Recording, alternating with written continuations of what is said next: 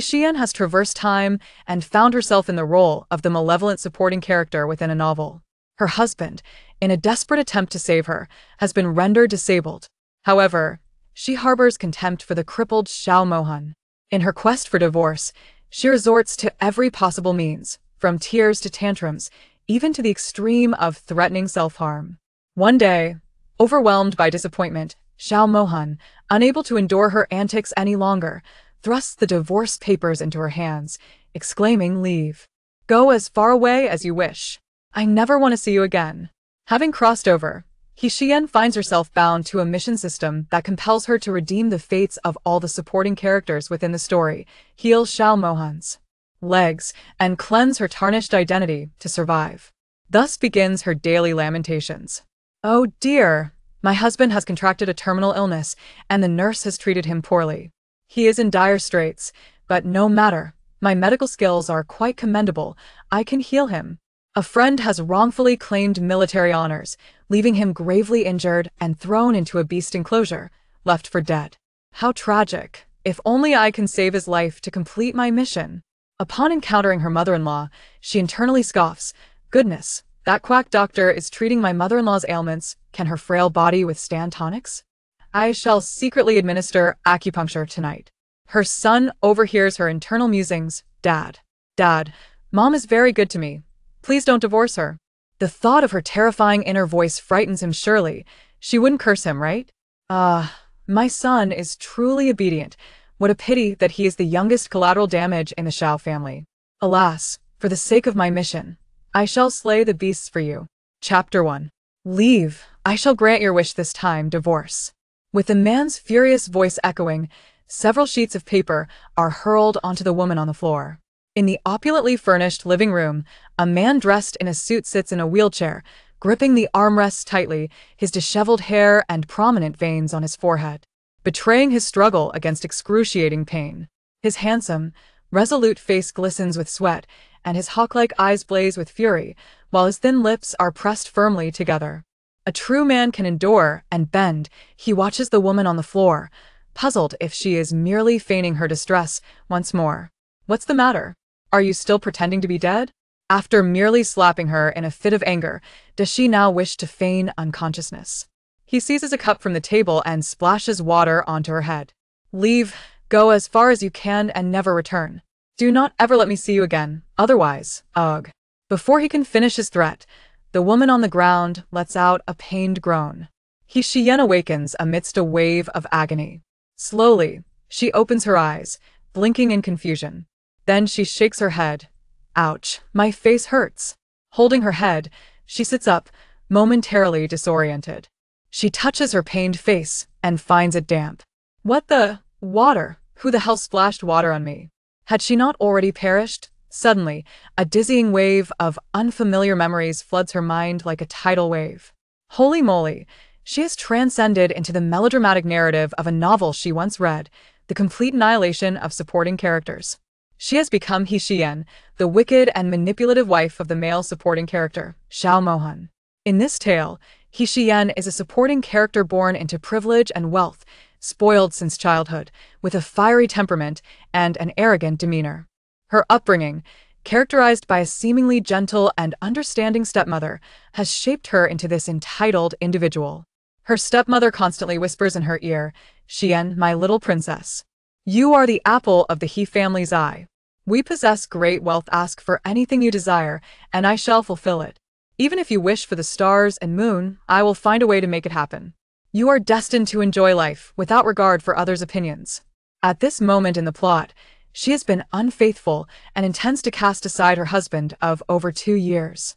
Her marriage to Xiao Mohan was a business arrangement. Initially, she held affection for him. He was handsome and competent, bringing her pride. However, after only 6 months of marriage, they were involved in a car accident. Xiao Mohan sacrificed his legs to protect the pregnant Xiyan. Since then, the society of the capital has whispered disdainfully, branding her as the wife of a cripple.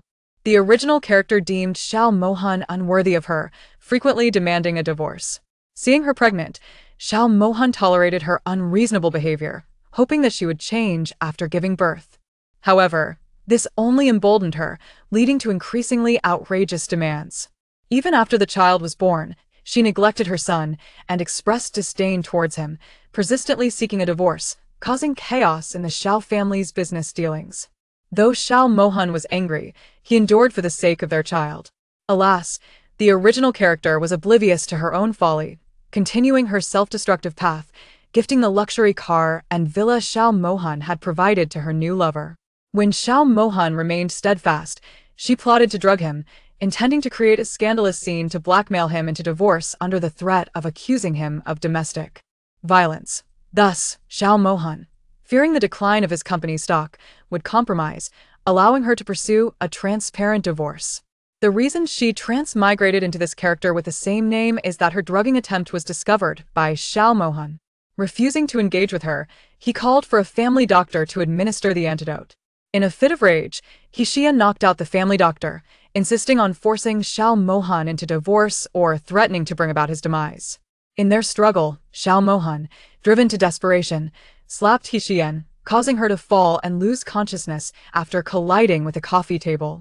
Ironically, this act summoned her wandering spirit. Unbeknownst to the original character, the car accident that befell her and Xiao Mohan was orchestrated by her new lover.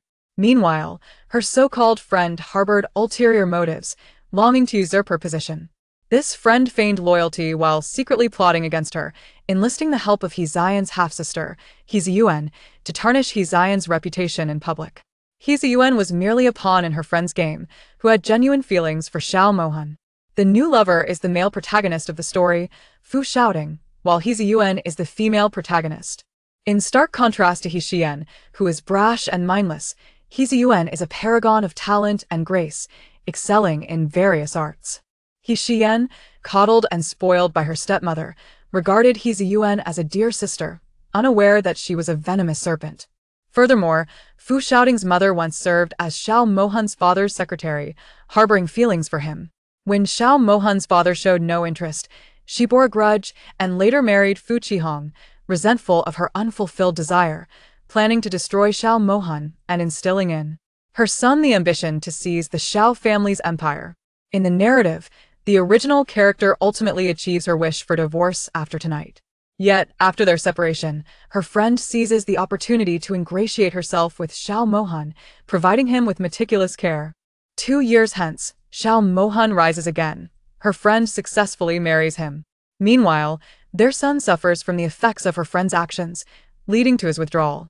After being captured by Fu Shouting, who subsequently drains her post-divorce assets, the true nature of her friend is revealed as she and Xiyan imprison Xiyan in a basement, subjecting her to years of torment, leaving her in a state of despair. Once they tire of their cruelty, they cast her aside in a desolate wilderness. In the end, those two individuals coerced Xiao Mohan into relinquishing the Xiao group, using her son as leverage. Faced with a terminal illness and the countdown of his life, Xiao Mohan, for the sake of his son, made a desperate sacrifice, handing over the hollow shell of the company to them.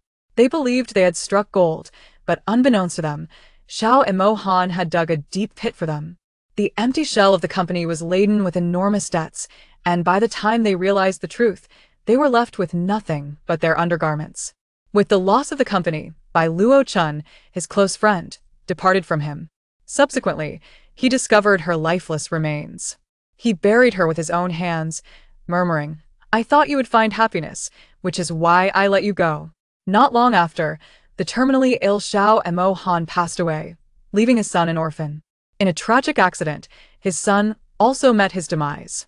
Indeed, the male antagonist's family faced a grim fate. The original character was utterly foolish, manipulated by those 3 individuals, fixated on discarding a husband who adored her to the point of madness, ultimately leading to a tragic end that she rightfully deserved. Before she could ponder further, a buzzing sound resonated in her mind. Then a voice erupted, "Host! Host! I am the customer service representative, Degua. Congratulations on being selected by the system. Quickly bind the system, and you will fully possess this body." Xiyan's eyes widened in astonishment. "Customer service, Degua. A system. What on earth is that?" Degua interjected, "I am not a ghost, I am the system customer service.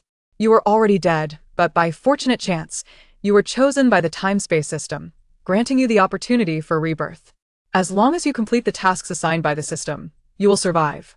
However, one caveat: should you fail to complete the tasks, you shall die once more. Xiyan was speechless. To die again was hardly preferable to not being reborn at all. Infuriated, she felt the urge to curse. Others traversed realms and feasted on delights, yet her journey began with death. Speak. What tasks must I undertake to truly be reborn? Deguar replied, the original storyline is morally corrupt, and the villains are excessively arrogant. You must alter the fates of all the supporting characters surrounding the male and female antagonists. Most importantly, you must heal the male antagonist's leg.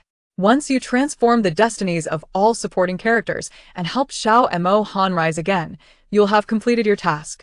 At that point, you may choose whether to divorce the male antagonist. By the way, the supporting character value is 100. Reduce it to 0 to help Xiao Mohan stand, and your task will be fulfilled. But remember, you cannot divorce before saving the supporting characters, or you will be eliminated.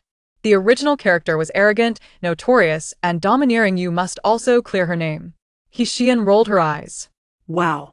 To change the fates of all supporting characters, clear my name, and heal the male antagonists like this task is daunting indeed. How can I possibly accomplish it? Host. Do not be discouraged. There is no time limit. As long as you complete the tasks, this body will belong to you. Quickly bind the system. You have only 30 seconds left. If time runs out and you fail to bind, the system will select another. Wait, there's a time limit. Bind it, hurry. What could it hurt to die once more? With a chime, the customer service voice resonated in her ear again. Congratulations, host, binding successful. I am the all-purpose customer service, Gua. I will guide you henceforth. Whatever you wish to consume, I have it all. Xiyan retorted, scram. I currently have no interest in distractions.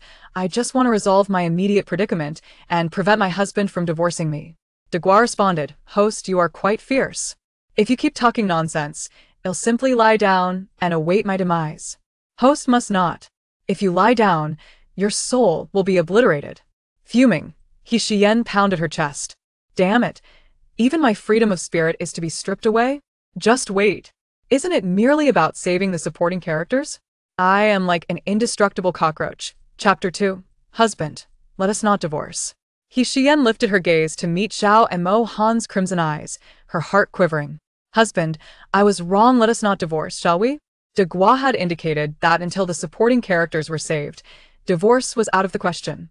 Xiao Mohan was one of those supporting characters. She needed to quell his anger and dissuade him from thoughts of divorce. Otherwise, before the task had even commenced, a divorce would lead to her immediate demise. Xiao Mohan, in a fit of rage, replied, not divorce? What madness are you plotting now? Leave me be, do not provoke my sanity further.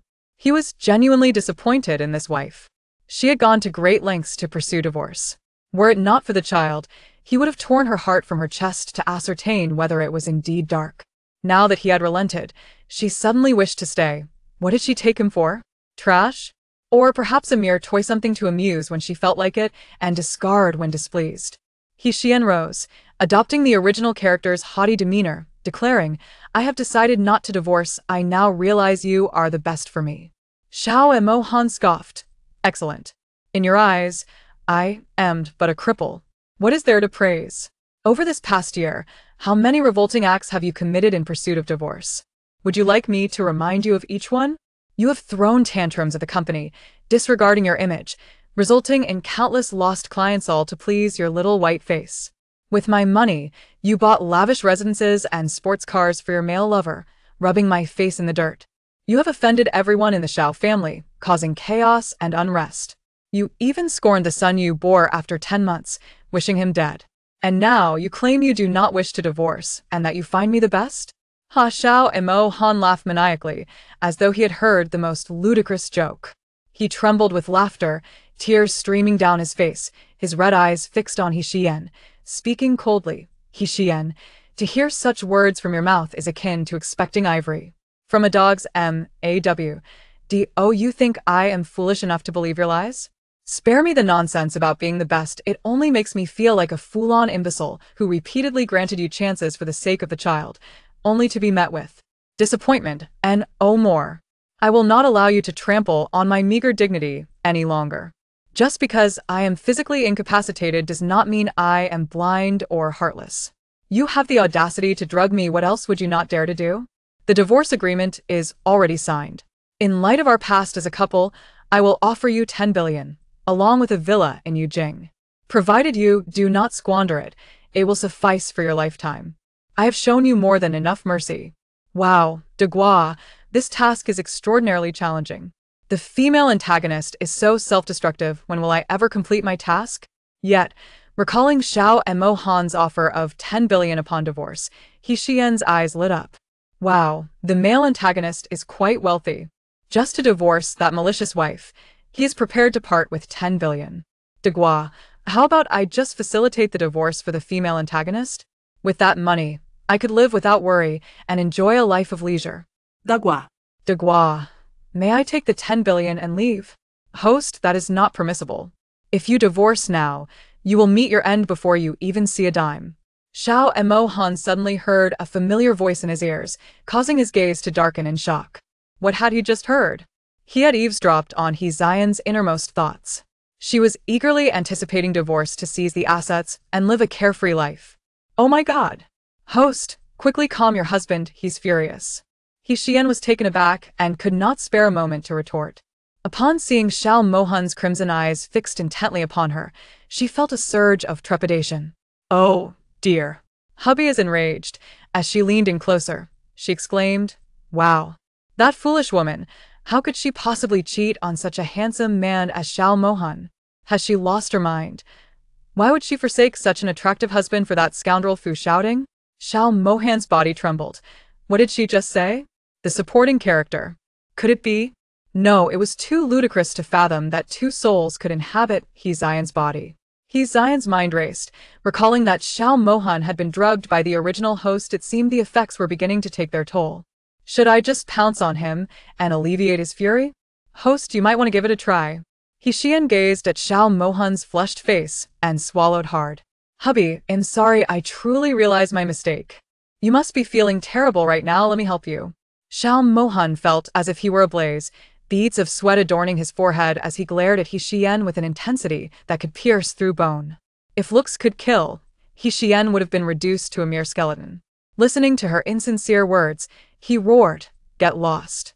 Don't make me say it a second time." Xiyan, emboldened, moved closer to him. Wow, the handsome man is incredibly attractive. Ugh, he looks so alluring in his current state of passion. How could that foolish woman forsake such a quality husband for a man who seeks to exploit her? Is her mind truly compromised? Should I seize this opportunity, given his current state, to engage in a passionate encounter? Be careful. Don't further provoke him otherwise. He might insist on a divorce, and you would be finished. Xiyan remained undeterred, thinking, it's fine after all.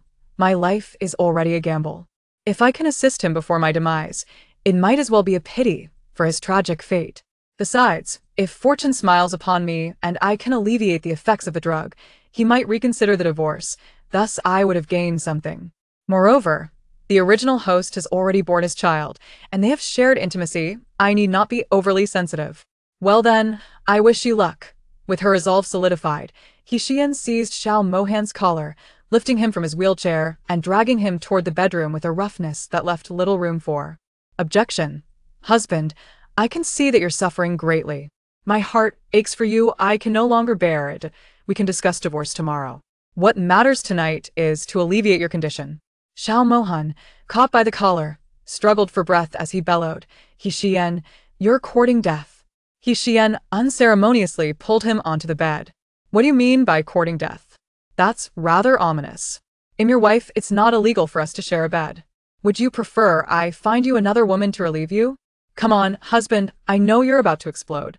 What transpired afterward was a blur of Xiyan teasing Xiao Mohan, who was driven to exasperation, unleashing a torrent of curses.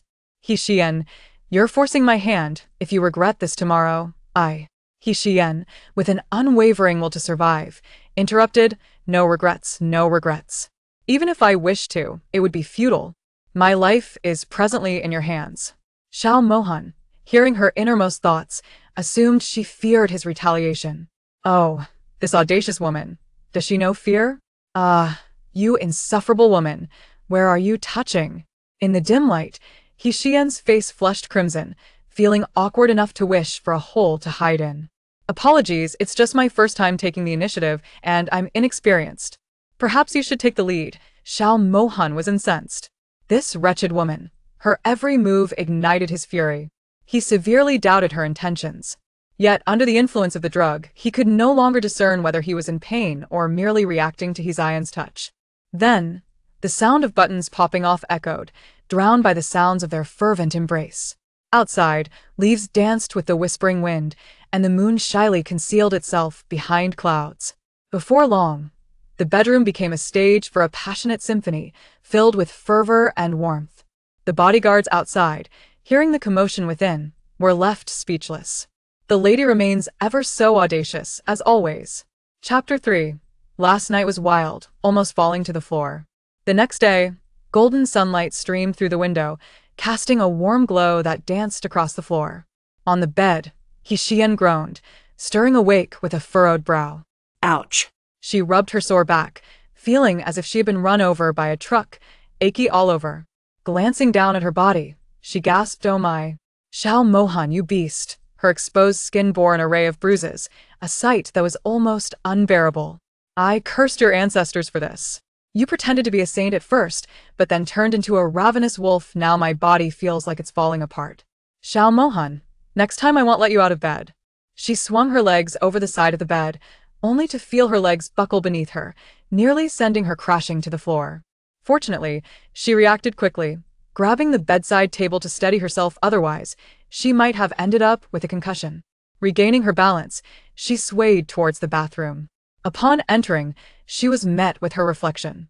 Goodness, her makeup was a disaster. The remnants of last night's lipstick were smeared across her lips, leaving them swollen and crimson, reminiscent of a ham sausage. Ugh. With this appearance, it's a wonder Xiao Mohan could even bear to lay a finger on me. I can't take this, it's too revolting. I need to wash up immediately.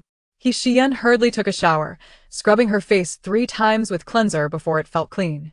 The original host had a penchant for heavy makeup. Once her face was cleansed and she had finished her shower, Xiyan marveled at her reflection. What a fool. Such a captivating face was hidden by the original host. It's a shame to waste such beauty. In the mirror, her oval face was adorned with sparkling eyes that shone like clear springs, and her porcelain skin radiated a luminous glow. Her naturally alluring features exuded an effortless charm, hinting at an enchanting allure. Beneath a prominent nose, her lips were naturally rosy, blooming like a vibrant rose. What a pity! The original host squandered a winning hand. But fear not. With me here, I will elevate this hand to its peak. I will deal with your adversaries, those treacherous individuals, and the insincere stepmother, one by one. After drying her hair, clad in a bathrobe, she opened the wardrobe, which was filled with an array of colorful garments that left her in disbelief. She rummaged through the wardrobe, finding not a single suitable outfit. Damn it, did the original host think this was a nightclub? Are these clothes suitable for a normal person? A vague memory flashed in her mind. A white dress Xiao Mohan had bought the original host after their marriage. However, she had dismissed it for being too plain and tossed it to the bottom of Xiao Mohan's closet. Following the memory, she opened Xiao Mohan's wardrobe. Inside were nothing but suits and white shirts, each impeccably ironed without a crease. She sifted through the garments until she unearthed the white dress lying at the very bottom. Xiyan slipped into the white dress, donned stockings, and accessorized with a silk scarf and a white hat before stepping out of the room. She descended from the 2nd floor, and the household servants regarded her as though they had seen a ghost, their eyes wide with astonishment. Had the madam encountered an evil spirit today? Why was she dressed so ordinarily? Was she not the one who relished in flamboyant makeup and vibrant attire? Xiyan paid them no heed. The original owner had foolishly believed the words of her so-called friends and a scoundrel, thinking that such an appearance would incite Xiao Mohan's disdain, hastening their divorce as she teetered on the brink of self-destruction. For over a year, Xiao Mohan had endured her appearance daily. Truly, he was to be pitied. Xiyan seated herself at the dining table. Butler, I am famished. This was characteristic of the original owner's previous demeanor. Upon hearing her words, the servants shook their heads. Ah, they had thought the madam had changed. Yet, to their dismay, the butler, unwilling to offend her, replied, Madam, please wait, I shall have the kitchen prepare something for you. A few minutes later, a bowl of seafood noodles was presented before her. Xiyan gazed at the dish, her brow furrowing. The butler, fearing she would erupt in anger, hastily remarked, If you do not find this to your liking, I can have the kitchen prepare a bowl of braised beef instead. This ancestor was a force to reckon with should she become enraged. He could scarcely bear it. To his surprise, Xiyan picked up her chopsticks. No need, I shall make do with this. The butler noted her change in attitude, feeling an unsettling apprehension. If matters continued this way, he might have to pack his belongings and leave. This ancestor was exceedingly difficult to serve. Xiyan paid no mind to the butler's turmoil. The original owner's past follies had left an indelible shadow in the household.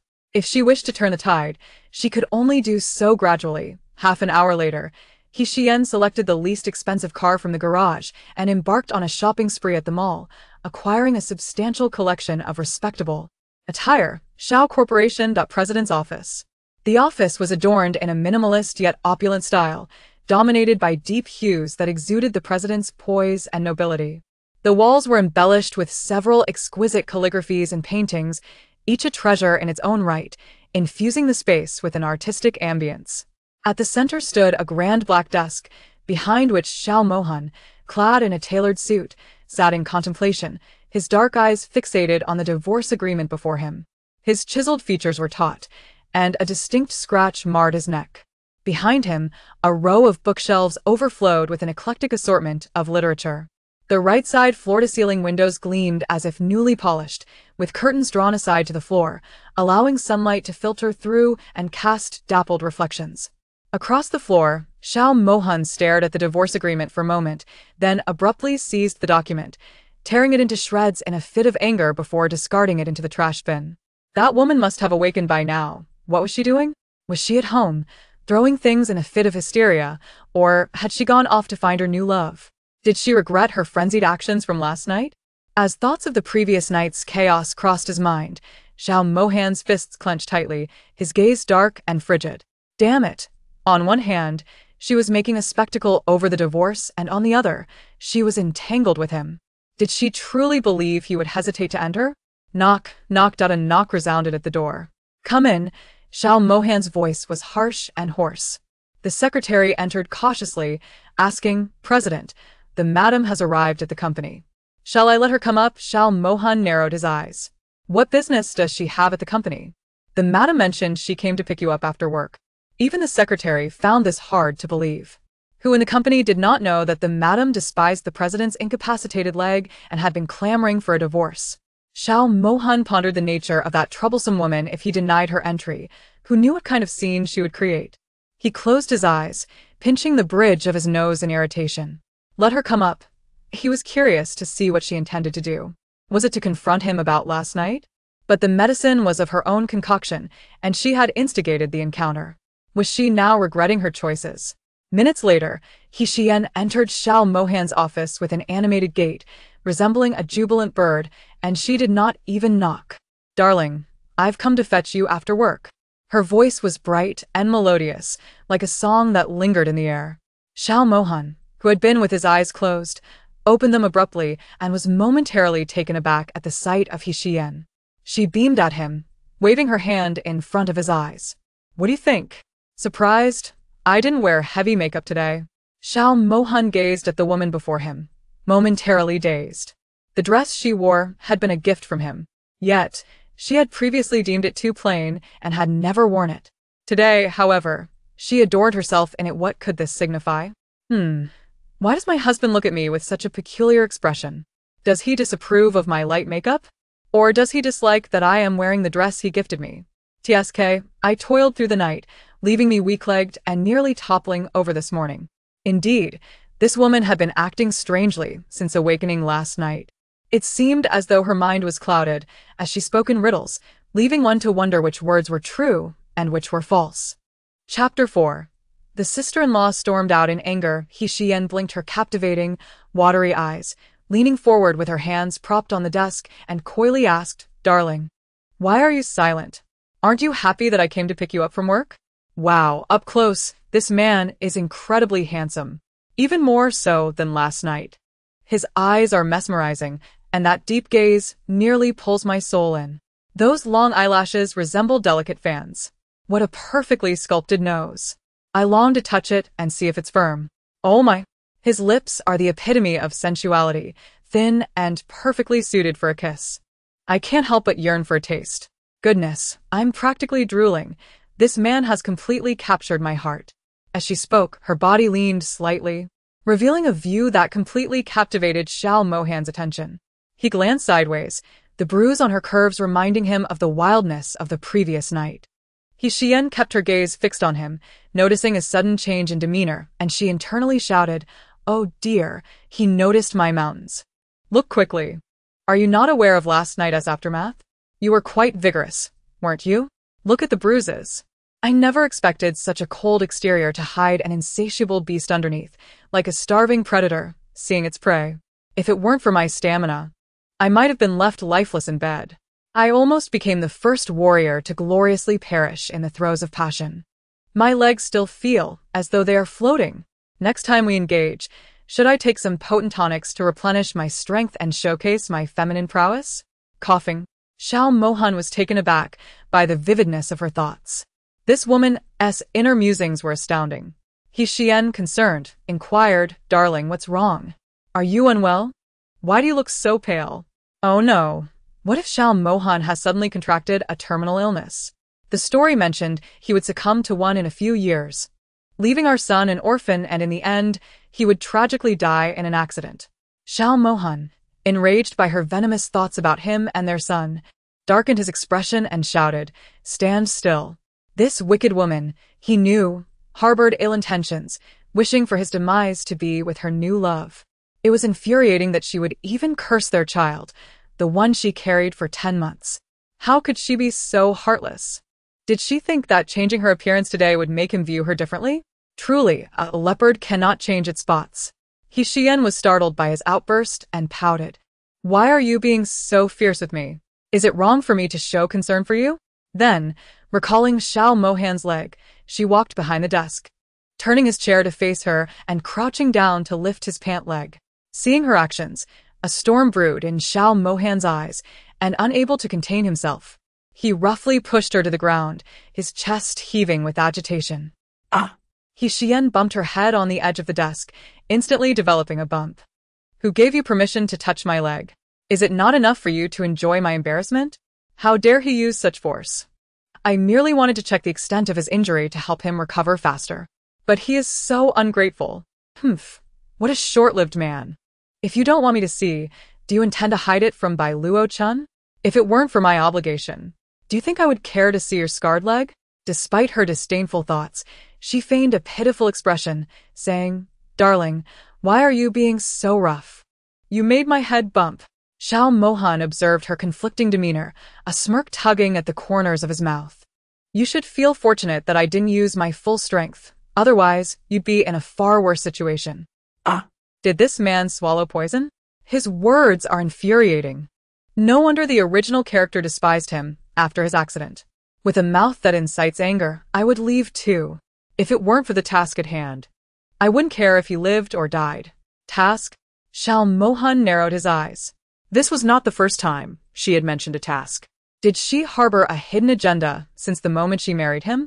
His expression grew colder, his gaze sharpening like ice, sending a shiver down Xiyan's spine. Why is the atmosphere so chilling? I'm not here to fight. Xiyan rose, pouting. If you don't want me to look, then just say so. Why get so worked up? At that moment, a girl burst into the office. Big brother, I have good news. Upon entering, the girl paused, surprised to see Xiyan, then scratched her head awkwardly. Sorry, I didn't realize you had a guest. The girl was dressed in a pink gown, her long, wavy hair cascading down her shoulders, and her petite face adorned with delicate makeup, exuding both charm and liveliness. Xiyan smiled warmly. Hello, Xiaoning. Hearing her voice, Xiaoning's mouth fell open in shock. You are Xiyan? Yes, Xiyan nodded. Instantly, Xiaoning's expression darkened. You shameless woman. What trouble are you stirring up at the company now? Are you not satisfied with the mockery you've brought to my brother, or do you wish to push him into divorce? With disdain, she continued, Big brother. If she wants a divorce, just sign the papers and let her go. A person as notorious and selfish as her does not deserve to be your wife. Oh dear. The first cannon fodder has arrived. The sister-in-law is gorgeous, yet her words are unkind. What a pity she has poor taste in men. If they do not cherish her as a treasure, she will ultimately be left with nothing. She is here to inform the man she admires, the young master of the Liu family, that he has proposed to her. But little does she know, Liu Haoyu only sees her as a decoy. He has his eyes set on another, and their status makes their union impossible. Thus, he targets the sister-in-law, feigning a proposal to marry her merely as a decoration. After marriage, he will never touch her. After years of childlessness, the Liu elders will seek a replacement daughter-in-law, all while plotting a grand scheme. How tragic. Xiaoning's face turned pale, her expression akin to that of someone who had seen a ghost. What had she just heard? Xiyan's thoughts. How did she know about Liu Haoyu's proposal? How could she know that she sought her brother for this matter? This wicked woman even cursed her, claiming Liu Haoyu was deceiving her. No, that was impossible. Liu Haoyu had always been honorable, handsome, and capable. He had never dated anyone but her. There couldn't be another woman. It must be Xiyan, unable to see her happiness, cursing her out of spite. Xiao Mohan's disdain for Xiyan intensified upon hearing her thoughts. With a face as cold as a glacier, he roared, Xiyan, get out. This wicked woman. Cursing him and their son was one thing. Now she dared to curse his sister. Very well. Once she leaves, he would head straight to the Civil Affairs Bureau to file for divorce. Your husband is contemplating divorce, once more. Xiyan was taken aback. Wow. Has that dog of a man lost his mind? I said nothing, yet he is ready to end our marriage again. Could it be that the medicine from last night was too potent? Has the fire yet to be extinguished? Oh, look at that face. It's more grotesque than if he had eaten dog excrement. He must be deeply unsatisfied. I refuse. I want to leave work with you. Xiaoning heard Xiyan's thoughts again and widened her eyes in surprise, gazing at Xiao Mohan. The siblings exchanged a glance, and Xiaoning instantly understood that her elder brother had also heard it.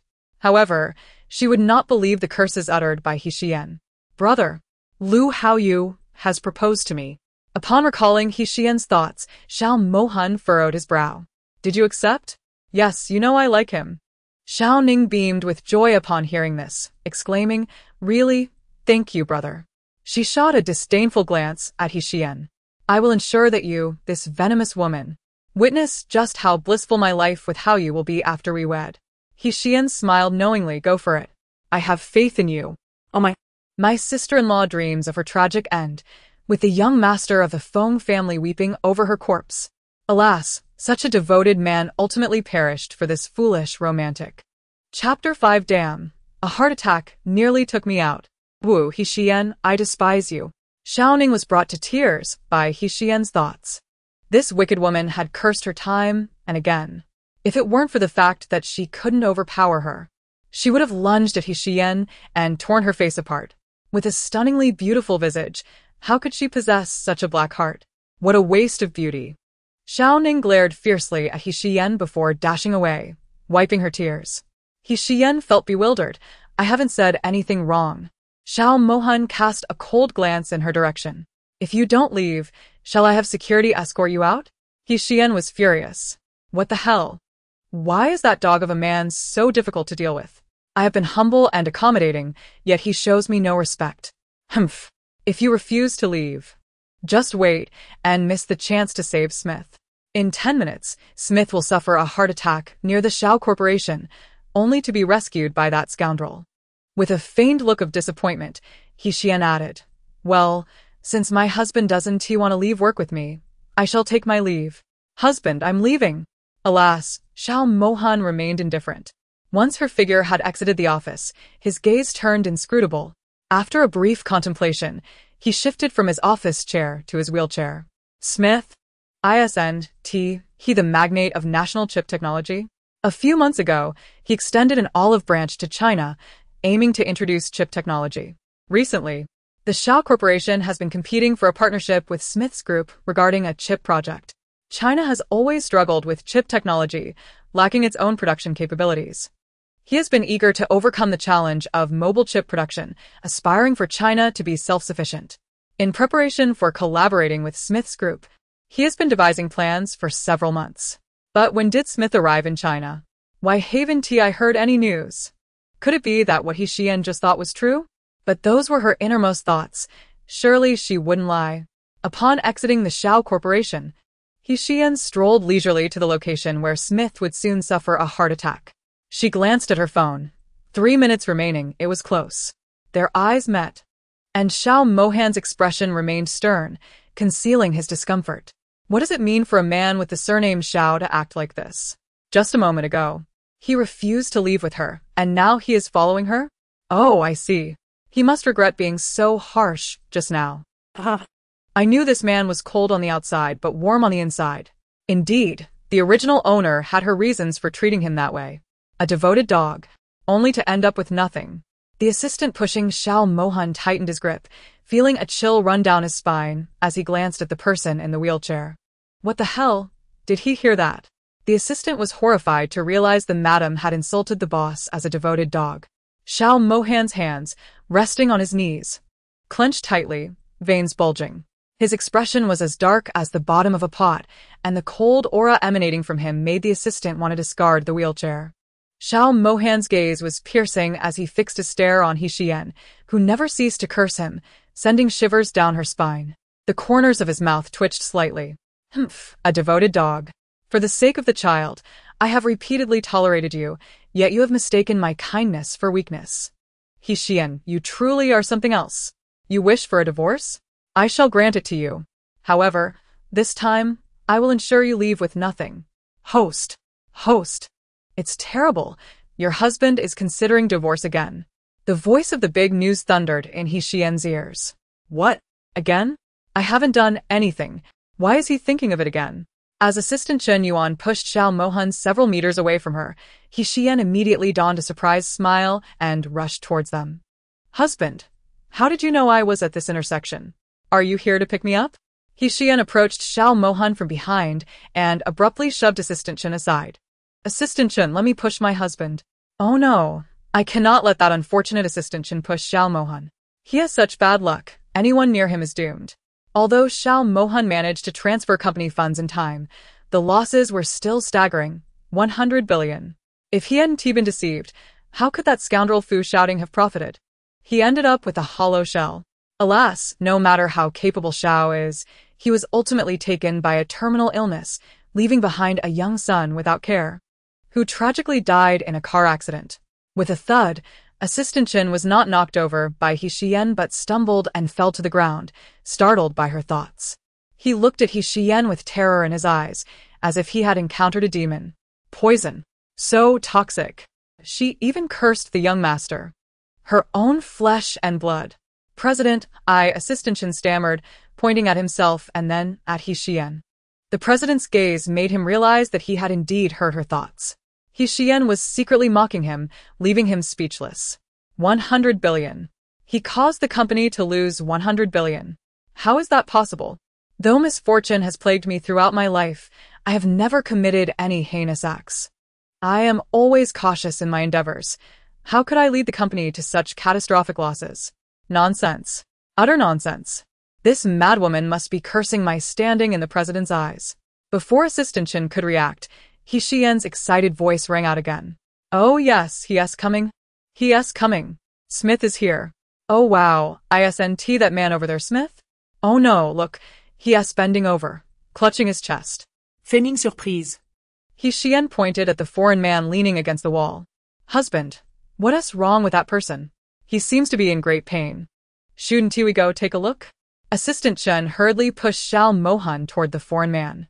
Mr. Xiao, saving a life is worth more than building a 7-story pagoda. Let us go check it out. As they quickly approached, Assistant Chen immediately supported the foreign man, anxiously asking, Sir, are you all right? The foreign man was breathing rapidly, his face pale. Medicine. Give me my medicine. Assistant Chen hurriedly rummaged through his pockets, finding a bottle of medicine and quickly opening it. After the foreign man took the medicine, his breathing stabilized somewhat, but his eyes rolled back and he fainted. Xiyan exclaimed quickly, "Take him to the hospital." He seem to have fully recovered. Xiao Mohan quickly instructed the driver and Qin Yuan to assist Smith into the car. Chapter 6. A violent confrontation. Xiyan approached Xiao Mohan, urging him to go to the hospital. She guided him to the side of the vehicle, where Qin Yuan helped him inside while stowing the wheelchair in the trunk. Although Xiyan intended to accompany them to the hospital, there was no room in the car. Xiao Mohan ignored her and coldly shut the door. "Drive," he commanded. As the vehicle began to move, Xiyan fumed. "Ah, that scoundrel is so ungrateful. I saved his life, and now he's just going to enjoy the benefits while I pursue a major deal. How infuriating." Xiao Mohan, seated in the car, smirked slightly upon hearing her thoughts. The driver and Qin Yuan exchanged startled glances with him. Xiao Mohan shot them a warning look, implying they should not reveal their ability to hear her inner voice. Although they were bewildered, they dared not disclose this secret. Just a few moments after Xiao Mohan's car departed, Fu Shouting appeared. Spotting Xiyan in the distance, he could hardly believe his eyes. "Yan?" Xiyan raised her gaze to meet him. Fu Shouting, taken aback by her transformed appearance, exclaimed, "It's really you. What are you doing here? Why aren't you wearing heavy makeup today? Are you here to see Xiao Mohan? Did you sleep with him last night? Did you manage to injure yourself to document his abuse?" His barrage of questions made Xiyan narrow her eyes. She scrutinized Fu Shouting, noting his simple yet stylish attire. His jeans and shirt appeared effortlessly fitting. Compared to Xiao Mohan's formal, where that exuded authority and composure, Fu Shouting radiated a sunny charm. His thick black hair was neatly combed back, glistening with an alluring sheen, and his brows conveyed a sense of confidence, as if he could master any situation. His deep, bright eyes sparkled like the brightest stars in the night sky. Xiyan silently admired his looks. The scoundrel does have a handsome face. It's no wonder the original owner of this body despised Xiao Mohan for his injuries. Although Fu Shouting may lack a little in looks compared to Xiao Mohan, he has healthy legs, a charming way with words, and an array of talents. It's clear why the original owner, who adored sweet nothings, was so easily deceived. Fu Shouting seized her arm, feigning concern. Yan, what's wrong? I told you, the only way to ruin Xiao Mohan's reputation is to expose his abuse. Only then will he agree to divorce you. After that, we can be together. Otherwise, our relationship would constitute bigamy. Xiyan forcefully shrugged off his grip. Get lost. Don't ever approach me again. Take a detour if you see me. Fu Shouting stared in shock at the hand she had pushed away. What is she saying? Telling me to leave? For over a year, she had chased after him, professing her love in desperate, dramatic attempts to force Xiao Mohan to divorce her. She had even given him the luxury car and villa that Xiao Mohan had gifted her, all to win his affection. Yet now, she was dismissing him as if he were nothing. Before Fu Shouting could process this, Xiyan suddenly turned back. Seeing her movement, he smirked, thinking she would return to him. You can't keep up the act for long, can you? I know how deeply you love me. If you could leave me, it would take a miracle. He believed she had attempted to drug him multiple times to gain his favor, but he had always been too cautious. Only a woman of talent, like Xiyan, deserved him, not a worthless fool like Xiyan. Fu Shouting's smug expression irritated Xiyan, prompting her to slap him hard. Oh, you're so ugly. How dare you dream of marrying me? Why would I abandon my handsome, wealthy husband for a gold-digging fool like you? Look at your ridiculous cross-eyed stare. Your complexion is hideous. Are you constipated? You look like you're in agony. Should I buy you some laxatives to help you out? But then again, you brought this on yourself by being unfaithful. Fu Shouting's face shifted between shades of anger and disbelief, his fists clenched in rage. Do you even understand what you're saying? Xiyan frowned, disgust evident on her face. Of course. I was so blind to have ever liked someone as useless as you. I've tried to drug you a few times, but you didn't respond. Are you naturally incapable, or is your equipment already broken? A worthless product like you dares to encourage me to divorce? If I were to marry you, How would you support me? Fu Xiaoting's face turned red with fury. He grabbed her collar. Have I been too kind to you lately? Do you think you can walk all over me? As he raised his hand to strike, Xiyan swiftly grasped his wrist and twisted it downwards. Crack. Fu Xiaoting's hand broke instantly. She then retaliated with a slap. Ah! He cried out in pain, cradling his injured hand. Xiyan chuckled, weakling. Did you really think you could bully me? In the past, I was blind to your charms, captivated by your handsome fade and sweet talk. But now I'm wide awake. I refuse to be your A-team any longer. I'm done with you. And just so you know, I will be suing you for fraud. If you don't want to end up in jail or cause a scandal that would ruin your standing in the Fu group, prepare everything by tonight. I'll come to collect tomorrow. She grinned wickedly at Fu Xiaoting, unless you want your true identity exposed. A illegitimate child as status if revealed. Fu Xiaoting's face turned pale as he realized she knew his secret. How did she find out? Chapter 7. A sudden change having broken Fu Xiaoting's hand and slapped him a few times, Xiyan brushed her hands off, feeling exhilarated as she walked away. Fu Xiaoting glared at her retreating figure, bewildered by her sudden transformation and newfound strength, and the fact that she was aware of his background. Who could have informed her? How could he possibly relinquish what he had in his possession? Dreaming of obtaining those things. Fu Xiaoting gritted his teeth and dialed a number, intending to teach Xiyan a lesson. The woman on the other end gasped. Didn't you say you would use her against Xiao Mohan? Fu Xiaoting coldly replied. She has discovered my identity. He then hung up, refusing to believe he could be outmatched by a cripple. Without her, he could similarly contend with that invalid, keeping her around merely for convenience against Xiao Mohan. Crack. The sound of bones realigning made him break into a cold sweat. Lifting his gaze, he spotted his assistant, Zhang Li, emerging from the bustling crowd. Fu Xiao, Smith has already been rescued. Who rescued him? Zhang Li swallowed hard. It was Xiao Mohan.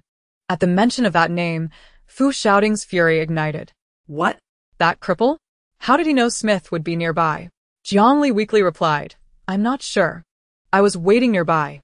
Hearing this, Fu Xiaoting's demeanor shifted dramatically, resembling a vengeful spirit risen from hell. Just moments ago, he had appeared charming and handsome when he encountered Xiyan, but now he looked like a malevolent ghost. With a vicious kick, he sent Zhang Li sprawling several meters away. Incompetent fool. You couldn't even manage a trivial task. I explicitly instructed you to stay close, waiting for him to fall ill. Do you have any idea the lengths I went to at the airport to orchestrate an accident, hoping to provoke his condition and swoop in for the rescue? And what do? You conveniently had a stomach ache and ran to the restroom at a critical moment. How fortuitous for you. Why don't you just drop dead? Zhang Li, now on the ground, felt a mix of embarrassment and shame, his gaze flickering as he lowered his head. Fu Xiaoting, still unsatisfied, delivered another kick. Find out Smith's location in that hospital room. Before I finalize a deal with the Xiao group, I still have a chance. In a chilling whisper, Fu Xiaoting continued. What does it matter if Xiao Mohan saved him? If Smith chooses the Xiao group, do you comprehend my meaning? Zhang Li stood up, eyes cast down, and murmured. I understand. I'll look into it immediately. Fu Xiaoting, agitated, felt his chest heave with anger. He cursed Xiyan and Xiao Mohan, furious that his carefully laid plans to intercept Smith had been thwarted. Smith had been interested in collaborating with the Xiao group, and today's incident was orchestrated by Fu Xiaoting himself. He had intended to be the savior, ensuring Smith would ally with him by playing the role of the benefactor. Yet this golden opportunity had been snatched away by that invalid. All of this was Xiyan's fault for approaching the Xiao group. If it weren't for her, HMPF, that wretched woman dared to ruin his plans. At the hospital, Smith was wheeled into the operating room. Chun Yuan and Xiao Mohan stood vigil outside. Suddenly, Chun Yuan's phone buzzed. Thinking it was a call, he was surprised to find a video sent by a friend. As he opened it, his eyes widened, his mouth agape in shock. The video featured the notorious femme fatale, and as the scenes unfolded, he nearly dropped his phone in astonishment. What the hell? The madwoman has changed her ways. Xiao Mohan, noticing Chun Yuan's startled reaction, glanced over with indifference. Chun Yuan quickly offered the phone to him. President, look at this surprise. Xiao Mohan took the phone and upon seeing the video, his expression froze. The sound of a resounding slap echoed, causing him to wince. There was his wife, in a fit of rage, delivering a slap to Fu, shouting, even breaking his hand. The subsequent slaps sounded like fireworks, sweeping away Xiao Mohan's previously pent-up frustration. Chun Yuan watched with excitement. Wow, I didn't know the madwoman could be so fierce. Good thing I didn't offend her. Or I'd be on the receiving end of those slaps. I'll have to steer clear of her in the future. Xiao Mohan shot him a cold glare, prompting Chun Yuan to quickly mime sealing his lips. Xiao Mohan forwarded the video to his own phone, then handed it back to Chun Yuan. Edit this. I don't want it circulating online. Chun Yuan nodded. I'll take care of it immediately. The last thing they needed was for the world to witness Xiyan's blatant infidelity. If it spread, his wife would face a storm of online backlash. Xiao Mohan returned his focus to the operating room, his mind swirling with thoughts about Xiyan's inexplicable transformation. She had changed completely since waking up after fainting the previous night. He wondered if his slap had somehow awakened her, altering her demeanor entirely.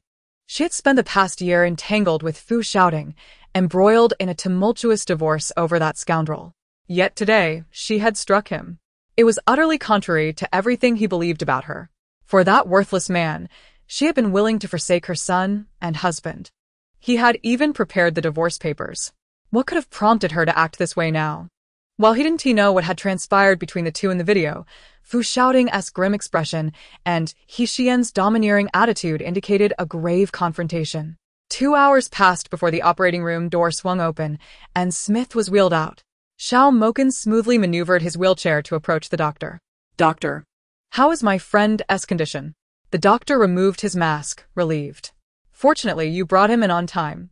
His heart condition was quite serious, but the surgery was successful. With proper care and dietary attention, he should be fine. Xiao Mohan exhaled in relief. Thank you. When will he wake up? Soon, once the anesthesia wears off. After ensuring Smith was transferred to a hospital room and that a couple of nurses and bodyguards were stationed outside, Xiao Mohan finally left the hospital. As he answered his phone, the voice of Grandma Xiao echoed with fury. How could you let that madwoman pick up Qingxi? Are you trying to kill my great-grandson? Chapter 8. Nearly dying of anger with a screech, Xiao Mohan's car came to a halt at the entrance of the Xiao family estate. The driver, Old Zhang, hurriedly exited to lift the wheelchair from the back seat, assisting Xiao Mohan into it before quickly heading inside. Xiao Mohan's countenance was as cold as ice, emanating an aura that warned others to keep their distance. The sweat beaded on Old Zhang's forehead as he silently prayed that his tempestuous boss wouldn't cause any trouble. Upon entering the grand hall of the old estate, Xiao Mohan was taken aback by the scene before him. He had expected chaos and arrogance, but instead found Xiyan clad in a pink tracksuit, her long black hair casually tied in a high ponytail, revealing her smooth forehead. She resembled a pure and charming university student, cradling Xiao Qingxi in her arms. She exuded an aura of a devoted wife and mother, gracefully feeding him with a spoon. Once, this was the vision he had entertained during her pregnancy. But her disdain and indifference after the child's birth had extinguished any hope of her treating him so tenderly. Hearing the sound of footsteps and the wheelchair, Xiyan lifted her gaze and beamed. Darling, you're here. Look at Qingxi. He is so well-behaved and adorable. My goodness, the little bean is too cute. Was the original fool blind? The presence of such a charming and handsome son, neglected and unheeded, is truly disheartening. If only this obedient child had been cared for by his biological mother from a young age, he would not have had to endure such suffering at such a tender age, ultimately leading to his tragic demise. Alas, such a delightful soul cannot be allowed to perish. Wait, dear child, for your mother shall come to your rescue. Yet, just then, I overheard Xiyan's sarcastic remarks, which instantly ignited my fury, causing me to slam my hand upon the table. Look at this venomous woman, cursing my grandmother. Xiao Mohan interrupted her, offering a reassuring glance. Rest assured, I will not permit her to harm Qingxi. Grandmother Xiao, exasperated and filled with indignation, exclaimed, You continue to indulge her. What virtues does this wicked woman possess? Blind to reason, unable to discern right from wrong, arrogant and overbearing. Why can you not see clearly? Must you always heed your grandfather's words? Clinging to that minuscule semblance of affection while compromising both yourself and Qingxi? Without her, you could easily find someone 1,000 times better. Why do you persist in accommodating her, allowing her to trample upon your dignity? Are you aware of how the circles in the capital speak of you? Grandmother Xiao, in her 80s yet robust, her silver hair elegantly pinned back, had a pair of murky eyes that sparkled with warmth and wisdom. At that moment, however, her face was aflame with fury. She wore an opulent purple ensemble adorned with exquisite floral and avian embroidery, with golden trim glistening brilliantly. A priceless jade bangle graced her wrist, its smooth surface seeming to encapsulate the essence of nature. Despite the wrinkles that marked her face, her nobility could not be concealed. Xiao Mohan, with a somber expression, refrained from countering his grandmother's words, simply stating, "She is Qingxi's mother." Grandmother Xiao nearly choked on her indignation. Do you have a penchant for self-abasement? How can you endure your reputation being tarnished by a woman? Yes, she is Qingxi's mother. But has she ever fulfilled a single duty of motherhood? Were it not for her sudden appearance at the ancestral home, cradling Qingxi in her arms, she would have likely harmed him in her madness. Xiyan rolled her eyes. The elderly lady is the oldest pawn in this game. TSK. It is your excessive meddling that has brought calamity upon the second uncle's family. Instead of worrying about Xiaogo, you should be concerned for yourself. You disdain Xiaogo for marrying a venomous woman while praising the granddaughter-in-law you chose for the second branch. TSK. Little do you know that the woman you speak of is the very venomous creature who has brought ruin upon the second uncle's family. Not to mention the elderly lady who uncovered the truth of the matter. How tragic. I can hardly bear to comment. Oh, by the way, tomorrow is the day when my cousin meets the lady from the other family. I must see what kind of enchantress possesses such formidable power, draining my cousin of his vitality and ensnaring the second uncle as well. Oh, this enchantress is a true seductress, sparing neither the young nor the old. Not even the second aunt. Xiyan's tirade sent a wave of agitation through Grandmother Xiao, causing her to faint. Grandmother! Xiao Mohan and Xiyan exclaimed in alarm. Grandmother! That vile woman! Grandmother Xiao's chest heaved with rage. This venomous creature was driving her to her grave. Xiao Mohan swiftly maneuvered his wheelchair to catch her, urging her to breathe deeply. After several moments of calming her, she finally regained composure. Strange. Just moments ago, the elderly lady was in fine health, her voice strong while scolding Xiaogo. How could she suddenly struggle to breathe? Perhaps she is fainting. Upon hearing this, Grandmother Zhao's expression darkened, her anger surging. This wicked woman dared to insinuate she was pretending. Xiao Mohan shot a fierce glare at Xiyan. Be quiet. Xiyan feigned innocence. I said nothing. The grandmother fainted suddenly. Why are you yelling at me? Xiao Mohan, frustrated, called for the butler. Take Qingxi to the nanny. I fear this madwoman might frighten him to death. Upon seeing Xiao Mohan, Xiao Qingxi's eyes lit up as he reached out his small hands, babbling, Daddy, hug. Xiyan patted Xiao Qingxi's head. Good boy, finish your meal first, then your father will hold you, okay?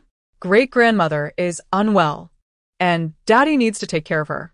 Xiao Qingxi looked up at Xiyan, then tilted his head at Xiao Mohan, pouting. Daddy hug. This fickle little rascal. Just moments ago, before your father arrived, you were clamoring to climb all over me. Now that he's here, you've abandoned me. I am trying my best to create a good impression before your father so that he won't divorce me, allowing me time to alter the tragic fate of your family. Xiao Mohan's icy demeanor melted upon witnessing his son reach out for him. Qingxi, be good. Once great-grandmother feels better, Daddy will hold you. The little boy extended his chubby hands, playfully pinching Xiyan's cheeks, then her nose, before breaking into a gleeful smile. Xiyan gazed at him with fondness, allowing his antics to continue. After Grandmother Xiao regained her composure, she found the scene before her to be rather unfamiliar. Xiao Mohan sat in his wheelchair while the butler helped the elderly lady settle back into her chair. What trickery was this venomous woman up to? What did her previous words truly mean? Grandmother Xiao and Xiao Mohan exchanged glances, silently inquiring if he had also heard the thoughts she had expressed. Xiao Mohan narrowed his eyes and nodded slightly. He shook his head at her. As Xiyan caught sight of him, Her mind raced with further sarcastic thoughts. Chapter 9. A blow to the forehead. Xiao Jingheng, clad in military attire, stood tall and imposing. His features were chiseled, and his rugged complexion, earned through years of training, did not diminish his attractiveness. He bore a striking resemblance to Xiao Mohan, his piercing black eyes fixed disdainfully on Xiyan.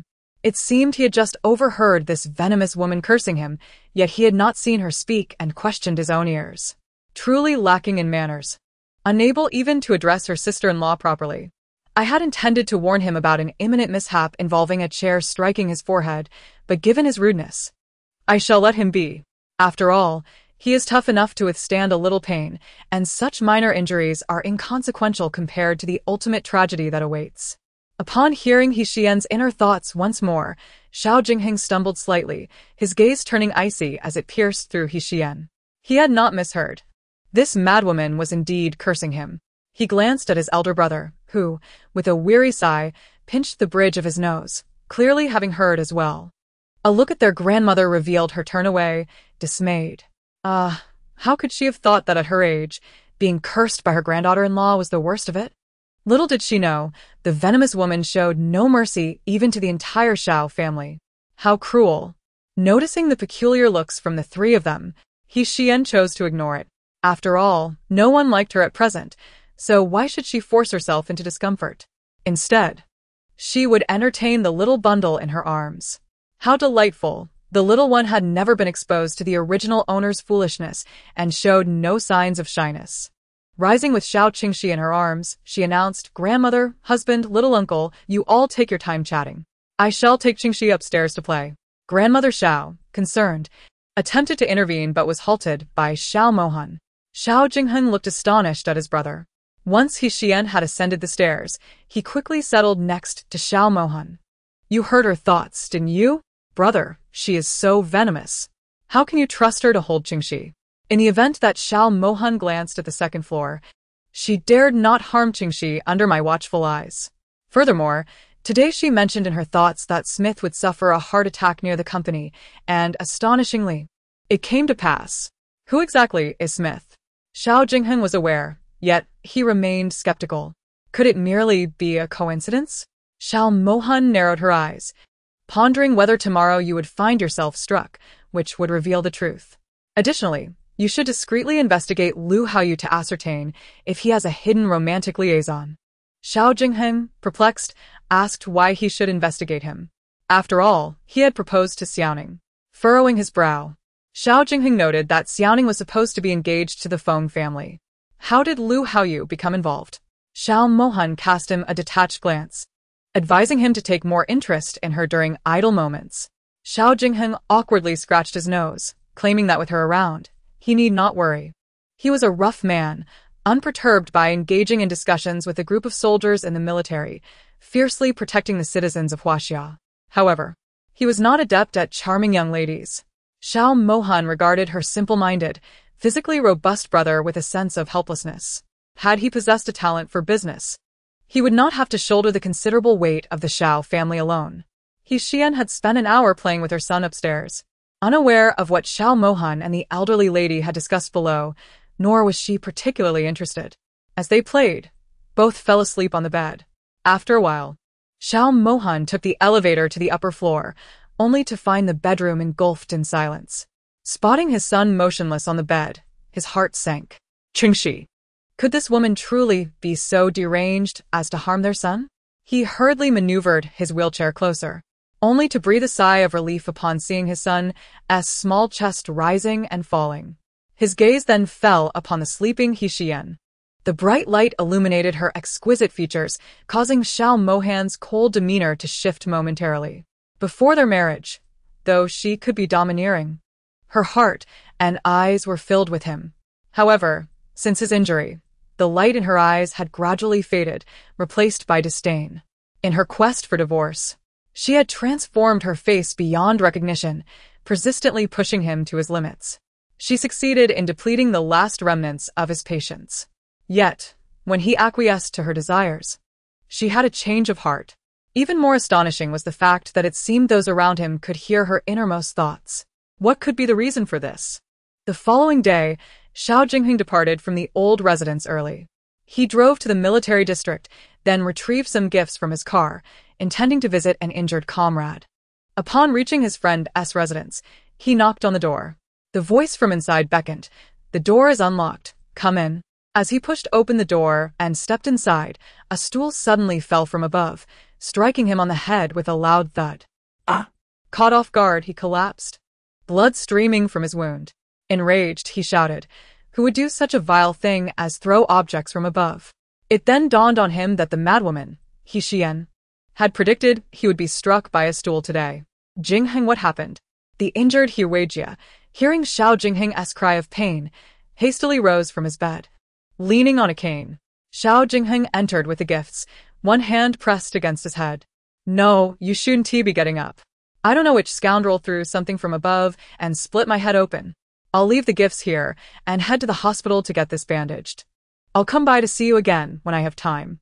Concern etched on Huijia's face as he noticed the blood on Xiao Jingheng's hands. "Go get it bandaged quickly. I'll call someone to find out who threw the stool." Single-handedly, Xiao Jingheng drove to the hospital. After having his wound treated, he exited the hospital just in time to encounter Xiao Mohan at the entrance. Seated in his wheelchair, with a bodyguard behind him, Xiao Mohan observed the injury on Xiao Jingheng's head, raising an eyebrow. "How did you get hurt so early in the day?" Feeling somewhat embarrassed, Xiao Jingheng explained, "It was an accident. I was visiting an injured comrade, and I don't know which ill-mannered person threw something from above." It appeared that Xiyan's prediction about him being struck by a stool had indeed come true. Xiao Jingheng's expression darkened. "That's merely a coincidence. I refuse to believe that she possesses any prophetic abilities." Sitting in his wheelchair, Xiao Mohan tapped his fingers contemplatively, stating, "Once or twice could indeed be coincidence. But these are her thoughts, and there's no reason for her to deceive even herself." The thought of Xiyan's vile nature prompted Xiao Jingheng to grimace in distaste. "I would rather envision my own misfortune than believe that lunatic's words. By the way, what brings you to the hospital? I mentioned yesterday that Smith suffered a heart attack, didn't I?" His heart condition was also something Xiyan claimed. Xiao Jingheng scoffed. "I'd rather believe that pigs could fly than trust the ramblings of that shrew." "Very well, you should attend to your patients. I have matters to attend to in the military." After Xiao Jingheng left, the bodyguard wheeled Xiao Mohan to Smith's hospital room. Upon entering, he found Smith having breakfast. The moment Smith laid eyes on him, he hastily set down his meal, expressing his gratitude profusely. Smith, a man in his 50s with blonde hair and blue eyes, donned a patient gown and appeared somewhat pale. In his broken Chinese, he remarked, "I owe you my life. Without your timely assistance yesterday, I would have been in grave danger." Xiao Mohan responded courteously, "There is no need to mention it.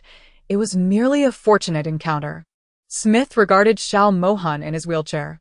Dressed in a sleek black suit, he appeared even more imposing while seated. Despite his limited mobility, his aura of nobility and authority remained undiminished, revealing the confidence of someone accustomed to high status. Smith had initially come to Huagua intending to collaborate with the Xiao family. Now that he had been saved from a heart attack by Xiao Mohan, his admiration for him had increased significantly. "In fact, I arrived in Huagua with the intention of collaborating with your esteemed company. I have thoroughly reviewed your company's proposal and found it to be the most exceptional among all bidders. I just disembarked from my flight and had planned to stay at a hotel near your company to rest before making a surprise visit to assess your production line and whether it meets our standards. However, from our brief exchange, I am quite impressed with your character, Mr. Xiao, and I trust you will not disappoint me. As for the chip technology, I will provide you with technical support, allowing your technicians to participate in research. Whether they can master the core technology of chip manufacturing will depend on your team's capabilities. The key to chip technology lies in innovation. The technology we currently employ may seem advanced to you, but it will likely be obsolete within a year or two. Mr. Xiao, I look forward to a fruitful collaboration." With a beaming smile, Smith extended his hand toward Xiao Mohan. Upon hearing this, Xiao Mohan's eyes sparkled, and he felt an overwhelming joy within. Though he maintained a composed exterior, he shook Smith's hand. "It is our honor to be selected by your esteemed company. Rest assured, I will not let you down." However, considering you have just undergone surgery, it is advisable to refrain from strenuous work for now. We can discuss matters of collaboration at a later time. Smith was pleased with Xiao Mohan's composed demeanor and unruffled nature. He had indeed chosen wisely. Had he selected someone else for collaboration, that person would likely be gushing with excitement and gratitude, yet the individual before him remained calm. After a brief and pleasant conversation, Xiao Mohan departed the hospital. As the vehicle idled at the traffic light, he unexpectedly opened his eyes and glanced outside, only to catch a fleeting glimpse of a figure reminiscent of Xiyan. He thought he must be imagining things, so he lowered the window for a clearer view. There stood Xiyan at the street corner, clad in a white dress, illuminated by the streetlight, surrounded by several men in black. How could she possibly be here, and why in the company of such intimidating figures? The men, menacing and fierce, brandished baseball bats menacingly. As the red light turned green, the driver prepared to move. Xiao Mohan deliberated for merely a few seconds before making a U-turn and steering the car to the opposite corner. The driver, perplexed, complied nonetheless. Meanwhile, in the alley, Xiyan wore a faint smile, unfazed. Who sent you? The leading man in black replied coldly, "Someone paid us to teach you a lesson. You've been too ostentatious and have offended the wrong people." Xiyan chuckled, "You think you can intimidate me? You're just a bunch of fools. How embarrassing it is for you to gang up on a single woman." She continued audaciously, "It's not your threats that frighten me, but rather your appearance. You're all so hideous that I might have nightmares tonight. I prefer handsome men, those with long legs and abs." Just as Xiao Mohan's car halted at the corner, he witnessed Xiyan say something, prompting the lead thug to swing his bat at her. Astonishingly, she stood still, unflinching. Xiao Mohan's heart raced as he realized the bat was aimed at her head. "Oh dear, not only are you ugly, but you also have a terrible temper. Dare to swing that bat at me? I'll smash your head." With a thud, the thug's bat struck his own forehead, causing him to reel backward, dazed and confused, unable to comprehend how the bat ended up in Xiyan's hands. The next moment, Xiao Mohan saw the leading thug collapse to the ground. Chapter 11. All down Xiyan blew on the bat, exclaiming, "Wow, that broke easily. You said you were going to teach me a lesson, yet you're already on the ground after one hit?" The remaining thugs raised their bats, ready to retaliate.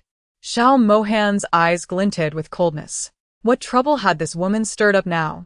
His leg was injured, rendering him unable to assist her. Fortunately, the bodyguards and driver exited the vehicle to help. Xiyan, despite being Xiao Mohan's wife on paper, was causing a scene under his very nose. If anything happened to her, it would be a disgrace to him. As the thugs approached with their bats, Xiyan smirked, unfazed by their aggression. Their movements seemed painfully slow to her. As the closest thug swung his bat toward her head, she deftly tilted her head to evade the blow, then pivoted sharply, delivering a powerful kick that sent him sprawling several meters away. The bat in her hand danced with uncanny precision as she evaded and countered with agility. Dressed in white, she moved like a graceful sprite amidst the dark-clad figures. Xiao Mohan watched in astonishment as she displayed such remarkable prowess. The dull thuds of impacts echoed as one thug's arm broke, another's head was bloodied, and yet another screamed in pain, clutching his groin. Xiyan toyed with the thugs like mice, each strike of the bat landing accurately, leaving them bruised and battered. Their initial ferocity faded into fear and desperation, culminating in pleas for mercy. "We were wrong. Please show us mercy. We didn't recognize who you are. Just let us go, and we will remember your kindness forever." How could it be that this woman, once deemed incompetent, now exhibited such extraordinary skill? Xiyan squatted down, lifting the bat to a thug's chin. "Now, tell me, Who sent you?" The thug trembled, swallowing hard, terrified of the bat's potential impact. "It was Fu, that scoundrel," Xiyan interrupted. "Fu? I know exactly who it is." Fu shouting. "You, sir, are in for a surprise." Xiao Mohan raised an eyebrow upon hearing her thoughts. Fu shouting. Wasn't he that the man she had been entangled with? Why would he send someone to harm her? As Xiao Mohan's bodyguards and driver reached her side, they were taken aback by the sight of the thugs lying incapacitated. They exchanged astonished glances, having only known her as brash and reckless. When had she become so formidable? Xiyan stood up, her demeanor lighthearted. Oh, driver and bodyguard. What brings you here? She glanced toward the vehicle in the distance. Oh my. I was so engrossed in the fight that I didn't even notice my husband had arrived. What a shame. Will he think I'm a violent person? Xiao Mohan's expression darkened as he pondered her transformation. When had she acquired such skill? The Xiyan he knew would never have been capable of this. It seemed imperative to expedite their divorce before her newfound ferocity drove him to madness. Xiyan tossed the bat aside and dashed to Xiao Mohan's car. Sliding into the back seat. In a nearby building, Fu shouting, peering through binoculars, was utterly astonished to see Xiao Mohan's vehicle depart. He had expected to play the hero, but instead, his plan had unraveled before it even began. Xiyan had truly changed, and events were slipping from his grasp. Inside the car, Xiyan beamed at Xiao Mohan, unabashedly linking her arm through his. Husband, how did you know I was here? Were you going to send the bodyguard to rescue me? Did you see how cool I looked? Don't I look prettier today than yesterday? She leaned in closer, her bright eyes fixed on him, radiating charm. Wow. I'm so touched. The Ice King, despite his disdain for me, came to my rescue. Even though you didn't manage to save me, I appreciate the gesture. So, does this mean you still care for me? Maybe tonight, I should be a bit more forward to rekindle our feelings? But how should I approach it? Should I dress sexily to entice him? Or should I take the direct approach? Although, he hasn't been very friendly lately. Perhaps slipping him a little something would be more effective. A barrage of thoughts exploded in Xiao Mohan's ears, his expression darkening with frustration. Drugging him? This insufferable woman. She still dared to think about drugging him. Xiao Mohan, filled with anger, forcefully shook her hand away, his expression darkening. Sit properly. As the driver and bodyguard stepped into the car, they nearly stumbled upon hearing Xiyan's inner thoughts. Goodness. What did they just hear? The audacity. The lady actually wanted to drug Mr. Xiao Mohan. Casting a glance at her, Xiao Mohan noticed the driver and bodyguard stiffen their necks, pretending they hadn't heard anything as they settled into the car. Xiyan's hand had been shaken off. She initially intended to shamelessly reach out again, but upon meeting Xiao Mohan's icy gaze, her hand froze in midair. Pouting sulkily, she thought, not even allowed to hold hands, how petty. Get out of the car. Xiao Mohan's voice dripped with coldness. What? Xiyan was taken aback. Xiao Mohan's expression remained frosty. I said get out. Ha. She really had the audacity to think of drugging him. She must not fear death in bed. Xiyan looked at him pitifully, darling. Is it appropriate for you to make me get out at this hour? I am your beloved wife, adored by all. Even a rogue would flee at my sight. I know you have a cold exterior, but a warm heart. Deep down, you don't want me to leave. I can tell. You are the best husband in the world. I was blind before, unable to see your goodness. But I promise to change. I will correct my bad temper if it displeases you. Husband, considering my earnest desire to improve, could you please allow me to stay? Oh, for heaven's sake. I'm already in the car, and this dog of a man wants me to get out. Damn it, I've been so nice. And if Xiao Dog forces me out again, then just wait. Hearing Xiyan curse him again in her heart, Xiao Mohan's voice suddenly rose, interrupting her internal rant. Get lost. Don't make me take action, please. A woman with double standards, nothing good can come from a dog's mouth. What she says, and what she thinks are completely opposite. If not for hearing her thoughts, he would have struggled to suppress his anger to avoid revealing his emotions. He feared he might lose control and slap her. Xiyan was infuriated. She had already lowered herself, and he still wanted her to leave. How heartless Xiao Dog is. Fine, I'll get out. He will regret this. I was going to tell him that Lu how you planned to scheme against my sister-in-law today. He intended to get her drunk and send her to another man's bed, making her believe they had an affair. That's why she would fall for Lu Hao Yu so deeply, ultimately leading to her tragic end. Chapter 12.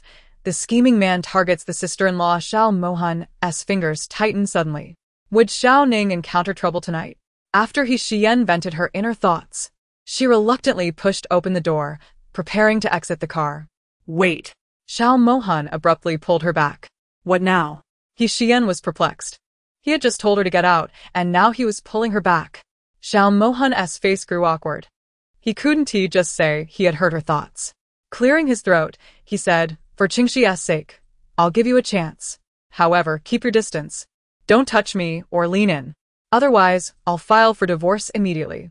Xiyan rolled her eyes as she closed the car door. Damn it, narcissist.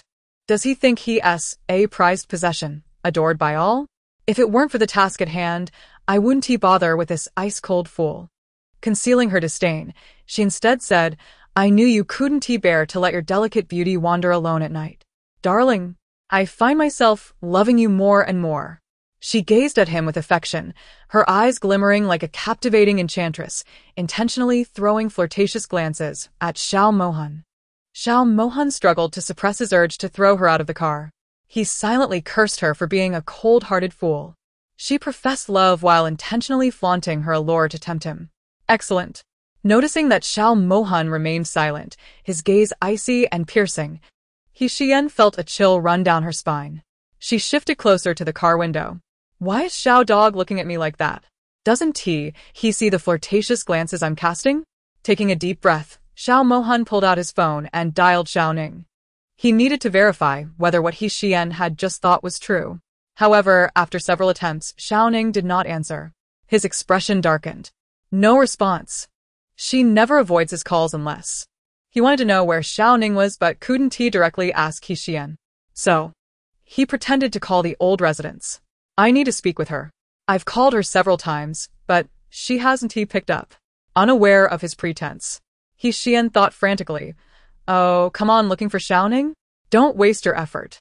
Her phone has been intentionally silenced by Lu Haoyu. Even if you bombarded her phone, you wouldn't find her. Right now, they're having a candlelight dinner at the Bolai Hotel in the neighboring city. In a little over an hour, Lu Haoyu will get her drunk and send her to room 899, where his business associate is waiting. To secure the partnership, Lu Haoyu is delivering Xiao Ning to him. This contract will elevate the Lu family's position in the capital, putting them in direct competition with the Xiao family. Oh dear, the neighboring city is a bit far. It takes an hour to drive. If I leave now, I might still make it in time. What should I do? Should I inform Xiao Dog? But not telling him was also fine. I'll personally go and rescue her. The more Xiao Mohan listened to her thoughts, the more his eyes filled with fury. He then ordered the driver to stop. Get out. Xiyan's eyes widened, her temper flaring. You tell me to get out one moment, then pull me back in the next. Are you playing games with me? Xiao Mohan, aware of his own fault, pulled out a wad of cash from his wallet and shoved it into her hand. This should cover a taxi. I genuinely have matters to attend to. Xiyan cradled the bright red bills, tempted to throw the money in Xiao Mohan's face to let him experience what it felt like to be thrown money at. But remembering her arduous task, she refrained and added, Darling, take care not to overwork yourself. Wow, so generous. Being thrown money at is infuriating. Once I get out, I'll find a young stud to splurge this cash on. Maybe one for a shoulder rub, another for a back massage, and a third to pour me drinks. Haha. I'm too.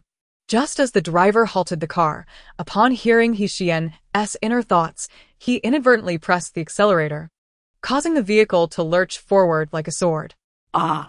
As the driver suddenly sped up, Xiyan's body jolted back, her head hitting the window, causing her to wince in pain. Hey, do you even know how to drive? Your boss told you to stop, not to speed up. Xiao Mohan closed his eyes. His hands clenched tightly as he struggled to suppress the urge to lash out, looking for a young stud to throw money at, and several at that. This wretched woman. Cheating isn't enough. She plans to sow her wild oats. Shut your mouth. If you keep talking, I'll freeze all your cards. The driver was sweating profusely, glancing nervously at the bodyguard. Goodness. What had they just heard? The lady's thoughts were explosive. Xiyan couldn't quite comprehend Xiao Mohan. This man's mood swings were as unpredictable as the weather. She hadn't said anything, so why threaten to freeze her cards? You won't let me get out now. Xiao Mohan was furious, wanting to curse. Did I ask you to get out to buy me a hat? Xiyan. I've prepared the divorce agreement. If you behave, I might give you a bit more. If you continue to act up like before, you won't get a thing. Xiyan frowned, bewildered. Why bring up divorce out of the blue? I've already said that I won't divorce you, and will live well with you. I acknowledge that I have acted excessively in the past, yet everyone is prone to making mistakes. I have recognized my faults and am striving to amend them. Would you not grant me a single opportunity? If it were not for the need to rescue the unfortunate, I would have certainly divorced you by now and reveled in the substantial alimony. Xiao Mohan remained silent with his eyes closed. Had he not been in haste to the neighboring city, he would have preferred not to endure another moment of her incessant prattle. How could this woman, who spun lies so effortlessly, dare to speak of living a good life? An opportunity. Ha! Has he not already extended enough chances? Moments later, the driver delivered Xiyan to her residence and promptly turned to leave. Without requiring further instruction from Xiao Mohan, the driver understood his destination. The sincerity of the lady's sentiments remained uncertain, yet he was aware that his employer could not afford to gamble. If her words bore truth, the young lady's fate would be sealed. The driver accelerated to the maximum speed. Xiao Mohan recalled Xiyan mentioning that after Xiao Ning's demise, her body had been collected by a member of the Feng family who had seemingly chosen to die for her. Feng Yaoming had been working in the neighboring city for the past 2 years. He dialed Feng Yaoming's number.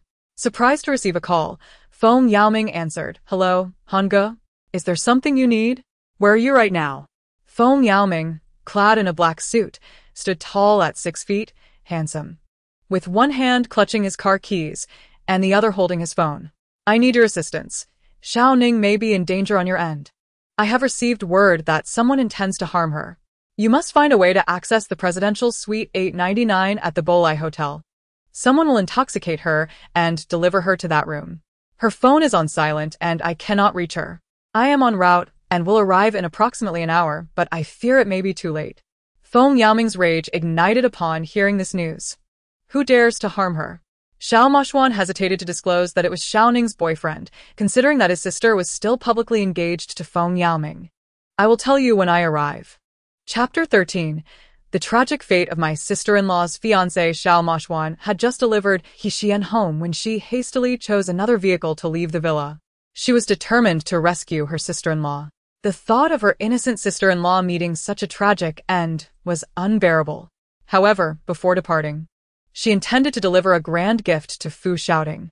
She drove swiftly and reached Fu Xiaoding's private villa in a mere 10 minutes. According to the script, Fu Xiaoding was set to bring He Ziyuan over tonight. They were destined to indulge in intimate activities within these walls. Upon alighting from her vehicle, she climbed to the second floor of the villa, stealthily entering Fu Xiaoding's bedroom. She opened the small drawer in the nightstand and retrieved the lubricant, squeezing half of its contents out. The script indicated that Fu Xiaoding was quite adept at pleasure, with an array of tricks up his sleeve.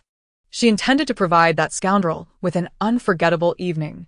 Before leaving, she spritzed a stimulating perfume in the room, its subtle fragrance barely perceptible in the air. Having completed her mischief, she departed in high spirits. May the scoundrel and the toxic woman enjoy their night, she mused. An hour later, Xiyan arrived at the Bolai Hotel in the neighboring city. To her astonishment, she spotted Xiao Mohan's car. What is Xiao Mohan's vehicle doing here? Did he come here for a specific reason? Is it possible he knows that Xiao Ning is in trouble? Just as she prepared to exit her car, the hotel doors swung open, revealing Xiao Ning, unconscious and being carried out by a man. Behind him, Xiao Mohan followed, flanked by bodyguards, his expression icy. "I can't believe I arrived too late. I was hoping to save my sister-in-law from the fire, yet it seems Xiao Dog was quicker with the news. Did he come here to rescue my sister-in-law? How did he know she was in danger? And who is the man carrying her?" Her thoughts were laid bare, prompting Xiao Mohan to glance around, eventually locking eyes with her familiar license plate, confirming Xiyan's presence. Xiao Mohan reflected that had he arrived a moment later, Xiao Ning's fate would have been sealed. Xiyan's inner musings were indeed accurate. His gaze turned complex as he regarded her vehicle. "Big melon. Host. The cannon fodder value has decreased by 10. Xiyan was taken aback. "Decreased by 10? How could it drop suddenly when I have done nothing? I did not save Xiao Ning. Big melon. Perhaps she was saved and you were nearby. Is that possible? Does it mean that whenever a piece of cannon fodder encounters danger, as long as I am present, the value will decrease regardless of who saves them? Big melon. You may test this theory, but I can only speculate. If it proves too dangerous and you are mistaken for an enemy, you might find yourself in dire straits. Well, if you cannot be certain, I dare not take the risk. Host, the man carrying Xiao Ning is her fiancé. Xiao Ning's fiancé? The lovesick fool from the Feng family. What a pity. The most innocent cannon fodder meets such a tragic fate. Tall, handsome, and yet his end is so grim. Alas, after burying Xiao Ning's remains, he leaps from a 20-story building, reducing himself to a puddle of flesh. At that moment, a pack of stray dogs happened to be nearby, drawn by the scent of blood, feasting on him until nothing remained. When his parents received the news, his mother wept uncontrollably, while his father raged in fury, and his sister suffered a miscarriage. Just as Feng Yaoming reached his car with Xiao Ning in his arms, he stumbled upon hearing Xiyan's thoughts, nearly dropping the woman he carried. However, apart from Xiao Mohan, the bodyguards, and the driver, there were no other women present. Was it a hallucination? Meanwhile, Xiao Mohan clenched his fists, his eyes misty. He had thought Xiyan's prediction of his own demise due to illness was tragic enough. But the Feng family's misfortunes were even more harrowing. The tragedy of his family was indirectly caused by his sister. Clearly, he needed to devise a plan to help Xiao Ning realize who her true partner in life ought to be. Why is Feng so pitifully standing still? He is fortunate to be here. Had he not been, he would have been burned beyond recognition in the fire. His small apartment was set ablaze by his so-called friends, intending to eliminate him as a rival. Alas, the path of this unfortunate soul is forever altered. Once disfigured, his career would cease, and the engagement with Xiao Ning would be annulled, primarily due to his loss of confidence in being worthy of her, leading him to dissolve the engagement. Thus, he would ultimately meet his tragic fate as cannon fodder. Xiyan, wishing to avoid being recognized by Xiao Mohan, deliberately crouched low. Feng Yaoming, with a grim expression, asked, "Did you hear that?" Xiao Mohan glanced at the car not far away. The woman had crouched so low that only her hair was visible. He lowered his voice, "Yes. I will seek out Xiao Ning, it is what this woman indicated." Xiao Mohan entered Feng Yaoming's vehicle, while his driver trailed behind. As Feng Yaoming started the engine, he inquired, "Who is she?" Unfamiliar with Xiyan, Feng Yaoming could not recognize her voice. Xiao Mohan rubbed his temples in frustration. "Xiyan, my wife. She was in the car across from you, which is why she could hear." Feng Yaoming appeared puzzled. "But how could I hear her? Is what she said true?" Xiao Mohan cast a glance towards his inebriated sister, who lay unconscious. "I do not know how you could hear, but it seems that those connected to me can. Furthermore, several of her assertions have been validated. As for her previous comment about your apartment catching fire." Half an hour later, when they arrived near Feng Yaoming's apartment, thick smoke billowed and flames soared, engulfing the very structure. Feng Yaoming's countenance turned pale as he beheld his surroundings consumed by fire. He accelerated the car, halting in front of the apartment building within a minute. Stepping out, his limbs felt icy as he stood transfixed, watching the firefighters battle the blaze. With the assistance of his bodyguards, Xiao Mohan settled into a wheelchair and approached Feng Yaoming from behind. Overwhelmed, Feng Yaoming collapsed to his knees, his gaze heavy with realization. Had it not been for Xiao Mohan's call urging him to rescue Xiao Ning, he might have faced a grim fate. The haunting words of Xiyan echoed in his mind, warning that he would be left disfigured, and the perpetrator was none other than his so-called brother. A chill ran down his spine as he gripped his knees tightly. Ah, the good brother. Xiyan's vehicle followed closely behind. My goodness, the arsonist is ruthless. To climb the ranks, they disregard human life. It's utterly depraved. To eliminate the poor soul, they even set fire to the neighbors. How heartless. Oh, look. The culprit has arrived. He even had the audacity to call an ambulance for the victim. Soon, he will kneel before the firefighters, feigning sorrow over the loss of a dear brother, begging them to save him. As Xiyan's inner thoughts faded, Feng Yaoming witnessed the so-called brother, He genuinely kneeling before the firefighters, his face a mask of anguish as he cried out, "Firefighters, please, save my brother. He is still inside. I beg you to rescue him. He is so young. He cannot just perish like this." Feng Yaoming's eyes flared with fury upon hearing those words, which mirrored Xiyan's sentiments. He stood abruptly, yearning to confront the man and demand answers. Why betray him? Why orchestrate his downfall? Was their bond, forged over years, so fragile in the face of greed?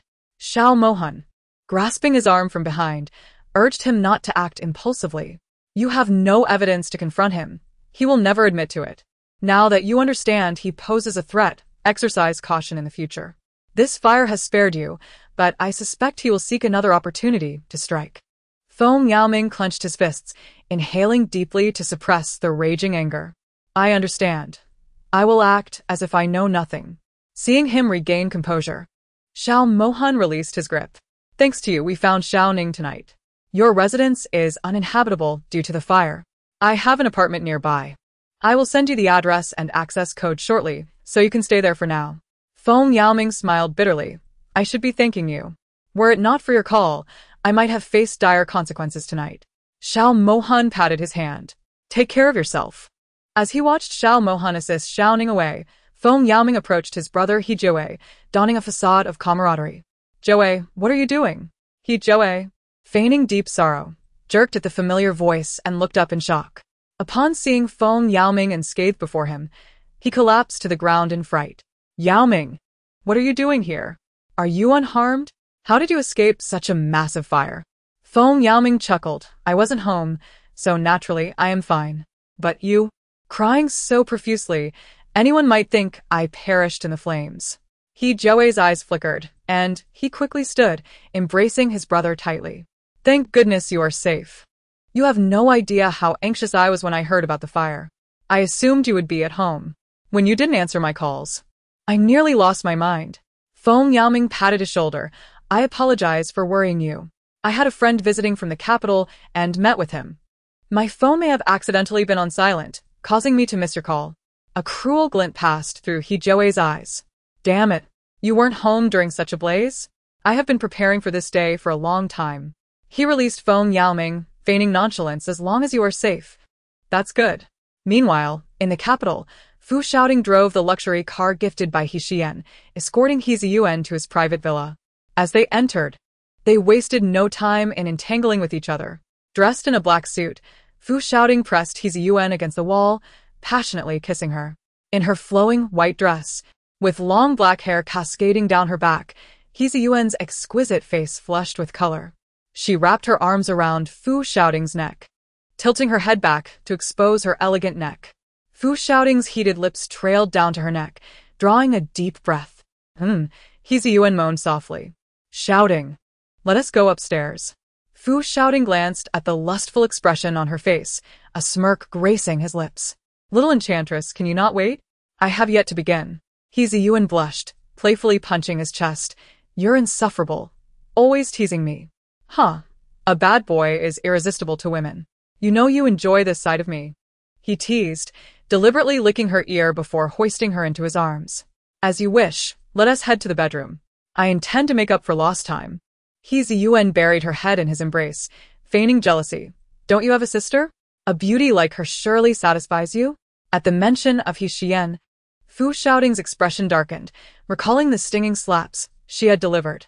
Do not mention that wretched woman. She does not compare to you in the slightest. She is not worthy of my touch. If she were not of some use, I would have already dealt with her. Their banter continued as they swiftly reached the bedroom. Fu Xiaoting tossed He Ziyuan onto the bed, following suit. Darling, let us not ruin this delightful moment by mentioning that fool. With that, he eagerly began to remove her dress. Once their clothes lay scattered, Fu Xiaoting opened the nightstand drawer, initially reaching for a condom but, realizing it was He Ziyuan's safe period, opted for lubricant instead. Time passed, and soon the room echoed with He Ziyuan's piercing screams. Haha, this is hilarious. The scoundrel and the vixen are truly entangled. They can't separate, calling for an ambulance. Oh, I wonder if this will render the scoundrel impotent for life? My 502 was worth every penny. It has come in handy so quickly. What a delight. Humph, scoundrel. You dare to threaten me? I shall ruin your third leg. Xiao Mohan, seated in his wheelchair, had just emerged from the study when He Xiyan's laughter assaulted his ears. What had she just said? Scoundrel, vixen, entangled, calling for an ambulance, 502. Could she possibly mean? Flipping open his phone, he rapidly accessed the trending headlines. A certain wealthy young man indulges in risky behavior late at night, unable to separate from his girlfriend. Emergency assistance required. In the video, while the two being taken to the ER were pixelated, Xiao Mohan recognized the man immediately. The male mistress. The woman in the video, shielded by the male mistress, was unrecognizable.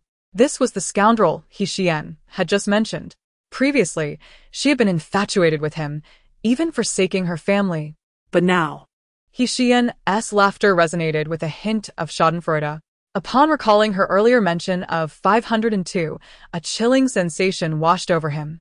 She truly was capable of anything. Darling, you're still awake. Xiyan had intended to go downstairs for a glass of water, but upon opening the door, she was met with the sight of Xiao Mohan. Clad in a gray sleepwear, with the collar's buttons undone, he revealed his well-defined chest. His freshly washed hair was slightly tousled, and his handsome face bore an expression of indifference. After shedding his suit, his once formidable aura had diminished significantly. His deep-set eyes resembled a fathomless pool, concealing the thoughts swirling within. Instantly, her eyes sparkled with a sly allure. Crouching down, she shamelessly leaned closer to Xiao Mohan, her voice laced with seduction. Are you unable to sleep alone? Why not join me? We are married, after all. There's no need for separate rooms. This room is so vast, I fear sleeping alone. Her gaze flickered like a current, radiating electric charm. Xiao Mohan, expressionless, pushed her head away. If your eyes start twitching, remember to visit an ophthalmologist. The thought of room 502 cast a shadow over him. Sharing a bed with her? He feared he might need to call for medical assistance by nightfall. He maneuvered his wheelchair backward, then turned away from Xiyan, heading towards the guest room without sparing her a glance. Xiyan, feeling disheartened by his complete lack of regard, sighed. Changing his disdain for me and dispelling thoughts of divorce is a long and arduous journey. But that's all right. I am an indomitable little cockroach, a collector of male deities. As long as I persistently strive for change, I shall not fear failure.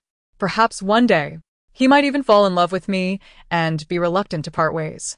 Inside the guest room, Xiao Mohan scoffed. Fall in love with her? In this lifetime? It is utterly impossible. His patience was exhausted, and he lacked the energy to engage in her antics any longer. The following morning, Xiyan rose early.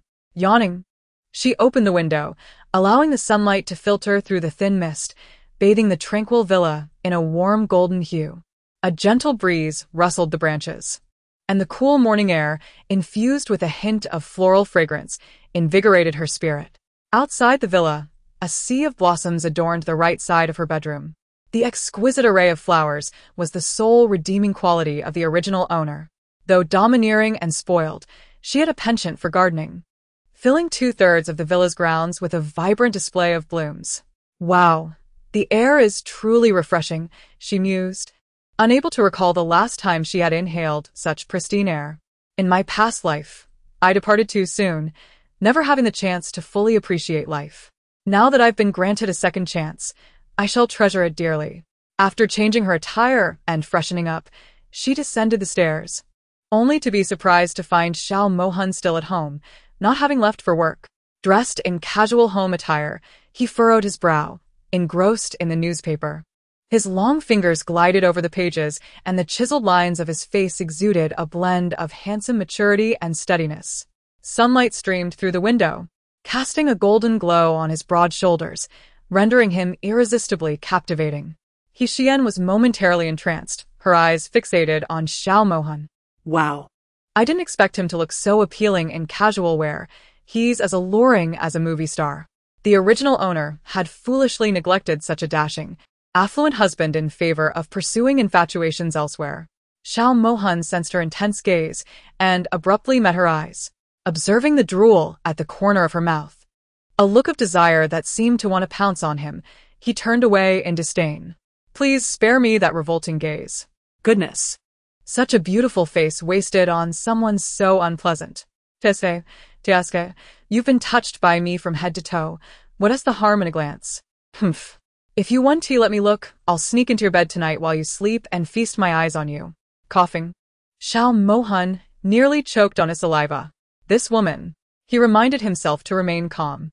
Since that night she had drugged him, Her demeanor had transformed completely, her mind seemingly consumed by mischief.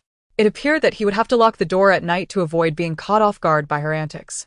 Xiyan sported a simple tee and jeans, her raven hair tied into a high ponytail, her unadorned face glowing like porcelain. Her fresh appearance radiated youthful vitality. Yesterday, she had spent the better part of the day transforming the original owner's wardrobe. Now her closet was revitalized. She boldly sat beside Xiao Mohan and cheerfully inquired, "Darling, why aren't you at work today?" Xiao Mohan barely glanced at her, his eyes still glued to the newspaper. "What does my work schedule have to do with you?" "Of course it matters. If you're not working, let's go on a date. We haven't spent quality time together in ages. Let us escape into our own world. Since you have some free time today, how about we go to the ski resort? I remember it was your favorite place." Xiao Mohan coldly interrupted. "A disabled man like me going to a ski resort? That would be nothing short of humiliation." Xiyan found herself momentarily speechless. In her eagerness to impress, she had completely overlooked his leg condition. It was evident that if she wished to win him over, she would first need to address his injury. "If skiing is off the table, how about we catch a movie instead?" At that moment, a servant entered, bearing breakfast. Milk, sandwiches, and dumplings, followed by the butler nervously presenting a bowl of spicy beef noodles before Xiyan. "Madam, your breakfast." Upon seeing the vibrant red chili peppers in her bowl, Xiao Mohan's eyes narrowed, his brow furrowing. "You plan to eat that for breakfast?" Xiyan, mesmerized by the aromatic noodles, couldn't help but salivate. "Of course. Doesn't it look appetizing?" She picked up her chopsticks, exclaiming, "Wow, it smells delightful." "Thank you, dear butler." The butler's eyes widened in disbelief at her sudden display of politeness. When did the madam become so courteous? Ignoring their astonished gazes, Xiyan eagerly slurped the noodles, the sounds of her enjoyment echoing throughout the dining room. Xiao Mohan watched her devour the meal with such fervor that his own sandwich suddenly seemed bland in comparison. He had once relished spicy food, but since his leg injury, this woman had gone to great lengths to ensure he loathed her by requesting the kitchen omit spices. Over the past year, he had almost forgotten the taste of chili. Having finished her noodles, Xiyan leaned back at her chair, rubbing her stomach contentedly. Her cheeks flushed from the spice, her eyes sparkling with satisfaction, her fox-like charm fully on display, her lips blooming like a vibrant rose. Xiao Mohan cast a glance at her, his gaze momentarily lingering. At that moment, a term flashed through his mind, a feast for the eyes, a siren. Had another man witnessed her in this state, he would have undoubtedly been captivated. He had always known she was stunning, yet in the past, she had deliberately marred her beauty with garish makeup. Now, with her true self unveiled, Xiyan straightened at his gaze. "Darling, you've been staring at me. Do you think I look better now than before? You are overthinking it. I find her eating habits quite unsightly, which severely diminishes my appetite and makes it difficult for me to swallow." Xiyan's lips twitched in disbelief. "It is utterly unreasonable.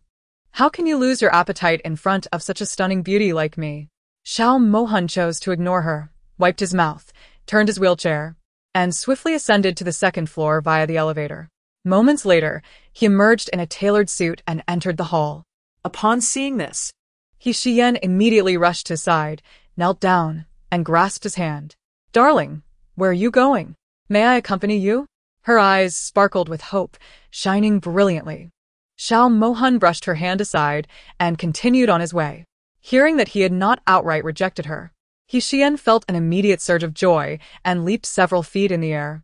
Subsequently, seizing the opportunity while Xiao Mohan was distracted, she planted a wet kiss on his cheek, leaving a glistening mark. "Thank you, darling. I knew you were the best." Xiao Mohan's expression darkened as he disdainfully wiped the saliva from his face. "Keep your distance from me. This man is utterly ungrateful. How dare he disdain my golden saliva? Just wait. One day, when I have you under my spell, you shall beg for my saliva." Xiao Mohan cast a cold glance her way. "Huh? Beg for your saliva? What a far-fetched dream." Chapter 16. On the brink of divorce, Xiao Mohan scoffed. The notion of him consuming her saliva was nothing but a delusion. She would never have the chance in this lifetime. Xiyan, brimming with delight, followed closely behind him into the car. Inside, she deliberately sought to please him, cautiously leaning closer while sporting a radiant smile. "Darling, where are you taking me?" Xiao Mohan lifted an eyebrow and glanced at her with indifference. "To divorce, where else?" Upon hearing this, Xiyan's smile instantly faltered. "Divorce? Why is he being so difficult? Wasn't he in a good mood when we left?" Xiyan bit her lip, contemplating for a moment before asking, "Do you think Grandpa would agree to your divorce?" "Don't forget that our marriage was arranged by our grandfathers. To divorce, we would need their consent." Xiao Mohan replied coolly, "I will explain everything to my grandfather. As for yours, well, that's your concern. Since we got married, I haven't even set foot in the He family home. Over the past year, your various antics surrounding divorce are likely all too clear to him. Besides, he is a reasonable man. Given where our marriage stands now, who is truly at fault? He knows it all too well." Xiyan was still making a last-ditch effort. "I haven't brought my identification. We can't divorce, right?" Xiao Mohan replied, You needn't worry about that. "I have all your documents." Xiyan's mouth twitched. So, he had everything prepared. "No wonder you were so accommodating today, letting me get into the car. You had it all planned." Xiao Mohan retorted, "What do you mean planned? I'm simply fulfilling your wish. Haven't you been dreaming of a divorce? Today, I am making that happen for you. What more could you possibly want?" Xiyan felt a pang of frustration in her chest. "But I've said I don't want a divorce. I told you I would change. Can't you give me just one chance? Besides, Qingxi is still so young. Even if you are dissatisfied with me, you must think of our son. I will strive to be a good wife and a good mother. I know I have been reckless in the past, causing you immense disappointment. Yet. You have endured it for over a year. Can't you give me another chance? Just a few more months. If, after those months, you find I haven't changed, then I will have no objections to the divorce. 1 month can indeed change many things. I can use these months to win him back, to be a qualified wife and mother, and make him fall in love with me again." Xiao Mohan, hearing her thoughts, glanced at her. A qualified wife and mother. She spoke so easily. Yet, over the past year, she had completely abandoned her roles as a wife and a mother, consumed only by her desire for a wayward man. If she truly intended to repent, she would never have resorted to drugging him to force a divorce. As they neared the Civil Affairs Bureau, Xiyan felt a wave of anxiety wash over her. What should she do? If they divorced now, it would be difficult for her to approach him in the future. How could she complete her mission post-divorce? If she failed, her very life would be at stake. What a solitary rebirth it would be. Amid her anxiety, Xiao Mohan's phone suddenly rang. He answered, and after listening to the other end, he coldly instructed, "Keep the person there, I'll be right over." He then instructed the driver to stop and turned to Xiyan. Get out. Xiyan was taken aback. "Are we not getting a divorce?" Xiao Mohan looked at her coldly. "I have urgent business. The divorce can wait for another day." Upon hearing this, Xiyan's mood instantly brightened. She eagerly opened the car door and hurriedly exited. Not divorcing is great. She didn't care what urgent matter he had. A delay of a day was still a victory. Once she stepped out of the car, Xiao Mohan's vehicle sped away, leaving a cloud of exhaust in its wake. Xiyan was unfazed, cheerfully hailing another cab and heading straight to the old residence. She wanted to see her son. That little meat bun was utterly adorable. After the child's full-month celebration, the original owner had caused a ruckus seeking divorce. Fearing for the child's well-being, Xiao Mohan had arranged for the child to be raised at the old residence. Upon arriving at the old house, the elderly matriarch's expression instantly turned cold at the sight of her. "What brings you here again?" Xiyan paid no heed to her attitude and shamelessly linked arms with her, acting coy. "Oh, Grandma, I came to keep you company. I was worried you'd be lonely. Besides, I've realized my mistakes. In the past, I was thoughtless and often made you and Mohan angry, causing you both trouble. But I am determined to turn over a new leaf. Please give me a chance to prove myself. I will be a good wife and a good mother. And I won't bring shame to Mohan. Grandma, you are the most understanding and beautiful grandmother. Surely you want Mohan to be happy, right?" The elderly matriarch shook off her hand, replying curtly, "How dare you ask for another chance? What have you done over this past year that deserves my consideration?" Xiyan relinked her arm. "Grandma, I truly will change. Just look at Qingxi. He is so young. If Mohan were to marry a wicked stepmother in the future, wouldn't he suffer all over again?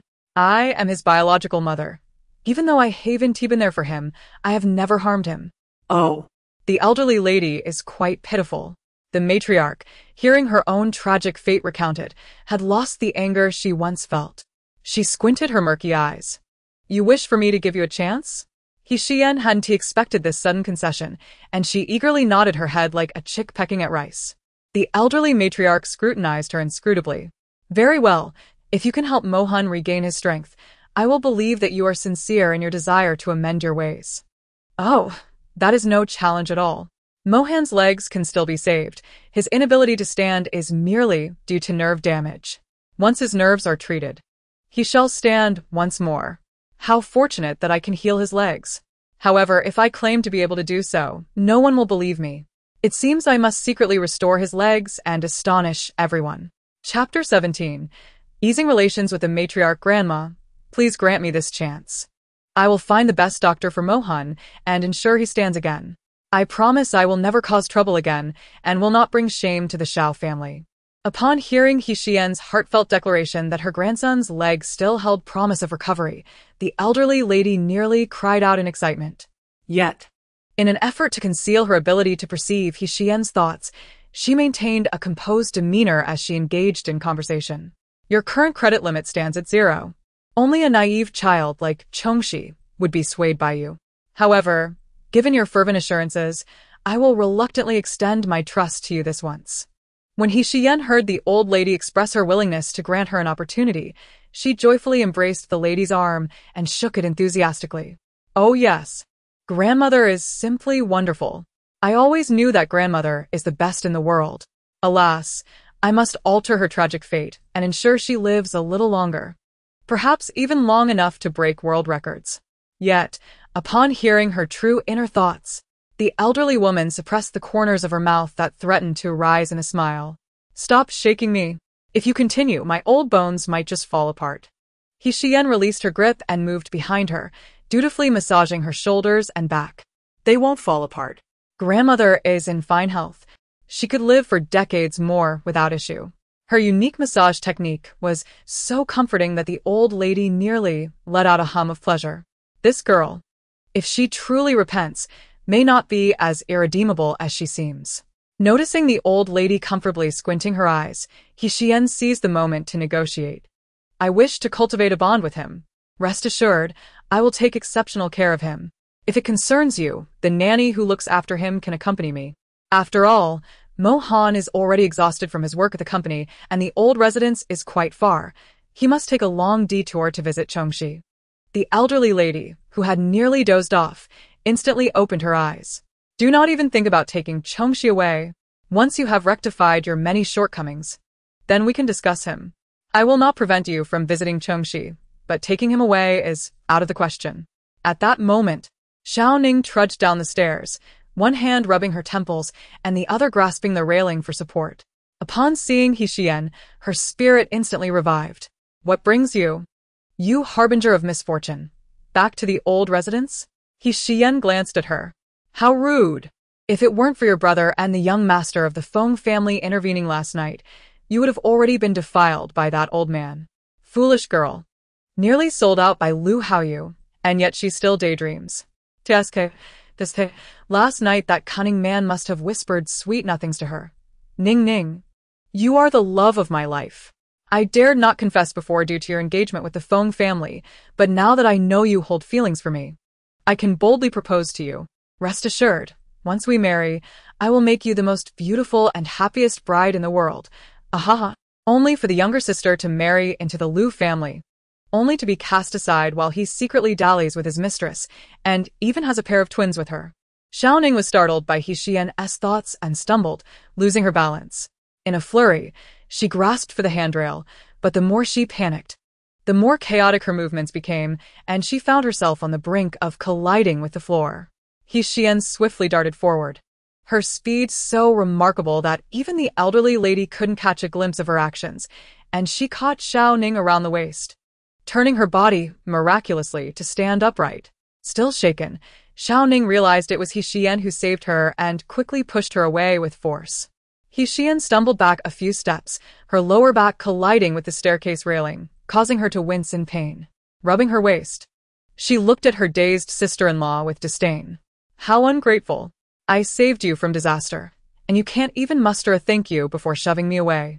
Xiao Ning's face shifted between shades of green and white as she retorted defiantly, I never asked you to save me.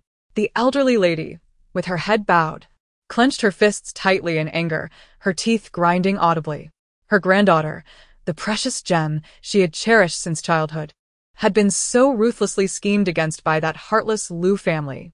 Xiao Ning remained blissfully unaware of the events that transpired after she got drunk the previous night. All she recalled was having a candlelit dinner with Lu Haoyu.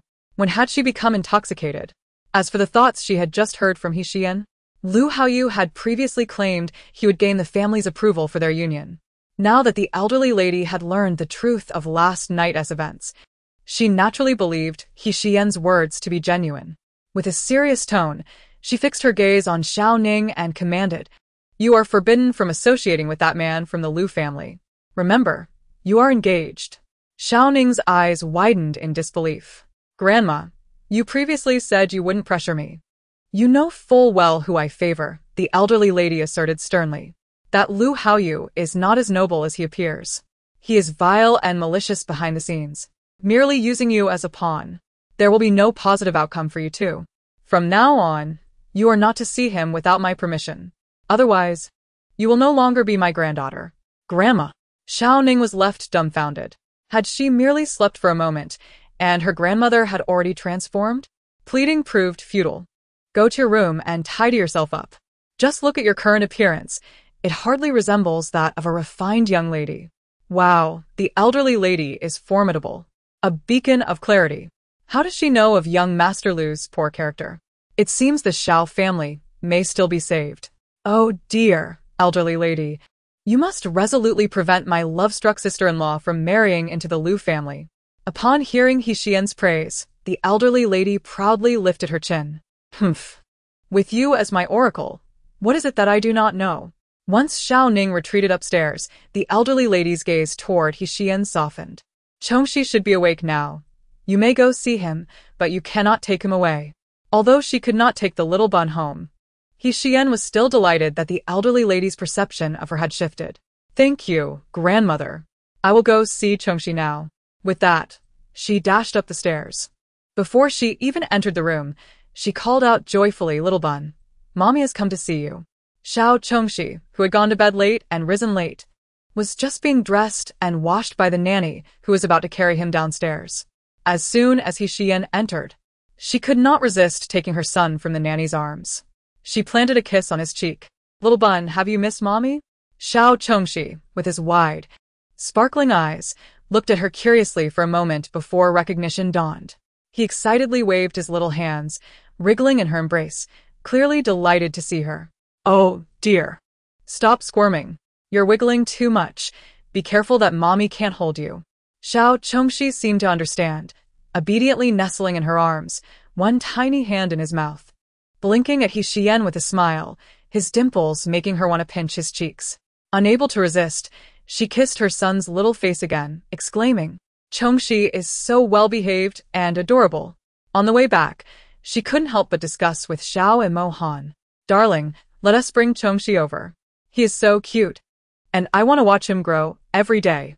You, a woman who is constantly seeking divorce, find it laughable to utter such words, do you not?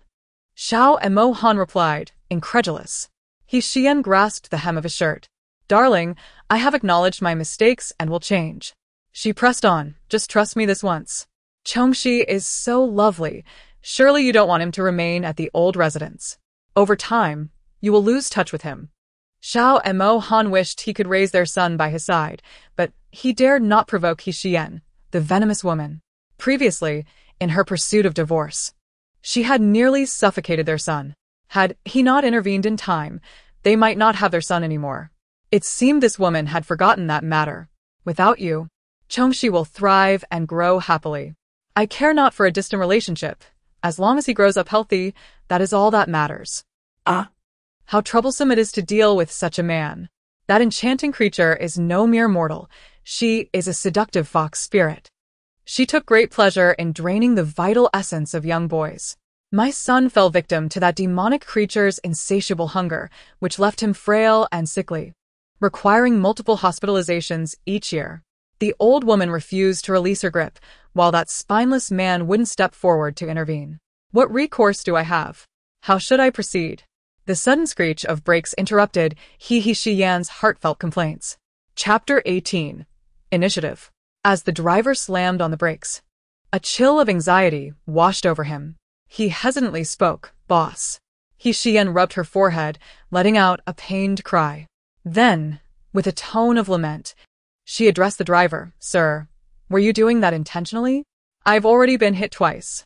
Xiao Mohan understood the driver's intention. He tightened his fingers resting on his knee, yet maintained a facade of ignorance.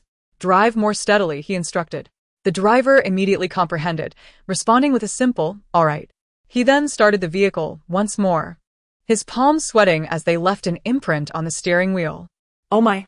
The lady's inner voice is exceedingly alarming. The moment her thoughts are expressed, calamity is sure to follow. He felt that if his heart were to hear her voice a few more times, it might very well cease to beat in terror. Upon returning home, Xiao Mohan disregarded Xiyan, gliding directly into the elevator in his wheelchair and ascending to the second-floor guest room, where he promptly locked the door behind him. He then retrieved his phone and made a call, demanding, "Gather all the information on the Liu family members and have it ready for me at the office tomorrow." After terminating the call, he took out a cigarette and placed it between his lips, his right hand grasping a silver lighter. With a flick, a bluish flame ignited. He leisurely lit the cigarette, his long fingers delicately holding it as if he were grasping the very essence of the world. The cigarette danced at his fingertips, glimmering softly, swaying gently with his breath. His smoking posture was both elegant and composed, and as he inhaled deeply, exhaling a cloud of smoke, it swirled around him like a mysterious veil. His dark eyes, framed by the billowing smoke, appeared even more profound, concealing an endless array of stories. "A vixen. Xiyan, who are you at this moment? How do you possess knowledge of events yet to unfold in the future? Stay by my side, truly, merely to save the expendable. Is it to fulfill a mission?" In the master bedroom, Xiyan swiftly took a shower and then retrieved the alluring nightgown she had intentionally purchased. The garment was an exceedingly short black lace camisole dress, barely sufficient to cover her posterior. She awkwardly tugged at the excessively short hem, her cheeks flushed. With such an exquisite and enchanting beauty presenting herself in this manner, she could hardly believe that Xiao Mohan would be able to resist her charms. She retrieved that special bottle of perfume and sprayed it generously over her body. With this secret weapon in hand, I wonder how that dog of a man will escape from my grasp today? She released her hair, tossing her head slightly. The inky black strands cascaded down like a waterfall, chaotically draping over her shoulders and the nape of her neck. Moments later, she donned a bathrobe and rapped on Xiao Mohan's door. Xiao Mohan, having just bathed, sat in his wheelchair clad in a gray pajama set. With an impassive demeanor, he opened the door, blocking the entrance. "Is there something you need?" Having just emerged from the shower, his hair remained damp, droplets cascading down his cheeks and trickling into the nape of his neck. Beneath the slightly open collar, the faint outline of his pectoral muscles became visible, causing Xiyan's cheeks to flush a deeper shade of crimson. "Darling, you've finished your shower," she remarked. "I thought you might need some assistance." Xiao Mohan cast a cold glance in her direction. "Not necessary. Do not linger around me for no reason." Xiyan's lips twitched in response. What a frigid demeanor. How am I supposed to flirt with this ice mountain? Flirt? Xiao Mohan leaned against his wheelchair, quietly surveying the woman before him. Xiyan, with her waist-length ebony hair and unadorned visage, was breathtakingly stunning, resembling a meticulously carved piece of jade, with each contour perfectly defined. Her brows resembled distant mountains. Her eyes mirrored autumn waters, her nose was elegantly straight, and her lips bore a vibrant hue. Her gaze was deep and radiant, sparkling like a myriad of stars. She intentionally cast a suggestive and affectionate look at Xiao Mohan. "Since my husband has already prepared himself, I shall not trouble myself further. However, Tonight, I wish to share a bed with my husband. If you do not come to the master bedroom, then I shall occupy the guest room. Regardless, I intend to sleep with you tonight. Your opposition is futile. We are married, and it is not unlawful for spouses to share a bed. Sleeping with you is, in fact, protected by law. Xiao Mohan understood that Xiyan's persistent flirtation was merely a means to fulfill her task. Sleep with me? Have you perhaps succumbed to amnesia, forgetting the words you spoke earlier? Xiyan furrowed her brows. What had been uttered before? What had the original owner said previously? Suddenly, a vague image flickered across her mind. In the scene, the original owner disdainfully expelled Xiao Mohan, who was seated in a wheelchair, from the bedroom. Leave. Never show your face before me again. With your current state of disability, how dare you think of sharing a bed with me? You should take a good look at yourself. In your present condition, unable even to stand on your own legs, what do you possess to satisfy me? Could you accompany me on a date to any location? Running about freely? Might you grant me a princess carry? Could you also assist me with a back rub while I bathe? Can you continuously alter your positions to provide me with unparalleled pleasure? Every word spoken by the original owner pierced through Xiao Mohan's heart, striking at his male pride. Xiyan's expression became somewhat cracked, wishing she could slap the original owner a few times. How infuriating! No wonder the original owner met such a tragic end, entirely due to her own folly. She forced a laugh and, in a delicate tone, said, "Darling, is there any couple that does not bicker? The saying goes, couples may quarrel at the head of the bed, but reconcile at the foot. In the past, I acted thoughtlessly and uttered some nonsensical words. However, that is now behind us. The other party has acknowledged their mistakes. Here I am, taking the initiative to offer my sincere apologies. You possess a great abundance of generosity. Do not hold my past against me. From now on, I shall strive to be a devoted wife and a loving mother." She crouched beside Xiao Mohan's wheelchair, boldly placing her hand upon his large one. "Darling, shall we not sleep separately? This time, I am truly sincere in my desire to change." As she leaned closer, a delicate fragrance wafted towards Xiao Mohan's nostrils. The scent was elusive, leaving him uncertain whether it stemmed from her bath or something else entirely. His gaze lowered inadvertently, catching sight of the intentionally lowered neckline of Xiyan, which accentuated her ample bosom, causing his heart to flutter. This woman, it seems, is not even wearing a bra. Sensing Xiao Mohan's scrutiny, Xiyan cheekily rubbed her face against the back of his hand, then playfully extended her tongue to lick it, her voice a siren's call. "Darling, recognizing one's faults and striving to amend them is the greatest virtue." Xiao Mohan maintained a stoic expression, intending to push her away. However, before he could act, Xiyan swiftly rose to her feet, pivoted his wheelchair, and wheeled him into the bedroom before he could fully comprehend her actions. With a decisive motion, she shut the door behind them. As realization dawned on Xiao Mohan, his expression darkened, ready to reprimand her for her audacity. Yet, Xiyan defied expectation, plopping herself down in his lap and forcefully cupping his face, sealing his lips with hers. Chapter 19. The Relentless Pursuit. The unexpected kiss caused Xiao Mohan's countenance to shift like a painter's palette, a whirlwind of emotions swirling within him. This woman, a female bandit exuding an air of defiance. Is she a rogue? In a fit of exasperation, he grasped Xiyan's hands, attempting to pull her from his embrace. However, Xiyan deftly evaded his grasp, her fingers swiftly tapping him once. In an instant, Xiao Mohan found himself utterly immobilized. His expression was one of astonishment as he gazed at her, his eyes ablaze with fury, akin to molten lava erupting from a volcano. "What have you done to me?" Xiyan smirked. "Oh, worry not. I merely pressed your acupoints, rendering you momentarily immobile, without any adverse effects." Xiao Mohan gazed at her, reveling in her self-satisfaction, and felt a surge of anger that nearly caused his chest to explode. His face darkened as he demanded, "Unbind me." Xiyan, cradling his face, laughed exuberantly, seemingly unperturbed. "If I unbind you, you won't let me kiss you. Darling, with me like this, don't you feel tempted?" She deliberately elongated her sultry tone. "I smell delightful, and I've brought myself right to your lips. Wouldn't it be a pity not to indulge?" With that, she rose, leisurely loosening her bathrobe. As it fell to the floor, The sight beneath caused Xiao Mohan's pupils to constrict. Xiyan possessed a devilish figure, perfectly sculpted without an ounce of excess flesh. Her porcelain skin glowing under the light. Her long legs and curvaceous form held Xiao Mohan's gaze captive. The original owner of this body had undoubtedly been proud of it. It was exquisitely perfect, worthy of admiration even from other women. She twisted her slender waist, and under Xiao Mohan's hungry stare, effortlessly lifted his tall frame into a princess carry. His eyes pierced her like icy daggers. Xiyan, if you dare to act recklessly tonight, I will ensure you regret it come morning. The audacity of this woman was infuriating. Her actions were a profound humiliation to him. Xiyan, however, dismissed his fury. To her, men were creatures governed by their lower instincts. There was no conflict that could not be resolved by a night of passion. If one encounter was insufficient, then two would suffice. If two were inadequate, multiple encounters would surely do the trick. She had anticipated this.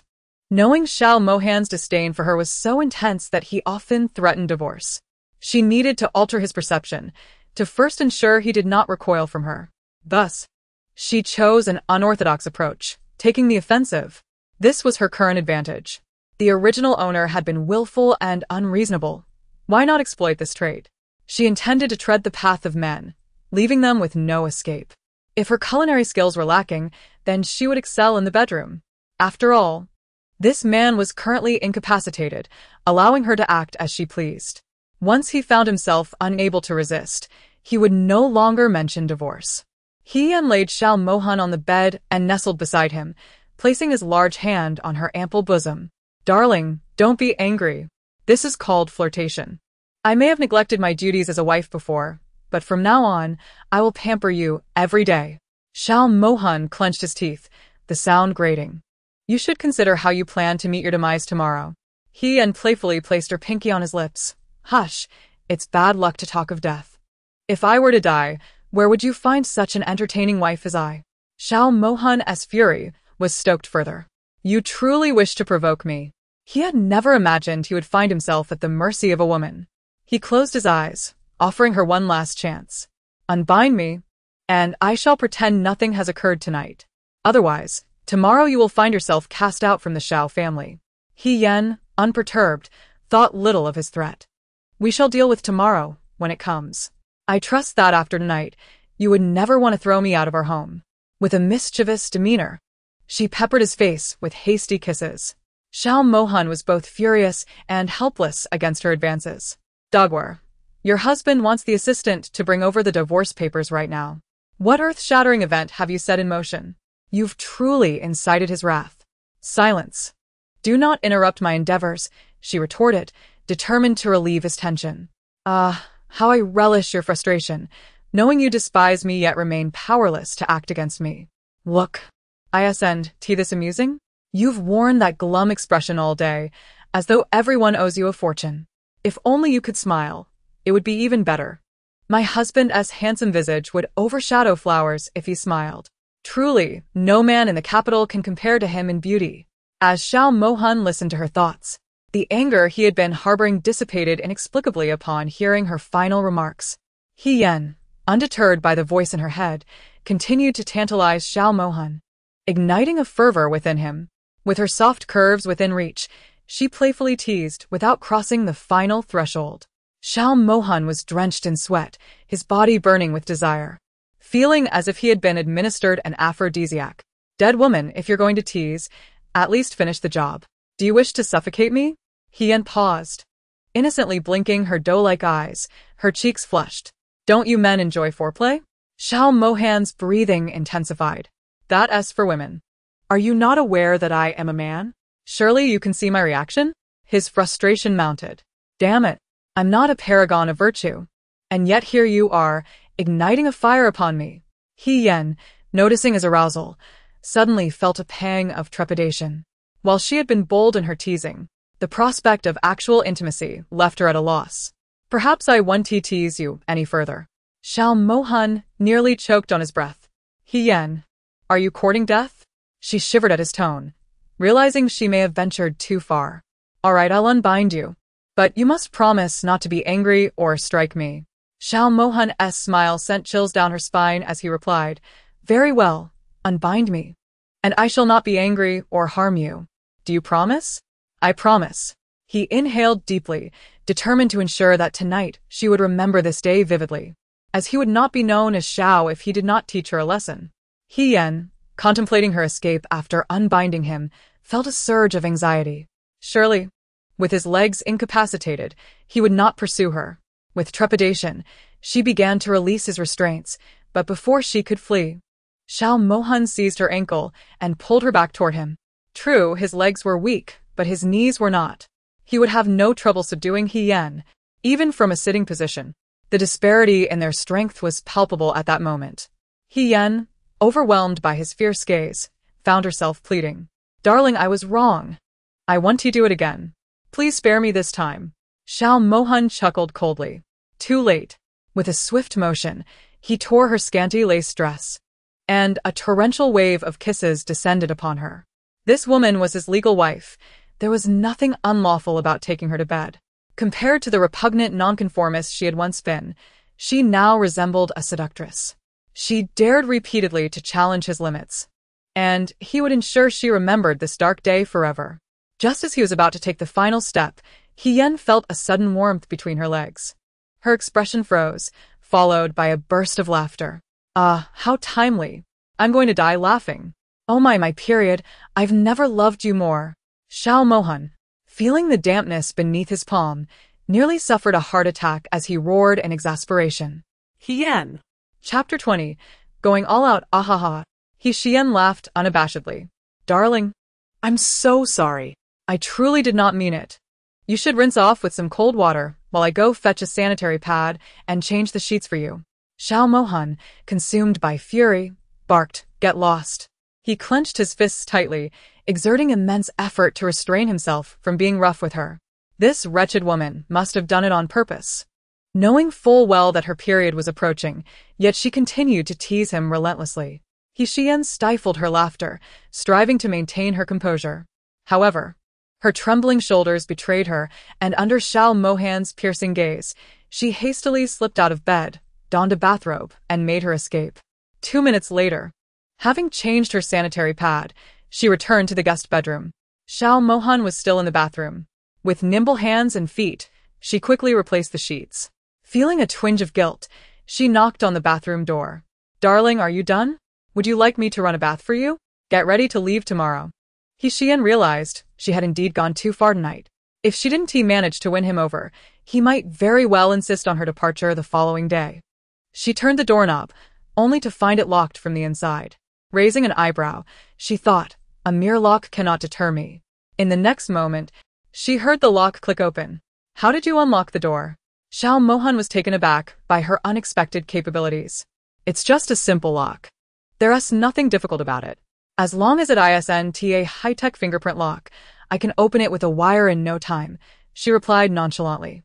Xiao Mohan pulled the bathrobe to cover his lower half, his eyes filled with suspicion as he demanded, "You are not Xiyan. Who exactly are you?" The Xiyan he once knew would never possess such unconventional skills. "Darling, if I am not Xiyan, then who else could I be?" She lifted her bathrobe, revealing a heart-shaped birthmark on her chest. "Look, you should be familiar with this mark. Would you like to touch it to see if it's real?" Seeing her shamelessness, Xiao Mohan was infuriated. "Put on your bathrobe and get out. Do not test my limits.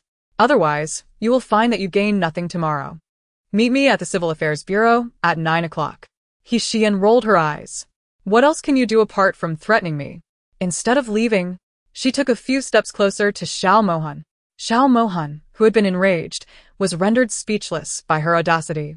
He watched her with a complex expression, his heart racing. He pinched himself to confirm he was not dreaming. The pain proved it. This woman's actions tonight had completely shattered his understanding of her. After Xiyan emerged from the bathroom, her cheeks flushed, she climbed into bed and pulled the covers over her head, feigning death. She had sacrificed so much tonight. If that stubborn man insisted on a divorce tomorrow, she would simply end it altogether. When Xiao Mohan exited the bathroom and spotted the bulge in the covers, he pinched the bridge of his nose, feeling a throbbing headache. This woman was driving him mad. Not only did she refuse to follow the usual script, but her audacity had also surpassed her previous unreasonable behavior. The next day, Xiyan woke up with panda eyes. Her flirtation with Xiao Mohan had left her sleepless for most of the night, and she only managed to fall asleep in the early hours. Waking early, fearing he would insist on going to the Civil Affairs Bureau, she deliberately delayed getting up until 10 o'clock. After changing and washing up, she stealthily made her way to the guest bedroom, not spotting Xiao Mohan in the study, and slowly descended the stairs. Upon entering the living room and finding it empty, she sighed in relief. The manhunt he called for her to go to the Civil Affairs Bureau. Perhaps he wouldn't be pursuing a divorce after all. She inquired of the butler, "Uncle Butler, how was my husband's mood when he left today?" The butler pondered for a moment. Nothing seemed out of the ordinary. Just the usual. "All right, I understand. You may return to your duties. Oh, and could you please have the kitchen prepare a bowl of spicy noodles for me?" At the Xiao Corporation, Xiao Mohan was meticulously reviewing the information on the Liu family. Previously, Liu Jingwen had a wild disposition, often causing trouble. The Liu family claimed she had undergone a transformation after wandering for a month, experiencing the hardships of life. Yet, they had never disclosed where she had been during that month. Xiao Mohan gazed at the woman in the photograph. She was strikingly beautiful, with a gentle smile. Particularly, her eyes seemed to speak volumes, drawing one in. However, upon closer inspection, he detected an unusual glimmer in her gaze. Staring intently at her face, he felt an unsettling sense of strangeness. A vixen. If what Xiyan claimed was true, then his uncle's family was in grave danger. Leaning back in his chair, he contemplated for a moment before leaving the office, heading straight to the old residence. Regardless of whether Xiyan's words held any truth, he could not risk leaving his son there. As for Liu Jingwen, once she arrived at the old residence, he would have Xiyan test her and discern the truth. Chapter 21. Making her best friend cry as the butler instructed the kitchen to prepare noodles for Xiyan. Just as they were served, an unexpected guest arrived. Yen. Why haven't you answered my calls these past few days? I've tried calling you numerous times. Is your phone broken? Xiyan raised her gaze to the newcomer. Oh, dear, it was her best friend, Xiyan. Dressed in a flowing white gown, with a tall figure and a Chanel handbag in hand, she appeared strikingly beautiful, her long black hair cascading freely. Upon entering, she noticed Xiyan had tamed her previously wild hair, and her bright cat-like eyes sparkled with surprise. Why has she suddenly made her hair normal? Seeing her dressed appropriately, with only light makeup accentuating her stunning features, Xiyan felt a pang of jealousy, wishing she could tear apart that vixen's face. Heaven truly favored this wretched girl. Not only had she been bestowed with a prestigious family background, but she also possessed a face that could captivate anyone. Feigning astonishment, Xiyan exclaimed, Yen, when did you do your hair? It looked perfectly fine before. Very unique. By the way, did you succeed in drugging him that night? I called you the next day, but you never answered. Where's your phone? Xiyan casually glanced at her, choosing not to engage in conversation while eating. Can't you see I'm in the middle of a meal? You have no manners. Xiyan, whose number had been blocked by Xiyan, could not reach her at all. Her eyes widened in disbelief as she stared at her. What nonsense are you spouting? Manners? Have you forgotten what kind of person you are? Do you even know what the word manners means?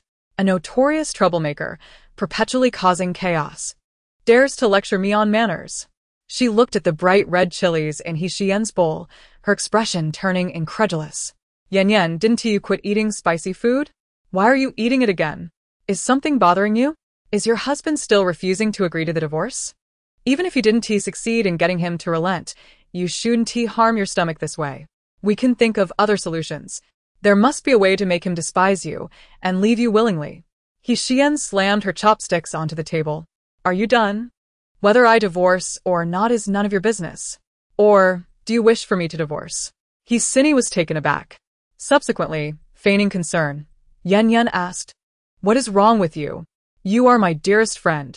How could I possibly wish for your divorce? Was it not you who expressed disdain for your husband's leg, persistently clamoring for a divorce and seeking my counsel? Your affections lie with Mr. Fu. I merely desire your happiness and joy, and my intentions are pure. If you believe that being with your current husband brings you more contentment than being with Mr. Fu, then do not proceed with the divorce. Cherish your life with Mr. Xiao. You are my sole confidant, and all I wish is for your bliss. It is a pity that such acting talent is not pursued in the entertainment industry. She skillfully embodies the persona of a caring sister, always considering others. It is no wonder the original protagonist fell victim to her and he's Yuan scheming, left with nothing. They say that 3 heads are better than 1. He's Yuan, and Fu Shaoding conspired together. The original protagonist, in the face of their meticulously crafted trap, had but one path ahead. Xiyan regarded her with a knowing smile. What are you contemplating? I see through your intentions clearly. I have refrained from exposing you, simply to observe how long you intend to maintain this facade. However, my patience has worn thin. From now on, do not appear before me again. I have no need for a friend who constantly harbors thoughts of my husband. Xini's expression shifted, her grip on her bag tightening in an instant. How could this wretched woman discern her improper thoughts about Xiao Mohan? She had concealed them so well that even Yuan was oblivious. How could this fool possibly know? Xini quickly suppressed her shock, donning a facade of grievance. Yen, you have gone too far today.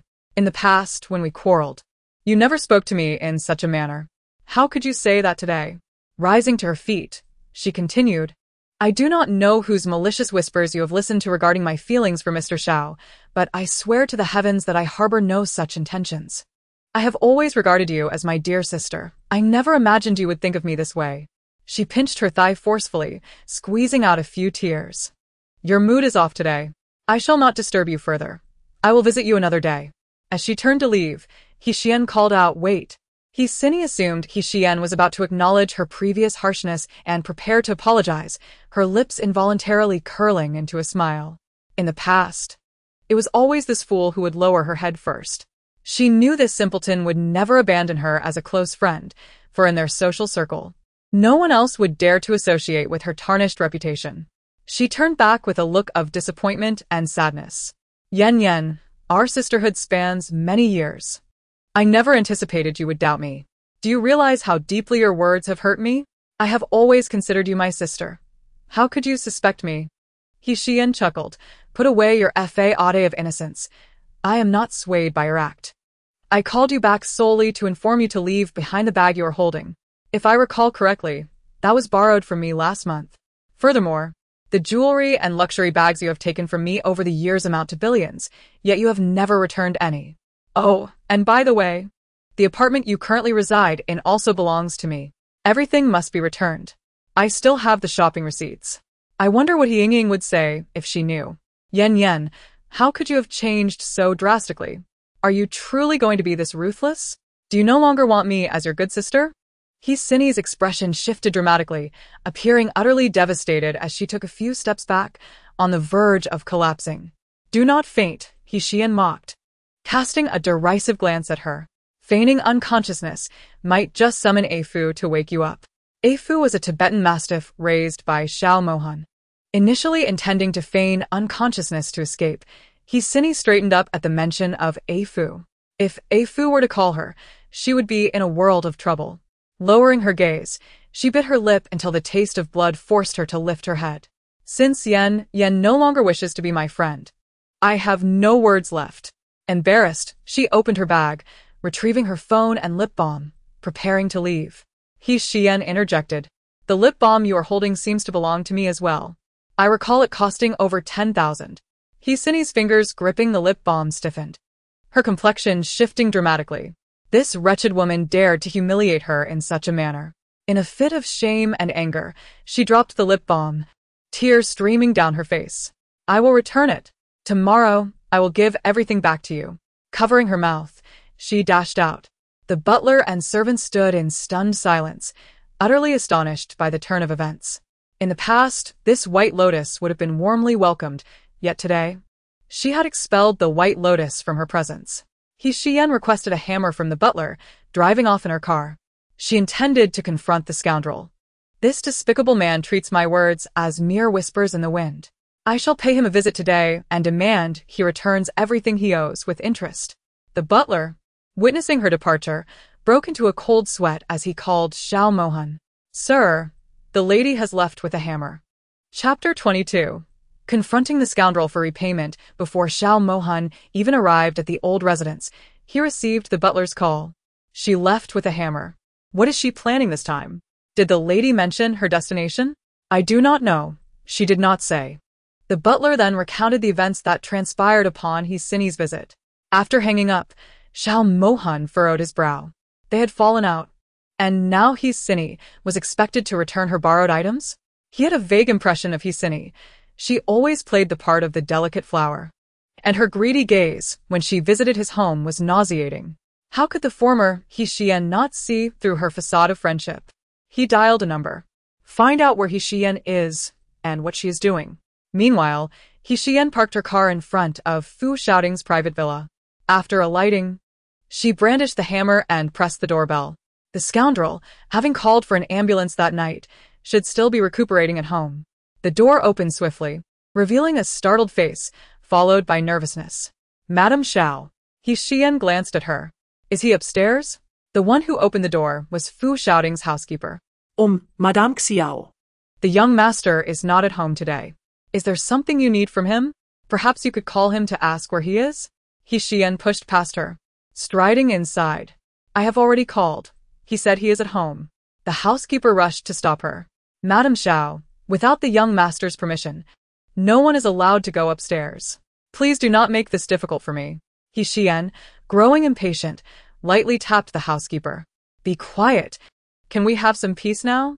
The housekeeper stared at her in terror, her mouth opening to speak, but no words came out, especially upon noticing the hammer in Xiyan's hand, which sent her heart racing. She knew this woman was involved with the young master, but the injuries he sustained were not from her. What if this madwoman found out about the young master as other women? The consequences would be unimaginable. This woman was notoriously fierce and shameless. Xiyan tucked the hammer behind her back and leisurely ascended the stairs. In the second-floor bedroom, Fu Xiaoting, clad in a gray-white loungewear, was leaning against the headboard engrossed in a book. Upon hearing commotion from downstairs, he furrowed his brow, feeling a tinge of displeasure. Who could possibly be visiting him at this hour? Before he could ponder further, the bedroom door was forcefully kicked open by Xiyan.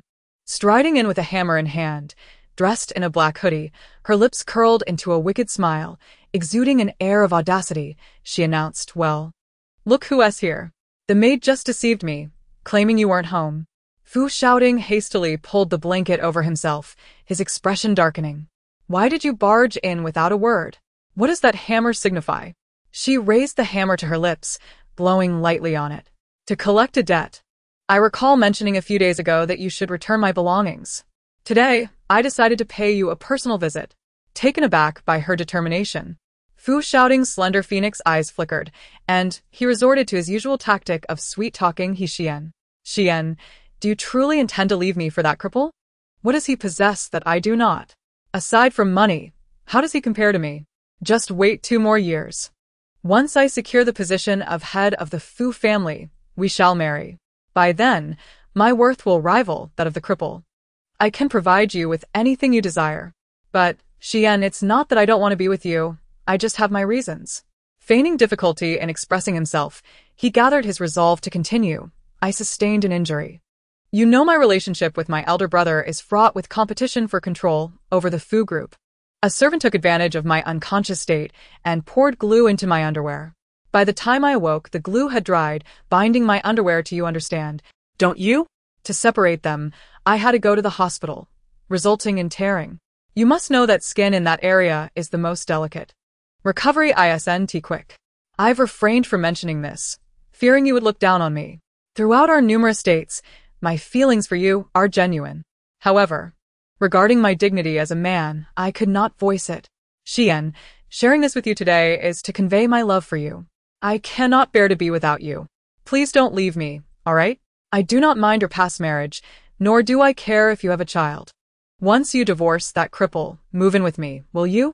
Suppressing the disdain in his eyes, Fu Xiaoting uttered a flurry of insincere sweet nothings. The wretched girl should be ecstatic upon hearing such words. In the past, a mere hint of sweetness from him would send her into joyous laughter for the entire day. Xiyan suppressed a smile. Go on, continue your fabrication. Your grand tales are merely paper-thin, and only a fool like the original owner would believe your nonsense. I am well aware of your true thoughts. TSK, who would have thought you were so deeply infatuated? But alas, I have no interest in you now. Nor in that thing of yours. If I desire, my husband will satisfy me. Your thing should be reserved for ensnaring other women. She raised the hammer, reminding him of her previous words on the street. Fu Xiaoting's complexion paled. What do you mean? With a light laugh, Xiyan replied, You're quite forgetful for someone so young. She tossed the hammer into the air and caught it effortlessly, before Fu Xiaoting could react. She yanked the blanket away and swung the hammer down. In a sudden movement, Xiyan tore away Fu Xiaoting's blanket, and the hammer aimed directly at his groin. Fu Xiaoting's face shifted dramatically, and he hurriedly pushed Xiyan away. She swung again, causing him to tremble in fear, rolling to the side in haste, only to experience a sharp, tearing pain as he hit the ground. Damn it! It took the doctor 2 hours to separate me from Xiyan at the hospital. Both of us were injured down there. These past few days, I've struggled to even get out of bed, and now this madwoman has come to wreak havoc. Fu Xiaoting glared in fury. Xiyan, have you lost your mind? Do you realize what you just attempted? Xiyan, grinning mischievously, replied, Of course. I aim to smash your little buddy. I warned you before. If you don't deliver my belongings, you will regret it. Roughly calculated. You've deceitfully taken over 10 billion from me. I'll let you off easy with a neat sum. 18 billion will suffice. 88, a prosperous number. How auspicious. This amount is but a drop in the bucket for you. Just write me a check and I'll be on my way. Otherwise, even if you beg, I won't budge. Fu Xiaoting, bemused, retorted, 18 billion? Why don't you just rob a bank? The total of everything I've taken from you doesn't even exceed 10 billion. Besides, that money wasn't solely spent by me. Every outing you insisted on paying. You were the one who foolishly presented those things to me, not the other way around. Xiyan's expression turned icy as she approached and slapped him without hesitation. I said 18 billion, and that is final. Do you think I enjoy being used? What is wrong with charging you some interest? My husband's generosity allows me to spend lavishly. Yet you, who contribute nothing, expect to court me? How dare you be stingy when I ask for a few billion? Who do you think you are? Fu Xiaoting's eyes glinted with cold fury. Xiyan, have I been too lenient with you, allowing you to grow increasingly brazen?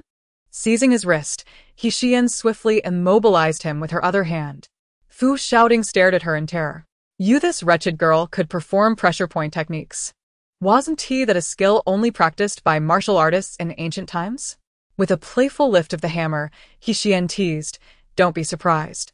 There are many things I can do that you wouldn't expect. So, what will it be? 18 billion or not? Fu Xiaoting, nearly bursting with rage, exclaimed, In your dreams. The end of our relationship was your own choice. Why should I owe you anything? Ah, Xiyan Xiyan declared, and with that, she brought the hammer down. Ah. Fu Xiaoting cried out, You're serious. Have you lost your mind over money? Xiyan feigned cleaning her ears. Oops, my hand slipped. Let me be more precise this time. With a resounding thud, the hammer struck, and Fu Xiaoting emitted a cry akin to that of a wounded animal, his body drenched in cold sweat. Oh, dear, I overexerted myself. I think your leg is broken. With bloodshot eyes, Fu Xiaoting snarled, Wretched girl. What do you intend to achieve? How does destroying me benefit you? TSK, such a foul mouth. With another swing, Xiyan struck him once more. This time, Fu Xiaoting curled up in agony, breaking free from her pressure point hold, yet he could not rise, for his legs had been shattered by her blows. Xiyan, still smiling, warned, This is your final opportunity. If I swing again, it may very well be your manhood that meets its demise. Who knows if I can reduce it to mere pulp? As Fu Xiaoting attempted to call for help, Xiyan slapped his phone away. The venomous hatred in his gaze was unmistakable. Xiyan, how could you become so merciless? She tossed her hair, looking down at him. Merciless? Oh. I'm merely scratching the surface compared to you. What I've done today is but a mere glimpse of your misdeeds towards others. Of course, you are welcome to call the authorities. However, should you choose to report this, I shall present you with a grand gift. You must consider whether your husband would send you to hell upon discovering that his leg was rendered useless because of you. Do you truly believe that the accident was executed flawlessly? Upon hearing this, Fu Xiaoding was struck with astonishment, nearly losing his composure. He fought to suppress his rising panic. It was impossible. All who were privy to the incident had been dealt with. How could this wretched woman possibly know? She must be deceiving him. The driver and his family had been eliminated by him. Xiyan smirked, delighting in the chaos she was instigating. Let me share a secret. The driver is not dead. He is very much alive.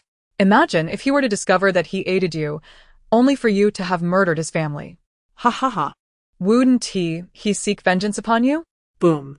Fu Xiaoding's face drained of color, his entire being collapsing under the weight of dread. How could she have knowledge of the driver? Fu Xiaoding was so terrified that he lost control, an unpleasant odor wafting from beneath him, prompting Xiyan to wrinkle her nose in disgust. TSK, how old are you to be wetting yourself? You are truly repugnant. She raised a hammer, stating, I will count to 3. If you have not formulated a satisfactory answer by then, do not blame me for my lack of courtesy. 1, 2, 3. As the hammer hovered above him, Fu Xiaoding, lacking any backbone, pleaded for mercy. I promise you. He realized that Xiyan had transformed. If he did not comply, she would indeed crush his manhood. This madwoman was true to her word. The hammer paused just above his groin. TSK, had you listened sooner, we could have avoided this. You force my hand. Consider these few strikes as retribution for my husband. You rendered his leg useless. It is only fair I break yours. She picked up Fu Xiaoding's phone and handed it to him. Transfer the funds directly. I fear that a check may become sullied. Fu Xiaoding's complexion shifted between shades of green and white, a myriad of humiliation and indignity making him wish to end Xiyan's life at that very moment. Today. Xiyan had thoroughly trampled his dignity into the ground. Ignoring his loathing, Xiyan received the 1.8 billion transfer and remarked, I welcome your retaliation. However, should I unexpectedly perish one day, remember that your mother murdered Madame Fu, poisoned old Master Fu, and pushed Miss Fu down the stairs, rendering her a vegetable. Should your illegitimate childless existence be exposed online, do not harbor regrets. Oh dear, I possess so many cakes. Selling them to you for 1.8 billion seems rather unfair. Do you think if I sold them to Fu Xiaoguang he would offer more than you? But never mind. Our relationship is so amicable. I shall take a slight loss and reserve the cakes for you. Once I exhaust my funds, I will return to you. I trust Fu Xiaoding will be more than willing to serve as my cash machine. Ha ha ha, farewell. You may now call for an ambulance. I have just earned some extra money and am off to enjoy myself. Do not miss me too much. Moi. Xiyan arrogantly blew a kiss to Fu Xiaoding, pocketing the hammer and striding away with confidence. Fu Xiaoding, pale-faced, finished dialing 120, his gaze piercing like poisoned arrows towards Xiyan's retreating figure, resentment surging within him. Clenching his fists tightly, he vowed, Xiyan, you vile woman, I shall not let you escape. Reflecting on her ominous words as she departed, he felt a surge of fear. How could she know about the dark deeds his mother had committed, so clandestine in nature? In an instant, the urge to have Xiyan killed was forcefully suppressed by his unwillingness to gamble on her possessing such leverage. As she prepared to queue for bubble tea, she inadvertently looked up.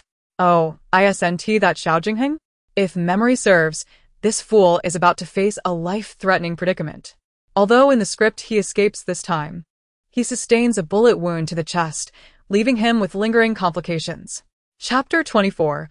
Taking matters into my own hands to save the fool Xiao Jingheng. Clad in casual gray attire, entered the opposite hotel with 3 men. The bald man in front was the notorious drug lord.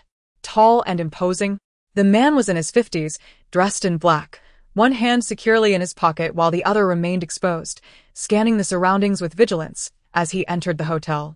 Xiyan narrowed her eyes, waiting for them to enter before stealthily following suit. Inside the hotel, Xiao Jingheng accompanied the drug lord to the presidential suite, room 8796, on the 8th floor. Once inside, the drug lord settled onto the couch and spoke to Xiao Jingheng, Lu Heng, Tonight old Hay will come to collect the goods. You will accompany me. Lighting a cigarette, he regarded Xiao Jinghen with a penetrating gaze. Perform well, and as long as you remain loyal, I assure you a life of luxury and abundance.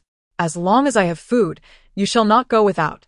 Xiao Jinghen had saved his life, which is why he was so heavily relied upon. Yet, the young man's cold demeanor made him difficult to manage, as he exhibited little interest in women or wealth. The investigation into Lu Heng yielded results consistent with his claims. No family, having spent years in prison due to past mistakes.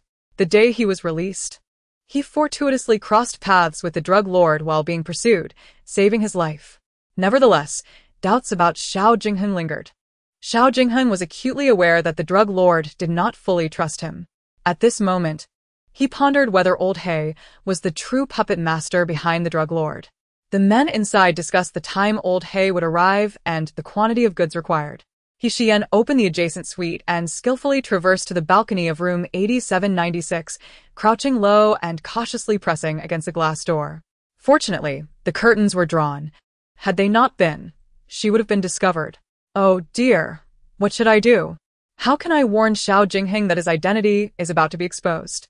His so-called brother is secretly informing the bald drug lord of his whereabouts. Inside, Xiao Jinghen was listening intently to the drug lord's instructions for a 6 o'clock departure. Xiyan's internal voice suddenly jolted him, causing him to look up in alarm, scanning the vicinity curiously. Had he just heard his mad sister-in-law's voice? Yet, there were no other women present besides the four of them. Was it merely a figment of his imagination? Noticing his unusual expression, the drug lord squinted and asked, "What's wrong? Do you have an issue with my arrangements?" Xiao Jinghen quickly lowered his head. No. The drug lord flicked the ash from his cigarette. Good. Then rest for a while. We shall leave after a nap. No sooner had he finished speaking than his phone rang. Upon hearing the ringtone, Xiyan immediately tensed. Oh no, oh no. The informant has arrived. Xiao Jinghen's identity is about to be exposed. These men are armed. This fool is about to get shot. Damn it. That bullet could strike him in the chest and nearly cost him his life. Once more, Xiao Jinghen heard Xiyan's voice, and his gaze darted towards the balcony before quickly averting. Hello? As the drug lord answered the call, Xiao Jinghen's anxiety surged, fearing that what he had just heard was indeed true. Before he could complete his thought, he glanced at the drug lord, who was regarding him with an unsettling intensity. Xiyan's voice erupted in his ears once more. Wait for it. The bald man is bound to say, "Thank you for the warning." But he has no chance left. As if on cue, the drug lord echoed her words with chilling precision. Thank you for the warning, but he has no chance left. Xiao Jinghen's complexion shifted dramatically, disbelief washing over him. Oh dear, this fool should flee immediately. The drug lord will shoot as soon as he hangs up. Damn it. If only I had a gun, I'd take care of that bald man myself. Sure enough, in the next instant, the hand that had been resting in the drug lord's pocket suddenly drew a gun, aiming it straight at Xiao Jinghen. Bang. Unfortunately, the shot missed. Xiao Jinghen had anticipated Xiyan's thoughts, his gaze fixed intently on the hands of the notorious drug lord. In the instant the latter drew his gun, Xiao rolled swiftly to the ground, narrowly evading the bullet. He quickly retrieved his own firearm and aimed at the drug lord, firing a shot. Observing this, the two henchmen drew their weapons and unleashed a barrage of gunfire at Xiao. The drug lord, his face darkened with fury, bellowed, "Lu Heng, you truly are a problem. Eliminate him." With his identity exposed, Xiao Jinghen no longer concealed himself. He fired accurately and rapidly at the drug lord and his two accomplices.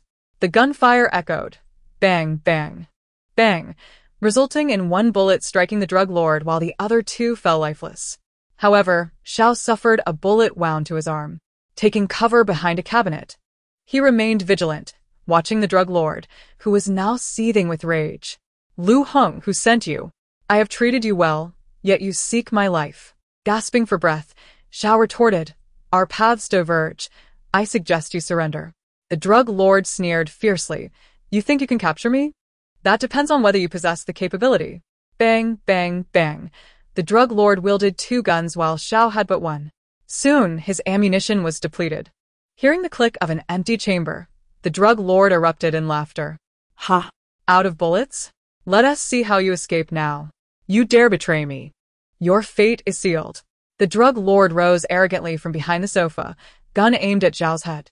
I once regarded you as a talent worth nurturing, but you approached me with ulterior motives. Prepare to die. Bang. The drug lord's bullet shattered the ceiling, his head jolted backward, crashing to the floor with a dull thud. Eyes closed, seemingly lifeless. Xiyan discarded the flower pot in her hand, expressing disdain. This guy has a hard head. My hand is numb from the impact. Xiao Jingheng looked at her with a complex expression. How did you end up here?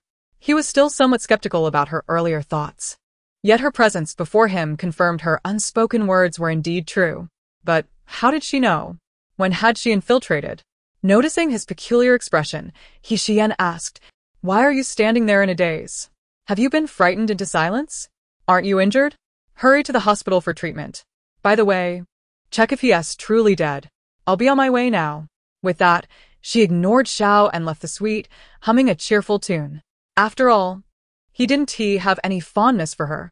She had saved him out of kindness, and there was no need to linger to witness his reaction. Oh no. I have to queue for my milk tea again. If it weren't for saving this fool, I would have finished my drink by now. Once she departed, Xiao Jingheng called his superiors to arrange for the drug lord's body to be dealt with before heading to the hospital. On the way, he couldn't resist calling his older brother. What that woman thought was true. Chapter 25. A stench of death, what did you say? Xiao Mohan, upon receiving his brother's cryptic call, was bewildered. Xiao Jingheng inhaled deeply. I said, what my sister-in-law thought was true. She saved my life today. The term sister-in-law had not crossed his lips since his brother's accident. What transpired? Xiao Mohan inquired. Xiao Jingheng recounted all that had occurred in the hotel, and upon finishing, he asked, when did my sister-in-law acquire such prophetic abilities? You previously claimed you would rather believe in your own bad luck than in her heart's whispers. Xiao Jingheng asserted confidently, times have changed. A grim fate awaits, broken limbs, gouged eyes, tossed into a beast's den, leaving no trace behind. If all this is true, I must be wary of my dear brother. On Xiao Mohan's end, just after ending the call with Xiao Jingheng, he received a call from those investigating Xiyan. As he answered, he lifted a glass of water to his lips, only to be caught off guard by the news, causing him to spray water everywhere. Coughing, the elderly matriarch across from him glared. You owe me an explanation for this display. Xiao Mohan hastily offered her a tissue. My apologies, Grandma. It was unintentional. She swatted his hand away. If it were intentional, I'd have slapped you by now. Who called you and what news caused this reaction? Xiao Mohan waited for the caller to finish before hanging up. There are two pieces of news. Which would you prefer to hear first, Grandma? Let us start with Jingheng's. After a nod from him, she listened intently. He claims that Xiyan's words of curse were indeed true. Had it not been for her today, he would have been in grave danger. The matriarch pondered for a moment. So, those thoughts she harbored were all genuine. Are the future events she spoke of truly possible? Xiao Mohan confirmed, noting that so far, all occurrences involving Xiao Ning and Jingheng had aligned with her predictions. The second piece of news, Xiyan broke Fu Xiaoting's legs today and extorted 18 billion from him. For reasons unknown, Fu Xiaoting chose not to report it. Suffering in silence. Uffed. This time, the matriarch was the one to spray water. Xiao Mohan had anticipated this reaction, retreating his wheelchair a few steps. Grandma, maintain your composure. Coughing, her face flushed, she urged him to ease her breathing. What has happened to that girl? She seems to have transformed into a different person. Her actions are utterly inscrutable. Xiao Mohan mused, with a new core, how could she not change? He reminded her, Grandma, the pressing issue isn't her transformation. It's the visit from second Uncle S family to the old residence tomorrow. Xiyan mentioned that the Miss Lu you've chosen for your cousin has issues. Are you truly confident in her? The matriarch appeared conflicted. But they have already met and seem to have mutual affection. Your second uncle and his wife are also quite pleased. If I suddenly expressed disapproval, it would embarrass the Lu family, making it seem as if I am deliberately creating trouble. Xiao Mohan contemplated, reasoning that as long as they were not yet wed, there was still room for change. We can observe their interaction tomorrow. If necessary, I'll have a word with my cousin. I could offer some compensation to the Lu family in my career. Perhaps they would accept. The matriarch frowned, feeling the weight of the situation. It seems we have no choice. Seizing the moment, Xiao Mohan added, Xiyan warned that the Miss Lu is a vixen, feeding on the vitality of others, especially children. After second uncle's family departs, I will arrange for her to come over. The matriarch hesitated to allow Qingxi to interact with Miss Lu, fearing the potential consequences. If she is indeed dangerous, then she must be avoided. Nonetheless, she cautioned, be wary of that madwoman. I fear she may only be temporarily sane. It's possible she could revert to her former madness at any moment. Qingxi is my son. I will exercise my judgment. On the road, she couldn't help but lament. The pleasures of wealth are delightful. Were it not for the necessity of survival, I would wish to divorce the Xiao surname and roam the world with a portion of the fortune. Reflecting on her flirtation with Xiao Mohan last night, which had left both parties in an awkward predicament, she sighed. How embarrassing. Upon entering the house, she ascended the stairs quietly, wary of making any noise. As she reached the halfway point, all the lights suddenly illuminated. Ah! The abrupt brightness startled Xiyan. She looked up to find Xiao Mohan expressionlessly gazing at her from his wheelchair, holding Xiao Qingxi, who stared at her with wide, glossy eyes. Qingxi! Xiyan exclaimed, instantly casting aside her earlier embarrassment. She rushed upstairs, exclaiming, come here for a hug. Mommy missed you dearly. She rushed before Xiao Mohan, reaching out to embrace their son, only to be halted by his retreating wheelchair. Stop! Xiao Mohan commanded. Hesitating with her hands suspended in midair, Xiyan replied, what's wrong? Am I not allowed to hold him? Xiao Mohan, with a look of disdain, remarked, do you not smell yourself? You reek like something foul. Do you wish to suffocate Qingxi? Xiyan raised her hand to sniff, detecting no odor. Xiao Mohan frowned, his distaste evident. Did you eat something disgusting? Blow on it and see if it's truly as bad as I say.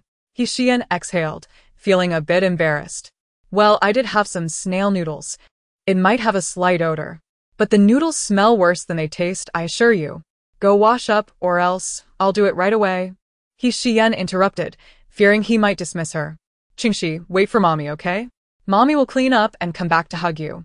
Xiao Qingxi, upon seeing Xiyan, excitedly waved his arms, eager to rush towards her. Xiao Mohan held him tightly, saying, your mother is disgusting. Do you want to be overwhelmed by her stench? Angered, Xiyan almost turned to slap him. You're the disgusting one. Your entire family is repulsive. I wish to tell you that in the future, when you lie on a hospital bed, no one will care for you. You won't die from pain but from that wicked caregiver who will add urine to your breakfast and defecate in your bed, ultimately suffocating you with the stench. Xiao Mohan, watching Xiyan walk away, felt a surge of anger. This woman seemed to relish in his suffering, always ready to stab him metaphorically. Mommy! Xiao Qingxi, noticing Xiyan's absence, struggled to get down. At 1.5 years old, he was quite chubby and energetic, nearly slipping from Xiao Mohan's grasp. He gently patted his back, saying, wait a moment. Mommy is taking a bath. If I let you down, I might not be able to catch you.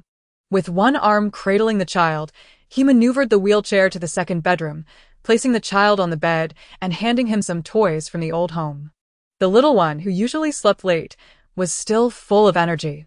Minutes later, Xiyan emerged, clad in the most conservative pink pajamas, her hair half-dried, and slippers on her feet. Upon seeing Xiao Qingxi on the large bed, she immediately forgot about Xiao Mohan, joyfully scooping him up and showering him with kisses. Little bun, Mommy missed you so much. Can we sleep together tonight? Xiao Mohan watched as saliva splattered on their son's face, his expression darkening. Mind your drool. Xiao Mohan, you short-lived creature. Have you eaten gunpowder? I initially intended to warn you that Smith is in danger. Fu Zhaonan is attempting to sabotage the cooperation between the Xiao family and Smith by bribing the doctor to switch his medication for sleeping pills.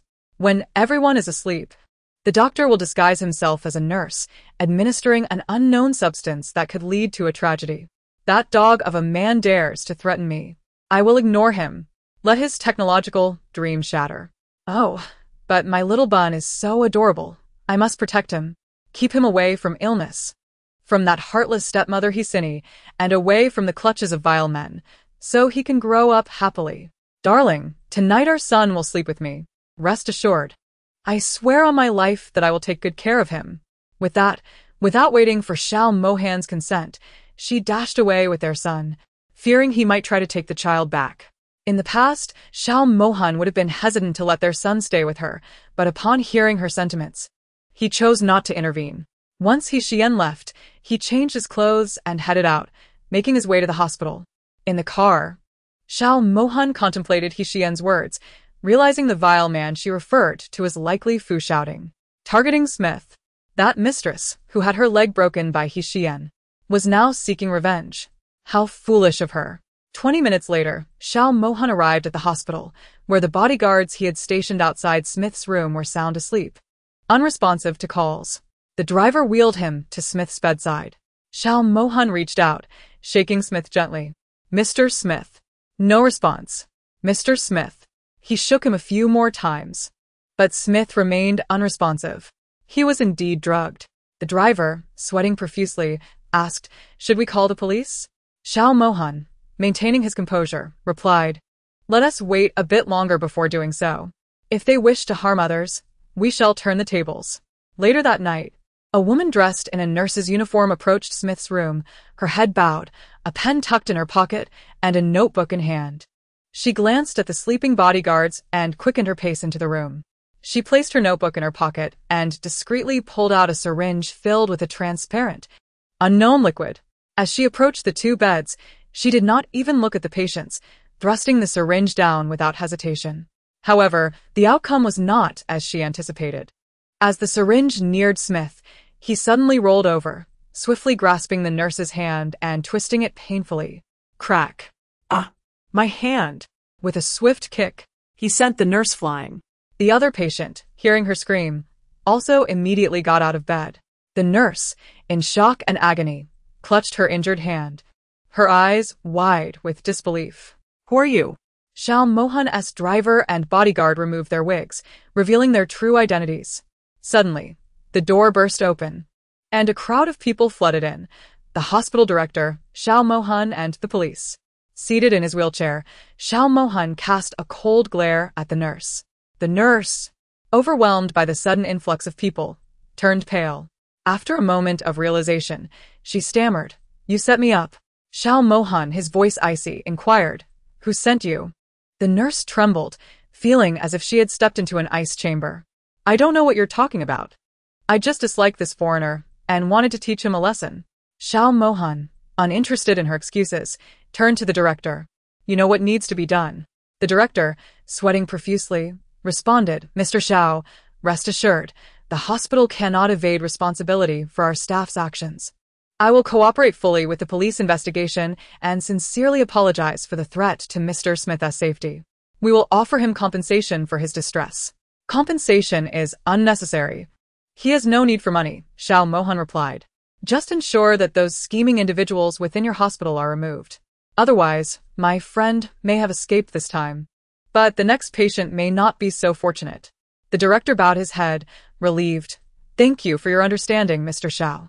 He then glared at the nurse, "Officers, take her away."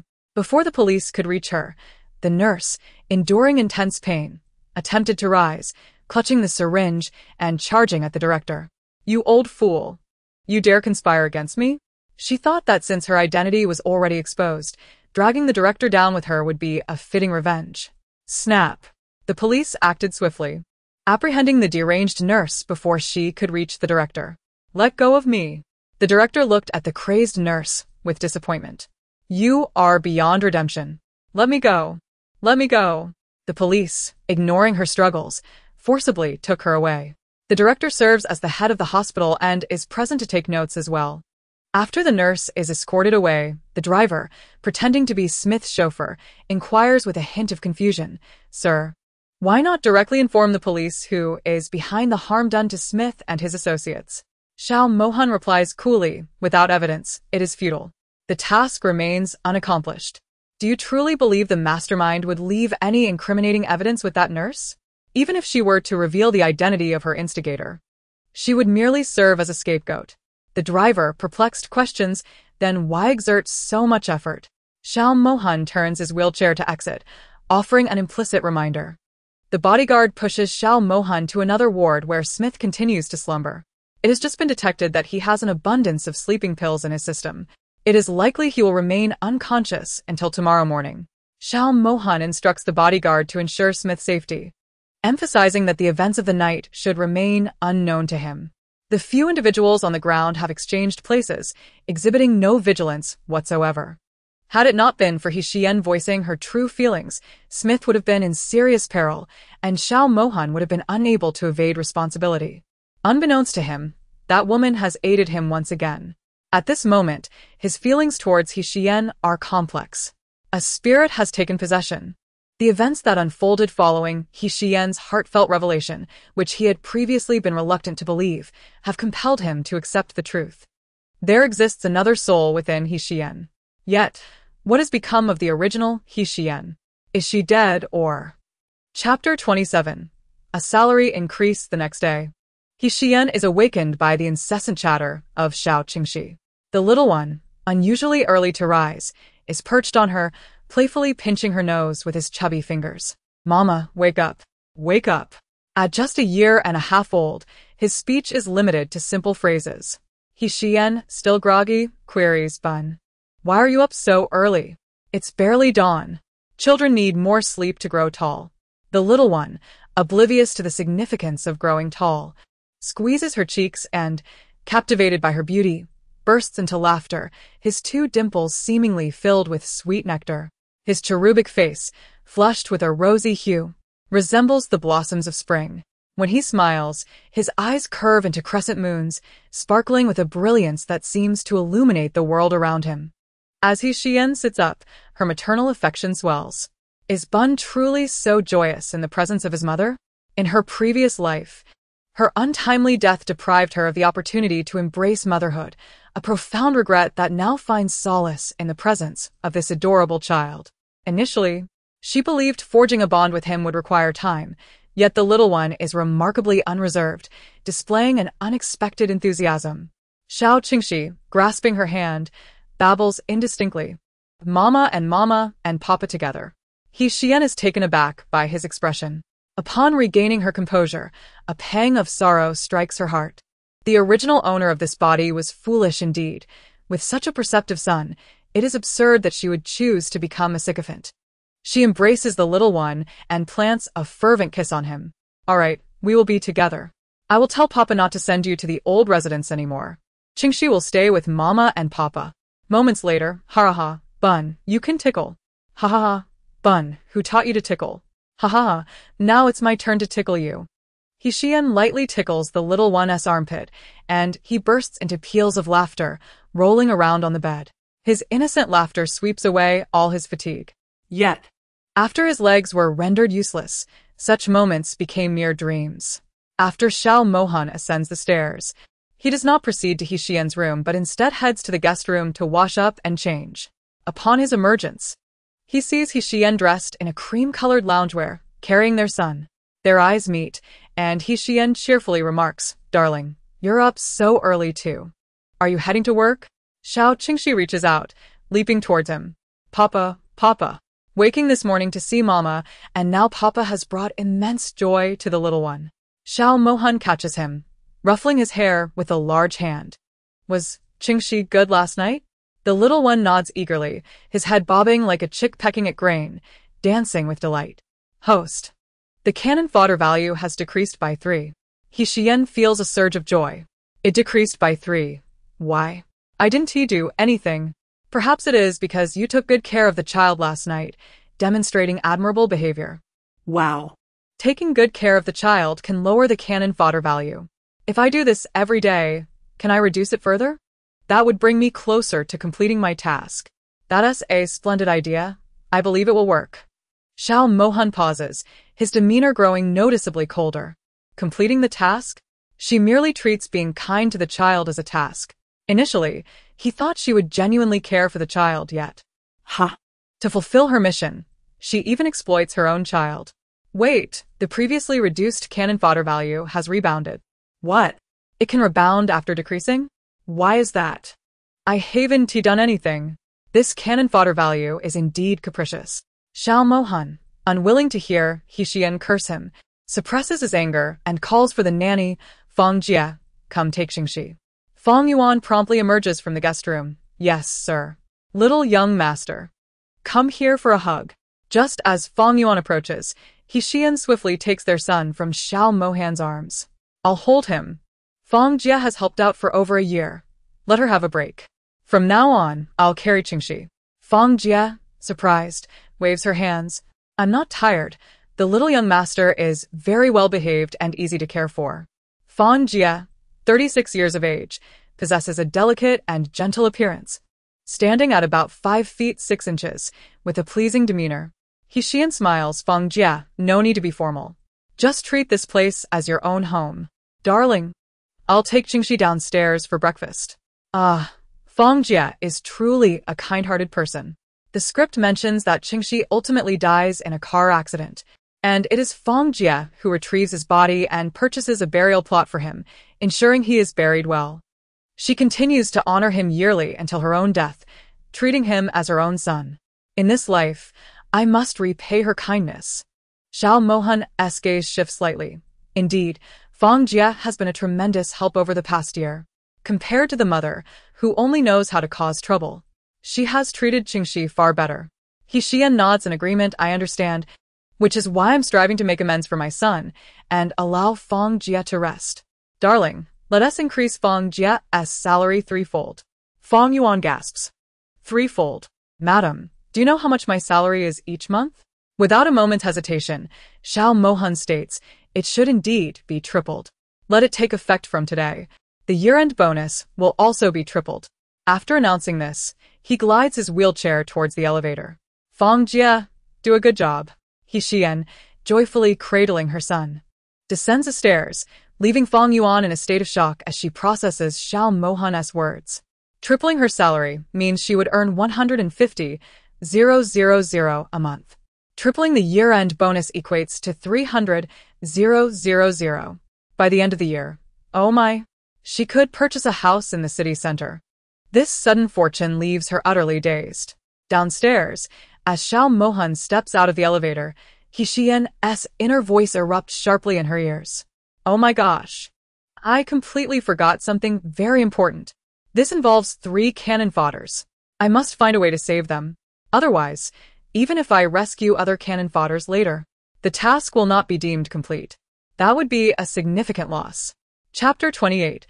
Catastrophe. Xiyan dialed her uncle's number, urging him to find a way to prevent her grandfather and the others from boarding the plane.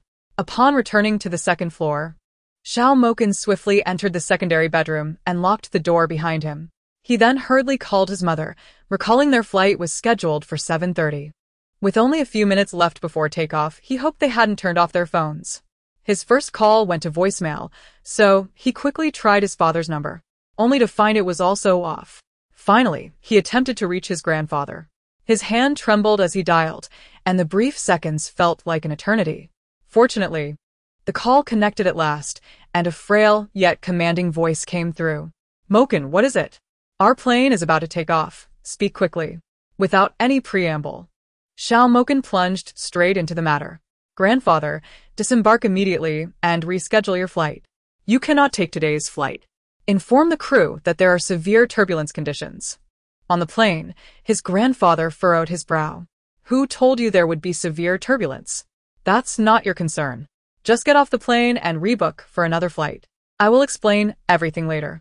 Zhao's grandfather recognized his eldest grandson's typically succinct manner, yet he was always prudent in his actions. All right, I will heed your advice. With that, he stood up and declared, we are disembarking and changing flights. As he walked, he relayed Xiao Mohan's warning to his parents. What did he say? They inquired. He mentioned that this flight might encounter trouble. We should reschedule. But how would he know? He's in the country. Despite their skepticism, Zhao's grandfather held a deep respect for Xiao Mohan and never doubted his words. He didn't elaborate, but let us leave first. He informed the crew about the potential turbulence, but they dismissed him, thinking he was causing a disturbance. Frustrated by their indifference, he shook his head. I've made my warning.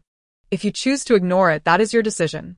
Just before exiting, He addressed the passengers. Ladies and gentlemen, I have just received news that this flight will encounter severe turbulence, which poses significant danger. I will disembark from this flight. Please consider rebooking. After speaking, he exited the plane with his son and daughter-in-law. Once they were gone, chaos erupted on board. What? Severe turbulence. Does the airline know about this?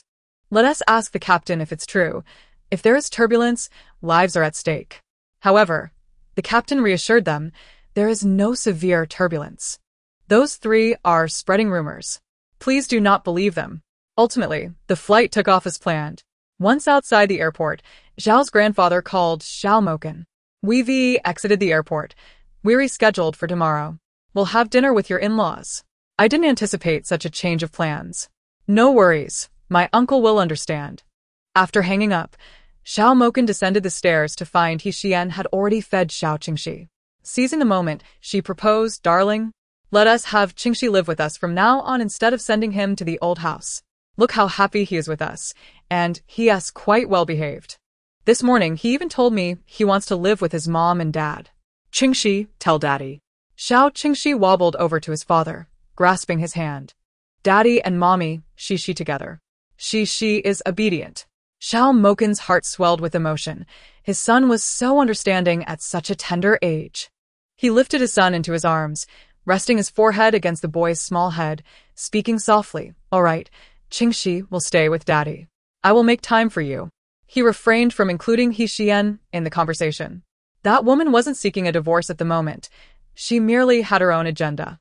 Whatever her motives might be, he would not allow her to harm his son again. After the meal, Xiao Mohan did not go to the office, keeping Xiao Qingxi close and ensuring Xiyan remained at a distance. Frustrated, she exclaimed, I wouldn't harm him. Why are you being so protective? He shot her a cold glance. With someone like you, I must be cautious. If I don't keep my guard up, what if you lose control again and put our son in danger? Rolling her eyes, she retorted, Can you stop holding on to past mistakes? I know I was reckless before, but I never committed any grave offenses. Everyone deserves a chance to reform. Why can't you show me a little leniency? Moreover, our son is not solely yours. Without me, would your little tadpole have ever sprouted? No matter how reckless I was, I still endured the burden of carrying him for 10 months, she added. Xiao Mohan remained unmoved, his gaze piercing as if to penetrate her very soul. Shall I remind you why you nearly lost your life? You intentionally fell from the second floor, hoping to rid yourself of him, but he survived against the odds. Your so-called near-death experience was self-inflicted. I didn't send you off with a final farewell out of consideration for Qingxi. Do you still have the audacity to claim you almost perished? You, who constantly speaks of divorce, suddenly turned over a new leaf. There are only two possibilities, ulterior motives or something amiss. I have no time to play games with you, nor should you provoke me or Qingxi. If you cannot provide him with the love of a mother, then please do not give him false hope. I will never allow you to use Qingxi for your own ends. Xiyan trembled under Xiao Mohan's intense gaze. Why was there no mention of the childbirth scene in the script? What other unscrupulous acts did the original character commit? Feeling uneasy under his scrutiny, she thought, why did it feel as though this man could see right through her? Yet, her feelings for the little one were genuine. She truly cherished him. However, she knew she could not continue with Xiao Mohan. Her presence was merely to expedite her mission and then depart gracefully. But if it meant harming the little one, she would not allow that to happen. Resolutely, Xiyan declared, Fine, if you do not trust me now, I have nothing more to say. In the future, I shall prove to you that I will not harm him. If you want to let me raise my child, then I'll go collect debts. I promised my toxic friend I would collect today. Now I'm going to her place to strip her of everything she has.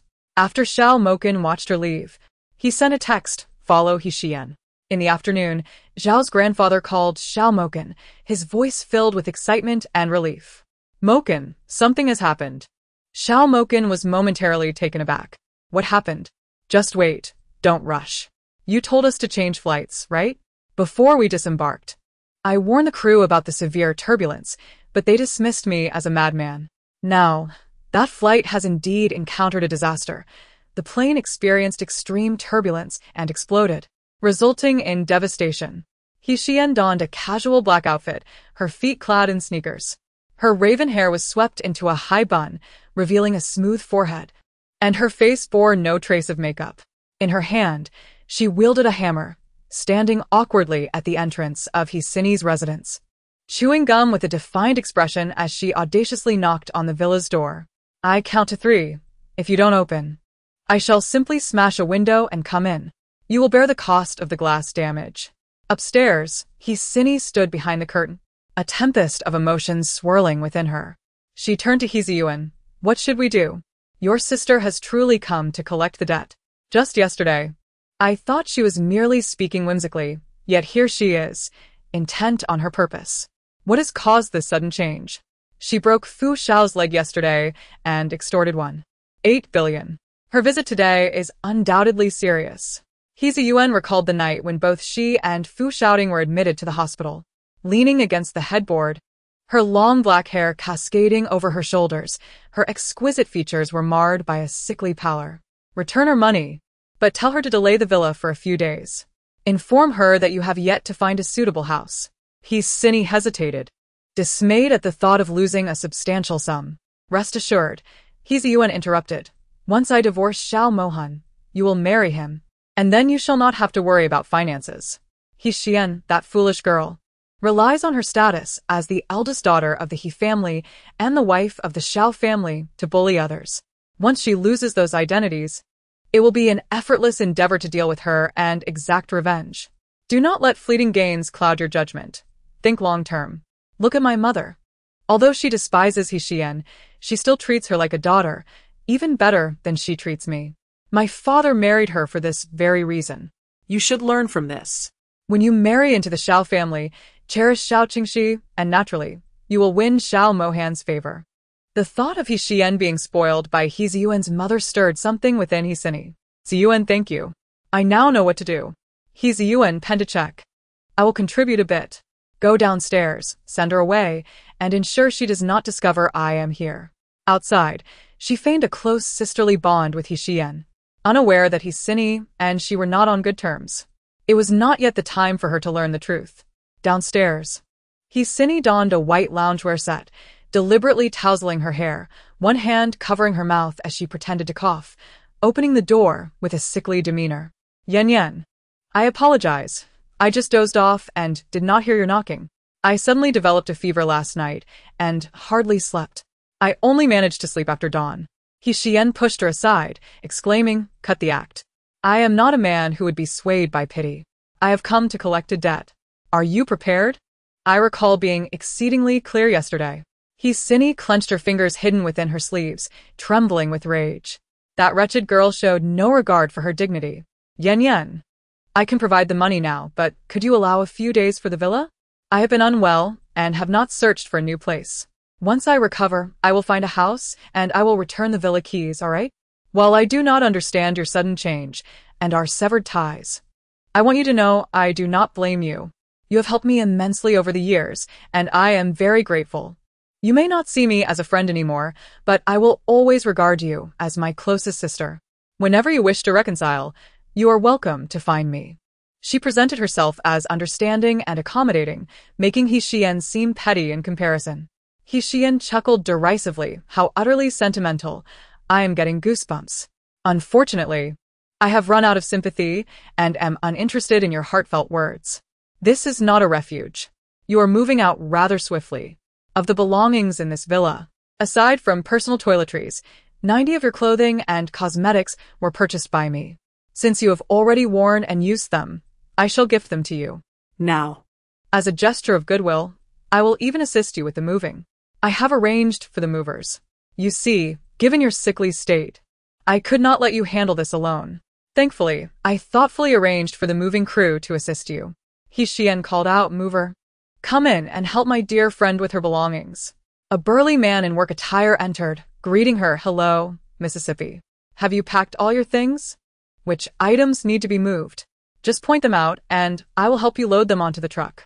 Hisini trembled with fury, her complexion shifting between shades of green and white. Pretending to be deeply hurt, she took a step back, on the verge of tears. Yen, must you truly be so ruthless? You cannot spare a few days? The mover, witnessing her pitiful state, felt a twinge of sympathy. He asked Xiyan, "Isn't she moving voluntarily?" Xiyan grinned mischievously. "Oh, she is quite ill. She's a lesbian who insists on being with me, but I am already married with children. I am straight, yet she desires to turn me. I once regarded her as a sister and a friend, but she sees me as a man, constantly longing for my bed. Thus, I had no choice but to sever ties. Sir, I cannot be a heartless woman, abandoning my husband and children, can I?" The mover's gaze shifted as he regarded Hisini with newfound judgment. It was a shame that such a beautiful girl was embroiled in such a situation. Hisini, utterly stunned, nearly exploded with rage at Xiyan's words. "You may not consider me a friend, but please do not insult me." This wretched girl was slandering her reputation. Xiyan casually dug at her ears. "No need to shout. I know you have a loud voice. Did you not hear? Just moments ago, you almost lost your breath. And now you shout with full vigor. She has truly lost her mind and is beyond saving. I cannot stoop to her level." The mover nodded in agreement. "Your actions are justified. One must not sacrifice their family for the sake of friendship." Xiyan nudged Hisini. "Did you hear that? This mover supports my actions. Hurry up and pack your belongings." Hisini realized that if she did not comply, Xiyan would not relent. With tears of humiliation, she wiped her face, her expression one of profound sorrow, as if she had suffered an immense injustice. "Fine, I will leave. However, there is no need for the mover's assistance. I will carry my luggage down myself." Once Hisini dashed upstairs, her heartbroken facade morphed into a sinister scowl. Did that fool not comply? She has even summoned movers, leaving me no choice but to depart today. Xiyan, you must find a way to leave. If that lunatic sees you here, you will be in serious trouble. Xiyan, feeling bored downstairs, ascended the stairs. Upon reaching Hisini's bedroom door, she turned the doorknob, only to find it locked. How quaint, guarding against me in my own home. What secrets could you possibly be hiding? Alas, dear sister, I am a locksmith. With a click, inside, Hisini held Xiyan by a bedsheet, aiding her escape from the balcony. Hearing the door unlock filled her with panic. Her expression morphed into one of horror, her hands trembled, and she lost her grip on the sheet. Ah! Hisini was petrified upon hearing the anguished cries. Peering over the balcony, she beheld Xiyan sprawled face down, her posture reminiscent of a toad, utterly motionless. Upon hearing her sister's wails, Xiyan raised an eyebrow in surprise, her smile growing ever more radiant. Ah! Her dear sister was also present. With a swift flick of her gaze, she feigned fury and dashed to the balcony, seizing Hisini and delivering several resounding slaps. "You wicked woman! How could you push my sister off the balcony? Do you despise me so much? Unable to retaliate against me, you resort to harming my sister instead. Are you attempting to murder her?" Hisini, utterly dumbfounded, stammered in panic. "No, it's not like that. I didn't push her. It was..." But Xiyan interrupted her with more slaps, cutting off her defense and leaving no room for explanation. "Not like that? Did she leap off by herself then? I previously thought you merely petty and fond of small gains. I never imagined you were a venomous snake." Hisini opened her mouth to protest, only to be silenced once more by Xiyan. "You had better pray that Xiyan is unharmed, or I shall not let you off lightly." With that, she dramatically braced herself against the balcony and leaped down. Hisini stood in shock, her mouth agape as she witnessed Xiyan land gracefully, unharmed. When did that wretched girl become so formidable? To jump from the second floor and emerge unscathed was nothing short of astonishing. Below, Xiyan lay on the ground, too terrified to move, her face contorted in pain from her broken nose. It was not the severity of her injuries that alarmed her, but the realization that her nasal bridge had indeed been shattered. After Xiyan's descent, she suppressed her amusement and, feigning concern, yanked Xiyan up from the ground with a roughness that nearly dislocated her arm. Ah! Xiyan cried out in pain as blood gushed from her nose. Ignoring the crimson flow, Xiyan shook her sister vigorously. "Sister, how are you? Where does it hurt? How could you be here? How could that Hisini push you off the balcony? Wait here. I shall avenge you. That wretched woman dares to bully you. and I shall bring her down and make her apologize. Only then did she notice the blood streaming from Hisu's nose. Oh dear. Will you die from losing so much blood? Don't frighten me, sister. Quick, let us stop the bleeding, and then I'll take my revenge.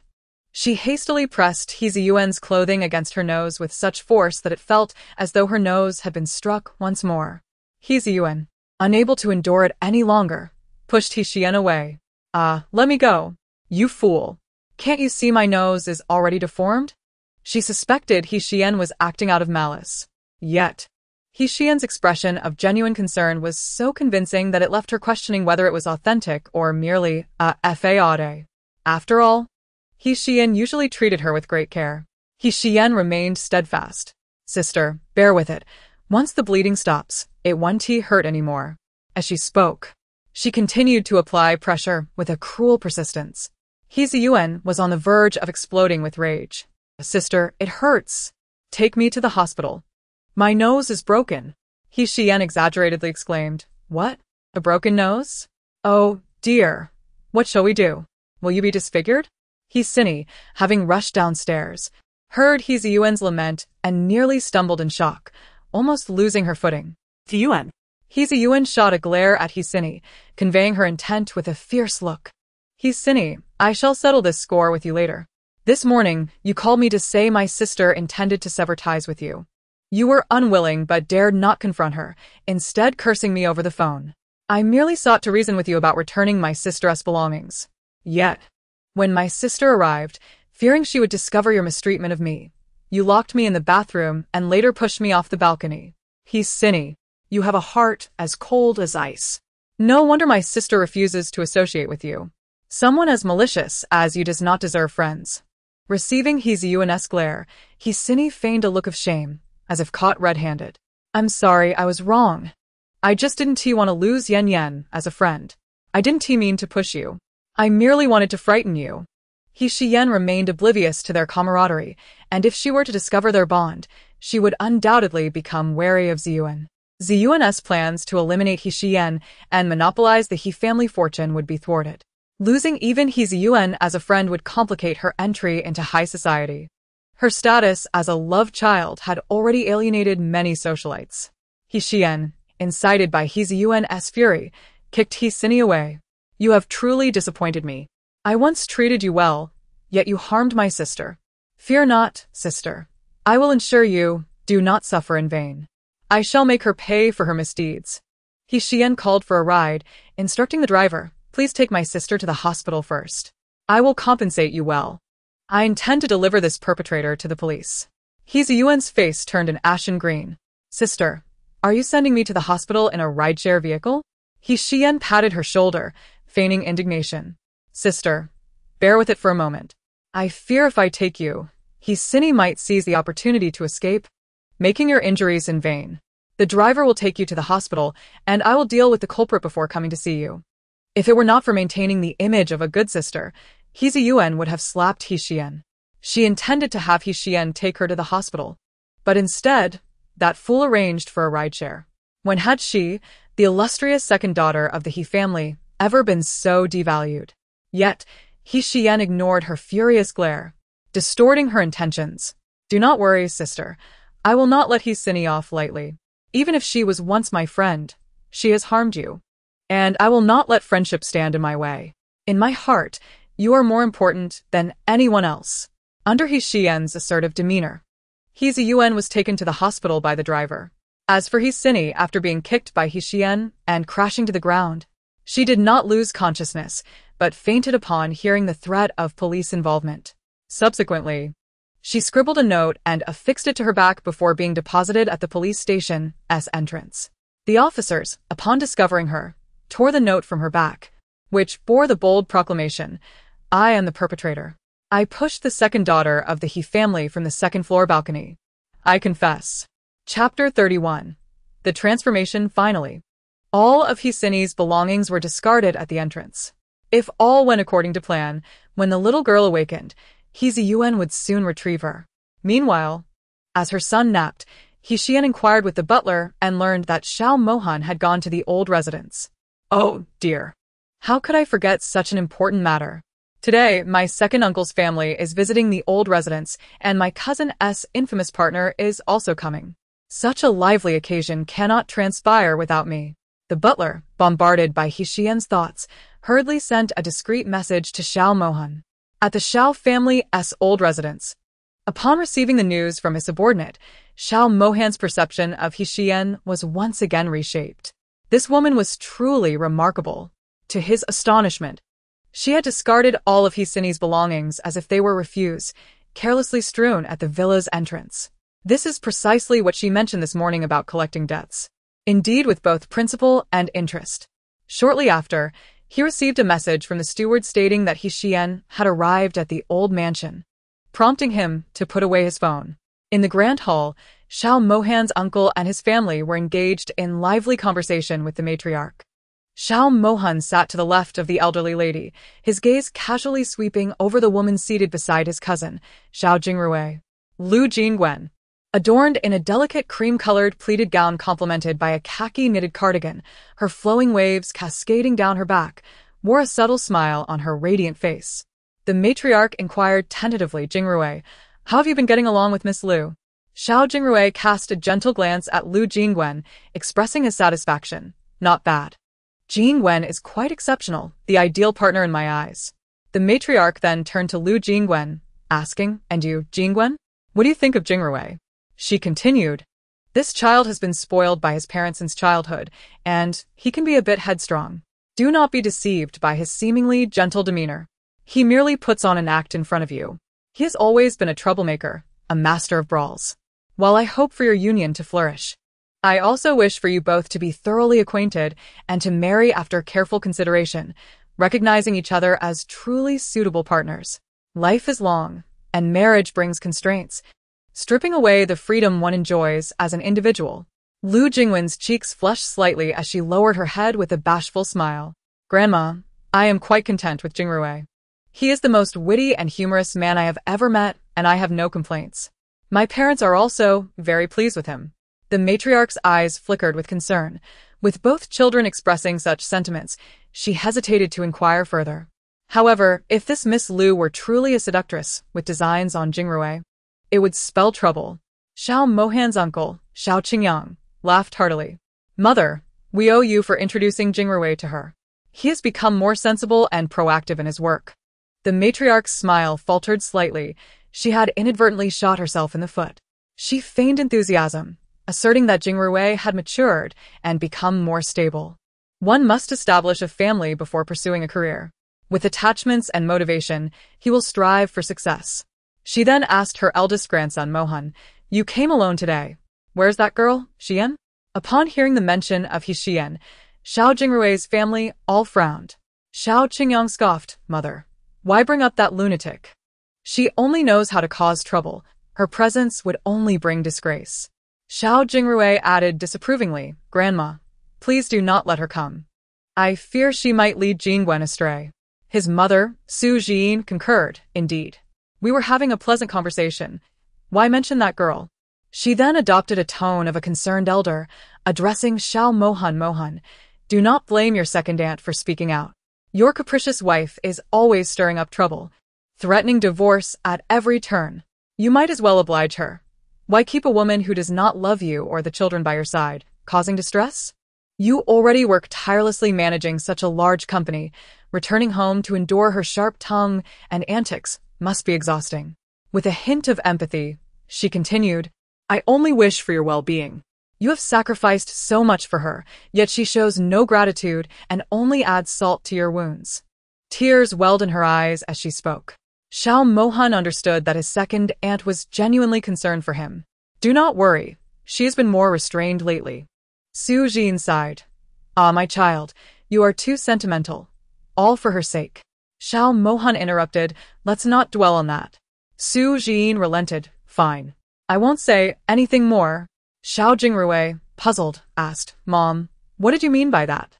Is there another reason why brother isn't getting divorced? Su Jin lau get lại đi. There is no other reason. Your brother is simply too compassionate. Only she and the old patriarch were privy to the incident from years ago. And even Xiao Mohan's parents remained unaware. She dared not disclose it, respecting her son's wishes. Lu Jingwen covertly observed Xiao Mohan, a glint of avarice flashing in her eyes. This man exuded a masculine aura far stronger than Xiao Jingrui's. Alas, he was not divorced. Otherwise, she would not mind him as a potential partner. Regrettably, she lacked a proper excuse to approach him. Just then, Xiyan's voice floated in, even before her arrival. Grandma, I've come to see you. The matriarch felt a surge of joy. The soothsayer had finally arrived. Xiao Qingyang's expression darkened instantly. What is she doing here? Upon entering, Xiyan casually settled beside the matriarch, cheerfully greeting Xiao Qingyang's family. Hello, uncle and aunt. Hello, cousin. Hello, Miss Liu. It was the first time Xiao Qingyang's family had witnessed her displaying such courtesy, leaving them utterly bewildered. What mischief was this lunatic plotting today? You look truly beautiful. Hello. Sister-in-law, I am Lu Jingwen. We shall be family from now on. I look forward to your guidance. Xiyan's gaze met Lu Jingwen's, and she was momentarily taken aback. Oh my, what a remarkable vixen. No wonder no one recognized her. TSK, she has already cultivated herself to such a degree. Even her eyes are enhanced with colored contacts. No wonder Xiao Jingrui's family suffered misfortune shortly after his marriage. It seems this vixen has drained their vitality. And now, Xiao Jingrui bears the aura of a seducer. It appears they have already shared a bed. TSK, my cousin is indeed impressive, entangled with a vixen. Oh dear. Uncle will be in for a rough night. This vixen surely intends to savor his essence. Xiyan's inner musings exploded. The matriarch's hands tightened beneath the table. Xiao Mohan's eyes flickered as he quickly glanced at Lu Jingwen, unexpectedly noticing a flash of eerie blue light in her gaze. This revelation startled him. Colored contacts. He had sensed something amiss about her eyes, and now it was confirmed. It seemed this woman truly harbored secrets. What would happen to his uncle tonight? Upon hearing Xiyan's voice, Xiao Qingyang's family was left astounded, staring incredulously at her. Was what they just heard a figment of their imagination? The three exchanged glances, each detecting the oddity in the other's expressions. Only Lu Jingwen misinterpreted their reactions as disdain for Xiyan. Oh my. I just recalled. The vixen made her move at dawn. Visiting uncle's little neck. Chapter 32. Stimulated to the point of nosebleed after dinner, Xiao Qingyang contemplated Xiyan's inner thoughts. Initially, he intended to leave the old mansion with his wife, but feared that Lu Jingwen might take advantage of their absence. With a sense of trepidation, he summoned Xiao Mohan to the study. Mohan, you heard your wife's thoughts, didn't you? Xiao Mohan nodded. Indeed, that is precisely why I came to the old mansion today. A wave of anxiety washed over Xiao Qingyang. Could her thoughts be trusted? They can be trusted. Since her inner voice was revealed, every incident has come to pass. Xiao Qingyang was aware that his nephew never resorted to deceit. Is this the reason you have chosen not to divorce? Xiao Mohan's gaze shifted. I suppose so. In a rush, he added, if that Lu truly poses a threat, what about Jingrui? I just asked Jingrui, and he does not believe your wife's revelations. Given the current situation, we cannot sever their ties without just cause. But if we ignore it, my cousin will be in danger. He did not blame the matriarch for her well-meaning interference. He simply felt lost in the present circumstances. After all, she is a fox spirit, not a mere mortal. Xiao Mohan tapped his fingers lightly on the table, contemplating for a moment before speaking. Uncle, do not rush. Since Xiyan is aware of her identity as a fox spirit, she must possess a way to deal with it. Otherwise, a person so fond of life would not come to the old residence to meet her end. You and Auntie should act as if you know nothing. Lock the doors tightly tonight. Regardless of whether Lu Jingwen takes action in the early hours, I will arrive punctually at your room to find you. Xiao Qingyang inhaled deeply. At this juncture, there was no alternative. Whether his uncle and aunt could escape disaster tonight depended on him. Xiao Mohan exited the study and made his way to the bedroom he shared with Xiyan in the old residence. Upon entering, he noticed Xiyan was not present, but the sound of running water echoed from the bathroom. Just as he attempted to maneuver his wheelchair out, the bathroom door creaked open. He looked up to find Xiyan wrapped in a towel, her damp hair cascading over her shoulders, droplets of water glistening on her neck and collarbone. The steam from her shower had left her skin rosy and radiant. Upon seeing him, Xiyan approached with a playful glint in her eyes, squatting down before him. "Darling, do you smell how delightful I am? I believe this shower gel from the old residence surpasses our home mess. The scent is subtle yet exquisite." Xiao Mohan lowered his gaze, the sight almost causing him to lose his composure. He quickly averted his eyes.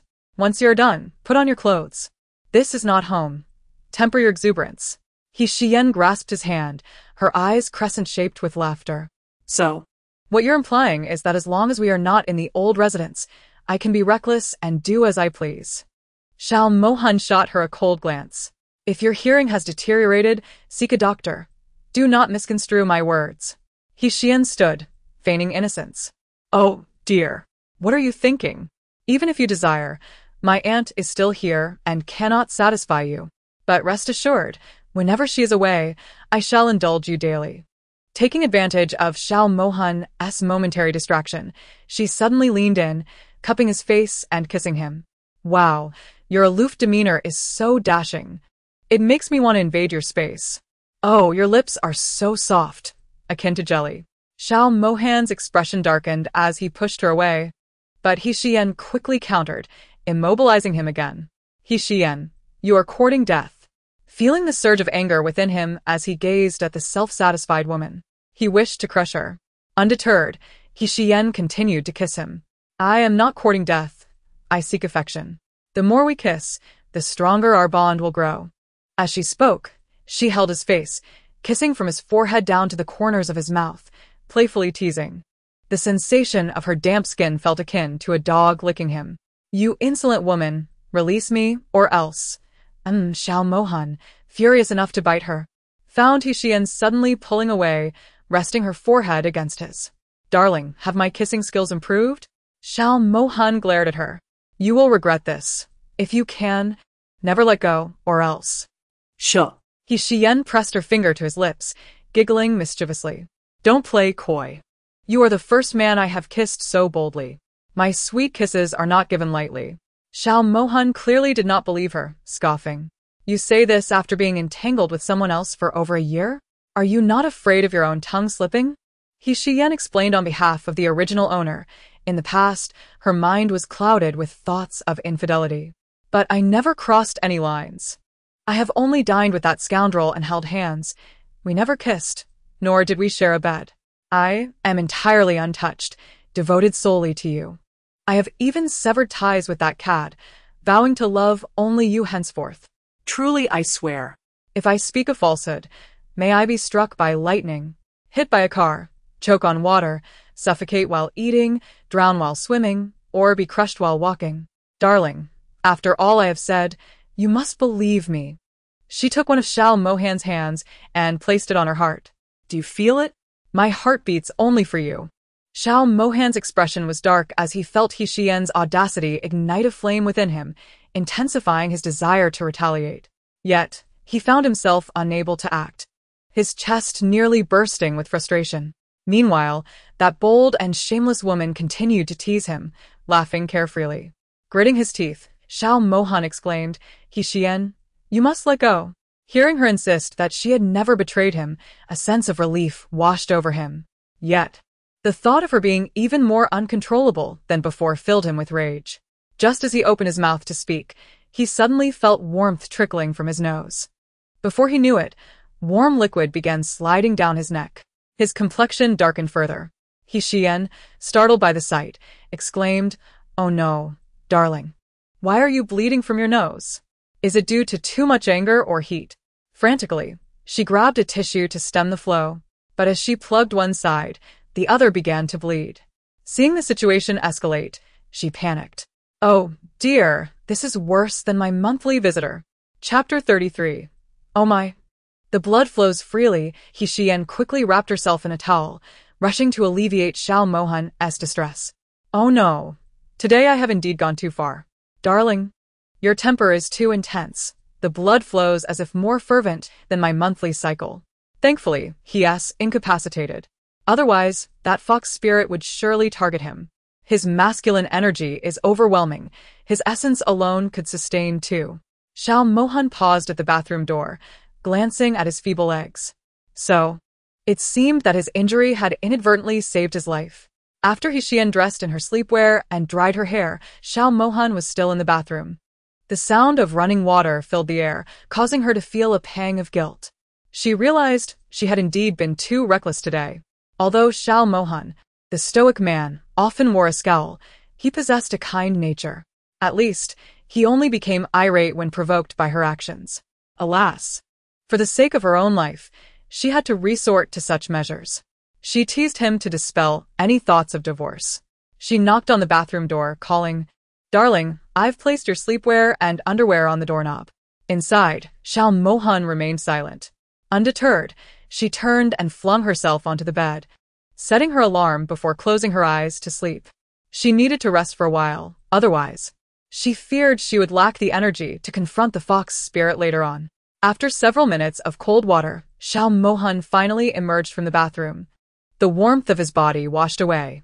He wrapped a towel around his waist and opened the door, noticing the sleepwear and underwear hanging on the doorknob.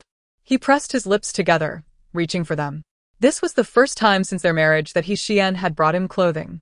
Had it been the previous Xiyan, she would have been unable to bear it. The disdain in his eyes would have been palpable.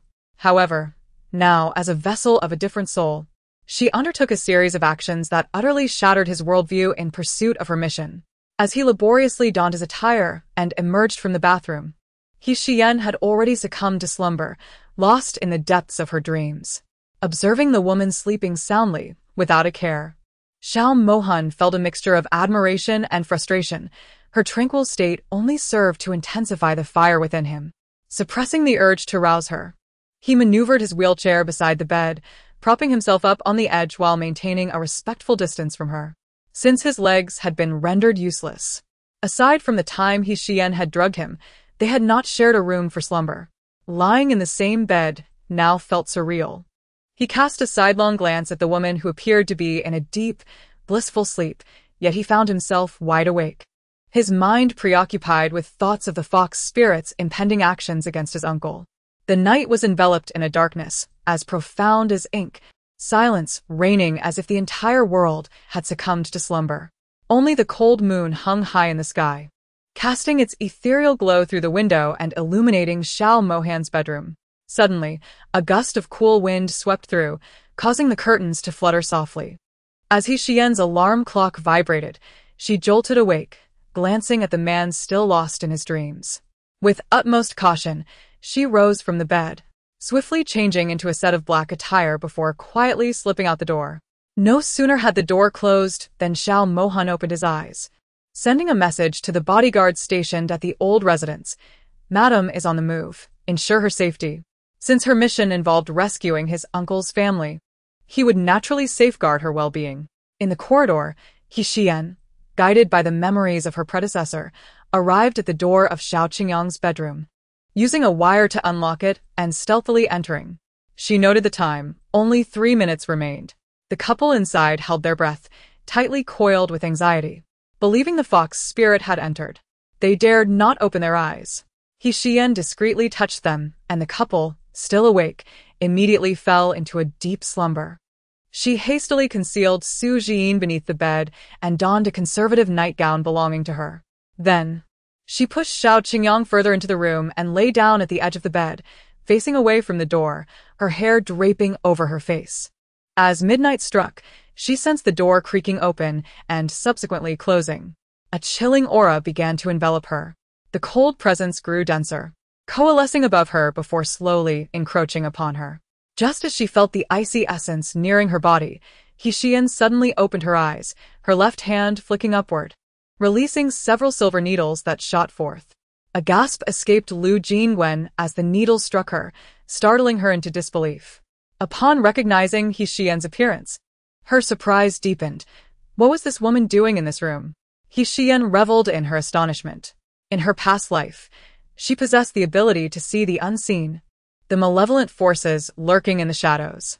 After joining the special forces and honing various skills for self-preservation, she had unwittingly attracted too many of these dark entities. resulting in her untimely demise despite her formidable medical prowess that saved others, but could not save herself. To her astonishment, upon transmigrating into the body of a malicious female antagonist, her otherworldly vision had followed her here. Outside the window, the moonlight flowed like water, filtering through the mottled panes and casting delicate patterns upon the wooden floor. Standing before the fox spirit, Xiyan parted her red lips and remarked, "Surprised to see me? Are you?" Lu Jingwen's face twisted with malice. "You ought to mind your own business." Xiyan scoffed, "You've come to my home to wreak havoc. Do you truly believe I would let you off easily?"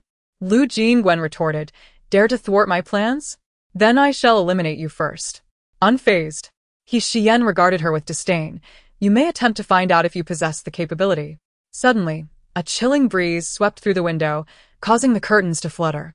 Lu Jingwen's form began to contort. Her neck twisted unnaturally, and her mouth stretched grotesquely. Her skin turned as pale as parchment, her eyes shimmering with a blood-red glow, and sharp fangs glinting ominously in the moonlight. Xiyan observed her coldly. "You were responsible for the true Lu Jingwen's demise, weren't you?" As the moonlight illuminated Lu Jingwen, her true form gradually emerged from the shadows, a vixen, lithe and fiery, with elongated eyes that sparkled with an eerie light. The fox spirit smirked. "That girl served only to provide me with a legitimate identity in this realm, aiding my ascension. Had you not meddled tonight, I would have spared you." A chilling laugh escaped her lips. "But since you dare to disrupt my plans, you shall face death." Xiyan responded with a cold smile. "If you wish to kill me, let us see if you possess the skill." The fox spirit's eyes gleamed with malice as she lunged at Xiyan with her razor-sharp claws. Recklessness demands a price. Xiyan evaded with a swift motion, her dagger aimed at the fox spirit. The creature nimbly evaded, extending its claws toward Xiyan's face. Reacting with agility, she tilted her head aside, dodging the assault. The fox spirit, caught off guard by her quick reflexes, intensified her onslaught, and a fierce battle ensued within the confines of the bedroom. The fox spirit relied on her agility, launching relentless attacks against Xiyan, each strike fierce and deadly, her claws glistening coldly in the moonlight. Yet, Xiyan remained composed, adeptly countering each of the fox spirit's strikes with her own deft maneuvers. Seconds turned into minutes, beads of sweat trickling down her forehead, her breaths quickening. But her gaze remained fiercely resolute. Tonight, she was determined to eradicate this malevolent fox spirit. The fox spirit seemed to sense Xiyan's tenacity, abruptly halting her assault. She began to chant incantations. Instantly, a cloud of black smoke enveloped the room, obscuring vision. Xiyan's heart sank. She recognized this as the fox spirit sorcery. Closing her eyes, she calmed her mind, relying on her auditory senses and intuition to locate the fox spirit's position. Just then, she felt a gust of wind approaching from her left. Without hesitation, she swung her dagger in that direction. A piercing scream erupted as the fox spirit's figure materialized from the smoke, a wound marring her shoulder, blood gushing forth. "How dare you injure me?" The fox spirit fumed, furious and humiliated, launching another brutal attack. Seizing the opportunity, Xiyan delivered a swift kick to the fox spirit's abdomen, sending her crashing to the ground. She pounced, pressing the dagger against the creature's throat. Fear flickered in the fox spirit's eyes, yet she still resisted obstinately. Xiyan smirked coldly. "Today marks your end." With that, she lightly sliced her fingertip with the dagger, allowing her blood to flow. Rubbing her bloodied finger along the blade, it shimmered with a strange light. The fox spirit, witnessing this, shrieked in terror. "No, it can't be. How can a mere mortal wield such power?" Xiyan paid no heed to her panic, forcefully plunging the dagger into the fox spirit's heart. The body of the fox spirit trembled violently for a moment before it transformed into its true form, a fiery red nine-tailed fox. As the fox spirit dissipated, Xiyan suddenly turned pale and spat out a mouthful of blood, which stained the dagger she had touched. She had been backlashed. Xiao Mohan pushed open the door and saw Xiyan collapsing towards the floor. "Xiyan," he exclaimed, his voice revealing an unacknowledged concern as he called out her name. Chapter 34. Backlash. Seeing Xiyan fall, Xiao Mohan swiftly maneuvered his wheelchair inside, bracing himself to catch her before she hit the ground. Thud. Xiyan landed atop Xiao Mohan, who grunted softly, then looked up at her pale face, blood at the corner of her mouth, his gaze shifting slightly. He shouted angrily at the stunned bodyguard outside, demanding assistance. Oh. The bewildered bodyguard hurried in and lifted Xiyan. Sir, should we go to the hospital? Xiao Mohan cast a cold glance at him. Do you think you can heal her without going to the hospital? An elderly lady rushed in, noticing the bodyguard carrying Xiyan. With the help of another bodyguard, Xiao Mohan repositioned himself in the wheelchair, while his second son remained motionless, either asleep or in a dire state. The second daughter-in-law was also missing. She anxiously inquired, "What happened to Xiyan? Mohan, where are your uncle and aunt?" Xiao Mohan glanced at his uncle, who lay still. "They are fine, merely in a deep slumber. Aunt is under the bed. Have someone retrieve her. I will take Xiyan to the hospital." The cameras installed in his uncle's room had captured everything that transpired, allowing him to see clearly how Xiyan had dealt with the fox spirit. He had previously suspected she possessed a means to confront the creature, but he never anticipated that she would suffer a backlash in doing so. 30 minutes after Xiao Mohan left with Xiyan, Xiao Qingyang and Su Jin awakened. They watched the recorded footage, shivering with dread. Su Jin, her face pale, clutched her chest in fear. "Mother, if it weren't for Xiyan's timely intervention tonight, Qingyang and I, the elderly lady, felt guilt wash over her. It's my fault. If I hadn't introduced Jingrui, we wouldn't have drawn this fox spirit into our lives." Xiao Qingyang voiced his concern. "What should we do now? Does the Liu family know that Jingwen has been harmed and replaced by the fox spirit?" The more he pondered, the more apprehensive he grew. He had never believed that fox spirits were real. Prompted by her son, the elderly lady quickly stood. "Have the bodyguard take that vile creature to the Liu family. Let us go check on Jingrui first. I wonder if he's alright after sharing a bed with that fox spirit." A group of them made their way to Xiao Jingrui's door. Xiao Qingyang shielded the elderly lady and his wife, raising his hand to knock on the door. Su Jin expressed her worry. What if something has happened? The elderly lady instructed the butler, "Go fetch the spare key." The butler nodded and hurried off. 2 minutes later, the door swung open. They found Xiao Jingrui lying still on the bed, unmoving. Su Jin's anxiety heightened. What if the fox spirit has harmed Jingrui? The elderly lady urged Xiao Qingyang, "Check for his breath." Xiao Qingyang approached his son's bedside, extending his hand to feel for his breathing. Just as he reached near his nose, Xiao Jingrui suddenly opened his eyes. "Ah." "You." Xiao Qingyang stumbled back in fright, pointing at his son in a panic. "You?" Xiao Jingrui disregarded them, staring blankly at the ceiling before shutting his eyes once more. "Why, isn't he speaking? Has he fallen back asleep?" The elderly lady fretted. "Butler, call the family doctor." At that moment, Xiao Ning, disturbed by their commotion, opened the door and asked in confusion, "Uncle, Aunt, Grandma, what are you doing?" The elderly lady explained, "Your third brother is acting strangely. I'm calling the family doctor to examine him." Su Jin added, "What your sister said during the day was true. Liu Jingwen is not human. She is a fox spirit. However, that fox spirit attempted to harm your uncle at midnight, but was eliminated by your sister. She was injured in the process and taken to the hospital. They were intimate as well. The fox spirit was killed, and we rushed to check on him. He just opened his eyes, but now he has closed them again. We don't know if he is alright. Your grandmother wants the family doctor to come. If you don't believe me, watch this video. It was recorded by your elder brother's camera." Skeptical, Xiao Ning took the phone, and as she watched the footage, her expression shifted dramatically. She gazed at her brother, who lay with his eyes shut, and stumbled back in terror. "Will he be alright?" "Oh my." He was involved with a fox spirit and even shared a bed with her. The elderly lady comforted Xiao Ning. "Do not fear. Your brother should not have been drained of his essence yet. Otherwise, he would have been in trouble long ago. Being intimate does not necessarily mean he is in danger. Let us first have the family doctor examine his condition." Minutes later, the family doctor arrived in haste. "Who is ill? Why the urgency?" he panted, glancing at the group. "Where is the patient?" Xiao Qingyang stepped aside. "Dr. Zhang, the patient is here. Please take a look." Dr. Zhang, a man in his 40s or 50s, approached Xiao Jingrui's bed, extending his hand to check his pulse and examine his eyelids. After a moment, he withdrew his hand. He seems fine. He is just exhausted and sleeping deeply. Once he has rested sufficiently, he will awaken naturally. However, you all look rather pale. Are you unwell? The elderly lady and Xiao Qingyang's family quickly shook their heads. No, we are not ill. The elderly lady fabricated an excuse.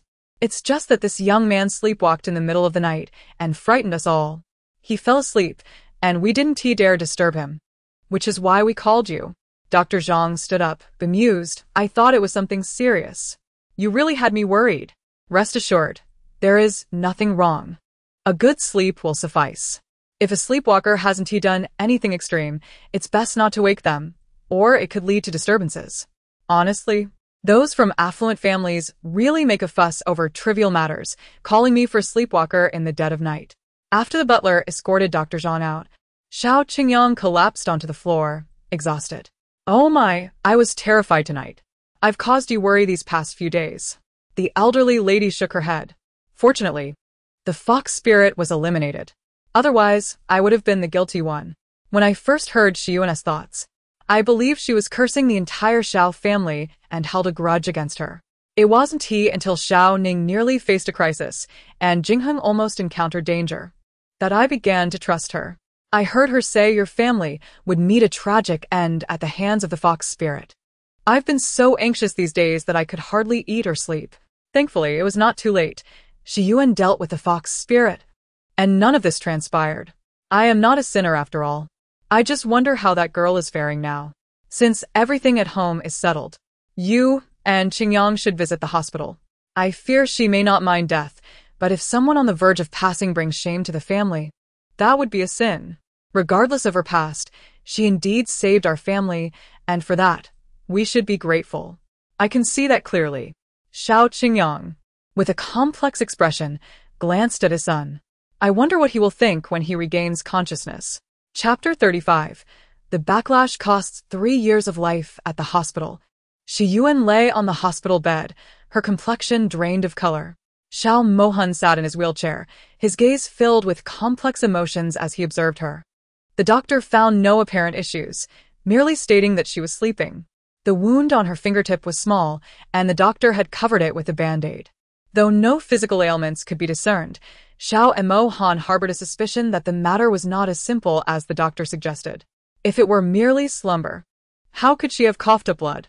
Leaning back in his wheelchair, he succumbed to sleepiness and closed his eyes. Upon the arrival of Xiao Qingyang and his wife, he awoke immediately. Rubbing his eyes, he remarked, "Isn't it late enough to have instructed you not to come?" Su Jiyin, filled with concern, pointed out, "Isn't the bed beside you unoccupied? Why not lie down and rest? What if you catch a cold sitting in this wheelchair?" Xiao Mohan cast a glance at Xiyan and replied, "Thank you, Auntie, but I am fine." Su Jiyin then turned her attention to the slumbering Xiyan, inquiring, "How is Xiyan? What did the doctor say?" "She is fine. The doctor mentioned she is merely exhausted and asleep." Xiao Qingyang furrowed his brow. It resembles the case of Jing Rui. The family doctor claimed that boy was just asleep as well. By the way, your grandfather changed his flight unexpectedly. Did that girl perhaps reveal something? Xiao Mohan nodded in affirmation. After a moment of contemplation, Xiao Qingyang reasoned, "In that case, it seems you are right not to pursue a divorce. I heard from your grandmother that the girl has turned over a new leaf and ceased causing you trouble. She has even begun to care for Qingxi. More importantly, she no longer looks down upon your condition." Xiao Mohan coldly retorted, "Her actions are certainly driven by ulterior motives." Xiao Qingyang's lips twitched. "So, her apparent improvement is merely a tactic to pressure you into divorce?" "That seems accurate," Xiao Mohan conceded. Su Jiyin, exasperated, exclaimed, "How can she be so ungrateful? You have treated her so well." "Auntie," Xiao Mohan interrupted, "what is destined to be will be, and what is not cannot be forced. I am content with Qingxi. After a year of trying to keep her close, I have grown weary." Su Jiyin opened her mouth, but could only sigh in resignation. "I merely feel it is unjust for you. You have sacrificed so much for her."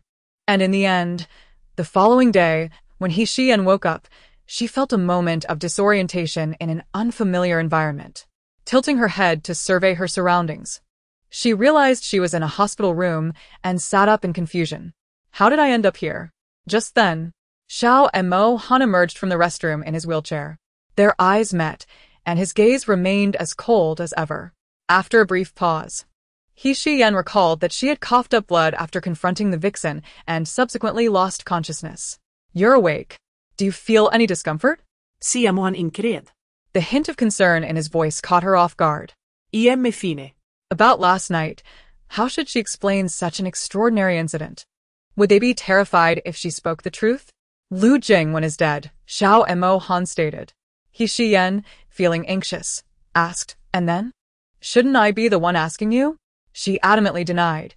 Did I sleepwalk again? Xiao Mohan's lips twitched. What did you say? Well, when I sleepwalk, I sometimes do inexplicable things, and I don't even know what I might do. Did I do something outrageous while sleepwalking last night? You inexplicably appeared in my uncle's room. Lu Jingwen is missing. Are you genuinely unaware or feigning ignorance? Xiyan clung to her act. I truly don't remember anything. Xiao Mohan closed his eyes for a moment. Fine, if you don't wish to share, I won't press you. My uncle informed me to bring you to the hospital, and the doctor said you were simply asleep. In the future, remember to lock the door when you sleep. Don't wander around in the middle of the night. After saying this, he turned his wheelchair to leave, leaving Xiyan furrowing her brow, pondering whether he believed her or not. Regardless, it matters not if he believes me. As long as I deny it, he can do nothing. Well, I suppose sacrificing a few years of my life to eliminate the vixen wasn't in vain. As Xiao Mohan wheeled himself towards the exit, he suddenly halted. Sacrificing years of life? Did she imply that her coughing up blood last night cost her years of her lifespan? Big news, host. Your status as a cannon fodder has decreased by 10. What good deed have you been up to? What good deed? I haven't done anything commendable. If anything, ridding the world of the vixen counts, right? Big news, gasped. You eliminated the vixen? You possess such capabilities? Sigh, I would rather not have such abilities. Those were years of my life on the line. In my past life, meddling in others' affairs led to backlash, and my untimely demise was a result of too much interference. If only I didn't have this task of saving cannon fodder. Xiao Mohan tightened his grip on the wheelchair, hearing Xiyan's footsteps approach as he continued to glide forward. When Xiyan emerged and saw Xiao Mohan still at the door, her eyes lit up. Darling, were you waiting for me? I thought you had left without me. She playfully pushed the wheelchair and cheerfully asked, Darling, were you worried about me last night? Staying by my side all night? Xiao Mohan retorted, You are overthinking. I was merely concerned about the misfortune of you dying in my uncle's room. You wretched man. Can't you utter a kind word? All you do is remain stubborn.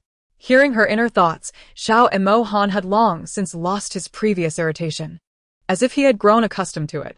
Darling, I'm quite hungry. Do you know any good breakfast spots nearby? Shall we go eat together? I don't know. I need to head to the company. You'll have to find something on your own, he replied, genuinely unaware of any decent breakfast places, as he usually ate at home or had his secretary buy breakfast for him. How unkind. Here I am trying to foster a connection, and you're giving me no opportunities. At this rate, when will I ever dispel your thoughts of not divorcing? Xiao Mohan silently scoffed. You bring your own agenda into this relationship. I would be a fool to fall for it. Upon exiting the hospital and reaching Xiao Mohan's car, Xiyan clung to the wheelchair with determination. In a tone that mixed pleading and coaxing, she said, Darling, just this once, accompany me for breakfast. I must have had a nightmare last night while sleepwalking and didn't sleep well. My head feels dizzy. If I faint alone later, you won't have such a beautiful wife anymore. Her feigned childishness sent chills down Xiao Mohan's spine. While others may plead for money, she was pleading for her life. With her lively spirit, it was hard to believe she could faint. Let go. Speak to me normally. Did you bite your tongue? Xiyan, exasperated, thought. You wretched man. Do you think I must have you accompany me for breakfast? If I hadn't seen your pale complexion, fearing you might be possessed by a snake demon and make a fool of yourself at the company today, I wouldn't bother with you. You infuriate me. If you refuse to heed my advice, then go to work. The snake demon is male and has a penchant for exceptionally handsome men. TSK, TSK, Xiao Mohan. With your good looks and physique, you are bound to capture its interest. Once you reach the company, the snake demon will possess you, strip you of your clothes, and enjoy your naked form in the office. Just imagine, while the snake demon is having its fun, the secretary walks in, and then they are left to wonder who is dominating whom. Chapter 36. Who dominates whom? Snake demon. Male. Stripping clothes, two big men. What on earth is this? Xiyan's inner monologue nearly left Xiao Mohan in shock. The driver and bodyguards took several steps back in fear. Good heavens, what have they just heard? Their boss being possessed by a snake demon and stripped of his clothing? Wow, is it really that thrilling? Their boss had two secretaries, one male and one female. Xiyan's inner thoughts about the male secretary entering made one wonder, who dominates whom? Xiao Mohan inhaled deeply, caught in a dilemma of whether to stay or leave. Ultimately, it was the perceptive driver who provided an escape route for Xiao Mohan. The boss. You spent the entire night at the hospital caring for your wife and haven't changed your clothes. Xiao Mohan pretended to examine his impeccably unwrinkled suit. Upon hearing this, Xiyan's inner voice erupted in a sharp scream. When you return, I shall undress my husband, seizing the opportunity. Ahem. Xiao Mohan nearly choked on his own saliva. Could this woman not think of something more reasonable? Shouldn't she first drive away the serpent spirit? Was she wishing for his life to be prolonged? He resolved to draw several talismans to ward off demons, ensuring no malevolent spirits could enter the villa. Furthermore, he intended to craft several safety charms for his grandparents, who were advanced in age, to bless them with longevity, for his in-laws, who were in poor health, to wish them robust well-being, for his son, still young, to ensure he grows up healthy and joyful, and for his younger sister-in-law and brother-in-law, whose fates were precarious, to protect them from danger. Xiao Mohan listened attentively as she organized the safety charms for the entire family, unable to suppress a slight upward curve of his lips. He mused that he was the only one left without a charm, and he was next in line. However, as Xiyan's inner voice continued, he nearly succumbed to the urge to thrust her off the car. My husband doesn't need a safety charm. His destiny is resilient. Minor spirits cannot approach him. At most, he might attract the serpent spirit. Oh, the serpent spirit. I can utilize the serpent spirit to undress him and take advantage of the moment, making him utterly dependent on me. Then he won't dare to mention divorce. Ahahaha, I am truly. Suddenly, the driver slammed on the brakes, and Xiyan's head was jolted again. Bang. How fortunate she was to hit her head once more. Driver, do you even know how to drive? I get jolted every time I ride. The driver thought it might be better to be deaf. His heart was struggling to cope. Day after day, consuming the boss's gossip, he felt he might burst. Why couldn't the madam think of anything else? Always fixated on her plans for the boss. Beads of sweat formed on his forehead as he mumbled, I apologize, madam. I will be more careful in the future. Just then, a stray dog darted onto the road. Xiyan hadn't noticed whether there was a dog, but since Xiao Mohan remained silent, she felt reluctant to blame the driver further. Seated opposite him, Xiyan smiled brightly and asked, Husband, aren't you going to change your clothes? You should go change first. I will call you when breakfast is ready. Wow, husband. Hurry and change. I want to see the serpent spirit possess you. Once she undresses you, I can. Xiao Mohan's expression darkened as he interrupted her. I won't be going to the office today. No need to change. If he were truly possessed by the serpent spirit and ended up embarrassing himself, he would rather perish. The thought of being undressed for the sake of her amusement was chilling. Xiyan, puzzled, wondered why he was suddenly not going to the office. Xiao Mohan shot her a cold glance. Even without the company, I can manage. What a pity.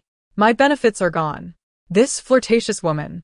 Xiao Mohan shut his eyes, wishing to avoid her gaze. At that moment, he had no desire to hear her thoughts. Xiyan assumed he hadn't slept well from caring for her the previous night, so she rose and approached him from behind.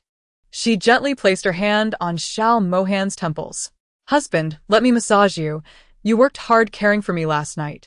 Just as Xiao Mohan raised his hand to stop her, the technique of her massage caused him to involuntarily retract his outstretched fingers. Who knew this woman had such skill? Ever since the accident, his sleep had been restless. often only managing 2 or 3 hours a night. Husband, how is the pressure? Would you like me to apply more force? I must say, I am quite the expert at massages. Most massage therapists cannot compare to me. You are fortunate. I rarely offer my services to others. Xiao Mohan remained silent, succumbing to a drowsy state under her ministrations. Xiyan, seeing him with his eyes closed, stealthily leaned in closer to admire his handsome features. Wow, husband, your skin is so smooth, even finer than a woman's. Your eyelashes are so long. The texture of your skin is superb. TSK, so soft, it rivals mine. However, the skin on your backside is even better, smoother than your face. Xiao Mohan, nearly asleep, was jolted awake by her shocking words, abruptly pushing her away. Stay away from me. You, wretched woman.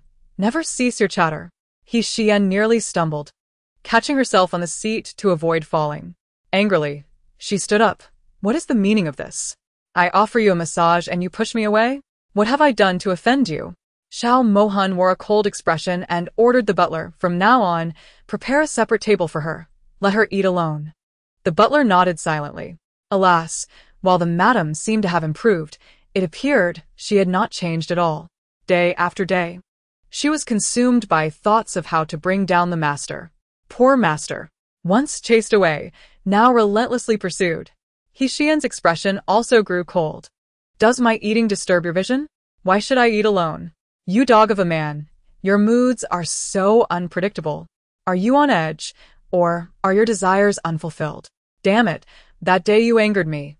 I will no longer care about that task. Let's all perish together. I even plan to secretly treat your legs tonight. Hoping you could stand again. And if you won't let go, neither will I. You can spend another 2 years in that wheelchair. I will make a little doll, inscribing your birth date, and poke it daily. The butler, carrying breakfast from the kitchen, stumbled at Xiyan's thoughts, causing the plate to slip from his hands and shatter into pieces. Xiao Mohan merely glanced at it with indifference. The butler, in a panic, looked towards Xiao Mohan. Sir. It was over. The madam was preparing to curse the master. He desperately sought to explain, knowing he must not let her realize they could hear her thoughts. Xiao Mohan cast a dispassionate glance at the butler, offering no reprimand. Redo it and clean up the floor. Understood. The butler exhaled a sigh of relief. Calling for a servant. The servant had bowed, hurriedly cleaned the mess. Xiao Mohan was unconcerned about Xiyan's intentions of cursing him with a doll. Instead, his thoughts lingered on her mention of treating his legs. Countless doctors had examined his legs, all declaring them beyond help. How could nerve damage be cured? He understood that the current Xiyan was no longer the ineffectual woman she once was, but rather a being with a mission, impure intentions, and remarkable skills. Had she approached him without ulterior motives, genuinely wishing to stay, he might have dared to open his heart. But knowing her purpose made him wary. Matters of the heart, once entangled, could lead to irrevocable ruin. Chapter 37. Playing with his son, and getting wet in the end. Xiyan still shared breakfast at the same table as Xiao Mohan. Once they finished eating, Aunt Fong happened to carry Xiao Qingxi downstairs. Upon seeing her son, Xiyan instantly cast Xiao Mohan aside. Oh, my little meat bun, I almost forgot about you while having breakfast. She took her son from Aunt Fong and planted a kiss on his tiny face. I missed you so much today. Xiao Mohan reminded her. You haven't brushed your teeth or washed your face yet. He could no longer bear to watch. Xiyan paused, realizing she had indeed forgotten to wash her face and brush her teeth. Wow, why didn't that dog of a man remind me sooner? Thankfully, I'm not sick. Otherwise, I would have infected the meat bun. She handed the child back to Aunt Fong. Please hold him for a moment. I need to wash my face and brush my teeth. Having long since become immune to Xiyan's inner insults, Xiao Mohan remained unfazed. A few minutes later, Xiyan finished her morning routine, donning a fresh white leisure outfit, her hair casually styled in a bun, radiating the youthful charm of a university student. Noticing Sister Fong feeding her son, she offered to take the bowl. Sister Fong, let me feed him while you have your breakfast. Sister Fong stepped aside, and Xiyan settled in front of her son. The little one, perched on a childish chair, excitedly tugged at her garment and exclaimed, Mama. Xiyan responded with a beaming smile as she began to feed him. You're such a good boy. Did you miss Mama last night?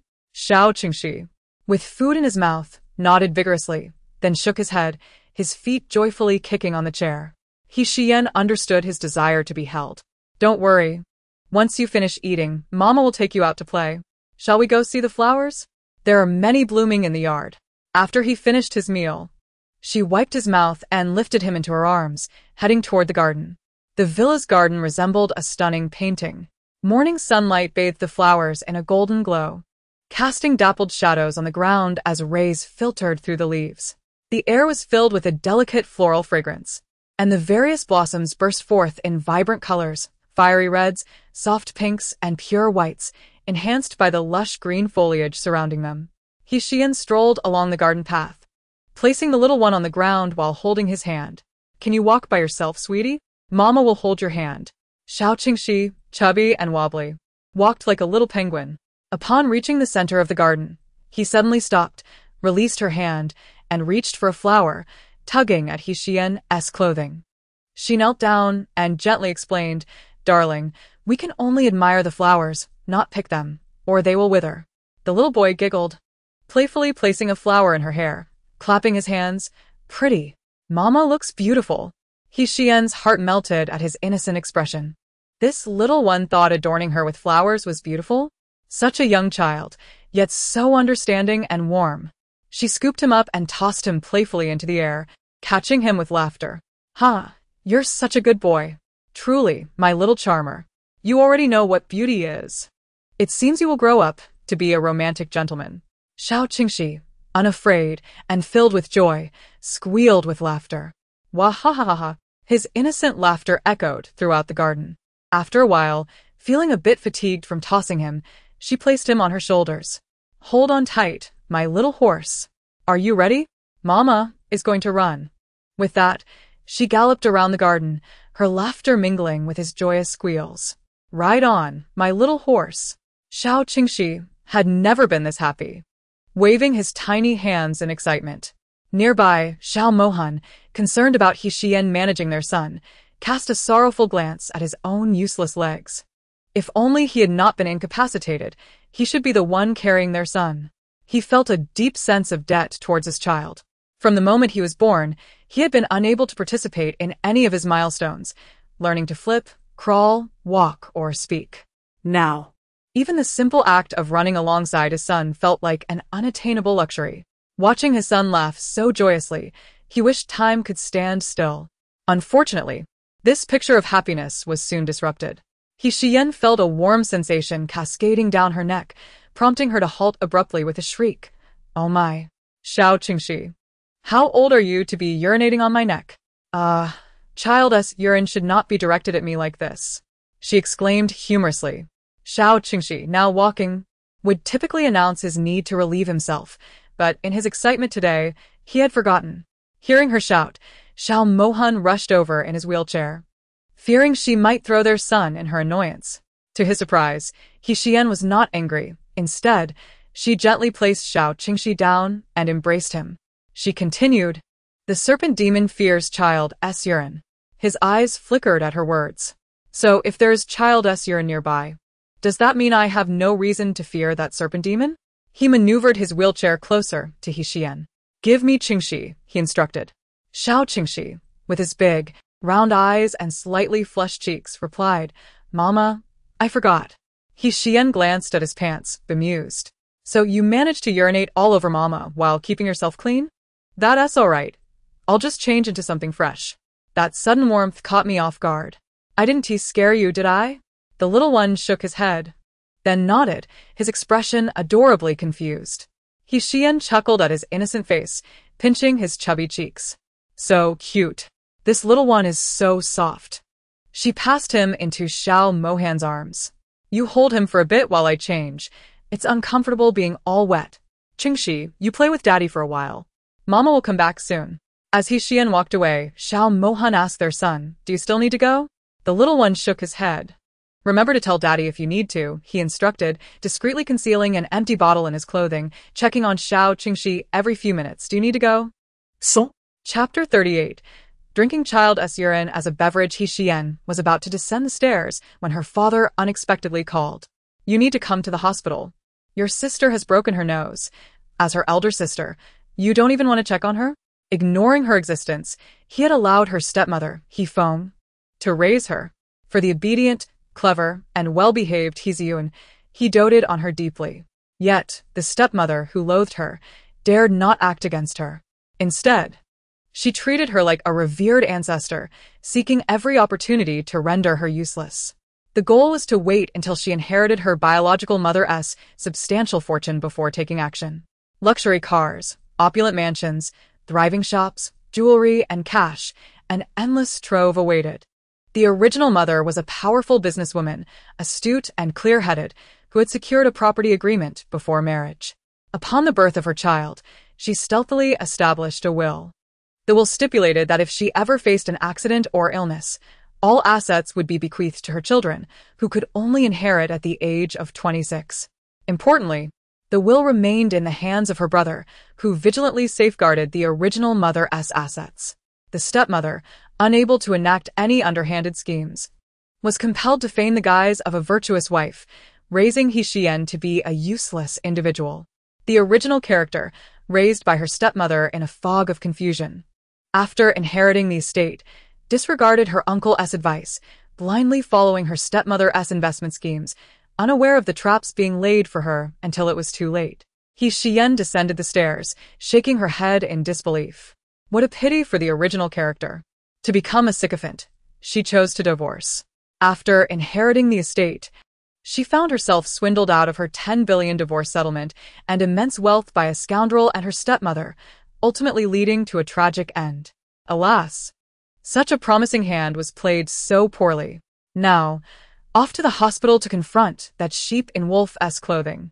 Xiao Mohan, seated in his wheelchair with their son, tightened his grip on the bottle hidden in his clothing upon hearing Xiyan's footsteps. A sheep in wolf's clothing. Was she implying that the current matriarch of the He family had issues? Hifeng is renowned for her benevolence, widely acknowledged in the capital as a charitable ambassador. She treats her husband's ex-wife's daughter as if she were her own, showing her more affection than she does her biological child. Outside. Everyone praises her as a devoted wife and a caring mother. However, today, this woman reveals herself to be a wolf in sheep's clothing. Xiyan approached Xiao Mohan and said, "Dear, my sister is hospitalized. I will visit her at the hospital, so I leave our son in your care." She kissed the little one on the cheek. "Be good and listen to Daddy, okay? Mommy will be back to play with you soon." With that, she took the car keys and left. Once she was gone, Xiao Mohan took their son to the second floor. Upon entering the room, he asked Xiao Qingxi, "Son, do you need to use the bathroom?" Xiao Qingxi shook his head. To encourage his son to relieve himself, Xiao Mohan had the butler prepare some juice. "Here, corn juice. It's very tasty." Xiao Qingxi eagerly drank an entire bottle in one go, raising it to say, "Daddy can have some too." Xiao Mohan took the bottle. "One is enough. Daddy will have the butler prepare more for you tonight." Half an hour later, Xiao Qingxi announced, "Daddy, I need to go." Xiao Mohan quickly retrieved a prepared drink bottle. "You can use this, son." He positioned the bottle accordingly. Xiao Qingxi looked at the bottle's opening, confused. "But isn't it supposed to go there?" He pointed towards the bathroom. For the first time, Xiao Mohan lied to his son, his expression slightly uneasy. "Daddy's legs aren't well. It's not convenient for me to go in there." Seeing his father in a wheelchair, Xiao Qingxi had no doubts. With the bottle in hand, Xiao Qingxi happily relieved himself, filling the small container to the brim. Once finished, he capped the bottle and set it on the bedside table, then resumed playing with his toys. At noon, as nap time approached, Xiao Qingxi said, "Daddy, I want to sleep." Xiao Mohan lifted him up. "All right, let's go to bed." He wheeled himself to the bedside and placed his son down, removing his shoes, pants, and jacket. "Sleep well. Daddy will stay with you." Fearing his father would leave, Xiao Qingxi clutched his father's fingers tightly, insisting, "Daddy, you can't go." In the past, whenever he awoke, his father was always gone. Xiao Mohan affectionately ruffled his hair. "Okay, Daddy won't leave." Grasping his father's hand, Xiao Qingxi soon drifted off to sleep, a sweet smile gracing his lips as if he were dreaming of something delightful. Once he was soundly asleep, Xiao Mohan gently released his hand and covered him with a blanket. Downstairs, Xiao Jingheng suddenly arrived, clad in military attire, striding purposefully into the villa. The butler greeted him with a smile. "Second young master. The master is upstairs." Xiao Jingheng halted, asking, "Where's my sister-in-law? Is she upstairs?" The butler, taken aback, hesitated momentarily before responding. Xiao Jingheng frowned. "I asked where my sister-in-law is. Is she at home?" The butler, surprised, replied, "You mean the lady? If not her, do I have other sisters-in-law?" The butler hurriedly added, "Oh, the lady has stepped out."